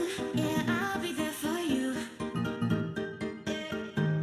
I'll be there for you when you were all alone. Yeah, I'll be there for you when you were all alone. Yeah, I'll be there for you when you were all alone. Yeah, I'll be there for you when you were all alone. Yeah, I'll be there for you when I'll be there for you when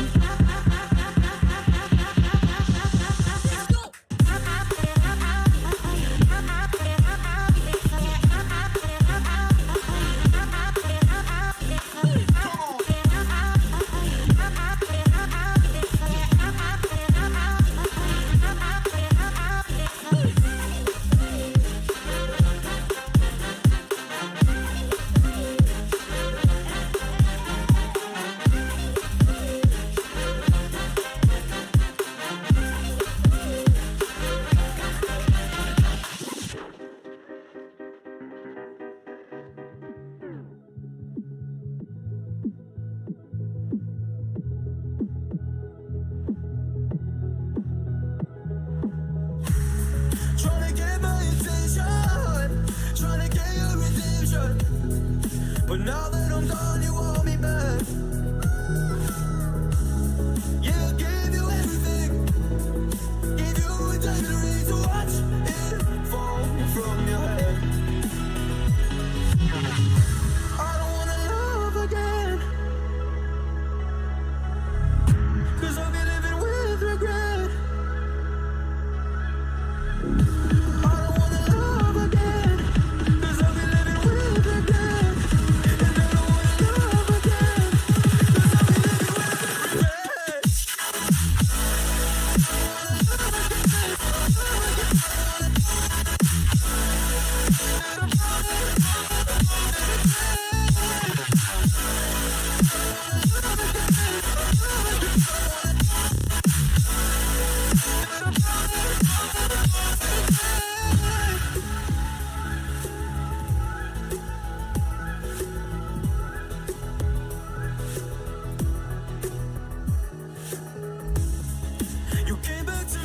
I don't trick or treat, don't knock on my door. Don't want you no more. You broke me, and I don't wanna see you, and I don't wanna see you again. No, just trying, oh, don't deny the fact that there's never lasting love. I played the game but lost the bet. I don't wanna love again, and I don't wanna love again.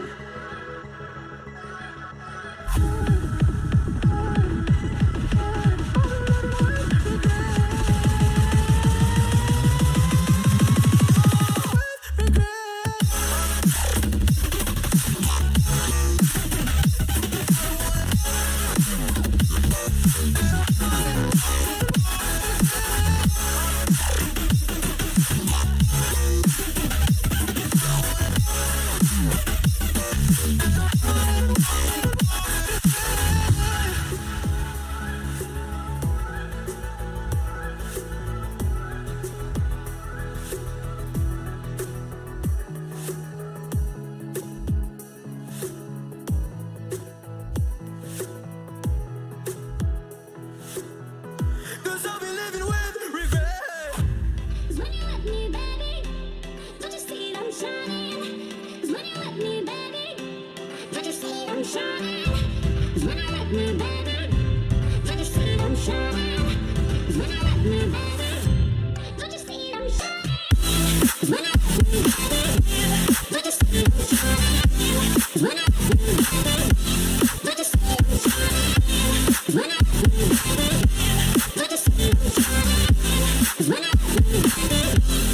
don't you see I'm shining?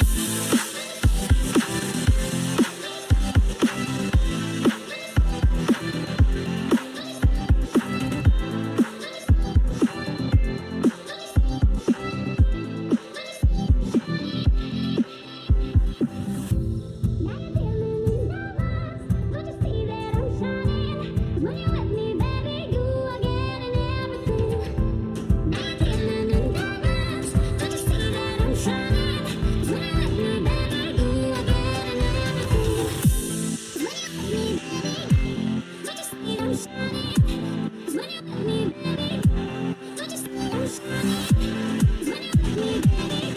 you see I'm shining?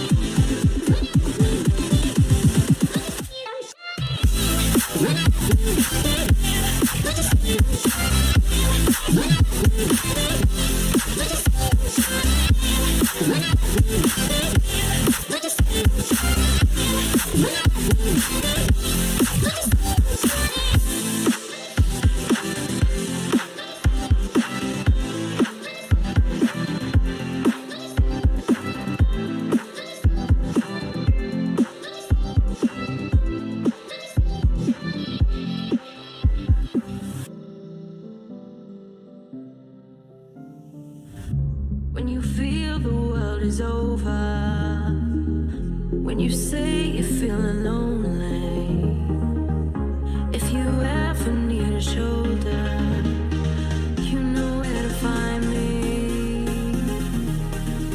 Stop chasing all the city lights, breathe me in, go on and take your bite. Count on me to make you come alive.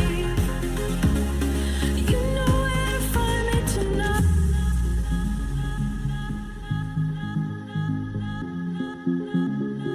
You know where to find me tonight.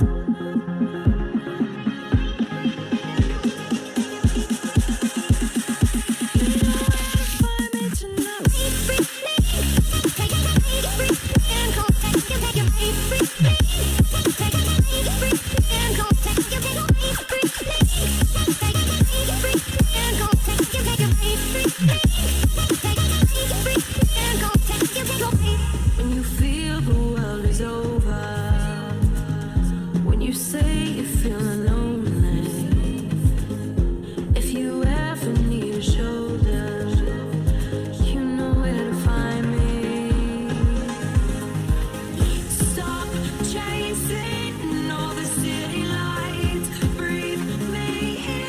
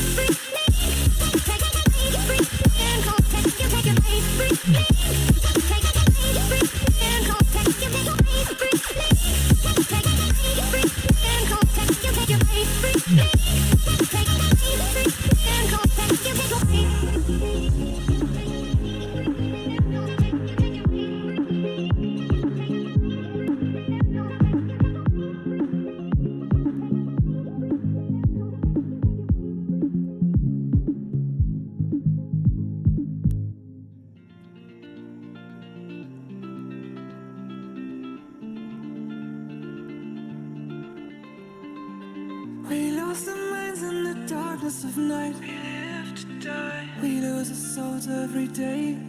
We lost our minds. We don't remember what's wrong and what's right. The world is dead, but we stay. 'Cause we are born as living fights. We live to die. We live to die. And we're surrounded by the night. We live to die. We are shadows in the neon light.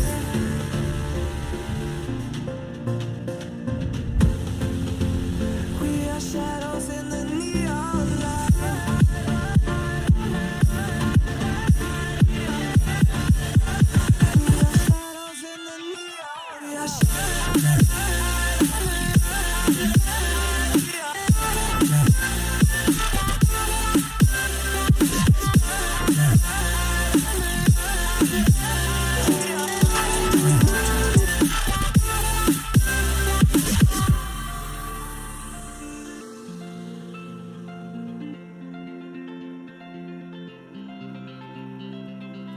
We are just shadows.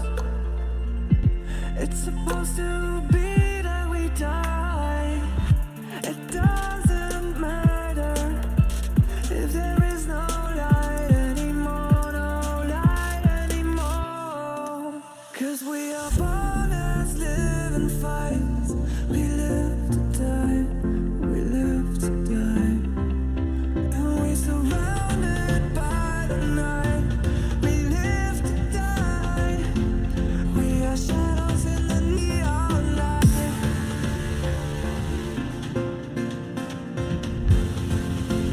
We are shadows in the neon light.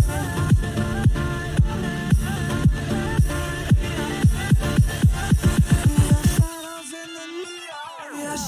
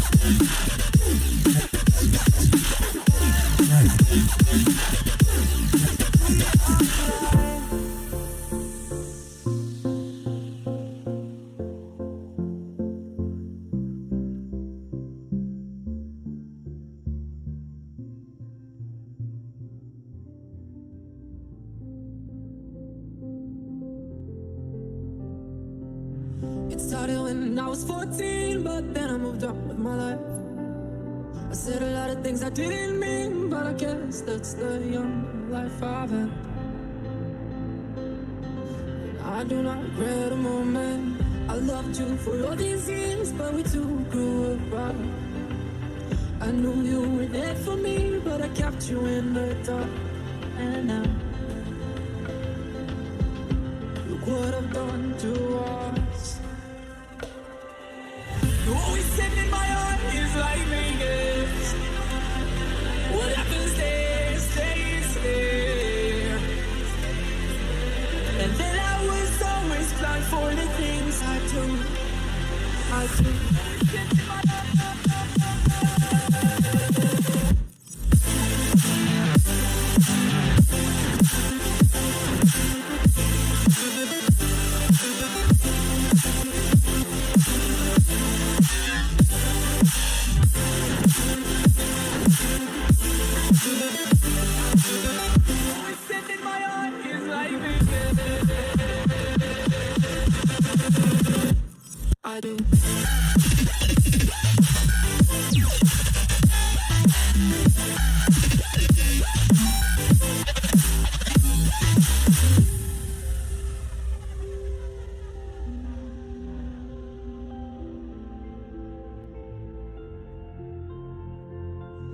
You came back after 7 years and you took me by surprise. I have spent too much time trying to forget you are here with me. And you'll always be. I guess it made damage being without you, but still I was with you in my heart. My head is so confused, so it just frozen in your eyes.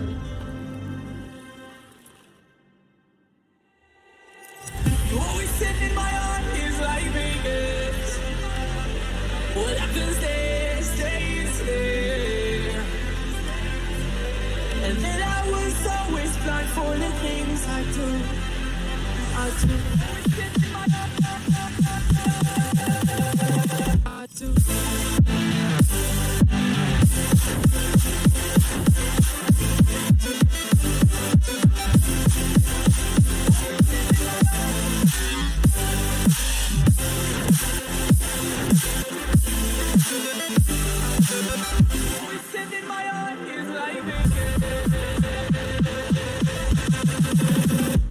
I do.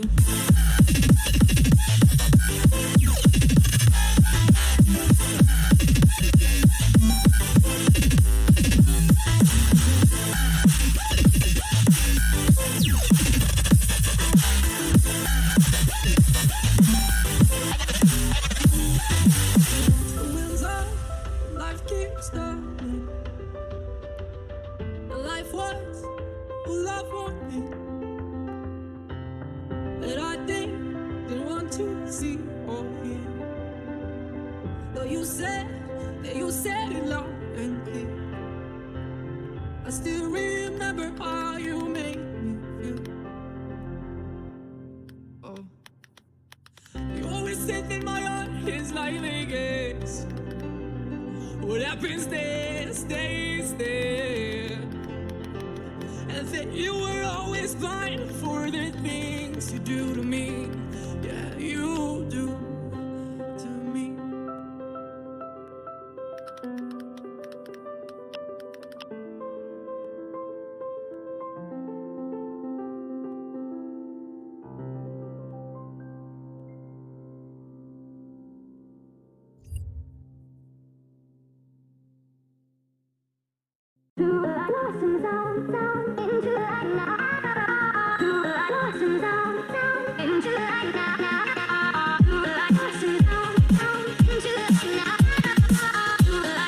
The concept of an infinite lead, where we're just constantly cycling it out like it's some sort of water hose that goes at the bottom, shoots it back out at the top, and just keeps going on and on. But no one ever wins either, right? There's never no, like of course a champion. not. Okay. There's like a prize pool at the end, but like the bracket never ends. It just keeps going on and on. Yeah. Just keep this going until we start with the DPC. Time's approaching quickly. I guess teams are going to get like 3 weeks off for December, and then the DPC starts like mid-January, right? Yeah. I think. So we've got like a month or so to do the continual cycle of this tournament. Then let's keep it going. I like it. So that's the Christmas spirit for sure. Just keep on giving. Second phase bans wrap up. Death Prophet Ursa Omni-Knight banned out by Liquid. Medusa Zeus Sven banned out by Nigma. And Liquid pick up a Drow Ranger. With no enabling support quite yet, but Venge is still available. Nope, just kidding. Yeah, there we go. They're going to steal the Venge. I mean, Shadowfiend also benefits quite a lot from that aura when you go for right-click build where you can outrange. Like, they have only one gap closer, and that's Tiny, pretty much the only hero that Shadowfiends need to care about. And you have hero that Shadowfiends really likes to play with. That's the Earth Spirit with the stun, with the slow, a good setup for the raises, and now you have a save. I'm pretty sure that, Liquid didn't expect them to pick this Vengeful Spirit. They ran it before in like this starter draft, but for sure, just the block pick obviously can be surprising, I think. Thing is though, with Liquid, how do they slot the Venge into their draft if they wanted to play it, right? It'd have to be some tiny mid, and it'd just be weird. So even though I said the term block pick, it isn't really. It's just Nigma drafting and Liquid like, all right, cool, they picked Venge, nice. So Core Undying, what do you mean? Offlane Undying. This was the true test. I mean, you rush that Go axe. for whatever Spirit and then suddenly suck. looks... Nah, just kidding. Okay, this is a much better approach. You go with the standard stuff. That's a block pick, by the way. Yeah, I would say so. But there's still Vengeful Spirit with the swap out of the arena, which is pretty damn nice to have. But definitely looked like Enigma wanted to get the Mars. Like, this is a very sick combination. I believe they ran it before when they played the Shadow Fiend with the Mars, like Requiem, the Fear plus Mars Arena. It's really awesome. Trying to work out if Nigma are trying to do some like bamboozling here, where just Weehaw is going to play a casual Shadow Fiend and they're just going to pick up a normal carry. But the whole idea, the fixation that, okay, now think of Weehaw playing side lane. Like I mentioned, these bans, it'd be amazing if Nigma just kind of did this kind of double swap back and suddenly they've like Liquid's wasted all these bans potentially. So it'd be interesting to see if Nigma value that flexibility with the Shadow Fiend just to control the draft in that way. Yeah, I'm trying to consider Weehaw heroes that would benefit from Avenge, because I feel like just the Shadow Fiend is not enough. At least it has it's not nearly as strong as like Venge plus Drow or Venge plus Arc Warden. Venge plus that stuff is cool for sieging, but outside of that, maybe not so much. Yeah, for me, I think Void Spirit comes to mind as the last hero that would be a side laner for Nigma. And okay, they go for a Bat Rider, which is most likely their off lane to annoy the Drow plus Undying. So yeah, okay. Nigma are looking for the anti-fun heroes. I think Lacoste said this on a previous panel, or maybe it was Lizard, I don't know. One of the great L's, in which they pick these heroes that just play a really annoying laning phase, and then throughout the entire portion of the game, they always have like this, you got to deal with it in this weird capacity. I think that's what Nigma has really. They have the defensive nature of Venge Earth Spirit, but that nuisance of the Shadow Fiend Batrider. It's very annoying looking draft. Yes, it is. They might also put Batrider on the safe lane. Like, I believe that's doable against, maybe not against Mars Tiny. You have a spear, so you're not going to get that much from the Firefly. Like, you can just easily God's Rebuke, spear, toss back. So not too much kill potential. Even though you're going to play against two melee heroes, it still doesn't feel that great. And I was just thinking, if Miracle is playing Shadow Fiend, Batrider could be flexed. Maybe they want to do that, just give it. What about safe lane Shadow Fiend? Is that a thing? We had this discussion last time. You mentioned Tanner. We did, yeah. Tanner from high school. Again, in UK tournaments, it would be a thing, but I mean, you are against two melee heroes. That is true. And like from Lacoste reasoning, I feel like there's two options right now for Nigma's lineup. They put the Bat mid, they aggro tri-lane with the Shadow Fiend and just make it like a full skirmish lane, pick mind control some solo safe laner that can just play that side off lane, and then they just play real high tempo. Or second to that, they put the Bat Rider off lane, Shadow Fiend obviously mid, and they pick up that side lane Weehaw hero, which still can be that Void Spirit. You see from these bans from Liquid, they are expecting that to be a mind control hero last pick, and yeah, I think they're the two key scenarios right now.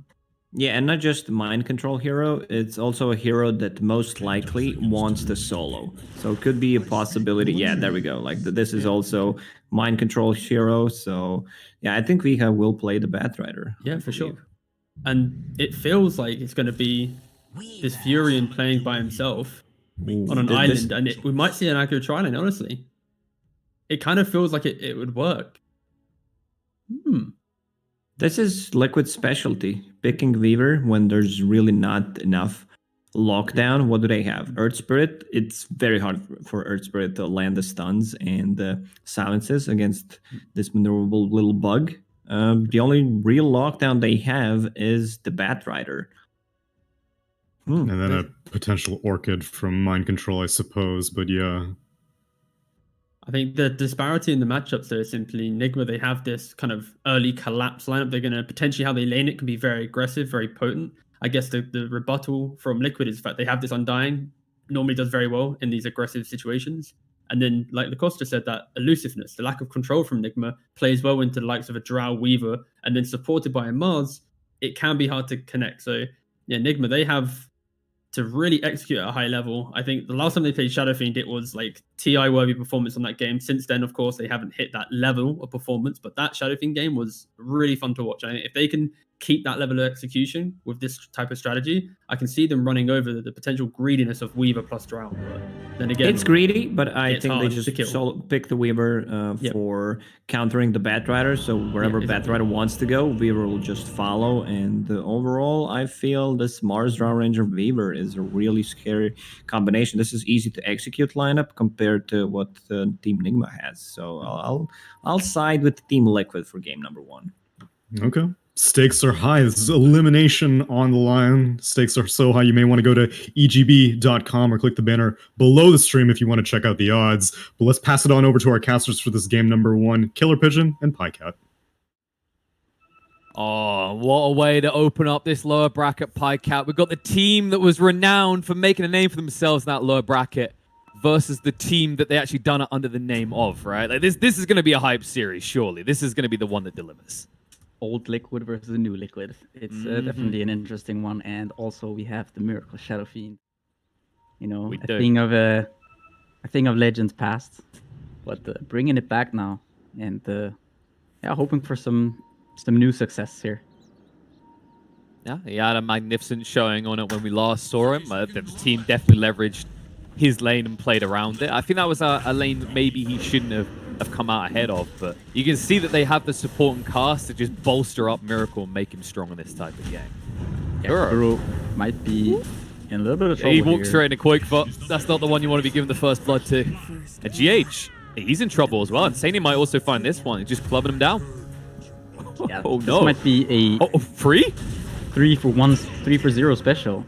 The Undying with the boots here. Pretty spooky in these early engagements. I think maybe Nigma could have had maybe they could have found Mickey there if they just went for the Weaver straight away, but 3 for nothing to start the game. You know, doesn't get much better than that for Liquid. I also think they're gonna get 3 bounty runes here, most likely. I believe so. Yeah, it looks like they are. They're gonna get the 3. Wow. I know we like to kind of, you know, talk a lot about how amazing Miracle be in Shadow Fiend, but this feels like an unhealthy handicap to give Liquid to start this one off. Yeah, I mean, a 1k gold advantage before the first minute is not something you see every day. But and also, they're putting Kuro solo on the Venge down here so far. Mind Control, and Mind Control is going to port bottom with the Prophet. See, I thought that was a little bit odd. No, it's been a while since we've seen some POS 1 Kuro, especially some POS 1 Venge at that. You know, they'll just get him down there, make sure that they stack him up. And it looks like Weaver has, as a result, shifted top, just trying to dodge that lane out. He ports. He might get a kill here on Wii. This is gonna be. It's gonna let Wii at least go bottom though. I mean, once he spawns, I assume Box is just gonna port bottom. I think Wii has just gonna port bottom now. Mind Control is gonna use his teleport. His teleport scroll is on cooldown Mind Controls, but he can just TP top now, and they're gonna get the lanes that they want here. Taiga's gonna cancel this. Yeah, just mess with him a little bit. I mean, but Liquid, they definitely got the ideal situation here, right? Because you know you can't win musical lanes against the Nature's Prophet. It's very difficult. But the fact that they already have 4 kills on the board and Miracle's being pressured reasonably hard in the mid lane doesn't bode well for Nick. No, it most certainly does not. They definitely got the start that they wanted. And yeah, like you said, it's pretty much impossible to win the musical lane battle versus these heroes. And Miracle, though, is he going to be in trouble here? Insania. They're going to go for it. He almost dies just as Quakefire. The movement in the decay's off the mark, which means Quakefire's going to be the one going down. Nicely done by GH. The Fairy Fire will not change the outcome.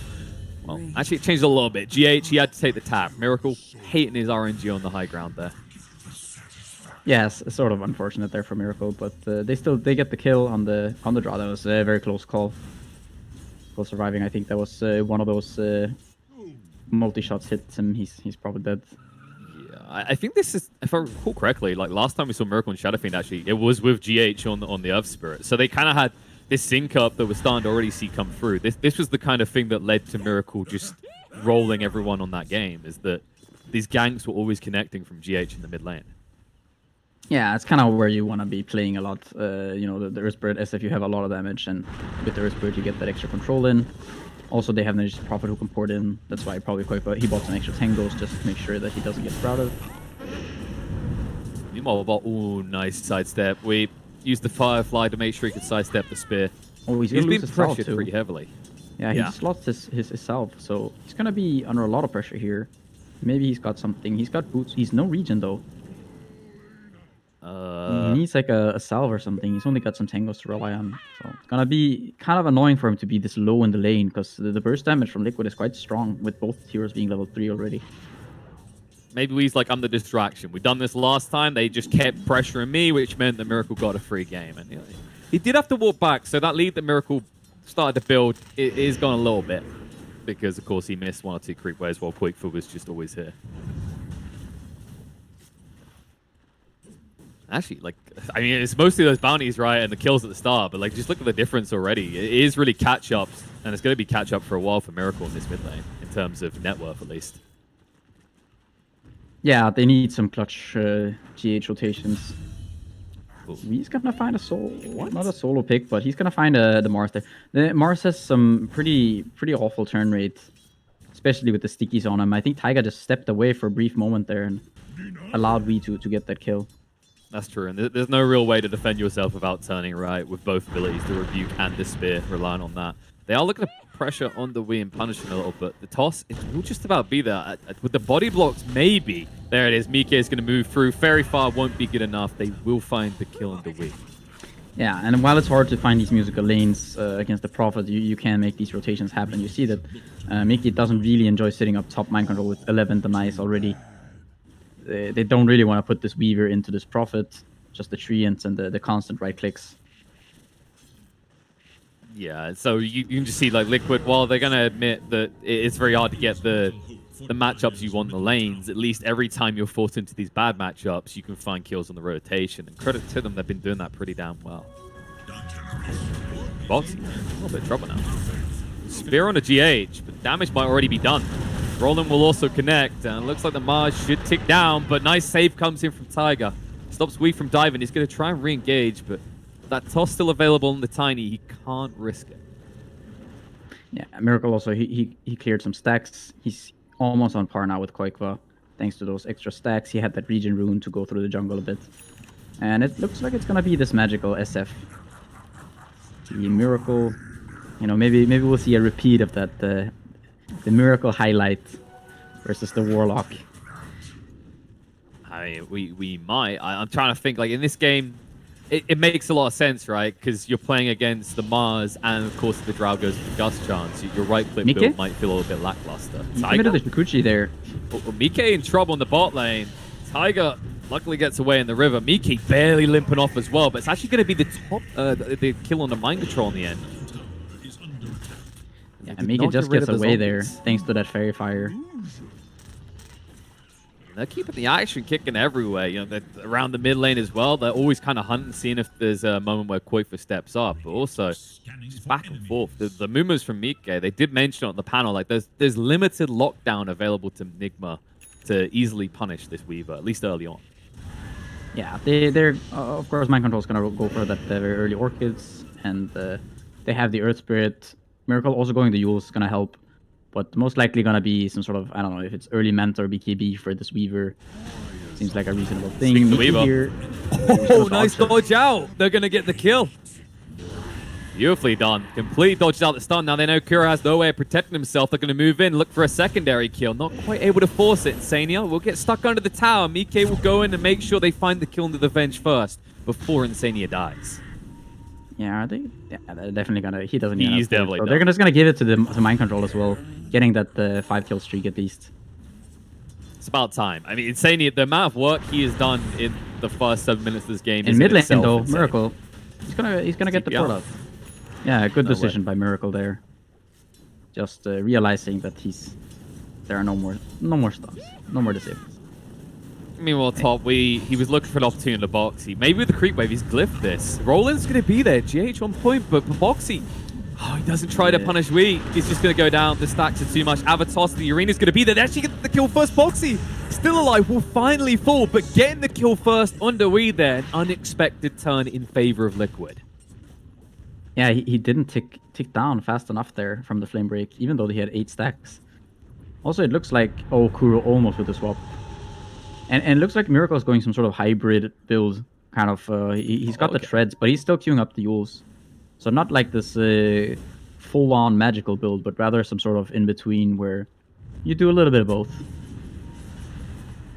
See if it works. I mean, there's silencers to worry about, right? The Yules can help you out a little bit with that, just from a defensive as well as aggressive standpoint. And obviously, you know, Magical Shadow Fiend is a little bit more potent a little bit earlier on in the game compared to the physical build, right? Yeah, and when you have this Venge, you want to have some sort of scaling capabilities in terms of right clicks. Mind Control gonna go here onto Insania. He doesn't have any Tangos. He's gonna drop the Tombstone though, gonna slow him down a bit, but nice body blocking by Mind Control. Just one Treasel. Very easy kill. That just goes to Mind Control. Miracle, he'll take the consolation prize of getting his hands on the Tombstone gold. They're just rotating well as a team. I mean, Liquid, they're getting a little bit of space down here for Boxy. Obviously, they tried to punish him. It backfired a bit. So when you look at this, you can see that both offlaners in this game are somewhat suffering. But which one is it easier to function as in this game? It's kind of tough to say. We in trouble up top. Yeah, it's going to be easier for Boxy if he finds kills like this. Yeah, I think for quite a while it's gonna be beneficial for this Mars. I mean, Wii is also having a much worse, in terms of net worth, not so much, but he's kind of lagging a bit in the level department, and I think this Batrider really needs to get a blink this game to be useful. You have the silence from the Drow Ranger, the Weaver is quite elusive and annoying, and there's quite a bit of damage from Liquid's lineup to deal with the Batrider. It's hard for him to get on top of targets, and also Taiga is already sitting at the 1400 gold almost. Speaking of Taiga, might be in a little bit of trouble. Nice save there. And Urkel's going to chase in, toss to control him up, Rapid Nature through, almost killing off Miracle. The bug might get him on the side. They're able to eliminate it just in time. That would have been a very depressing way to be brought down. While that's happening, well, Boxy, vengeance has been had by Wii. He actually finds a solo pick in return. Yeah, it's going to be incredibly beneficial for him, getting that solo kill. Just the levels, not even so much the gold, of course that helps, but the levels are going to help you quite a lot here. You wanna get this Batrider up in terms of levels, and just go for the blink probably. Try to be a bit more active on the map. Sania picked off again in this bot area. I agree with what you're saying around the bat though, right? Like you get the XP. Once you have enough levels, you're kind of tanky enough that rushing for a blink doesn't just spell your immediate death, because he's going to need to initiate onto this Drow for this move. In quite a bit of trouble here. He's being initiated on. Boxy says, I don't need a blink dagger. I've got a built-in teammate that provides it. And Taiga is getting closer. He didn't go down there in that previous engagement, so he's 1800 gold, 1850, only 400 away from his dagger. I mean, usually if you get a blink dagger at 14 minutes as a tiny, you're like, that's a pretty decent timing for a POS 4. But at this rate, it's going to be, what, 12 and a half minutes? Yeah, it shouldn't be very long at all. Quick buff. Oh, they found the big one. Taiga will try and save him, but the Raffinator, too much damage coming out from Mind Control. Taiga wants to at least punish them here. They'll spear one against the wall, but GH, he's not actually that worried. They're going to turn around, punish Taiga with the rotation from Mind Control, and the swap through, they'll find Boxy as well. Yeah, making the most out of those swaps. Kuro there, very nice job. Definitely feels like Liquid, that there is this one weakness that just became very apparent, right? Is the Drow. If Nigma do find that at the start of these fights, which they have many means to, you almost immediately have to go on the defensive and try and like cut your losses. Yeah, it's hard for them to keep fighting. I mean, with the start that Boxy's having, he's not really this standard type of Mars that deals damage core, not the collapse Mars that we've seen a few times, where you just kind of go ham, and that means that they don't have a ton of damage anymore if the Drow does go down. No. They've got some spell damage, but it becomes a bit more difficult to take these fights with losing your Drow. Yeah, Boxy's doing a reverse collapse, actually. He's doing a blade mail, so he's more worried about people doing damage to him than him doing it to them. Taiga gonna go down here. He did purchase his blink. Yeah.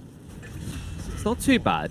He got what he needed, and now this is where maybe they can start to get a little bit more active more easily as Liquid. The question is whether Wii is going to try and match that, because he hasn't committed to the idea of either Boots of Travel or Blink yet.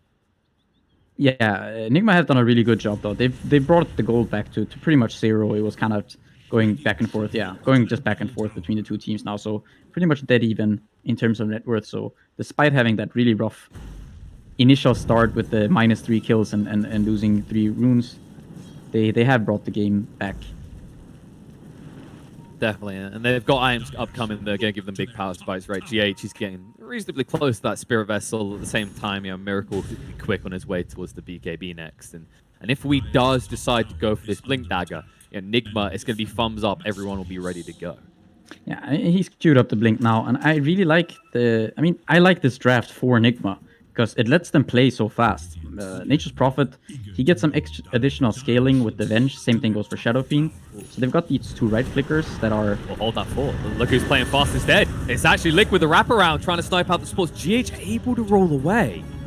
But nice move by Liquid to secure this tier 1 tower. I don't think Nigma can defend this now.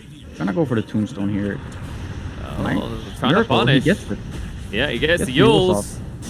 Now jump in with the lasso onto Mars. They've ambushed him. They've dragged him in towards Miracle's waiting arms, and he'll clean up the kill. The rapid nature might scare off more. Insania in a bit of trouble. Roll through will connect from GH.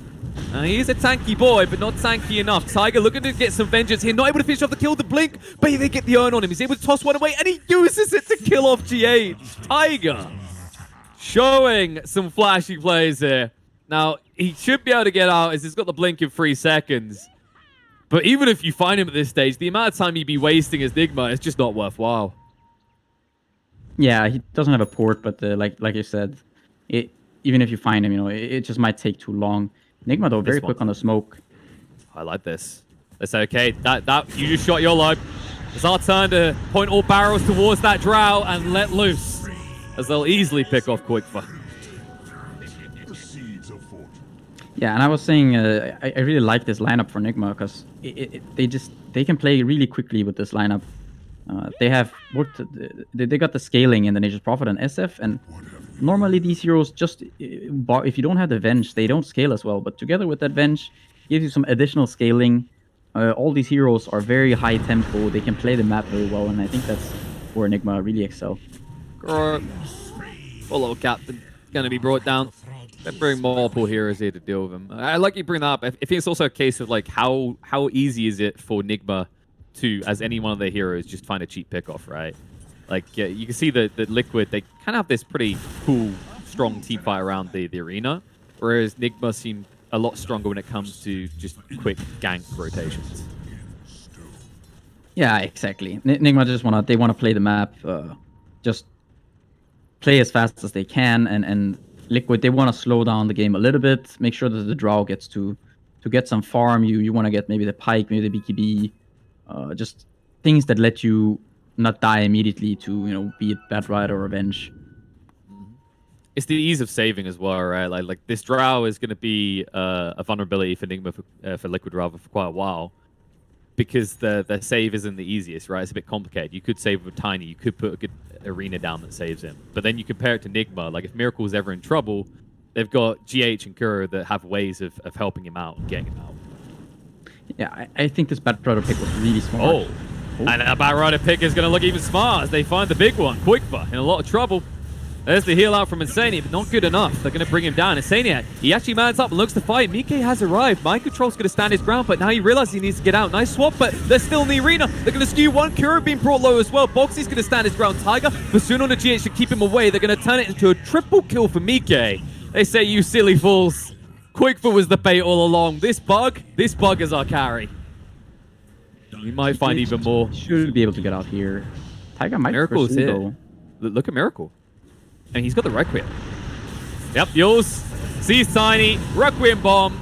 Be able to find the pick onto the Tiny. And Mike, he'll at least get GH for his troubles. Miracle not really able to fight much more. Needs to actually now run. Mike might just try and hunt him down here. Decides against it, though. Those tier 2 towers, they do pack quite the heavy punch. And Mind Control is back up again. Now looking for Insania. With the Yules, they'll time to set up the Sprout. Set up everything they need to kill off the Undying. Yeah, with that Yules, he has some nice catching tools, and they have more than enough damage to kill him even without the Yules to be able to cancel that port. Right now, this game has just turned into a race between Mike and Miracle to see who can kill the other's team quicker right now.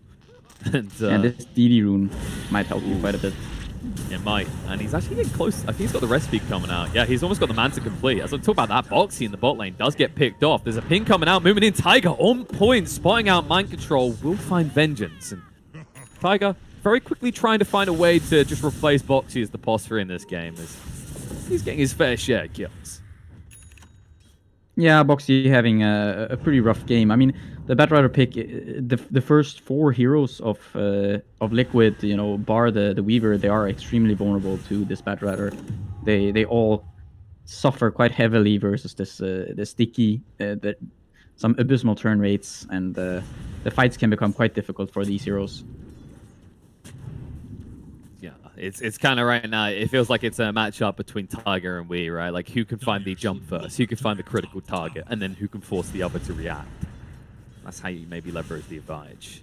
But it's going to require Boxy getting some farm, getting to a point where he can do the same. Miracle looking to punish Tiger's jumping. Rolling actually connects onto a bigger target, but Mike not held in place for long enough. Miracle chasing into the BKB, but it's not going to be good enough. The lasso's too late. They'll at least get the kill on the Weaver. But that's your BKB. Miracle being brought down. They're going to lose more on the side as Kuro falls. The arena goes down. Wee's been found as well. So triple kill for Quakefa.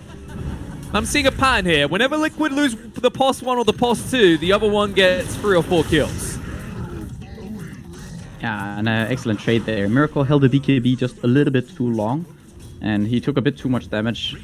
Couldn't get the Requiem off. The Death Requiem kind of is what killed the Weaver in the end, but still, you get the SF, you get this triple kill on the draw range. You could potentially even start thinking about Roche.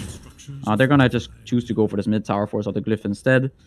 And yeah, Quakefa, he skipped. Now the Pike just goes for this faster BKB instead.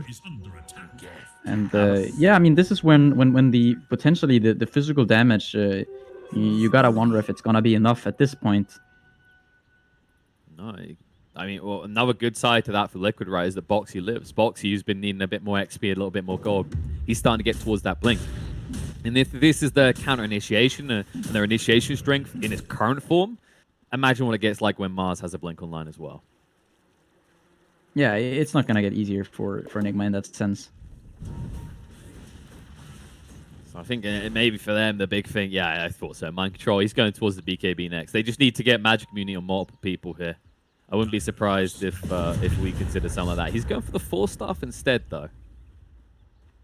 I guess in his mind, like, he doesn't need to be the frontliner. He just needs to make sure that his counter initiation is quick enough and strong enough to protect Miracle.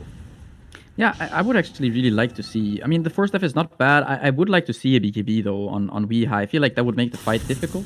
I mean, if we can get to the point where he has some sort of BKB Shivas, I think then the game can become quite difficult for Liquid. Because if the Batrider is too hard to actually kill right away, he's going to cause so much chaos in the fight that it's going to be hard to find these other targets. But he's going to go for the 4-staff first, you know, kind of depending on what sort of game he has. You can then start to think about further scaling. But for now, settling for the 4-staff. Seeing if it helps or hinders him. Right now, he's going to find some progress towards that item, though. As Boxy is going to be picked off. Silent stops, so no chance to even try for a counter arena. Just want to get in that pit. You can tell Tiger got... Ooh! Buyback out from Boxy. GH with the roll is going to connect on the Tiger. Quakefa decided to sidestep it, but Mike is going to be there to clean up Rizzy. The roll through GH, beautifully done. He creates the space for himself to move away. And now they got a big buyback out of Liquid. Yeah, you can tell GH has a lot of experience with this Earth Spirit hero. Very quick on the buttons there. Swap in. Insania. Being brought low. Arena's going to go down. They do lose it, but they'll find Kuro in response. Buyback comes out from the Undying. With the arena down, Nigma have no interest in fighting, especially with that tombstone still there. Which means they'll have to surrender this over. Liquid will get their hands on the Roshan. Aegis in the hands of Mike. Moving forward, looking for more now with that DD still running. An avalanche from Tiger. Silence comes out, so you can't get the toss follow-up. The control will have to be turned instead onto GH as they move in and pursue him. Mike under the tower, looking for the kill, will be able to find it. And while they're here, they'll take the tier 1 as well. While that's happening, you will actually see Tiger go down because the Magnetize was a little bit too much for him. Yeah, the Vessel, the Magnetize, all the damage from the Batrider. It was just enough to get that kill on the Tiny. So in the end, I think you're going to be pretty happy with that. You do have the Aegis on this Weaver, who's already quite hard to deal with, going for the Lincolns. It's going to be very hard to to find an answer to this Weaver, especially with the Aegis, Linken's Manta, etc. In lane, Lasso on Undying, and that's going to be his dieback. So a nice kill, gets him the prime 69 death timer. Might actually set Liquid back a bit in terms of aggression while they don't have Insania available. In that breathing room, Nigma, yeah, they can use it to look towards the next items because obviously Mike is already hard enough to kill in this game. Like you're saying, once that Linkers comes online, it's impossible. It feels impossible right now while he has this Aegis. Yeah, and with the Boxy dying there and buying back, he's sort of, you know, kind of rethinking his choices, going for this Lotus instead. Just wants to be this sort of, just leave the initiation and sort of mobility to Taiga and Mike, and just go for this more team fight-ish, helping your team out with the Lotus. Some way of dealing with the lasso. Yeah, you need someone to protect these big cores, right? Like, but right now, the X factor really can be we in this type of game, so you need to find a way to counter that out. Taiga found a big one.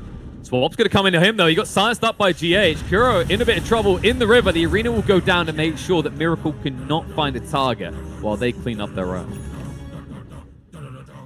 Yeah, I'm a little bit curious to see what Miracle goes for here. It's most likely going to be some sort of right-clicking build. It's just the question of this. The question is which item is he going for? You know, it could be some Manta, Skadi, Butterfly, MKB. He needs to get some sort of damage. Oh, moving in. Abba. Toss. It's there in a Miracle. Zone on that BKB. It's going to use now. Last two Dragon is going to be there, and the bomb gets the two. Both the kill on Tiny and on a Mars. GH able to move away just in time. They did use the BKB on Quickfur as well, so an uncomfortable situation for Liquid, to say the least. I think you're very happy with how that went. You get that lasso, you pull him into the Requiem, you get out without losing anyone.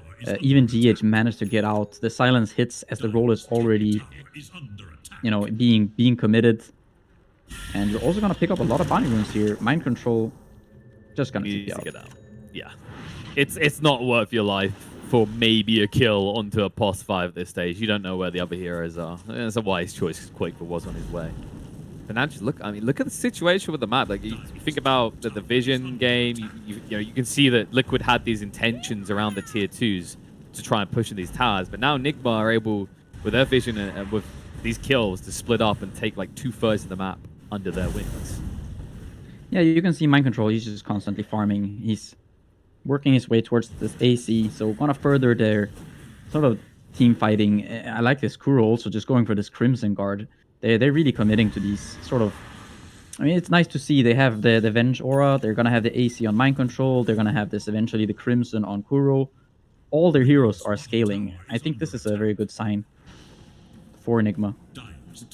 Meanwhile, Miracle is continuing down that more magical side of things. He's going for a little bit of a lockdown next. So he doesn't feel like he needs to increase his physical DPS. Yeah, interesting here. They do have this already the BKB on Koikva, so he is going to be able to deal with that magical damage. But yeah, Miracle just committing to the more so magical build here, the Blink. Yule's going for the Hex into E-Blade.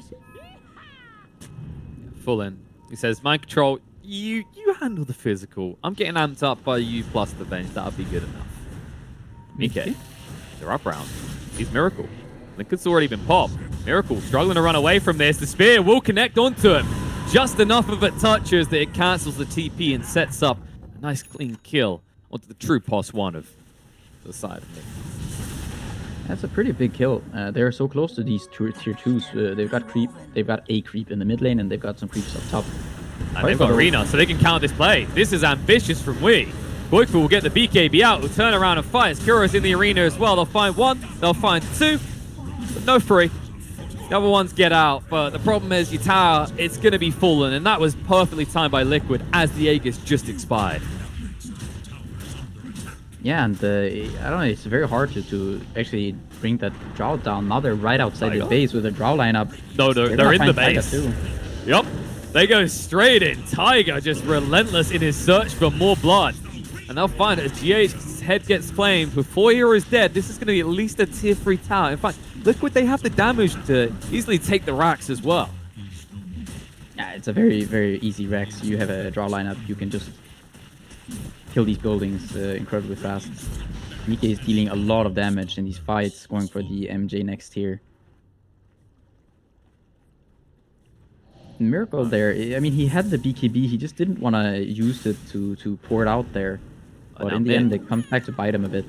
Ooh, he'll blink. He's able to move away quick enough. Tiger's still being burnt up by the Flame Break, but he has got the Yules there. The toss follow-up's going to be good, and the Avalanche is coming off cooldown as well. Can he get away? It's going to be close. It looks like he just about gets out of range of Mike, but he's hunting forward. The final 2 hits will come in. Nice save at the moment with the wand, but the zombies are doing too much work. He's dead.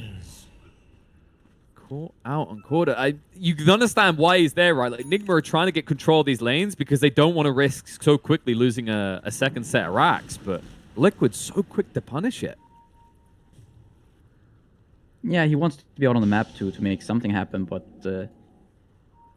Nigma are losing a few too many heroes here for them to feel comfortable right now. They still have Mind Control, who is going to keep scaling. He's going to finish this AC now. But it's getting a little bit difficult for them with just how strong Mickey is. Yeah, it feels like you take so long to kill any of these heroes as well, right? Like, with the way they're kind of bulking up. Even the Undying, actually. Like, look how much health Insania has available to him with the Blade Mail as well. You kind of see him, and usually at this stage you think, Undying is a quick kill, we'll get rid of him, we'll move on to the next. But even he is wasting a few crucial seconds of Nigma's time that can allow Liquid to turn the fight. Yeah, and just with how much damage Liquid now have with their Drow fully operational. Speaking of Drow, she's close to where this last two's happening. They're going to drag Tiger in. They want to punish the Initiator, but the Yules is going to get rid of all the damage. They need Miracle's assistance. They're going to roll in. Boykfir's going to poke and prod, but he cannot save Tiger's life. He actually needs to get out of it quick, in fact. Don't want to risk invoking the wrath of Nigma here, not when you're outnumbered. Yeah, but another DD for Mickey. These DD runes have been helping out quite a bit. But I mean, the cool thing about Liquid's lineup now is that they've got these 3 beefy boys, the Undying, the Mars, the Tiny, who all just want to go into the fight. They want to run in, which will in turn let both Koikwa and Mickey just deal a lot of damage. And this choice to go multi-blade mails, right, especially hurts someone like we in this game, who he's going for the BKB now, but because he stopped off that 4-star, of course, it means he's actually in these fights at risk of just kind of assisting his enemy and killing himself. Yeah, just tanking up, going for some blade mills, just making it harder for Nigma to choose their targets. Just role playing the hedgehog. Please don't hurt me. You know, you just press the blade mail. It's like, oh, okay. I guess he looks cute. I'll let him live for a few seconds. Those extra few seconds paying off for Liquid time and time again, and they will waste no seconds going into this smoke. Mike's smoke will break on Kuro. He's found the back line. Opening up, this kill's actually a good one. That means there'll be no swap save. They do pop the Linkers. There's going to be a drag away, but he's not able to do anything. He's just doing this to try and save Venge's life, and that won't even work. He will die with his captain. And Mind Control immediately goes to top, trying to apply at least some bit of pressure up top here, because they know that... A mid. Oh, they found the big one. Miracle. He didn't use the BKB. He can't use the BKB. He's gone. Oh, no. 75 seconds dead. Roche is going to be up in 20 seconds, if Liquid even go for that, because they're probably thinking your base looks mighty tasty about now. I mean, they saw that he just picked up the scythe. They should consider this, because... I mean, Miracle has no buyback, I think. They're going to get They more. could just Look go at for Mike. this. Yeah, look at Mike as well. He's setting it up so they can get mega creeps. There's actually nothing you can do here. You can see Mind Control's trying to cut through the wave, but they've already got creeps on the high ground. Mind Control will put his most valiant efforts into at least getting something in exchange as he's able to take that tier 3 tower, but it's gonna be very minimal in comparison. Well, BKB TP away, barely. Now, can they punish this now that Boxy's not here is the real question. BK, he's got that linkage. We has to back away. They're going for the Megas. Koikva has the BKB in time. GH in a little bit too deep is going to be turned around upon. Tiger just standing his ground. He's too tanky to get through easily. GH buying more time with the Ghost Scepter. Swap to get him out. Kuro in trouble, will be brought down. The Sun's thrown out into Tiny. It's not enough to burn him out at the end, though. He barely lives on 10 HP. The reinitiation from Mike. They're going to pop the Linkers. The turner on the last two is good enough. They bring him down. He's dead. Buyback out from the Venge. Can they find more with this? Koikva. Glimmer caped up to the high ground. Boxy has arrived. Arena, jump in. No, the toss. The spin. They put him GH out of the arena.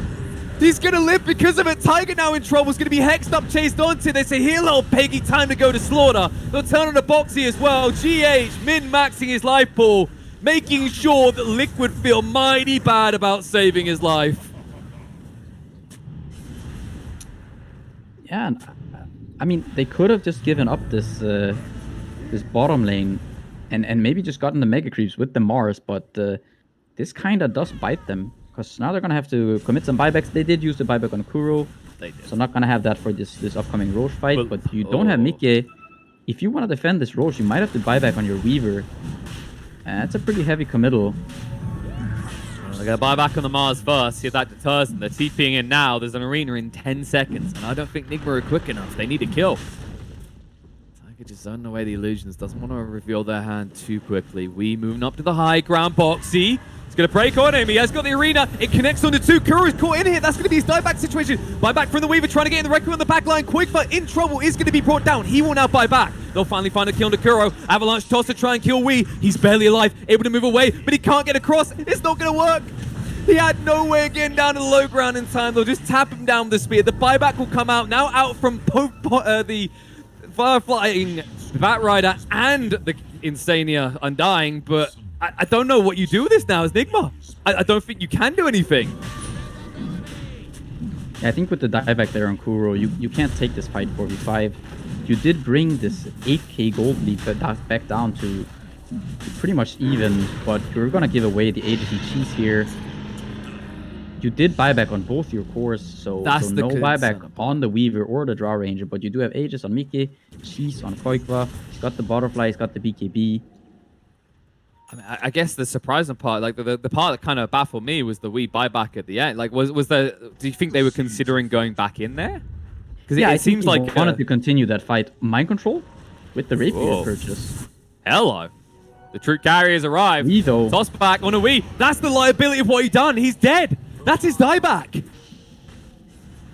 And they're 5. They're ready to go. They've got the arena again. Mind control is gonna have to pull a miracle out of his own ass here. I don't know how he's going to do it. Rolling from GH. Causing the anarchy here. Go set to buy some time against the physical damage. Arena's going to go down. They pin him against the wall. This Varro's coming through. They're going to find the kills to Kuro and GH. Buyback will come out from the ladder. But now what do you do? It's free. I mean, it's mega creeps. Liquid. I don't think they're going to wait around. Not with this big liability of we having no buyback. Being dead for 60 seconds. Liquid want to end it. They're going to move in. Somehow you gotta hold this to 3v5 versus Aegis and Cheese. You have a Rapier on mind control, but no buyback. Miracle, no buyback. No buyback Earth Spirit. There's no buyback anywhere right now. This is going to be tense. They know that if they're going to do something, it has to be in the next few seconds. Because the front is exposed. GH, he snipes on a quick for the BKB comes out. Look to turn. Gust control. Toss on the spot. GH is in trouble, and mind control. This Rapier is doing absolutely nothing. Mike says, yoink, that belongs to me now. Miracle with a snipe on the Quickfoot, but is it good enough? He needs to actually get rid of Mike, but Mike is going to turn and fight up against Miracle. Giving him a taste of their own medicine is going to punish him hard for this. They'll bring him down. Buyback will now come out from the Shadow Fiend, but Mike goes straight for the throne. The arena will protect him as he finishes this one off, and Liquid take the first game. Yeah, Mickey, I think he played that game very well from the early rotations to sort of just continued movement across the map. He was just, I mean, he was pretty much everywhere with the Weaver. I also think Taiga with that early blink, he put a lot of pressure onto Nigma. Nigma with a few kind of untimely deaths, and maybe that could have been prevented by perhaps better communication or just being a bit more aware. Quite a back and forth close game here, and yeah, nice one to start off the series. No, most definitely. We said that this one should deliver, and I love the way that both teams came out swinging, right? Like Nigma, especially from minute one, known for these attempts to find that kind of first kill around the runes, Liquid punishing it the way they did. But then the way these teams shifted across the map, it never really felt like one team was in definitive control of this game. No, it was a lot of back and forth here. I think Nigma had a good handle. I mean, they brought it back from that. I mean, the abysmal start that they had, it was quite impressive that they actually did bring it back to. I mean, they had an advantage even Then they sort of fumbled a couple times here, losing a few heroes outside their base, just giving up this top racks. Weehaw, of course, dying there in the end without buyback. Miracle dying so close to the base, also without buyback, just giving away this top racks. A few sort of mistakes there from Nigma that led to them, eventually losing this one. And this is only the beginning, folks. A very entertaining game to open up this series, but only the first one. That's right, Liquid do lead, but we've got at least one more game ahead of us. But first, we're going to throw it to a break. EGB, your esports betting world. The only place to find the widest choice of popular games and matches to win real money. Choose your bet on a single event or express of several matches with dizzy odds. Serving the market for 7 years with over 800,000 users. Join now to get your bonus for the first deposit up to $600. EGB, you know for sure who's gonna win.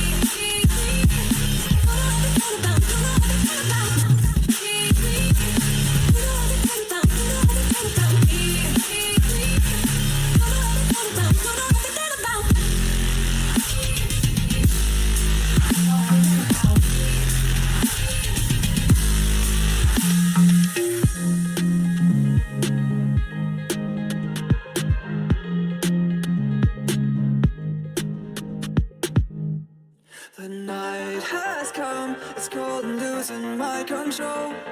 Your light is gone, and lonely darkness fill my soul. I wish that you could save me from my isolation. It's way too complicated. Stop this conversation. Stop this conversation. We got no relation.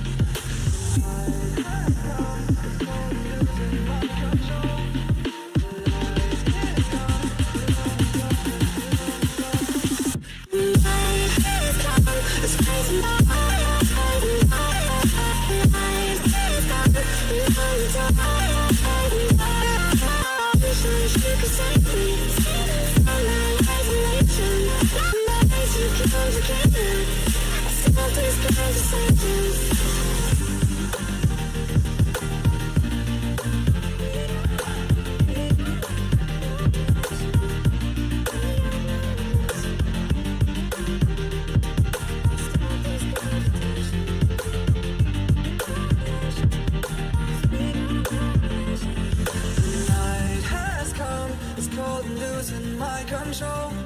Your light is gone, alone the darkness fill my soul. I wish that you could save me from my isolation. It's way too complicated.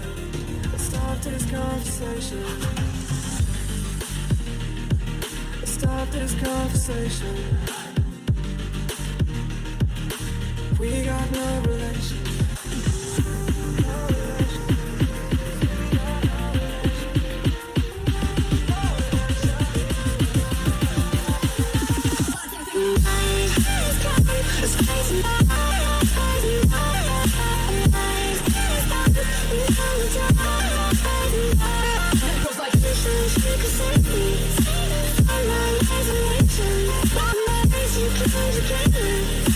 Stop these conversations.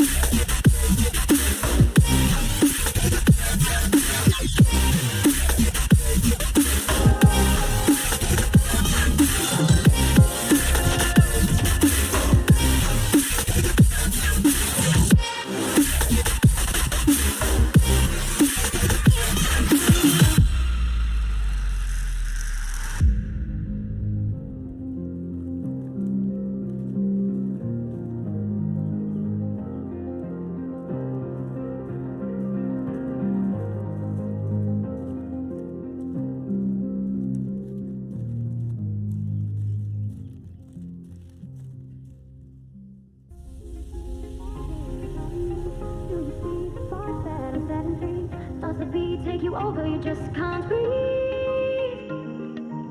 Do you feel your bones start to shake? Do you feel the earthquake? Do you feel your bones start to shake? Do you feel the earthquake? Do you feel your bones start to shake? Do you feel the earthquake? Do you feel your bones start to shake? Do you feel the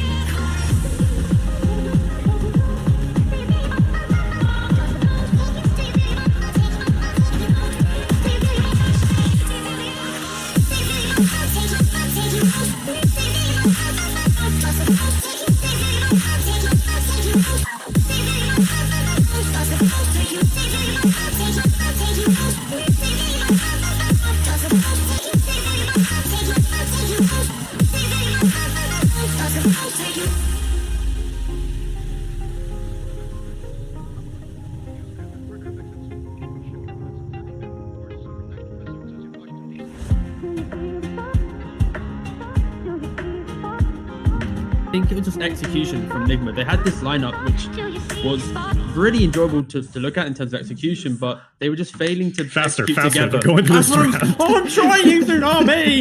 Okay, TLDR. Nigma could have maybe won this, but they were really poor in some of these big team fights. 19 minutes, really sloppy execution. They basically wiped themselves, and then Liquid just outscaled and outplayed and was better overall. So yeah, back to the drawing board, Nigma. Maybe not the role swaps. Yeah, I mean, I want to talk about one stuff that kind of was key to Team Liquid's victory in the previous game, where they used 7 buybacks on Team Liquid and Nigma only used like 3 buybacks. This is where the difference comes from. Like the Roshan fights. Also, I look to the graphs with the SAP and our boy JJ that he provided me with. So like Boxy's 22-minute buyback, and he dies after that. So his net worth is pretty bad at that point, but he was just improving Koikwa's net worth at that point. Like if we see the graph on screen, like it just skyrockets, and this is where the difference actually comes from. You know, they really played together. Also, I think that Liquid kind of stole the Mars pick from Nigma because this was the hero that they were relying on to get. And Voxy, man, he really delivered on the Mars. So many crucials, arenas, spears, and just overall good gameplay. We have to give credit to Nigma. GH had a really sick performance on that Earth Spirit, but let's focus on this one. DGov, go. So Liquid identified the fact that this Mars, he was one of the hidden MVPs for Liquid, and they instantly snap it up in that first phase. Nigma, they responded with Medusa, kind of a merging carry, in my opinion. I think especially against the likes of Sven, Lifestealers, PAs. Medusa loves playing against these heroes, especially if she has that draft to complement her. They have the Venge, they have the Elder Titan. Elder Titan is traditionally one of the best defensive supports. You park him on a high ground, you have that sleep reinitiate, and suddenly the game's good to go. Will Liquid be going for a Spectre, though, to round out their draft? Nigma has another pick before that might happen. Oh, a lot of... Yeah, I see a lot of counters to certain heroes where, you know, they picked Medusa, they got Elder Titan for themselves, so, you know, they cover themselves. ET, very good counter to Medusa, removing all of her armor once he gets on top of her, and... we have Dark Willow Mars combination, also Mars against Medusa with the Bulwark, extremely powerful. So it's all gonna be about team fights. Like look what Team Nigma has at the moment. Like ET, Medusa, Dead Prophet, Ulti. On the other side, like 3 huge ultimates, 4 because Dark Willow has 2. But what do they need? They need, what kind of carry do they need? Spectre's available, as you mentioned it, but Yes, they're going to go with team Luna. fight. Okay. More ultimates. No. I was, after this Death Prophet pick, I wanted to add, like, they can't go for a hero that wants a big team fight spell, because then you have the classic, I think, Nigma, wasn't it Miracle the one who pioneered, like, the Manta Aegis Rapier and the game play? I think that was him, right? Like, that's the vibe I'm getting from Medusa plus Death Prophet. It's that Manta plus 1 damage item, and suddenly they're going to be knocking on your tier 3s. And Liquid, they identify that. They don't go for a greedier carry. They go for an early fighting carry in terms of Luna, so they can actually try and maybe fight up into this minute 15 timing that Nigma are presenting right now with their heroes.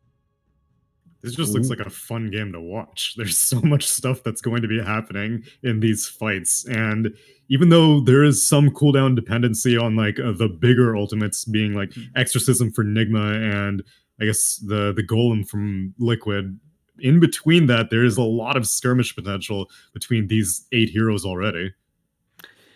I don't know how I feel about Luna. I just don't think this is the hero. I mean, throughout this tournament in the past like 2 months overall, I don't remember seeing Luna win a game. Like, she just feels very weak compared to other carries that are popular right now.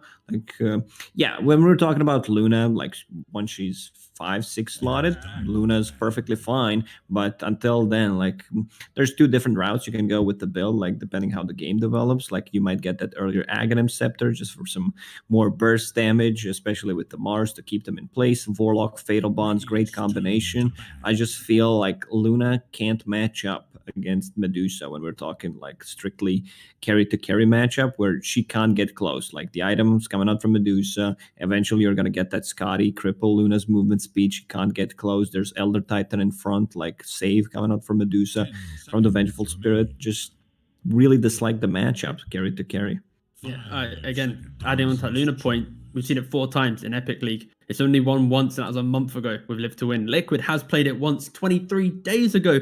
They actually lost with it once again, so it really isn't a strong hero. And it's going to be interesting if Liquid... I think both of these lineups right now, if you ignore where Luna is in terms of meta, they both have the same elements of they have the strong annoying lanes and then that one hero to play around to start pressuring objectives. And that's where you think about the stacks as well Liquid make. They love making these type of stacks. Nigma, they can contest if the Medusa comes in, but they don't have that instant, like, okay, we can go aggressive, we can steal your jungle. And that's where maybe that Luna, if you prop up your aggressive dual lane with the Mars Willow, Warlock can go make stacks from behind, and then suddenly Luna comes out the jungle with a slight item advantage over Medusa, the game can go Liquid's favor. But it's about that perfect start, that perfect protection of your jungle. And it's so many things have to go right for Liquid to get this Luna into the game, compared to Nigma, where you just have to exist and towers will fall, right? This seems pretty easy lineup from Nigma, where you press a couple of spells. If Medusa is threatened, you just swap her out. That profit, we have Roche taking potential with these heroes. Good fight into the Roche pit if enemy is trying to take it. Just overall, very good lineup and color coordinated, which I really like. Oh, that's so true. Oh my god. That is so fabulous. I mean, Liquid's not far away. If we repicked Luna into a real hero, they would all be red on the red background. Are there any cosmetics with it? There aren't. I don't think so. Nothing that turns it into Skywrath going from blue to red. But Liquid, they round out the draft with a DK, and it's just doubling down on the fact that they want to be able to... I honestly think it's about winning this offlane, and the space that offlane will make, it will unlock that pressure from the Luna and the DK. But for Nigma, they need to decide what's happening with the ET. Is it going offlane? Is it just a casual position for GH? Mind Control knows what he's playing into. So I'd rather see the ET go to a 4 role and just see a really strong offlaner come into play. What about something like Underlord? More green. I'd say. I was thinking the same thing, Lacoste. I won't lie. Oh, just some beefy guy, that parks in front. You have Aura Carrier, has built-in Aura. Just feels really good. Okay, I like that. Just good overall pick. We've seen yesterday, I believe, Night Stalker being played mid lane. The X-Tempo Spider Pigs guys was not very powerful. Like, he was playing into a tough matchup. But as the offlaner, I think they can go with that, because like Luna and Vorlog, they don't provide that much of a kill threat. Like, they do not want to play aggressive in this lane. So Mind Control should have a good time. Yeah, the key thing is, because of the Warlock, the Luna doesn't have that kill threat, right? If Luna had another support, then maybe that comes into play. The Night Stalker, Luna can't ult now technically, because big boy Night Stalker starts running out pretty quick, eh? And then you have the idea that he has this free lane. And yeah, I've been waiting to see Night Stalker. I was talking to my boy Mo Farah. He's casting some Chinese games. They're loving this hero right now. It's pretty much banned and picked most games. And now Nigma, they pick up this Night Stalker. It will be able to jump those backlines, and that's what's needed to dismantle the forward moving lineup that Liquid has. And yeah, I'm thoroughly excited. I want to see this Night Stalker do well, because if it loses, then first of all Nigma are out, and second of all Night Stalker probably won't get picked again. So this is for Night Stalker, not for Nigma. So you're saying that the main reason for this Night Stalker is, out of offlane heroes who jump backlines, that's kind of rare. Usually you get them from your mid laners or your 4 positions, but then out of the pool, then Night Stalker is probably one of the better ones. Is, I guess, why you were saying that it's a viable pick here? Yeah, I think it's just a tankier offlaner, but less about what it provides. It's more, in the fight, in the map, it provides all that vision from running around. That his ultimate, it unlocks the Medusa to feel even safer and to enable the supports who don't have good lockdown to suddenly start providing that perfect setup with the event. So I think it is a combination of vision, it's laning strength, but then overall just the presence in those early fights, I'd assume. Well, Nigma are betting it all on that Night Stalker. You can go to egb.com or click the banner below the stream if you want to see the odds for this game, but elimination is on the line as we pass it over to our casters, Killer Pigeon and Pycat. Indeed, we are in the situation where elimination could be guaranteed for Nigma after this game. And one thing's for sure, Tsunami Helna by the 4th pick for each team. This is going to be hella fun to watch for the team fights. And for me, Pycat, that's all that matters, all right? I know you like to go a little bit deeper, but I see big spells, I scream loud, I excited. Are you excited? Yeah, I mean, I'm pretty excited to see this Luna. See if it can actually accomplish something. Not a hero that you see very often. Same goes for the Night Stalker. I don't know. I really want to see this. I really want to see the the magical build on Luna, the cast range, potentially the Ags. I think it could be pretty annoying for Enigma to deal with. Duzo doesn't really want to buy BKB. I don't know. I am not entirely convinced that this is an amazing Duzo game just yet. Maybe they can. I mean, it is Avenged Duza, so it's not just the Duza. They also got the ET. I don't know. I think Liquid has it's a pretty cool lineup. They're doing some weird lane swapping though. That's the interesting part that's happening here, right? Like, was this a deal breaker? Is this why they desperately want Miracle in this mid lane? Because Mars is that good on the lane against the Medusa? Because I feel like it would have been maybe better to have gotten that solo XP as a Death Prophet in this game.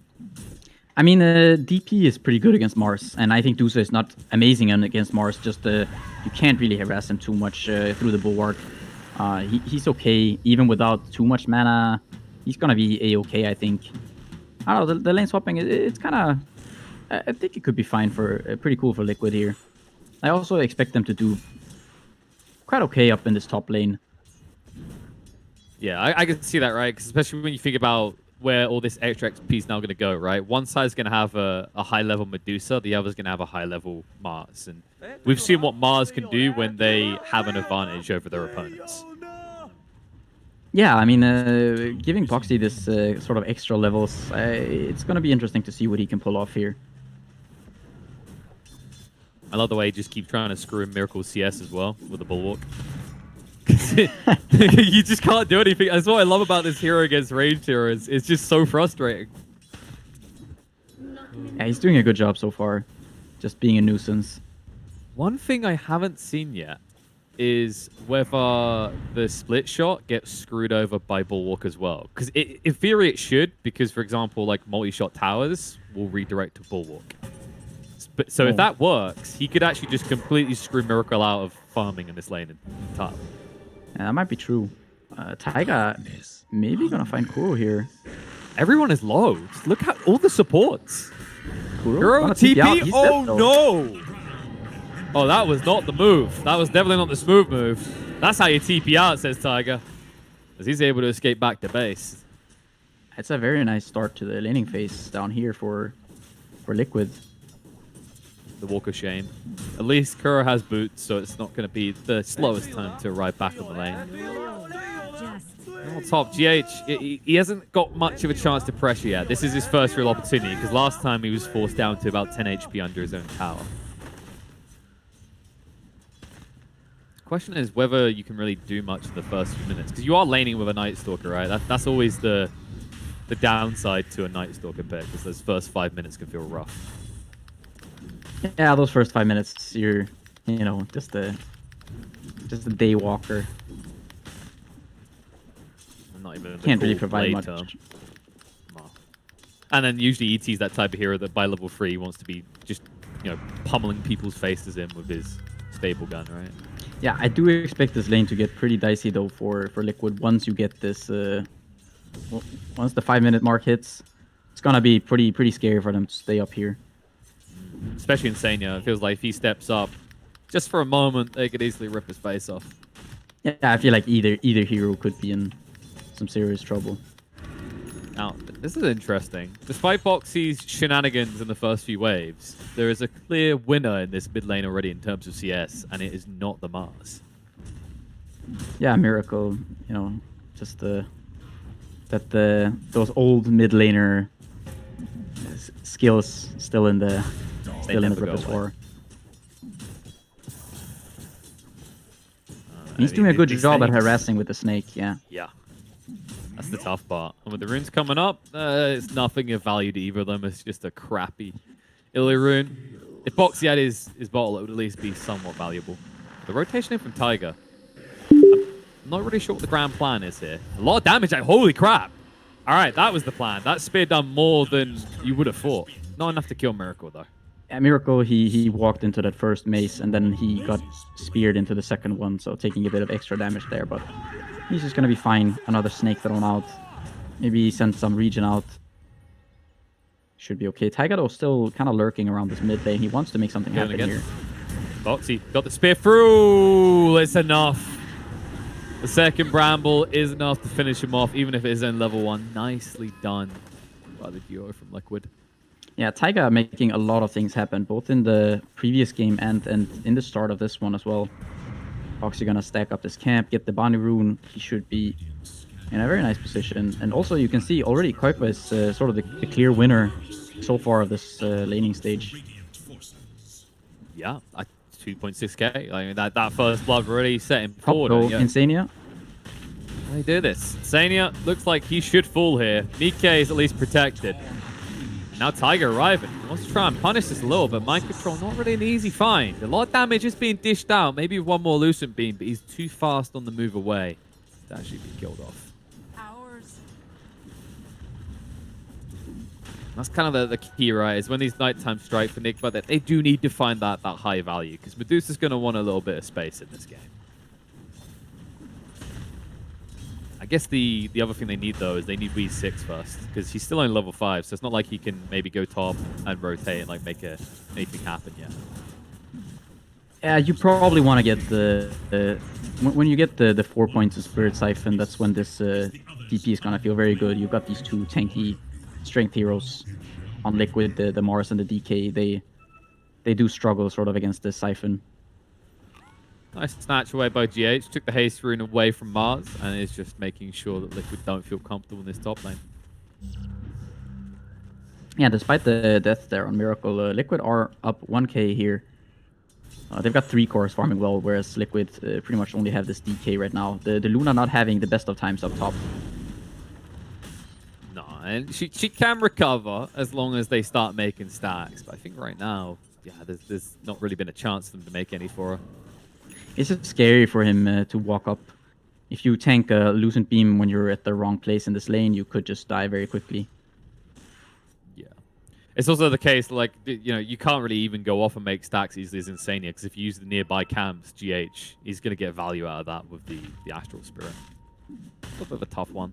We'll see how Mike recovers after the laning phase. I mean, Miracle, nonetheless, is going to be coming out pretty strong. So they're going to try and punch again. Arena's there.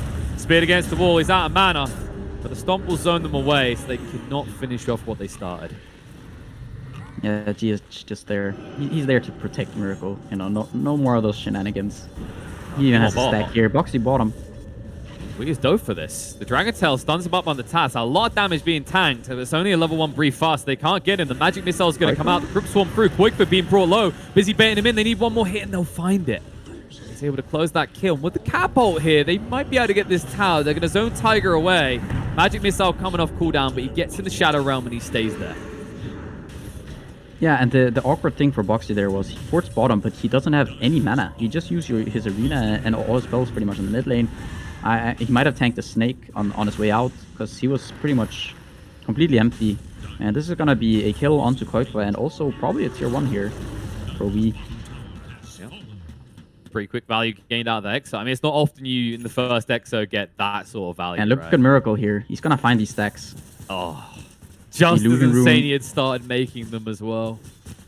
Oh, that's got to be painful. They haven't got Arena for 15 either, so he just gets to walk away after doing this. There's no way to punish this at all.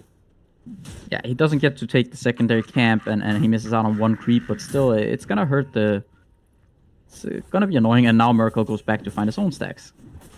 So more net worth for this Dusa here early on. He's like, GH, you done with these? I know you're like your actual spirit. It's like, have at it, bro. I just want the mid lane for a bit, a few extra levels. It's time for you to carry this game for us, buddy. Mind control, he's got 1 more minute to maybe find some sort of impact here. You can see he's actually holding on to a point in case he needs the Dark Ascension. GH going for his own stacking now. Just more stacks for the Dusa. Get that bad boy. Smoke. The offlane combo are at it again. They made it work in the mid lane, and now they're going to shift to the regular spot to see if they can repeat their performances. Tiger and Boxy, they're rotating down towards Wee's lane. Quigfa, he's got the Elder Dragon form, so you can go for the long-range stun if need be. Kuro and Wee are pretty close together. They're going to jump in. Arene's going to go down, connects onto the 2. He gets 1 Spirit Siphon out. Is it enough to protect him? It looks like it won't be. Kuro able to just TP away before the Curse Crown would secure a 2nd kill. Liquid, they should be able to pressure this tier 1 now. Quigfa finally able to do what the DP just done to him. Yeah, exactly. It's you know, tit for tat. They lose their tower. Now they go with the rotation onto bottom, find the kill on B, and Quigfa can immediately start pressuring. I don't think he's gonna get this though. No, he doesn't if have Mars a ever shows, then yeah, Radiant are scanning because they want to know if anyone is in the vicinity. They want to go back bottom and try to keep this tower alive. They'll do it. Quigfa just has to walk away. Elder Dragon form running out soon, so he at least got most of the value out of it. But so far, unable to just find a way into Nigma's side of the map, which is troublesome. And Miracle, he's farming up pretty fast here. Top of the net worth with over 1,000 gold lead over the Luna at this stage. Yeah, DD helping him clear some of those stacks. 3k gold lead already at the 10-minute mark. 2 to 3 score. Kind of quiet in terms of kills. There are a lot of potential rotations. Once Liquid get their 6, of course, on the Willow, we might see this the Mars plus Willow combo. There's also, of course, with the Warlock. The impressive parts to me is how well Mind Control's farmed, right? Like, yeah, it's almost as if even without really getting many kills in that 5-minute window, it's almost like he's not playing this hero that has these kind of spikes every 5 minutes, right? Like, he's been so chill at this. He's sitting 2nd in the CS charts right now, ahead of the Luna. And you can just see it in his net worth as he's actually ahead there as well. Usually we see a lot of teams when they draft this Night Stalker, they try to make 2 or 3 kills at least happen in that first 5-minute window, but he seems to feel completely unpressured. Yeah, Arena gets thrown down there, but the Miracle with the point and Stone Gaze just gonna walk it off. No worries. And they get the tower. Mind Control also getting very close now to the vessel. And I think this is gonna be... It is gonna be kind of scary for a large... Like, for quite a couple minutes here, you know, for the next 10, even potentially 15, depending on how long it takes to get this Manta maybe on Luna, DKB on DK, etc., Boxy.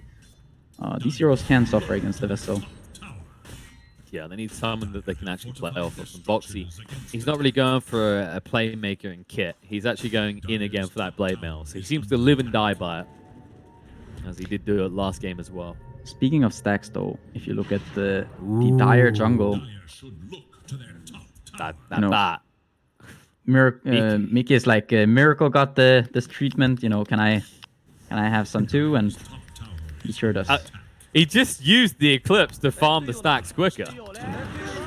You know, farming efficiency. If you're not gonna use the Eclipse for making anything happen, then you know why keep it on cooldown? Just farm some creeps a little bit faster. Now, imagine if Nigma had a ward in that jungle and saw that he'd done that. Then they'd be like, that's wow. the only risk. They just no. Miracle will be like, wow, that's efficiency. The rest of them be like, we go kill her now, right? Oh, Arena bot.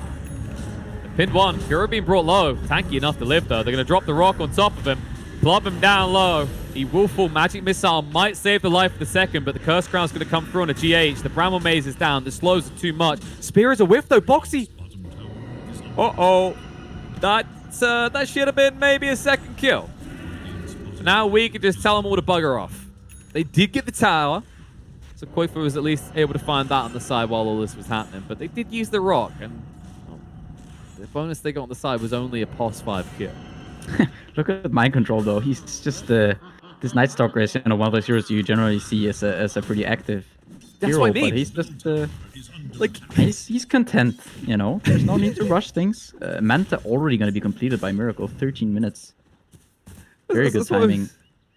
It is weird to see, like I was saying earlier, when you pick a Night Stalker, usually they're like very hard pressed to find their value in those 5-minute windows, right? But he's literally just been sitting here chilling the entire time, as if there's not a game going on around him. Yeah, just kind of content to keep scaling here. This beefy Night Stalker may become an issue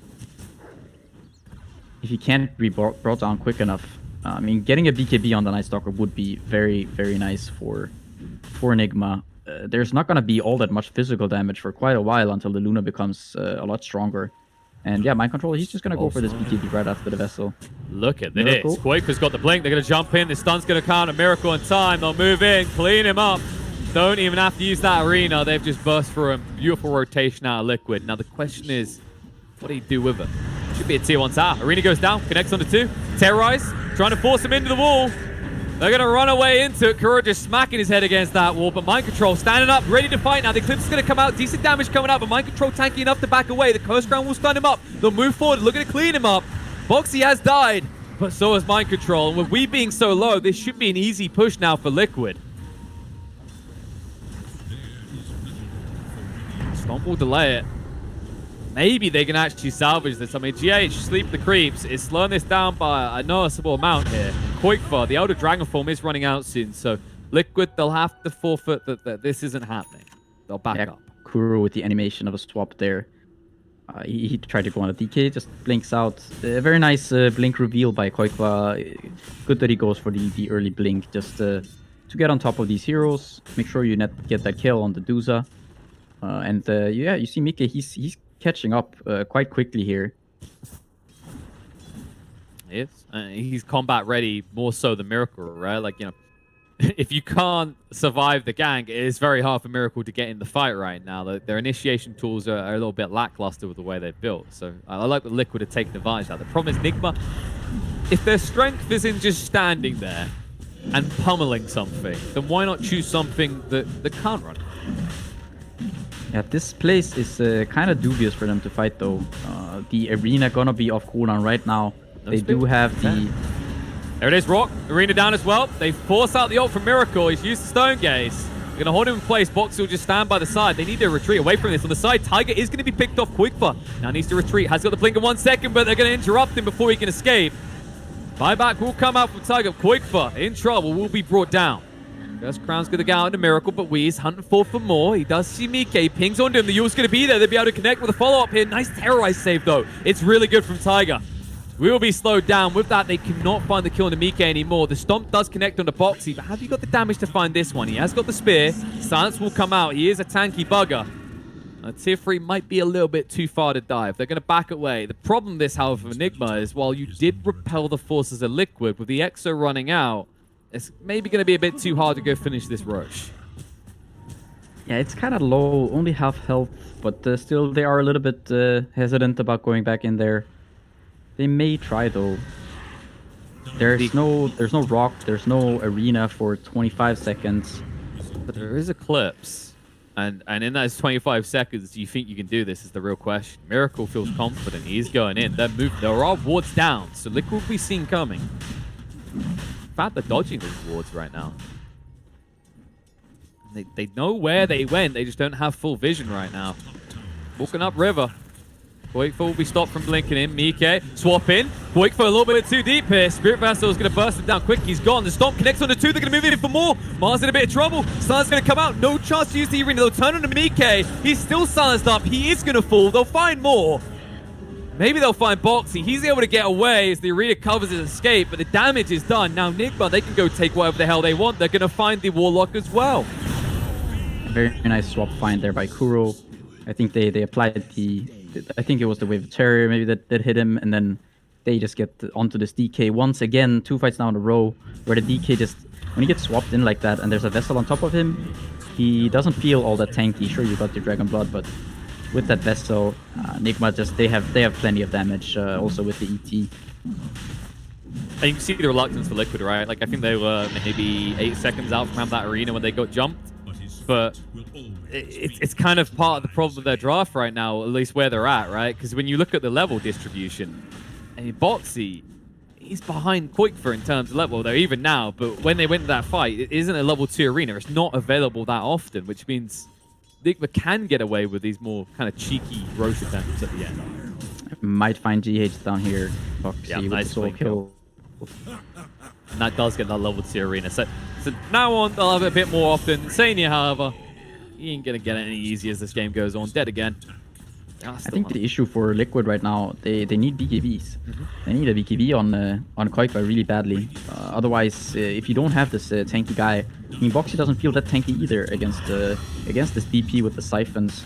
You don't feel, you know, you want to be this tanky guy, right? You committed to this blade mail. You want to be this guy just soaking up damage, but with the siphon, just with how tanky Dusa is and the extra damage from the medallion, the Venge, both of these tanks, they don't really feel that good.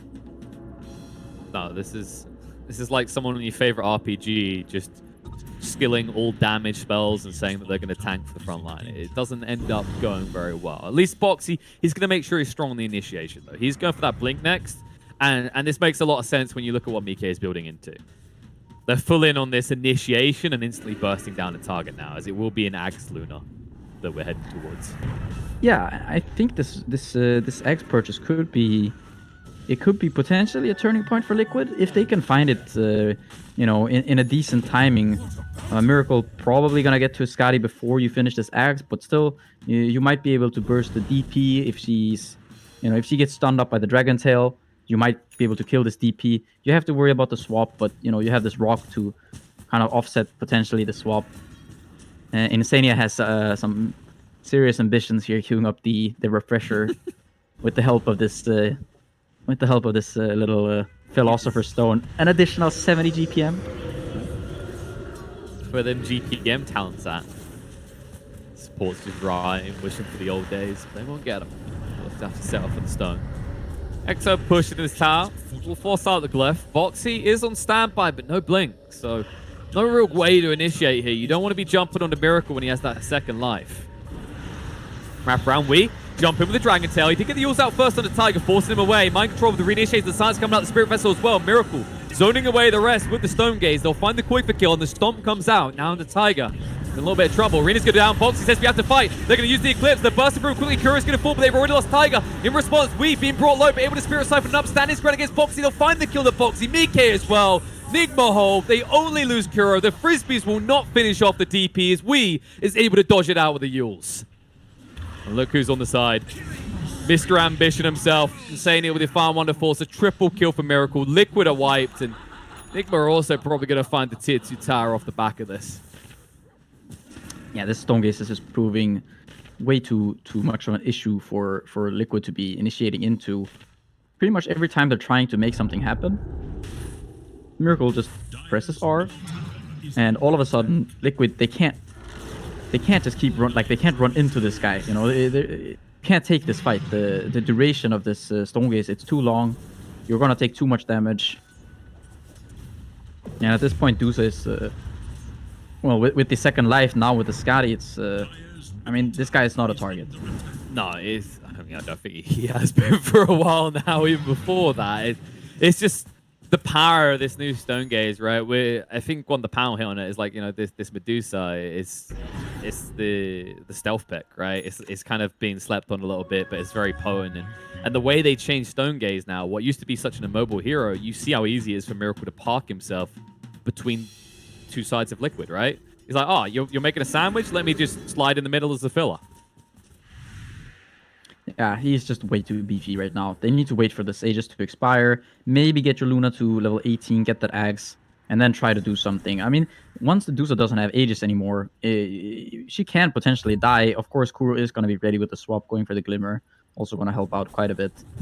Yeah, about to get level 2 swap as well, so he'll have some range to it. It'll be hard to find both of them together.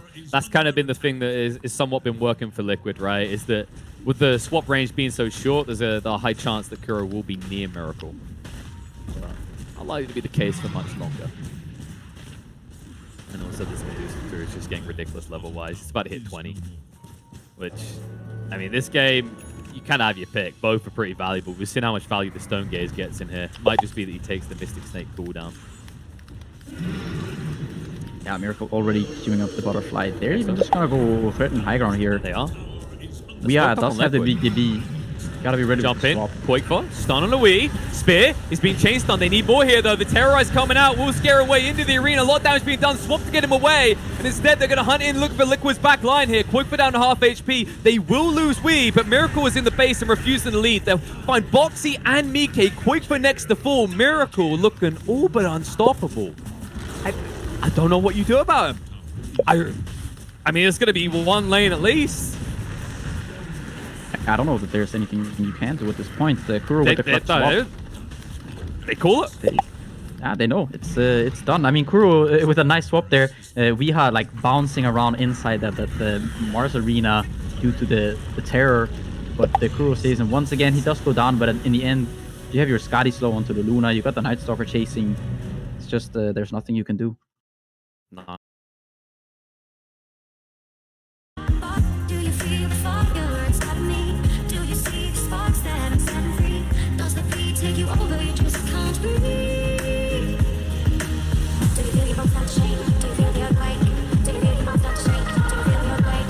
Do you feel your bones start to shake? Do you feel the earthquake? Do you feel your bones start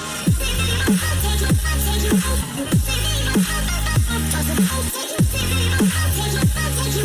Do you feel the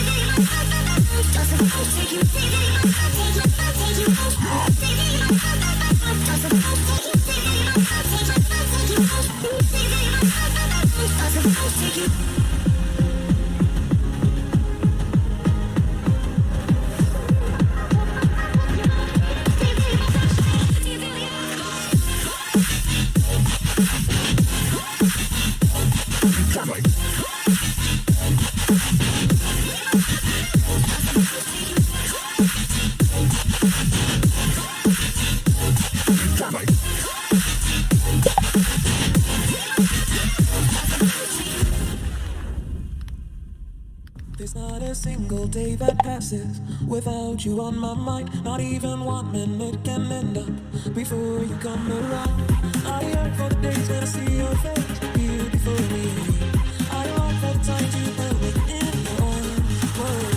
I wish that you were here to give me everything I want, but I know that life's unfair and we can't always have it all.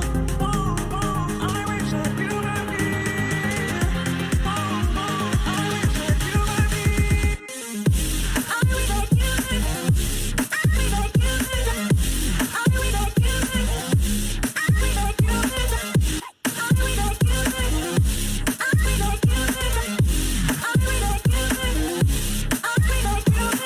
There's not a single day that passes. Not even 1 minute can end up. I wait for the days when I see your face here before me. I long for the time to hold me in your arms. I wish that you were here to give me everything I want, but I know that life's not fair and we can't always have it all. I wish that you were here.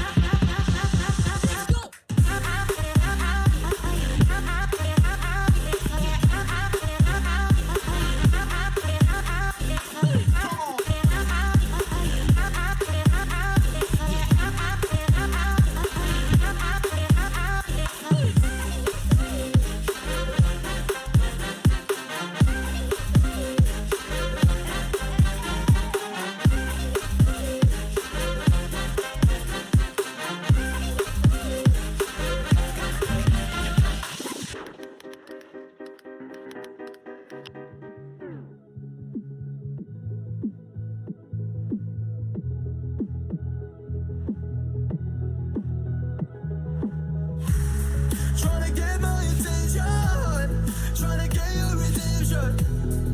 But now that I'm gone, you want me back.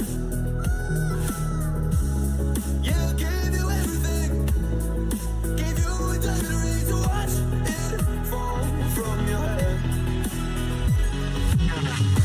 I don't wanna love again, 'cause I'll be living with regret.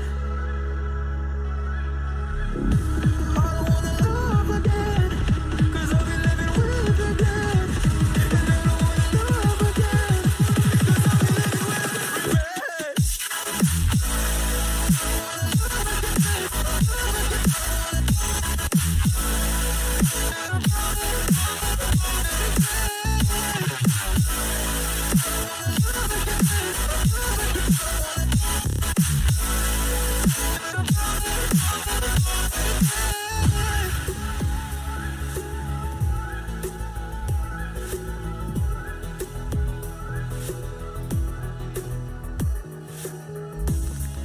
You came back to me, I don't trick or treat, don't knock on my door.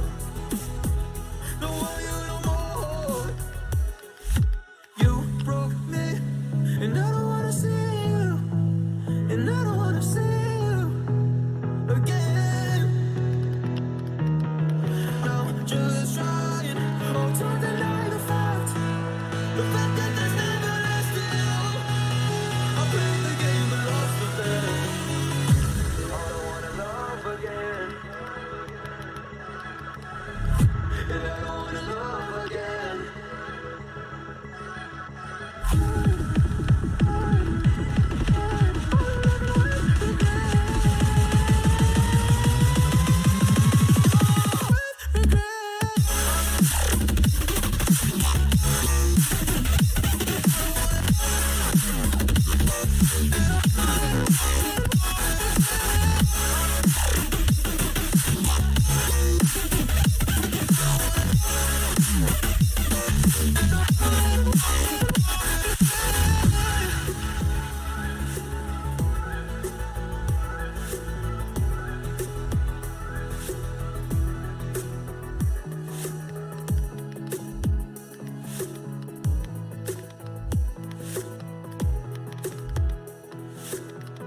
Cause I'll be living with regret. 'Cause when you with me, baby, don't you see I'm shining? 'Cause when you with me, baby, don't you see I'm shining? 'Cause when you with me, baby, don't you see I'm shining? 'Cause when you with me, baby, don't you see I'm shining? 'Cause when you with me, baby, don't you see I'm shining? 'Cause when you with me, baby, don't you see I'm shining? 'Cause when you with me, baby, don't you see I'm shining? 'Cause when you with me, baby, don't you see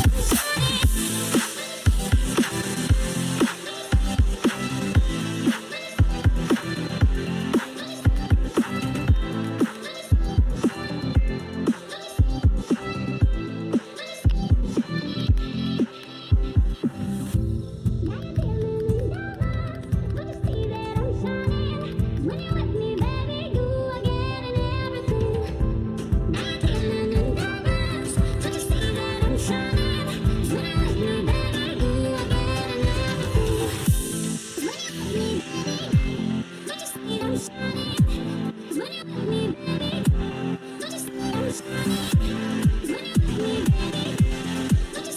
shining?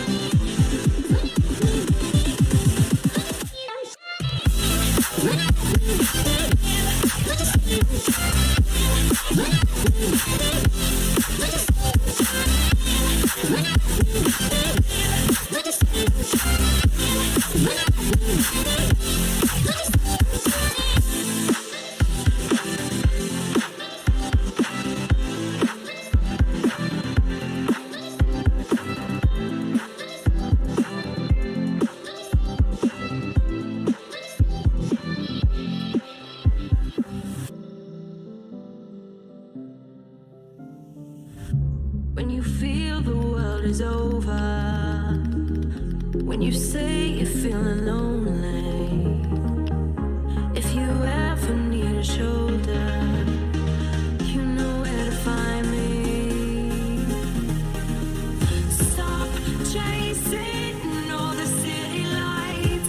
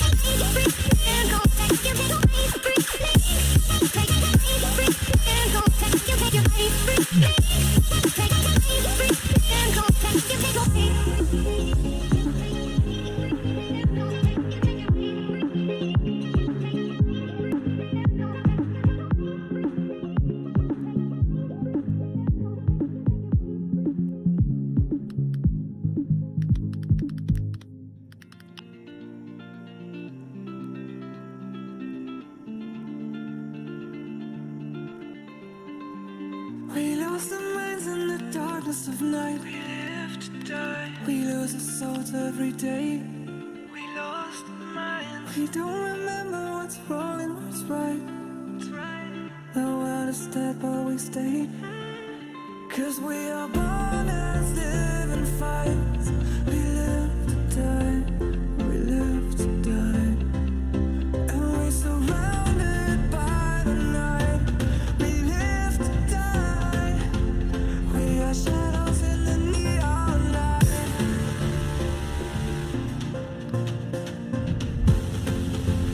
We are shadows in the neon light.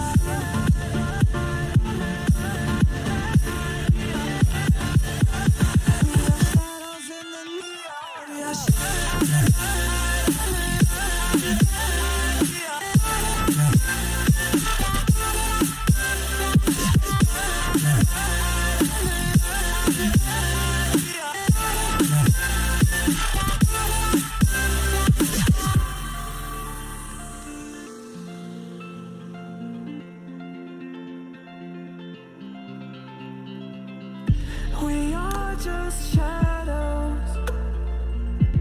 It's supposed to be that we died. It doesn't matter if there is no light anymore, no light anymore. 'Cause we are born as living fights. We live to die. We live to die. And we surrounded by the night. We live to die. We are shadows in the neon light.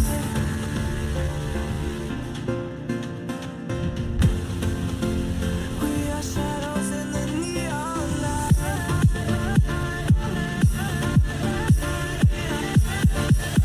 We are shadows in the neon. We are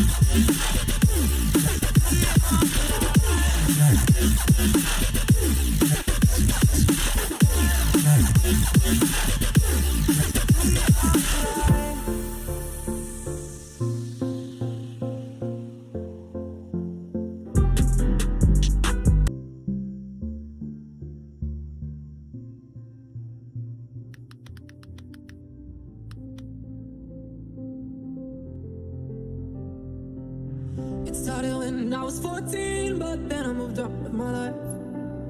I said a lot of things I didn't mean, but I guess that's the young life I've had. And I do not regret a moment. I loved you for all these years, but we two grew apart.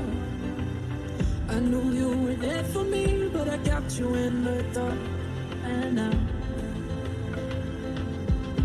look what I've done to us. You always said that my heart is like Vegas. What happens there stays there. And then I was always blind for the things I do.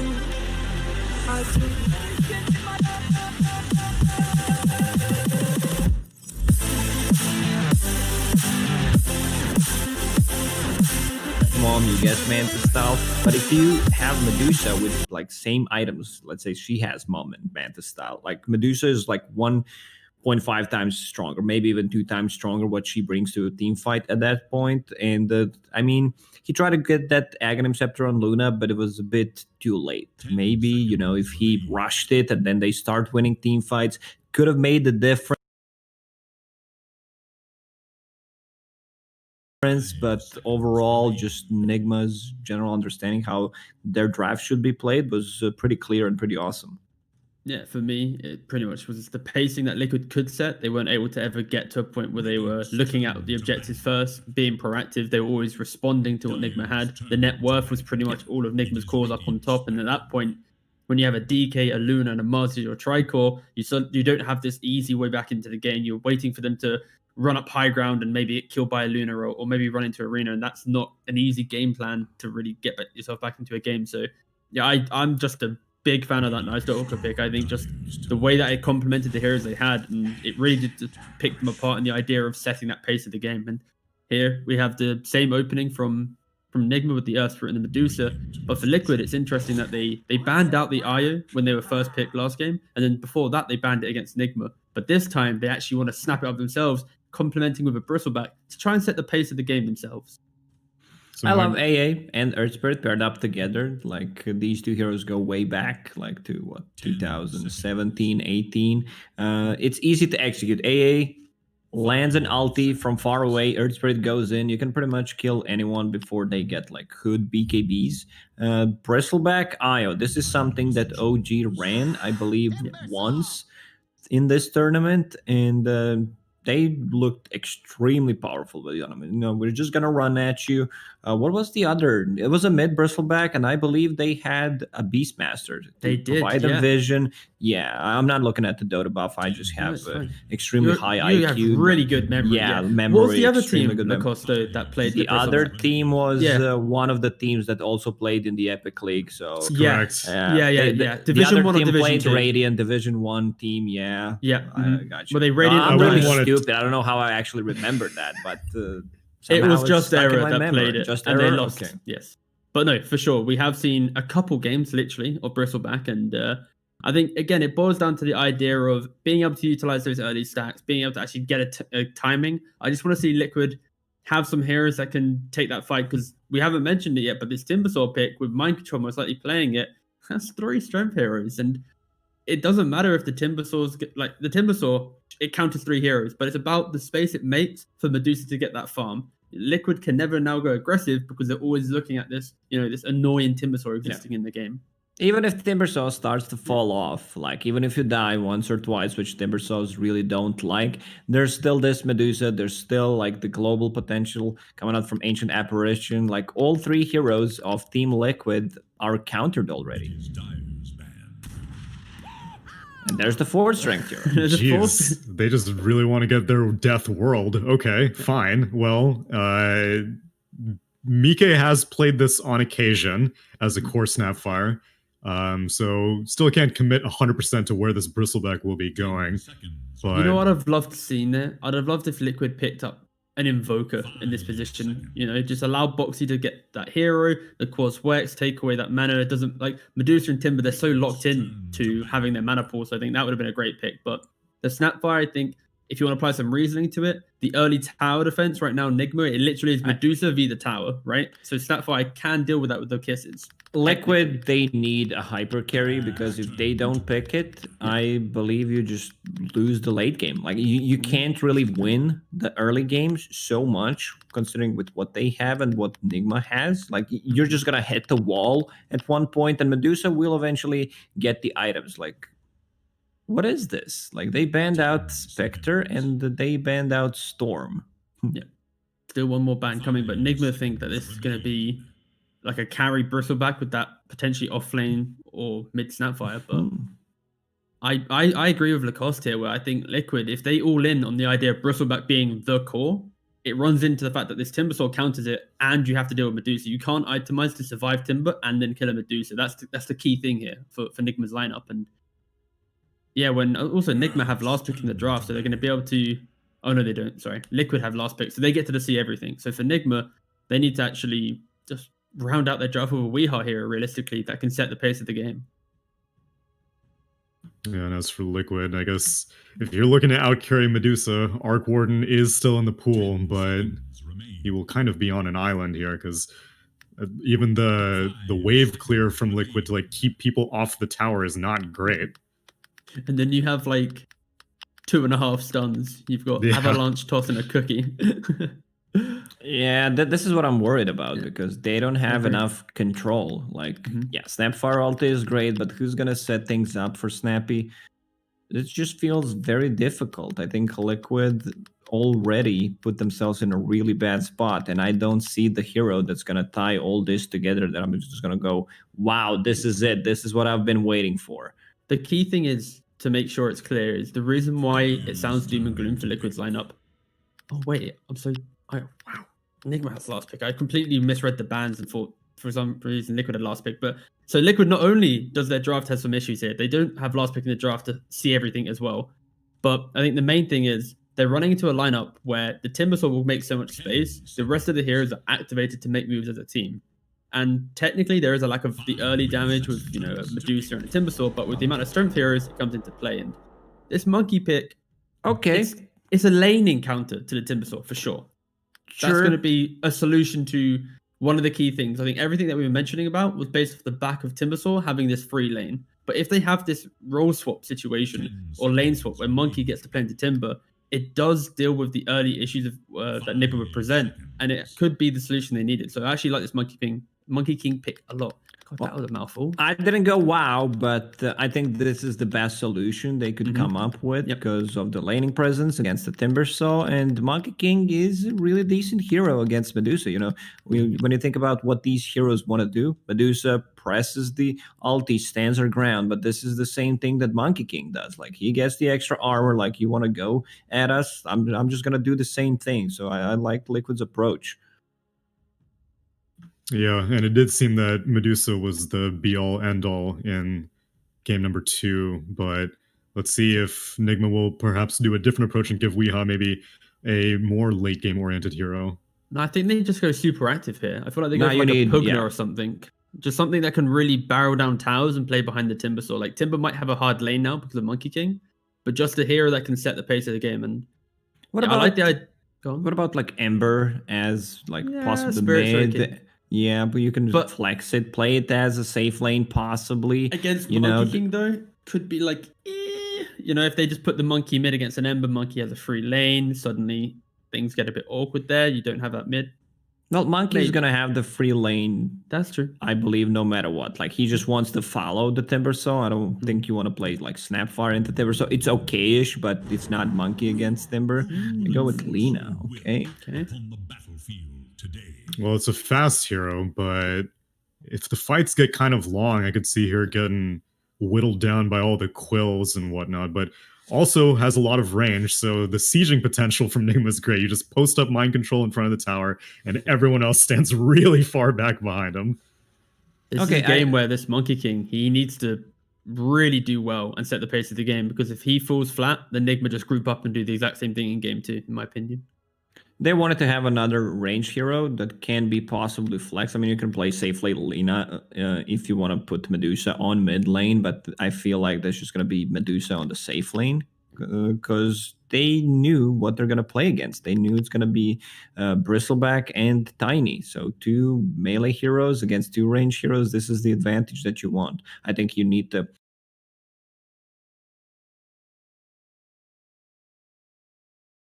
either like run an aggressive tri-lane possibly and leave Timbersaw alone against a hero that is not a Monkey King. So we might see a lot of lane swappings if Enigma wants to do that. But heavily favoring Enigma's lineup here. I think I have to agree with Tiga.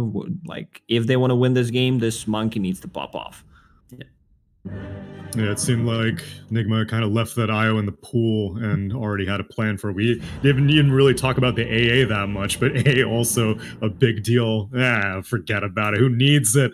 He's got a stun. Like, he just has to hit an ult, right? Like, it's not that hard. We've seen Kuroki do it before. Like, more than capable, of course. And the viewers, obviously, I hope you're more than capable of going to egb.com or clicking the banner below the stream if you want to find out what might happen in this game number 3 with the odds. But let's find out which team will face elimination with our casters, Killer Pigeon and Pycat.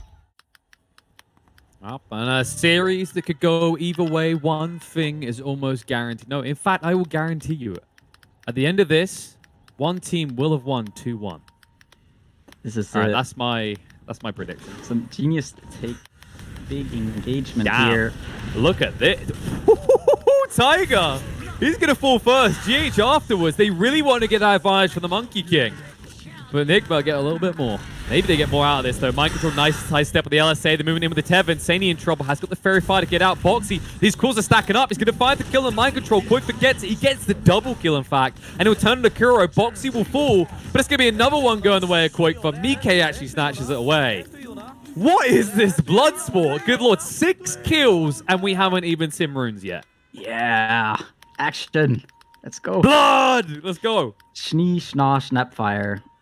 Will he get the snap up the victory, or will he get fired and fried by this Lina?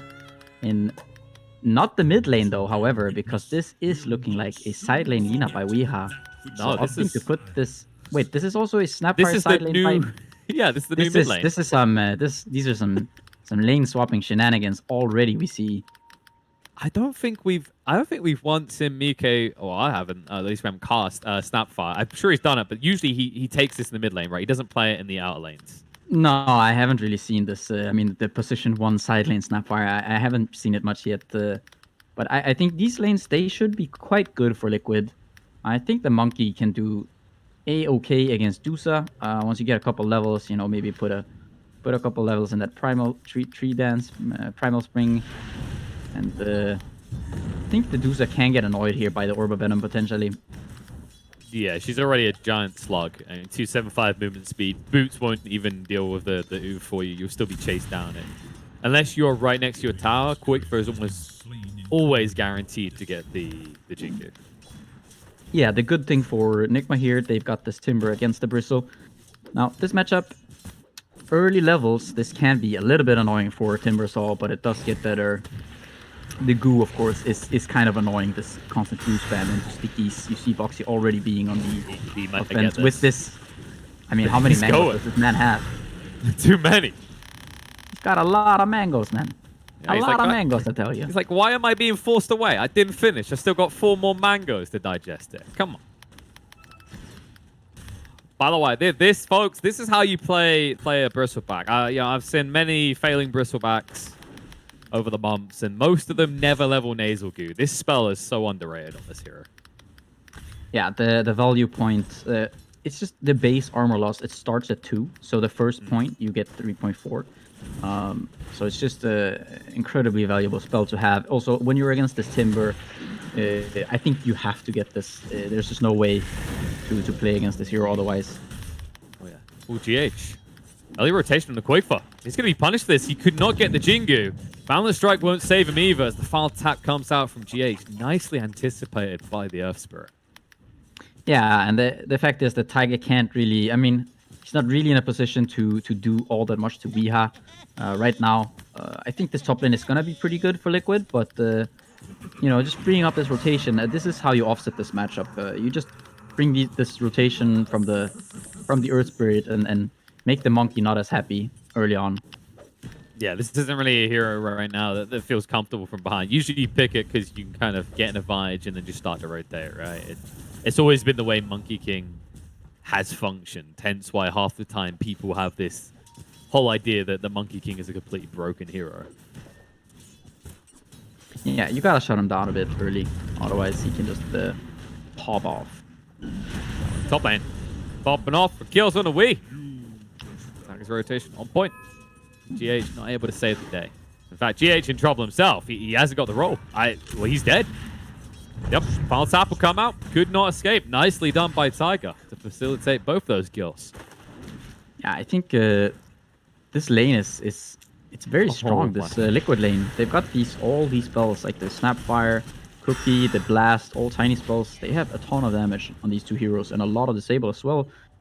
Yeah. They're going again. He only just got back.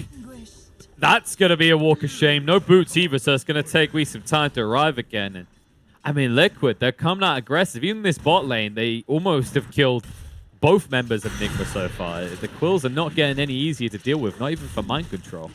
Yeah, are we? No, he's going to do this. Okay, I see. We'll play it that way. We are going to do, like you said, the walk of shame. He's got the Fiery Soul, you know. He's... at least he's at the 333 move speed. Koikvado with the completed treads. Things might get a little bit scary for Miracle if he missteps. Yeah, it's just the the lane is so short, right? Like if you think of older iterations, mid felt like you could easily catch someone out, right? But there's not a lot of real estate to run down even a slow hero like the Medusa in this meta, in this iteration of the map. No, it's not all that simple. You can play the high ground quite easily, and Miracle also just you can retreat into the jungle, hit some creeps, push the lane, hit some creeps, rinse, repeat. I love this from Tiger. He's like, no, GH, you get hit by creeps. GH, like, no, you get hit by creeps. They just want to get ready for this rune. The problem is, oh, nice. GH, he will be blocked on the rollout. He at least sidesteps the cookie. GH is going down. Tiger gets the kill. We is at least able to collect the bounty, though. Yeah, we did see in the first game there what Tiger was able to do with that early Blink Dagger on the Tiny. Now off to an equally good start, if not better. Already at 600 gold, level 4. It's ready to bring the pain. Very ridiculous. I mean, both the Boss 4s in game 1 had a phenomenal performance. And so far, both of them find a little bit of relevance. But GH, even though you got that really good kill on mid, already 3 deaths in on this ball of Love Spirit. Bot lane, it's just this pressure just keeps coming out. Kiss in the top lane. I thought I heard some regurgitate. Mike hits the level 6 and hits the kill. Is having a brutal game. 4 deaths now already on the Lina. Yeah, he was level 3 and Snapfire was 6. This is quite worrisome for. Oh, it's getting worse. It's getting worse. GH, they're blocking his rollout. He's just gone. Liquid, they're fishing for kills and they're coming up gold every time. I don't even know how you deal with Mike now. Maybe if you rotate 3 heroes in total up here, so you got like a tri-lane going. But even then, I wouldn't be surprised if they're the ones finding kills when you consider how squishy both the AA and the Lina are. This lane is incredibly scary for them. Oh, they're gonna clear up some stacks here. Boxy, mind control misses with the ult there. He just and wants Boxy out with now. the regen still running. He's just He's going. Kind of keep chasing this. Quake's coming in. I think that they might have him. Like, he could go for a TP, but now that Quake's here, there's no chance because he's got the Boundless. He'll at least find the kill onto the IO. But with the arrival of the Monkey King, mind control is going down. Yeah, Liquid are off to a very good start here. I just love this whole series. Like, honestly, this has been one of the most aggressive series consistently we've had. As more aggression is happening in the top lane. Mike tries to cookie out. They will not get the cold. No, he turns around to give the cold feed. Io is there, however, to save. He's going to heal him up. GH now in trouble. They toss the 2 supports together. Kuro being chased down by Tiger. He's got the boots. The cold feet will not proc. And instead, it's going to be the Ancient Apparition likely to fall here. He does get the kill. Stun out on Insania. Roll in. Cookies not there, but the kisses are. GH taking a lot of damage. Avalanche toss the combo. A triple kill for Mike. Insania is still alive. Some very clutch plays by Liquid. Great rotation by Insania saving Mickey there. The stun can't connect because Mickey he's just too fast with the IO coming in to help him out. And yeah, he just gets to walk it off. They bring it back around with them kisses. Tell you, Grandma's been doing Pilates here because Mika, I mean, 508. All right, there's nothing slow about this old lady and her dragon. He's just completely destroying this game for Enigma right now. And that we've seen Miracle deliver exactly that. Some miracles in the past, but when even the monkey can look at Quake for now, being at the top of the net worth chart, and this Bristle feeling pretty cozy, there's a concern that Liquid might be able to play fast enough that this Medusa's game becomes incredibly uncomfortable. Yeah, and I don't even know who's had the time to do all these stacks for Liquid. I feel like they've got ancient stacks, they've got a bunch of stacks in the camps. They're finding these kills. I think they're playing this lineup. I mean, it's pretty much as good as it gets. It's one of the best things to master right now. Like in the latest part of this patch, it's the thing we always talk about, it's stacking. And GH, they're stacking a lot of damage onto him, not able to finish him off. But there's never a turnaround. That's the problem, right? This double strength lane feels so hard to be into that, especially with we not even having 6 yet, there's never a chance to punish them for doing these attempts. Yeah, Enigma they're gonna be banking seriously on this Dusa to just I mean, he doesn't even have the same amount really of stacks that he did in that previous game. No, he doesn't have the support cast either. Not off to an amazing start. The LSA will connect. We're still not level 6 though. The Cookie to turn around and get a kill instead. Quakepo sidesteps. Both feet will go off, but the kisses again. Mike just completely destroying them. A double kill. You'd think Lina would have better resistance to fire, but not dragon fire. Not this dragon. Yeah, we is 0 and 6. GH 1 and 6. This top lane combined 1 and 12. It's the quite the disastrous start for Enigma here. They're really struggling because their supports. They're so low level. Yeah, everyone's struggling. Look at mind control. He got baited into this attempt to kill Bo3. Now, Bo3 not only gets the kill, he's going to be able to just continue to farm in this area. They get the runes as well. They're hunting on Mike. He's worth a crap ton of gold. Tiger knows it. Nice toss back to slow the pursuit. He knows he's going to die. He'll give over a little bit of gold, but imagine the amount of money they would have got if they found that snapfire. Mike finds the double damage. He's starting to work on that axe. They gotta get this dude's big faster somehow, you know? Somehow. Make gold worth more. Bo3? Well, the only gold that's going to happen here is the gold of Liquid going up. Miracle, they try to bat him away. It's a level 1 that's not very good at getting him out with that boulder smash. They'll hunt under the tower. The gaze will come out. Bo3 needs to turn around. Taking a lot of damage here. The cold feet's going to proc. It stones up multiple heroes here. Cookie to get in, but Bo3 is down. Avalanche on the free. The toss in. The turn. Tiger gets the double kill. Kuro chased on 2 next. One more hit would end his life, and Mike will find it. And GH, he needs to get out quick. The Scatter Blast is coming off cooldown. They could go for the toss forward. He's renewing the Magnetize, but Mike is hunting for it. He interrupts the roll. He gets it. It's a double kill for Mike. Now 9-0-10 at the 11-minute mark on this Snapfire. This is a masterclass in the Dragon Master itself, as we is also going down. It's a triple kill for Mike. Mike is 10-0-10 at 11 minutes. And Liquid they're putting on a show. We use the term beatdown a lot. I don't think this does it justice. I mean, this goes beyond a beatdown. It's a 7,000 net worth lead pre-12 minutes for Liquid. Koikwa is somehow also the top net worth here. Not Mickey with the 10-0-10, but Koikwa is actually the top here. He's gonna finish his axe in 200 gold. Just, and then, of course, you farm even faster with that, right? You also got the Ironwood tree, which... I mean, it's risky, but with this hero, it allows you to just move through areas that otherwise you'd have to weave around, right? I mean, this game is looking mighty scary for Enigma right now. They need a solution soon, but right now, all they can do, the best they can do is dodge. This is the thing about their draft, it's the weakness, right? It's like the only one who could maybe set up kills is we, and I think saying he got shut down is an understatement. They're even gonna take these stacks from Miracle. Oh no. They also have the, you know, if the previous 12.5 minutes, I think this was an 11-minute Blink Dagger on Tiger. Good lord. Not only that, Bo3, I think he is going for a Heaven's Halberd. Which means Medusa, you're screwed. At least for the next few fights, you need a way of buying a serious time if you're Enigma. Yeah, Koikwa, he's going for the defuse also. This Dusa's game is not going to get easier. It's not getting easier anyway. Back here. All the way back. He gets the Stone Gaze out. The blast is coming through, but they sidestep it. They've got kisses coming off cooldown, so Miracle needs to be faster than this to escape. GH is guarding him, but Bo3 is hunting. He gets a whiff of weakness. He will strike.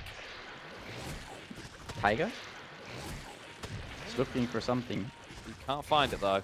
Mind control's not the kill, and he knows it. He respects the fact that mech makes him a bit too tanky, but no, he doesn't. He goes in now. Avalanche toss back. Wukong's down. Cookie control is good. Timber is pretty much done. The balance strike clips on a Miracle, which means Bo3 has to go to dive. The kisses are coming through. They're going to slow him up. Under the tier 2 tower they go. Bo3 level 10, more than tanky enough to keep pursuing this. Our mana or Miracle. The reinitiation for Tiger gets the kill. Wee is going to be brought down as well. Teva to make sure they can keep on going. They're diving tier 3s at 14 minutes into the game, and Bo3's not done. He's going to look for one more. He might actually finally be punished for this. He'll go for the TP out. The roll is going to be there, though. Reload will get him out just in time. And when he comes back, I don't think you have to leave him be. This is now Bo3's base. No, Mortimer, it's not. The CGH? Oh, no. The rollout attempt. Okay, they're going to respect it. They say, wait, mind control might be a problem. Let's not jump the gun here. We only just got the tier 1 tower. I don't... Liquid are there. When did you They're last on see something. Nigma? When did you last see Nigma get beat down this hard? I mean, I can't really remember the last time I saw anyone play a game at such a deficit at this minute. This feels like a Hail Mary smoke. It does connect on the right target, though. Insania gets caught. That is the kill they need. Maybe the only one they can get right now. But it will deter Bo3. It will force him to leave. And then actually, he's not even going for the Heaven's Halberd. He's going for the Sanjin Yasha. I don't know if that's the kill they need. I think that's the kill that they get. They get the position 5 IO with, I think that was like a 4 or 5 man smoke. Hey man, you said they needed money. That's the only kill they get. I think they'll take whatever they're given right now. It's the beginning, Pycat. If they can do that 10 more times without losing a single hero, To be fair, we did see Enigma come back from I think it was like a 30k deficit the other day. That's true. So if anything, you know, it's possible. I do think this game might be just even that bit harder, but yeah, where's their ability to backdoor in this game, right? GH. They just want to force a reaction out of it. Like Bo3, he's got enough that all he needs to do for the rest of the game is create space, and he's doing exactly that. They have no way to contest him. We now in too deep. They realize it straight away. Tiger jumps in. He turns 1 into 2 as Quickfor arrives to clean him up. Everywhere Nigma go, they just feel like headless chickens, and it's not for any fault of their own. It's just Liquid are making them sweat. I mean, Bo3 just he's just like making it so difficult to land any of these spells. Just juking the roll, juking Lina stuns. No, this right here, it's Lion King, right? Bo3, he's talking to his father. Fancy footwork, you know? I mean, it's the case he can go wherever he wants, right? Like, everything he sees belongs to him. The only place which is off limits is the fountain. Quickfor, he's going to fight. Wukong's down, he's got the Axe, of course. The Ice Blast is going to fly through, but if he just walks this off, he's going to be fine. Mind Control trying to re-engage, but the trees are in the way. They work against him. While that's happening, Wii is going to fall. The wraparound, Bo3 with a double kill. I mean, credit to Nick, but you don't want to give it up, right? You have to fight this then. This is the final game, but this is the type of game, if it was the first one in the series, you might just try and shift on to the next one to reset morale, but this is all you've got. Quickfor, now with the Diffusal on top of that Axe, 17 minutes. Oh, they're gonna go for this Roche. You've got the Axe on Snapfire. Mind Control stuck as well. They're gonna get the Roche, and then they might find the Timber. Like, Tiger is pinging it. They interrupted the TP. Mind Control can only waste time now. I don't even know if you care, though. If he stays here, you're happy. You just go elsewhere, because look at GH. Quickfor's on top of him. Boundless Strike interrupted the rollout, which means he's done. I'm getting a sort of flashbacks to this, I think it was the TI9 Grand Finals. Oh, this God, game between OG and previous Liquid, now Nigma. Oh, they just keep running at us. What do we do? Yeah. That's how it feels right now. And I bet that's how Nigma feels too. I mean, well, that's the type of game they probably looked back at. They dissected it and they figured it out. Hopefully they can find whatever findings they discover they can apply here. I mean, this lineup from Liquid though, is the snowball potential. Like when these three lanes win, when these three heroes win their lanes, your game it almost feels impossible. Miracle in trouble has to just use the Stone Gaze to run away. But Quickfor will just stand here. He says, don't worry, my reinforcements are coming. Bo3 arrives, Avalanche toss there. They get the illusion instead. Miracle's still going to be chased onto the Gobble Up, gets rid of the rest of his mana, stunning him on the spot. They are pursuing this. Bo3 diving in deeper. They're trying to turn it to Quickfor, but this is only going to be his first life. Instead, Miracle, he's only got the one to work with, and he won't have it much longer. The Laguna to try and get rid of a target. They kill off Tiger, but Medusa is dead. AA is going to be chased onto next. They're rolling onto Mike. They want to punish him, but GH needs to be careful because he will be turned upon. Mike, they have got the damage on him. Trying to get rid of him, but Insania with the save is not good enough. Mind Control find the kill, however, Quickfor cleans up Wii after he comes back up from his death. GH on the backline will fall to Bo3. They do get some kills. That is to their credit here. At this stage, honest to God, if you walk away with one kill from that fight, you're happy as Nigma. I mean, that's a 4-2 exchange, and the gold is about even. The XP actually favoring Nigma there. Exactly. You're happy if you're Nigma. You can't ask for more right now. Like, you have to start somewhere. That was as good as it gets. And Boxy with the SNY, he is one component away from his Ags now. Oh, with the Monkey King, I don't know how you run away. I think the only person who can escape is GH now. But that's not his job in this game. I mean, even mind control is just so easy for them to interrupt and burst him down. Is this where we start looking at how do they get them into the fountain again? Is it I that thought time? we'd wait until they're at the Okay, base. okay. But all right. If we farm an Ags on GH, all right, that's step 1. Build a Hurricane Pike, which he's doing on Miracle. That's step 2. We need a 4-staff on Kuroki or Lina. So, but you're a Lina, you don't want to build it. Then maybe, just maybe, you'll get them into your fountain in time for Insania to reload the person out of the fountain. Well, they did get the Yules on Lina. It's a start. They do have an item now on the Lina, despite being 2-11 in this game now. Taya, in the current meta, it's not easy being a POS for Lina, my friend. And what is easy being a POS for? Tiny. Look at this beast. Yules, Blink Dagger. They cannot initiate on Mike. This will backfire. The rolls off the mark. They can actually snipe out for Wee. Nice Yules interrupted though. There's going to be another Yules to counter that out. Wee, he couldn't get the combo out. The kisses are going to kill him off. They cannot even pick off one target up here. Instead, they're going to be picked apart themselves. Kuroki running away, but Boxy with the backstab. GH at least wasted time on the other side. Will finally fall. Kuro able to TP out, but Boxy, he smells blood. He sees mind control. How far do you go? I mean, you're a Bristle. You're feeling pretty tanky. You want to see what they do. The Stone Gaze is going to come out. It will at least deter them with this reload. The tower, however, is not safe, as they have all arrived ready to take out this tier 2. Boxy's got the Axe. He's got the Vampire Fangs, even with the 5 extra goose stacks. Who needs more health when you already, you're pretty much just establishing dominance here.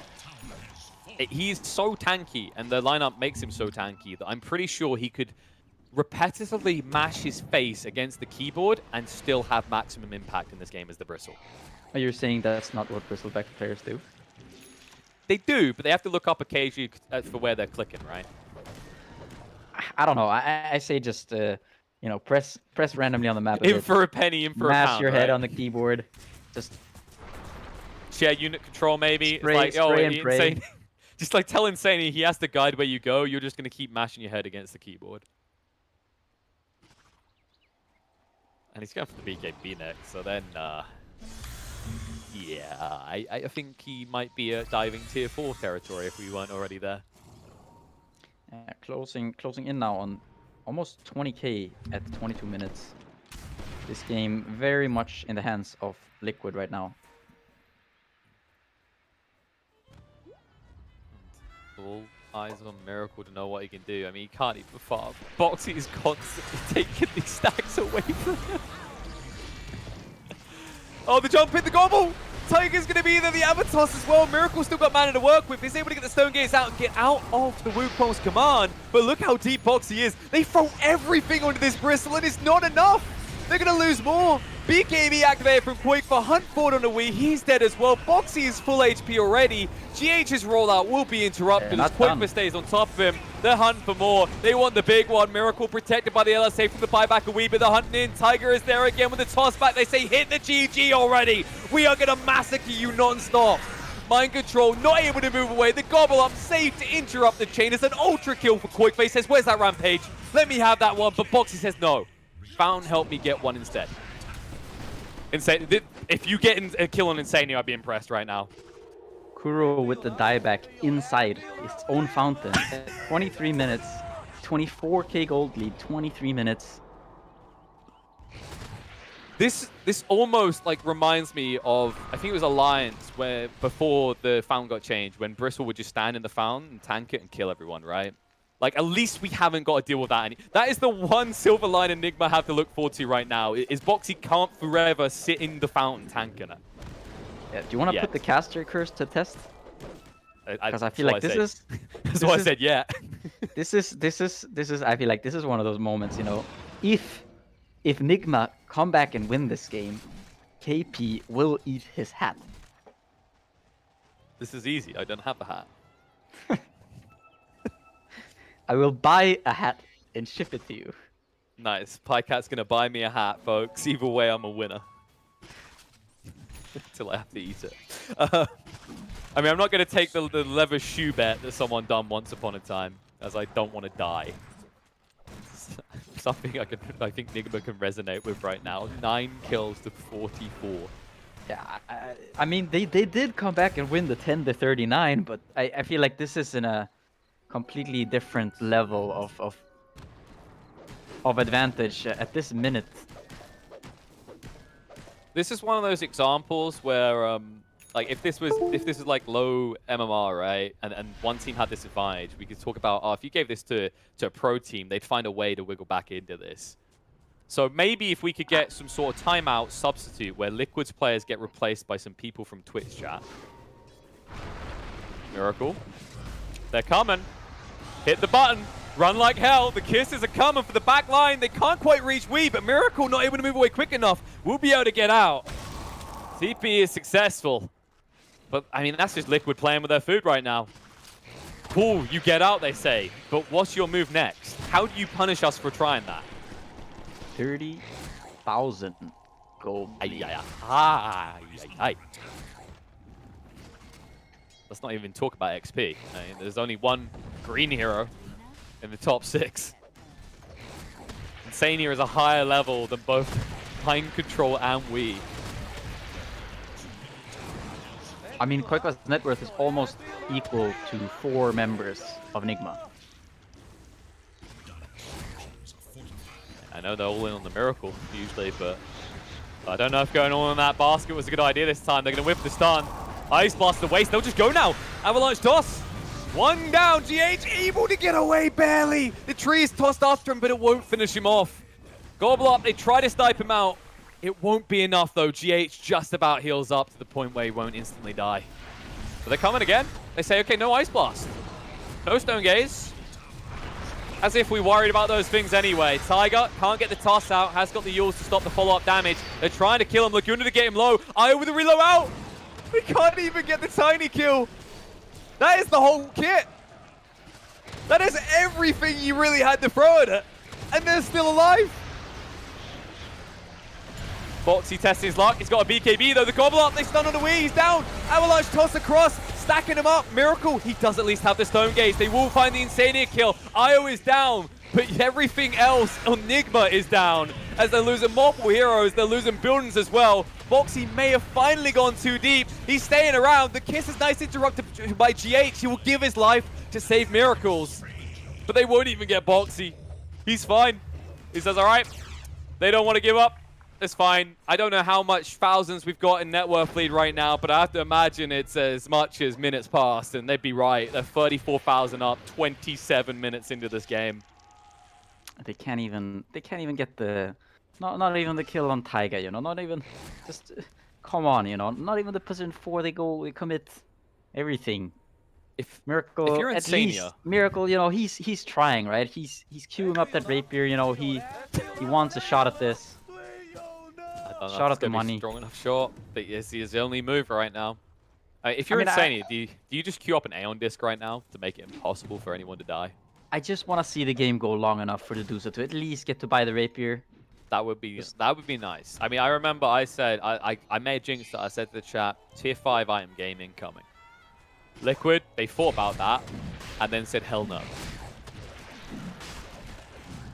Yeah, at this rate, it doesn't look like this game is going to last all that much longer.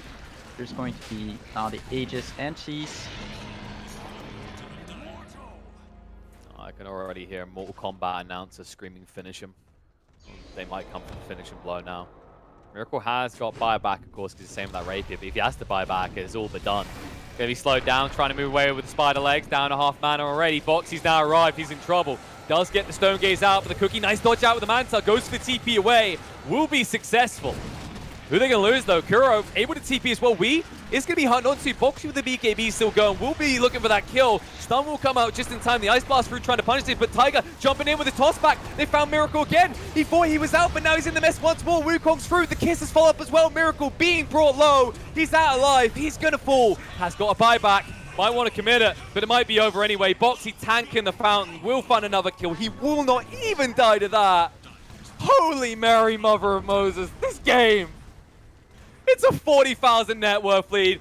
Not 30 minutes in. Liquid, they're going to force it finally. GG comes out. Nigma will look back at this one and wonder, was there even an iota of hope after that fight in the river at the 0-minute mark? I mean, I don't know. This is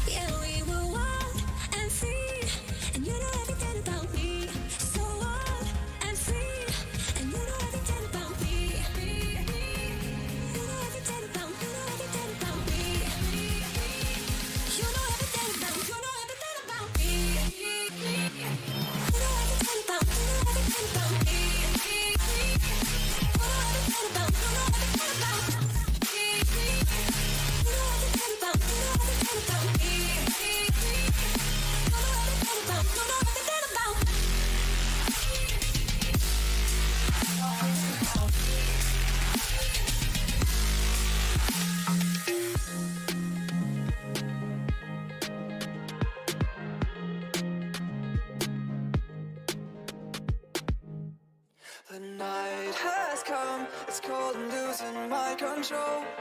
Your light is gone, and lonely darkness fill my soul. I wish that you could save me from my isolation. It's way too complicated. Start this conversation. Start this conversation. We got no relation.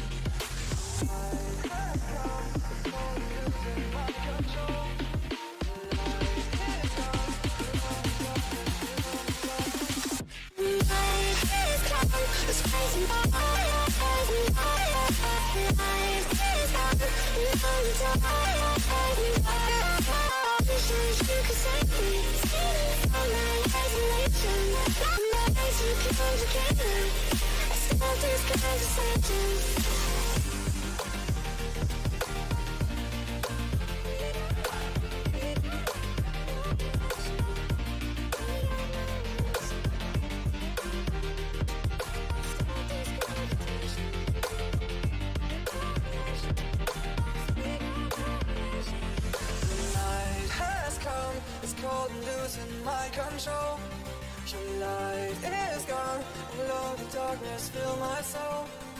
I wish that you could save me from my isolation. It's way too complicated. Let's start this conversation. Let's start this conversation. We got no relation. No relation.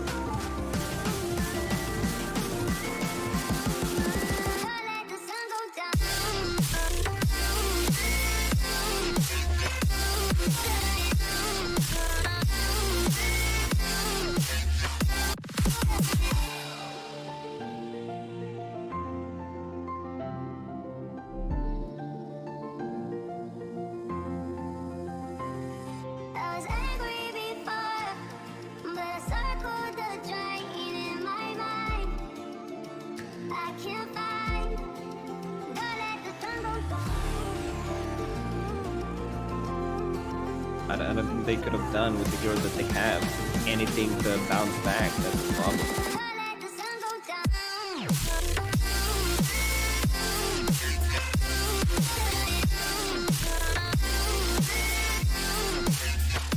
I remember when they picked tanking.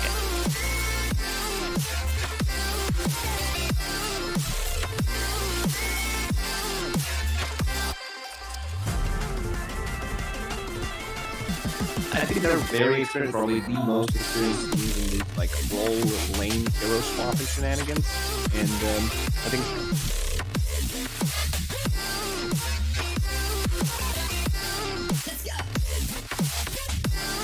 If you think about it, if they're having fun in like a lower bracket, you can feel that it's going to translate further, and hopefully we can continue to see them having that.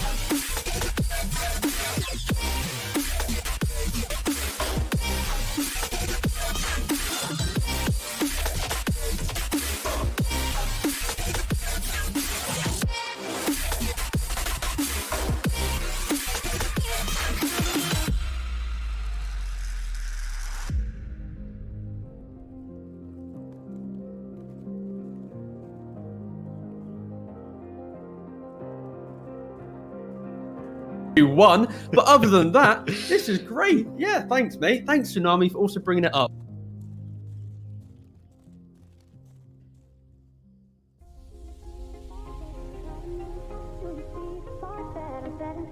Does the beat take you over? You just can't breathe.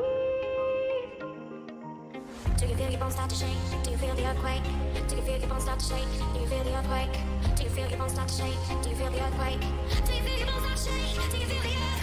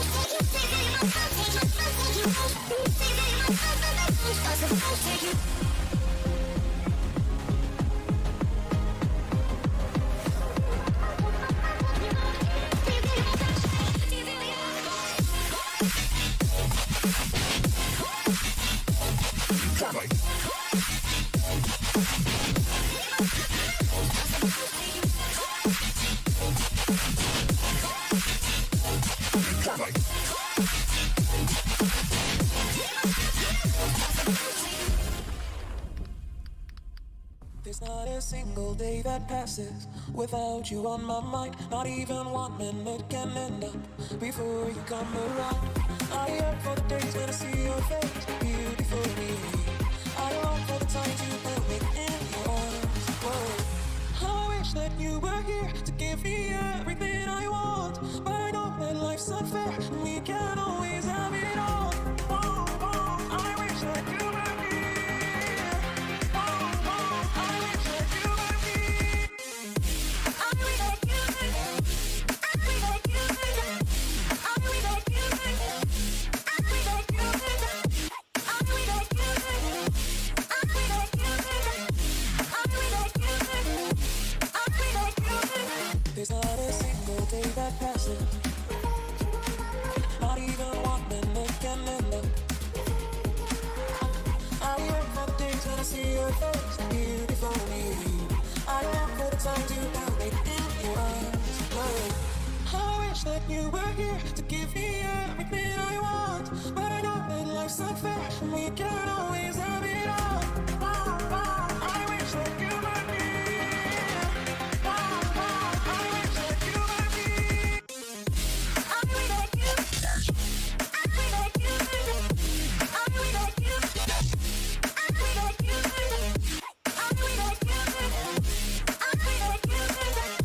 I wish that you were here. I wish that you were here.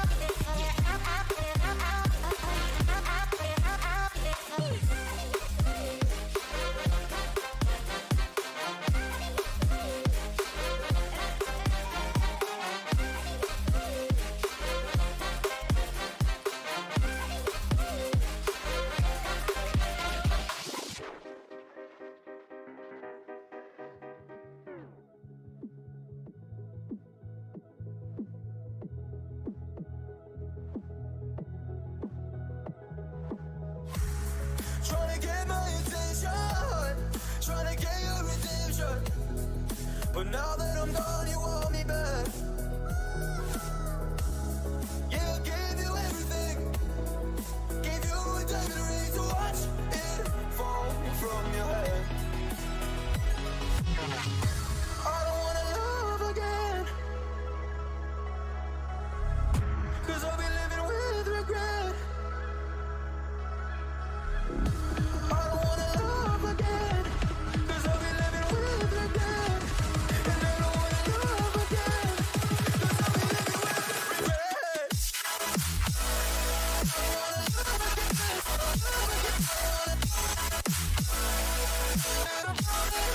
with regret.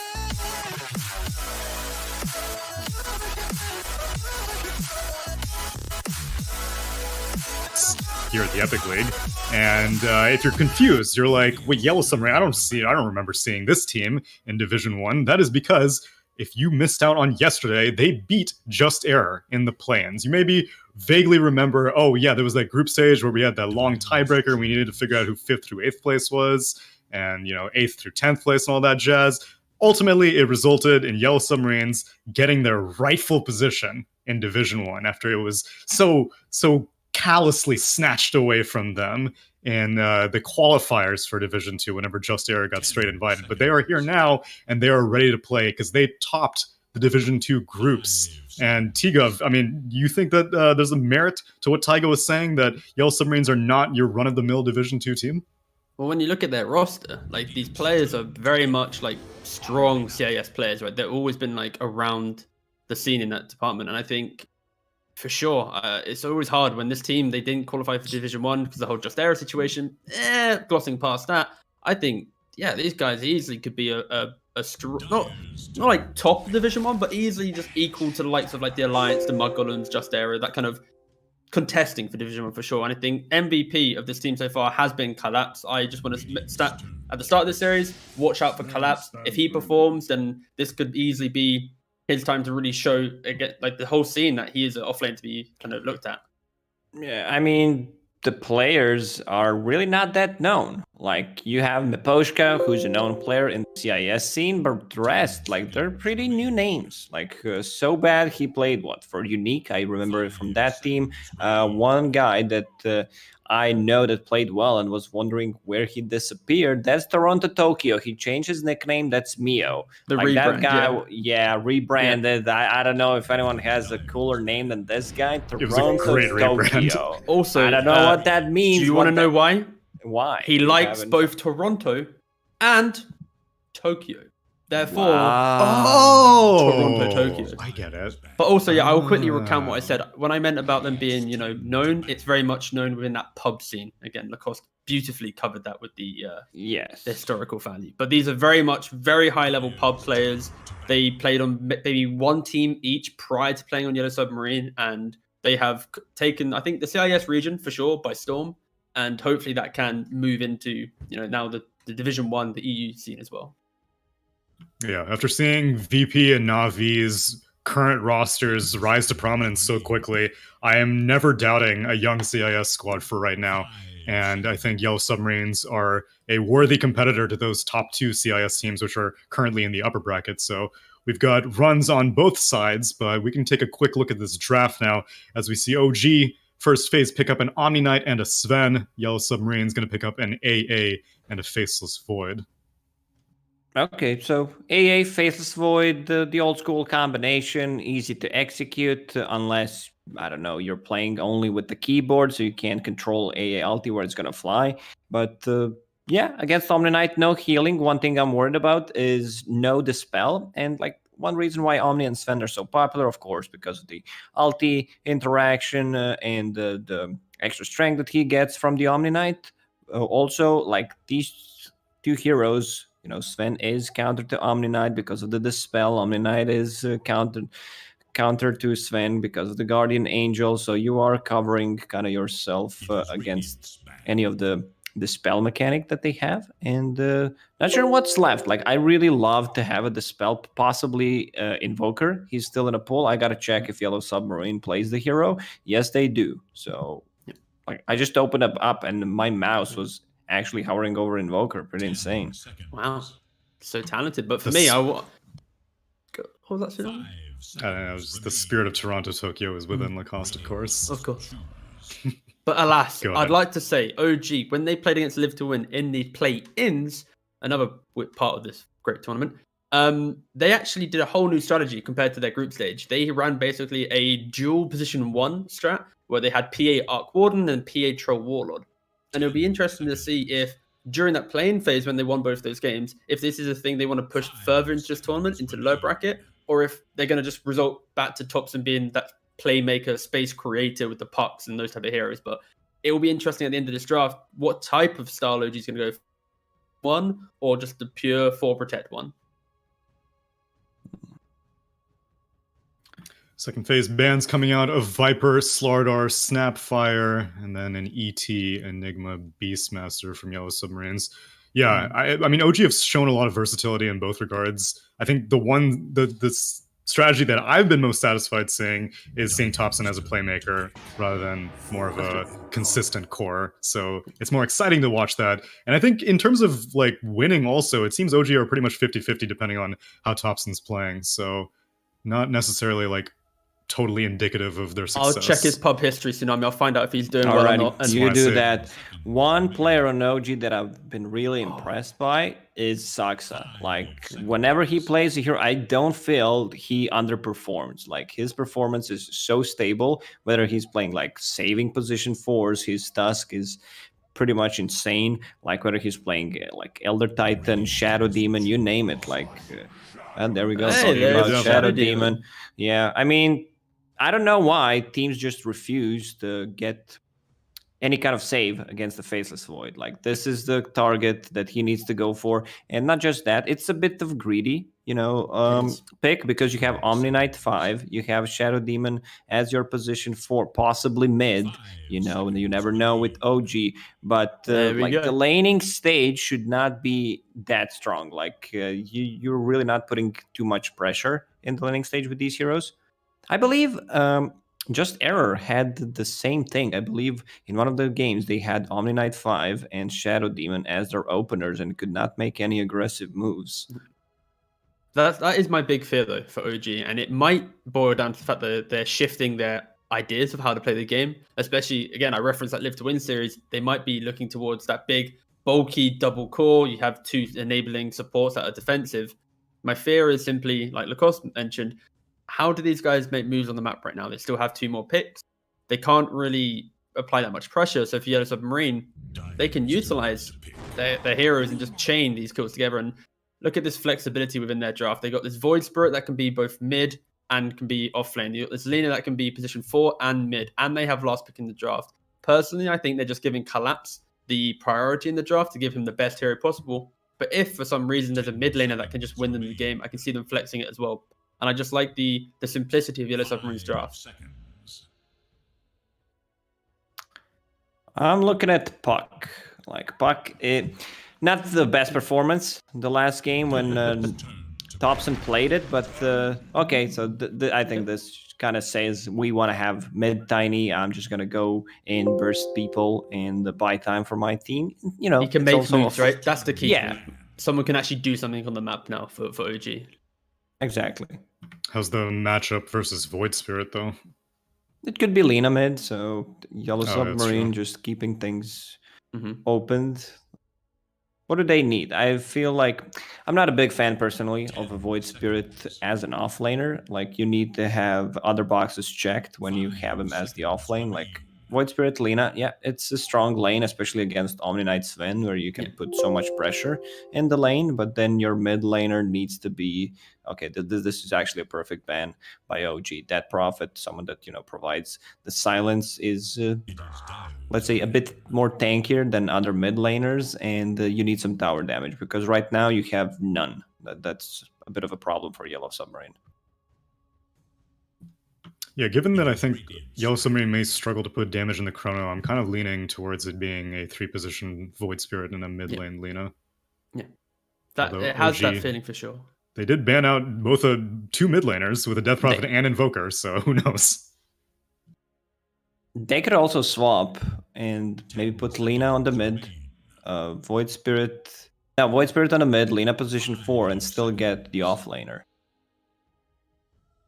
I You feel have like any good offlane Go ahead. candidates that would be able to put damage into a chrono though. The key thing here, though, it's easy to have this discussion, but realistically, it's OG that have to show their cards first, right? And then it Yeah. simplifies the discussion. So Yellow Submarine, they ban out 2 annoying, potent offlaners for Seb. And if you look at the offlaners now available, Enigma's ban, Beast ban, Centaur ban, Batrider ban, Mars ban, Slaughter ban, like how many more Jeez. offlaners? Like normally we talk about handfuls of carries, but this series alone, this game alone, we've now got 7+ offlaners being banned out right now. Viper as well, so. Still got his E. No, ban. that- Never mind. that No, he banned doesn't. as Oh my God, well. he has nothing. Like, Jeez. maybe even a Furion is like the only option left to try and set some pace, but does it sound good? Not really.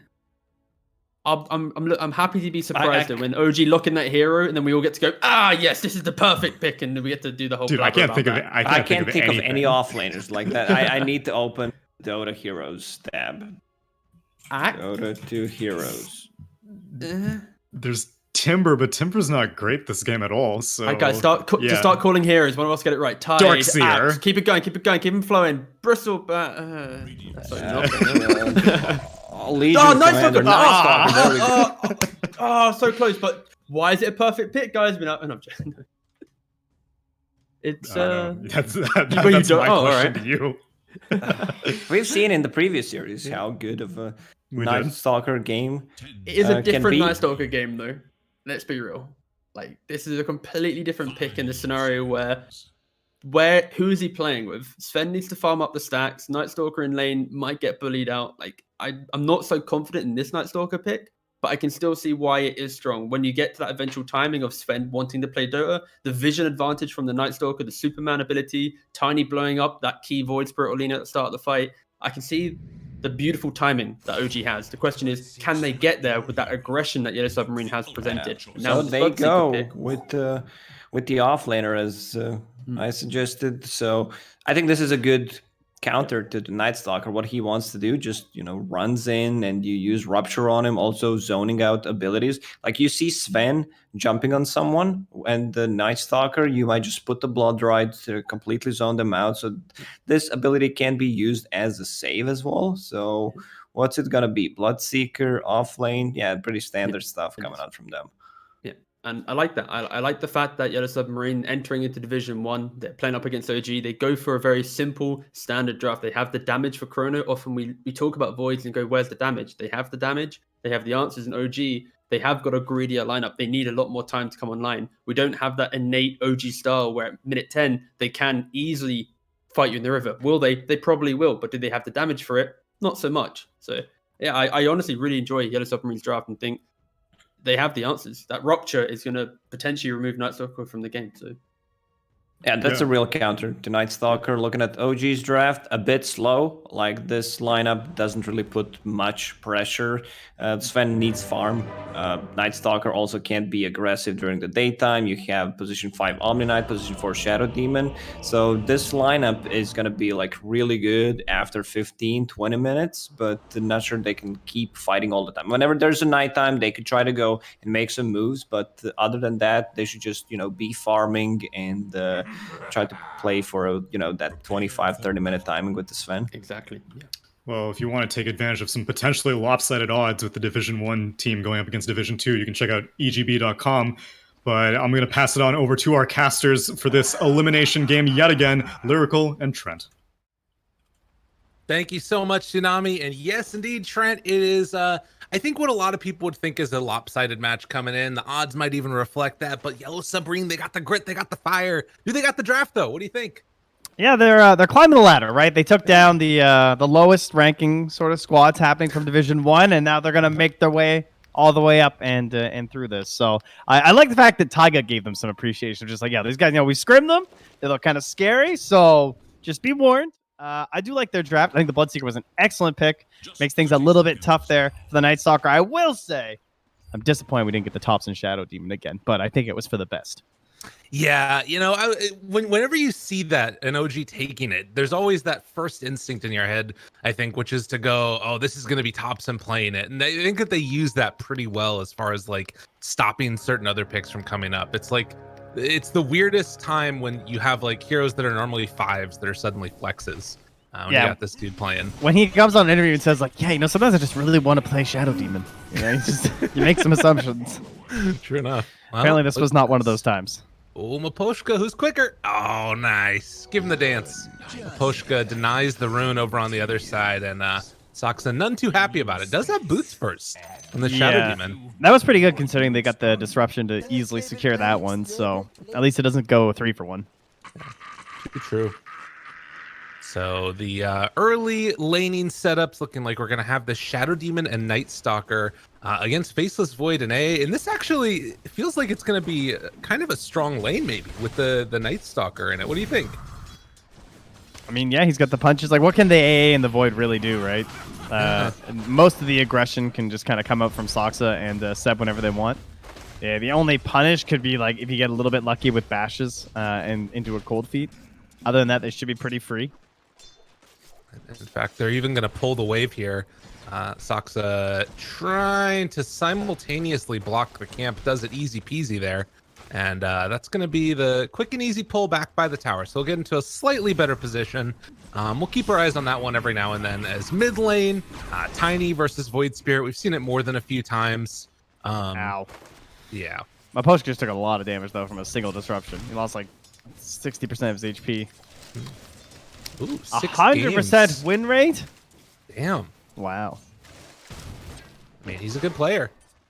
Sure, he had, I believe it was him who had that excellent game just the other day, where it was like ridiculous amounts of damage just being pumped out in the mid game to help carry them versus just error. Yeah, getting that early Aghanim Scepter on the Void Spirit and was able to pair together with that Disruptor. And that's something interesting here too, is that I think all of these heroes on Yellow Submarine are not the same crew that we saw them playing with earlier. They're very dynamic with their drafts. It feels like at the very least. And of course, the man of the match yesterday, as we saw from the Reddit highlights, was Collapse. Playing on the Bloodseeker this time, and seeing if he can have a good time here as well. Yes, I hope for another Chaos Knight game, but for now, he got his pick, right? Like, he got a really late in the draft gift handed over to him, and it looks like a pretty solid game. They have two of the best off-lane heroes in this patch, the position 4 Lina and the position 3 Bloodseeker. Very good at controlling the lane, should be good at contesting stacks. The hardest part about the Bloodseeker is always like buying the right items, because he has like a couple different variations, and then I think just those first like rotations out of the lane sometimes don't seem to go all that well. I don't know. I've lost a little bit of faith in the hero lately. Yeah, he kind of like is super hit or miss. And there's sometimes where the Rupture just feels like so anemic and just not doing anything. Very annoying. This game, I think it's really good versus Tiny and Bloodseeker, though. Or sorry, Right. Tiny and Night Stalker. Like, that is a frustrating couple of heroes get ruptured. Yeah, I think so as well. You can like, because you use Rupture and then you throw that silence on them, and so much of them is about playing around their spells as well, particularly for the Tiny. Yeah, it's going to be an interesting one to watch for. I think I loved what Maposhka was saying too in the interview that we saw from yesterday. I don't remember who it was. It was Lizard or somebody. It was like, "Where did you find this guy?" And he's like, "I don't know. We found him. The manager found him. We got him." Just sometimes these players just show up. 18-year-old Dota player. Mid lane, Thompson went for a fairly advantageous trade, but he did not have the regen to back it up. So Toronto Tokyo gets to stay, and Thompson's doing the long run all the way back home. He has his boots and his bottle, so he'll get the refill, and he'll be back in time to contest the 4-minute rune. He just needs to ensure that he wins that battle, and that's why they're also bringing over the supports right now from Yellow Submarine. Saksa there, also in behind, but does not have enough mana, and he won't for the disruption either at the rune timing. Oh, Thompson, are you too slow? Yeah, Boshka can't even get the deny in time, and it won't matter anyway. Dota 2, ladies and gentlemen. Sometimes it doesn't matter at all, but can they get the kill on Maposhka? Thompson wanting to make something of it, and he will draw first blood. Always the aggressive player. Makes it happen. It's good to go. Dota's so weird. It's like, I went here for no reason, kind of. Like, if I had just never come, would they have even rotated the Shadow Demon, though? And, all that stuff. Oh! Was that for him? I think that was for him mid. Yeah. So he's trying to get the secure, and meanwhile, up top, they're trying to jump on a mid one here. Has 11 stick charges and no tail behind him. So should be fine, although they have to wait for the tree to get cut, and Collapse takes advantage of it, finds the kill. That tree wasn't gone there. Whoopsie. Ooh. Yeah, the regrow timings, I'm sure. Probably just they cut it really early. Yeah. That is a frustrating one indeed. No more tangos left, man. He will fall. And 5-minute mark comes around. OG, though, securing it. Looks like 2 of the bounty runes. Well, there is still that one on the other side of the map. Oh, Tokyo gets to level 6 first and still almost falls there to Thompson. Got very low and managed to jump out, though. Yeah, can regen back up now. Has the salve afterwards and is going to go pick up that bottle refill. So he can maybe try and go again onto Tiny, but as you said, like it's not a free jump onto this guy. At the very least, Thompson doesn't have anything to bottle. Right. His bounties are gone, but comes in and misses the first resonant pulse anyway. Well, in the meantime, punching away at mid 1 here constantly.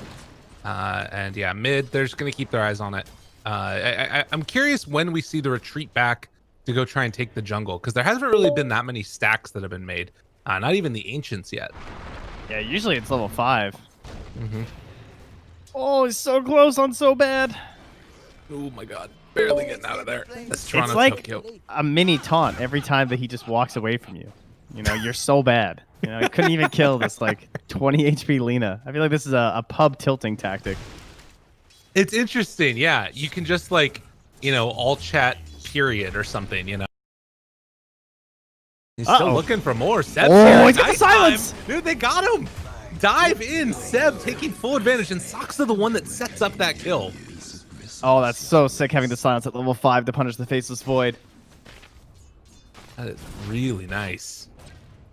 Damn, yeah, and in the meantime, like, I think that's one of those things. Is Thompson gets brought down very low and actually going to jump in Toronto, Tokyo, trying to make up for it with this haste rune. But he's going to take some extra damage there. Thompson will be forced out of lane. Yeah, he cannot stick around with the regen coming back with the bottle charge still being there. He'll have the jump, so he's out of there. And again, it's going to be Thompson returning for a power rune timing, more than likely at the 8-minute mark. Oh, Seb. Yo, we tipping? A little bit. He's doing some Let's fun go. stuff there. I like it. He's getting the feelings going. He's got his magical golden gloves. Well, I see 14 denies on Seb and 11 on Yotoro, so I think I know why we're tipping. I feel like these guys are having a deny battle. Yeah, that seems likely. And no matter what, your Night Stalker's going to win that one because, you know, you're trying to get those last hits on Void. Farm matters much more there.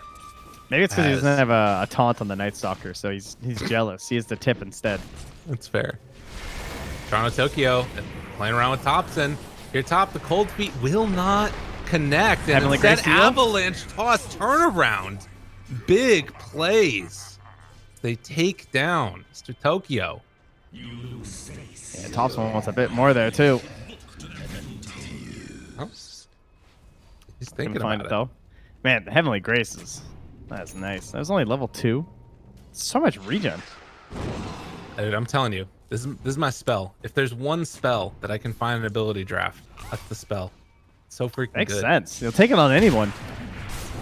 Give it to him. Give him the Heavenly Grace. You can't hurt me now. I'm Sven. Get the hell back over here. I'm gonna beat your ass. So bad. He's gonna get out of there. Does have a stun up in 6. And with God's Strength wearing off, it looks like mid one has to run away. Meanwhile, Thompson finds Yotoro, but he gets the time walk back to full HP after the combo. And gives him the tip for his efforts. Nice. Well played. Good. Yes. See, Look at the this is- vision committed for him down here.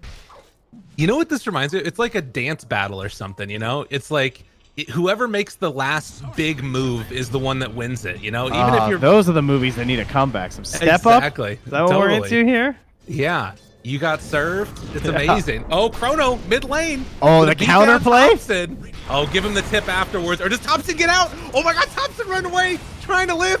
Sucks is nearby, doesn't have the disruption though. And wasn't able to save the tiny Toronto, Tokyo now. Also going in deeper, they find 3 kills. Oh, the moment across was the ripe map. for a return tip. Oh, Couldn't my get God. it. Beautiful stuff there. And that's Seb rotating and not able to get it punished by the looks of it on the Night Stalker, right? Yeah. So that's his ulti used. Ooh, right as daytime comes around as well. So that is going to signal a long period of inactivity for Night Stalker. He is getting close to a Midas if he wants to finish that off. He right now has the pipe queued up, but I'm wondering if he's thinking about it. That's a good question. I assumed it might have just been a glimmer. Like he gets the gloves now, might build a glimmer later too. That can also be all right. That could be good. Toro, will he live this time? Yep. Oh, please tip him again. He might be out of tips at this point, actually, or maybe he just wants to save his last one for something good. Yeah. That's the thing. Yeah, that is. It's not that costly. Obviously, it's like 100 or 220 mana for the combo, but kind of annoying. Just keep getting away. And back mid yet Please, again. no, not again. That is not a hero that has as many options to get out. So it will find that kill. And Thompson's still chasing in here. He's going to find Maposhka. Oh, is he? No, Maposhka. How did he get away?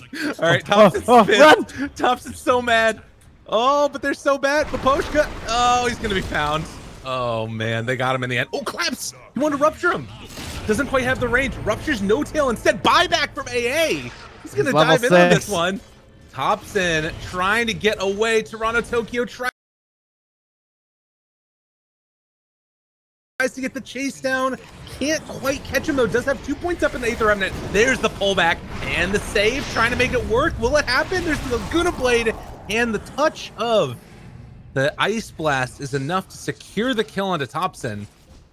Buyback, but they got the kill on the Tiny. Whew. That's a worthy buyback. Helping with the slow there with the Heavenly Grace, just trying to get as much effort as they can to actually get the chase down. Ends up being a positive trade for them. Even the AA gained gold after all that, so I'm sure Maposhka's gonna be happy about that one. What's the scoop on mid one? Looks like he's still 0-0-0 and has a lot of farm. So sure, some of the kills I think have been favoring a little bit more Yellow Submarine's way, but look who's on top of the net worth. Yeah, free and Sven clear. and a Night Stalker. And you compare to his opponent, this Faceless Void has really not been able to have that same level of success, and gonna make this rotation down here trying to catch mid one, but won't be able to catch him. Just a little bit too late. God, he's so fast.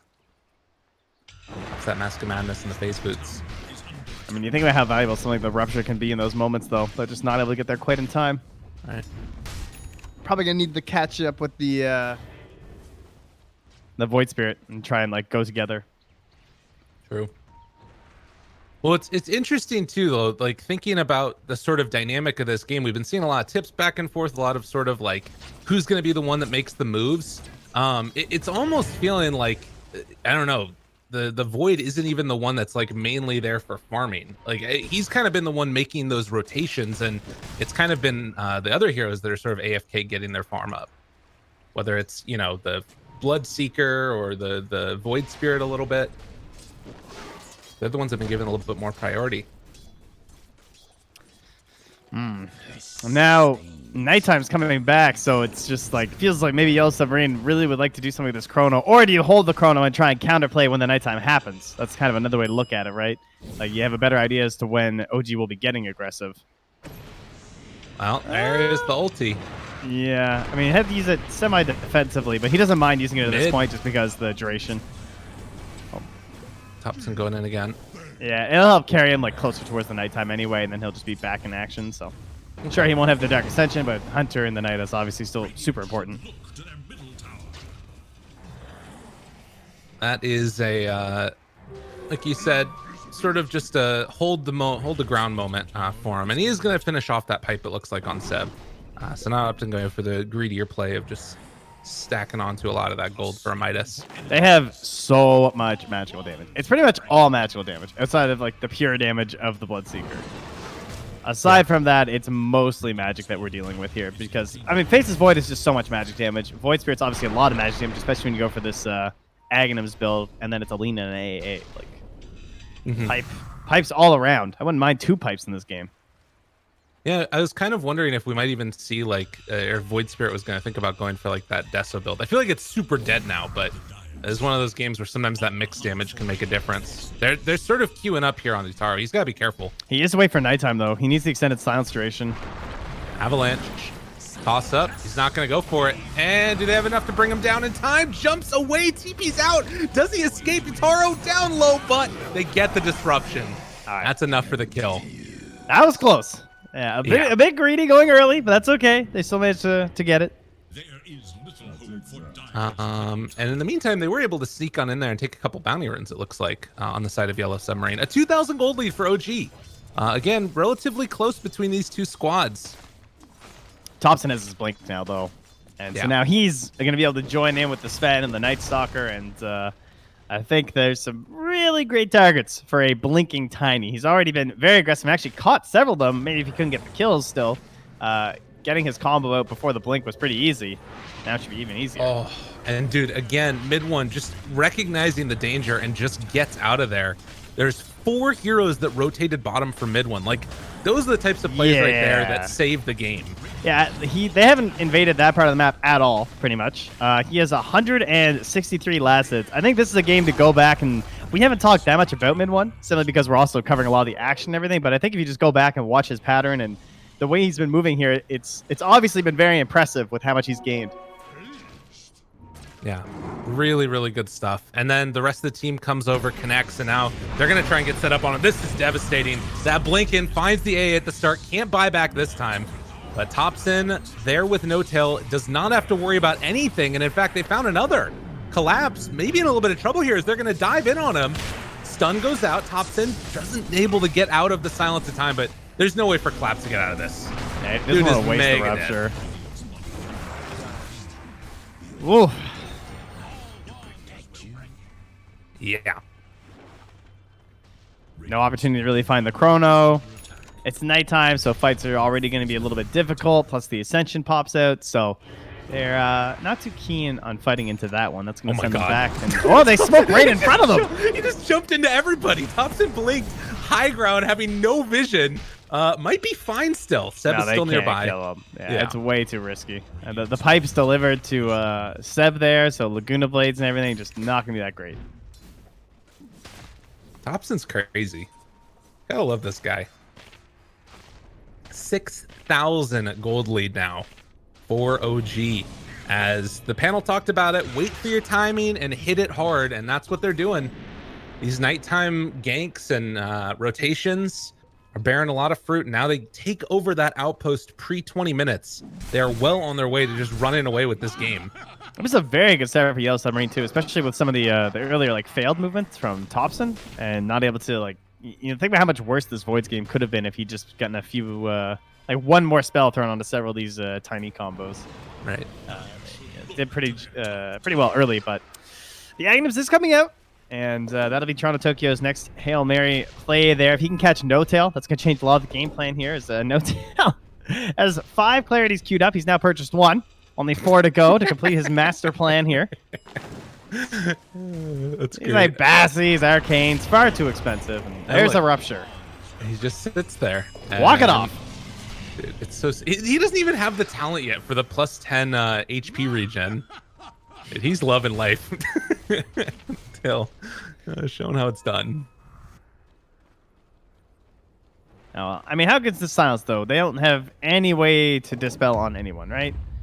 Everyone's at least going to be silenced up here by the Void Spirit, so that's something. See if they can capitalize on that in the moment. Yeah, I guess that they kind of have to find No Tail, don't they? Yeah. Okay. Yeah, obviously he's got dispel on other people, but not himself.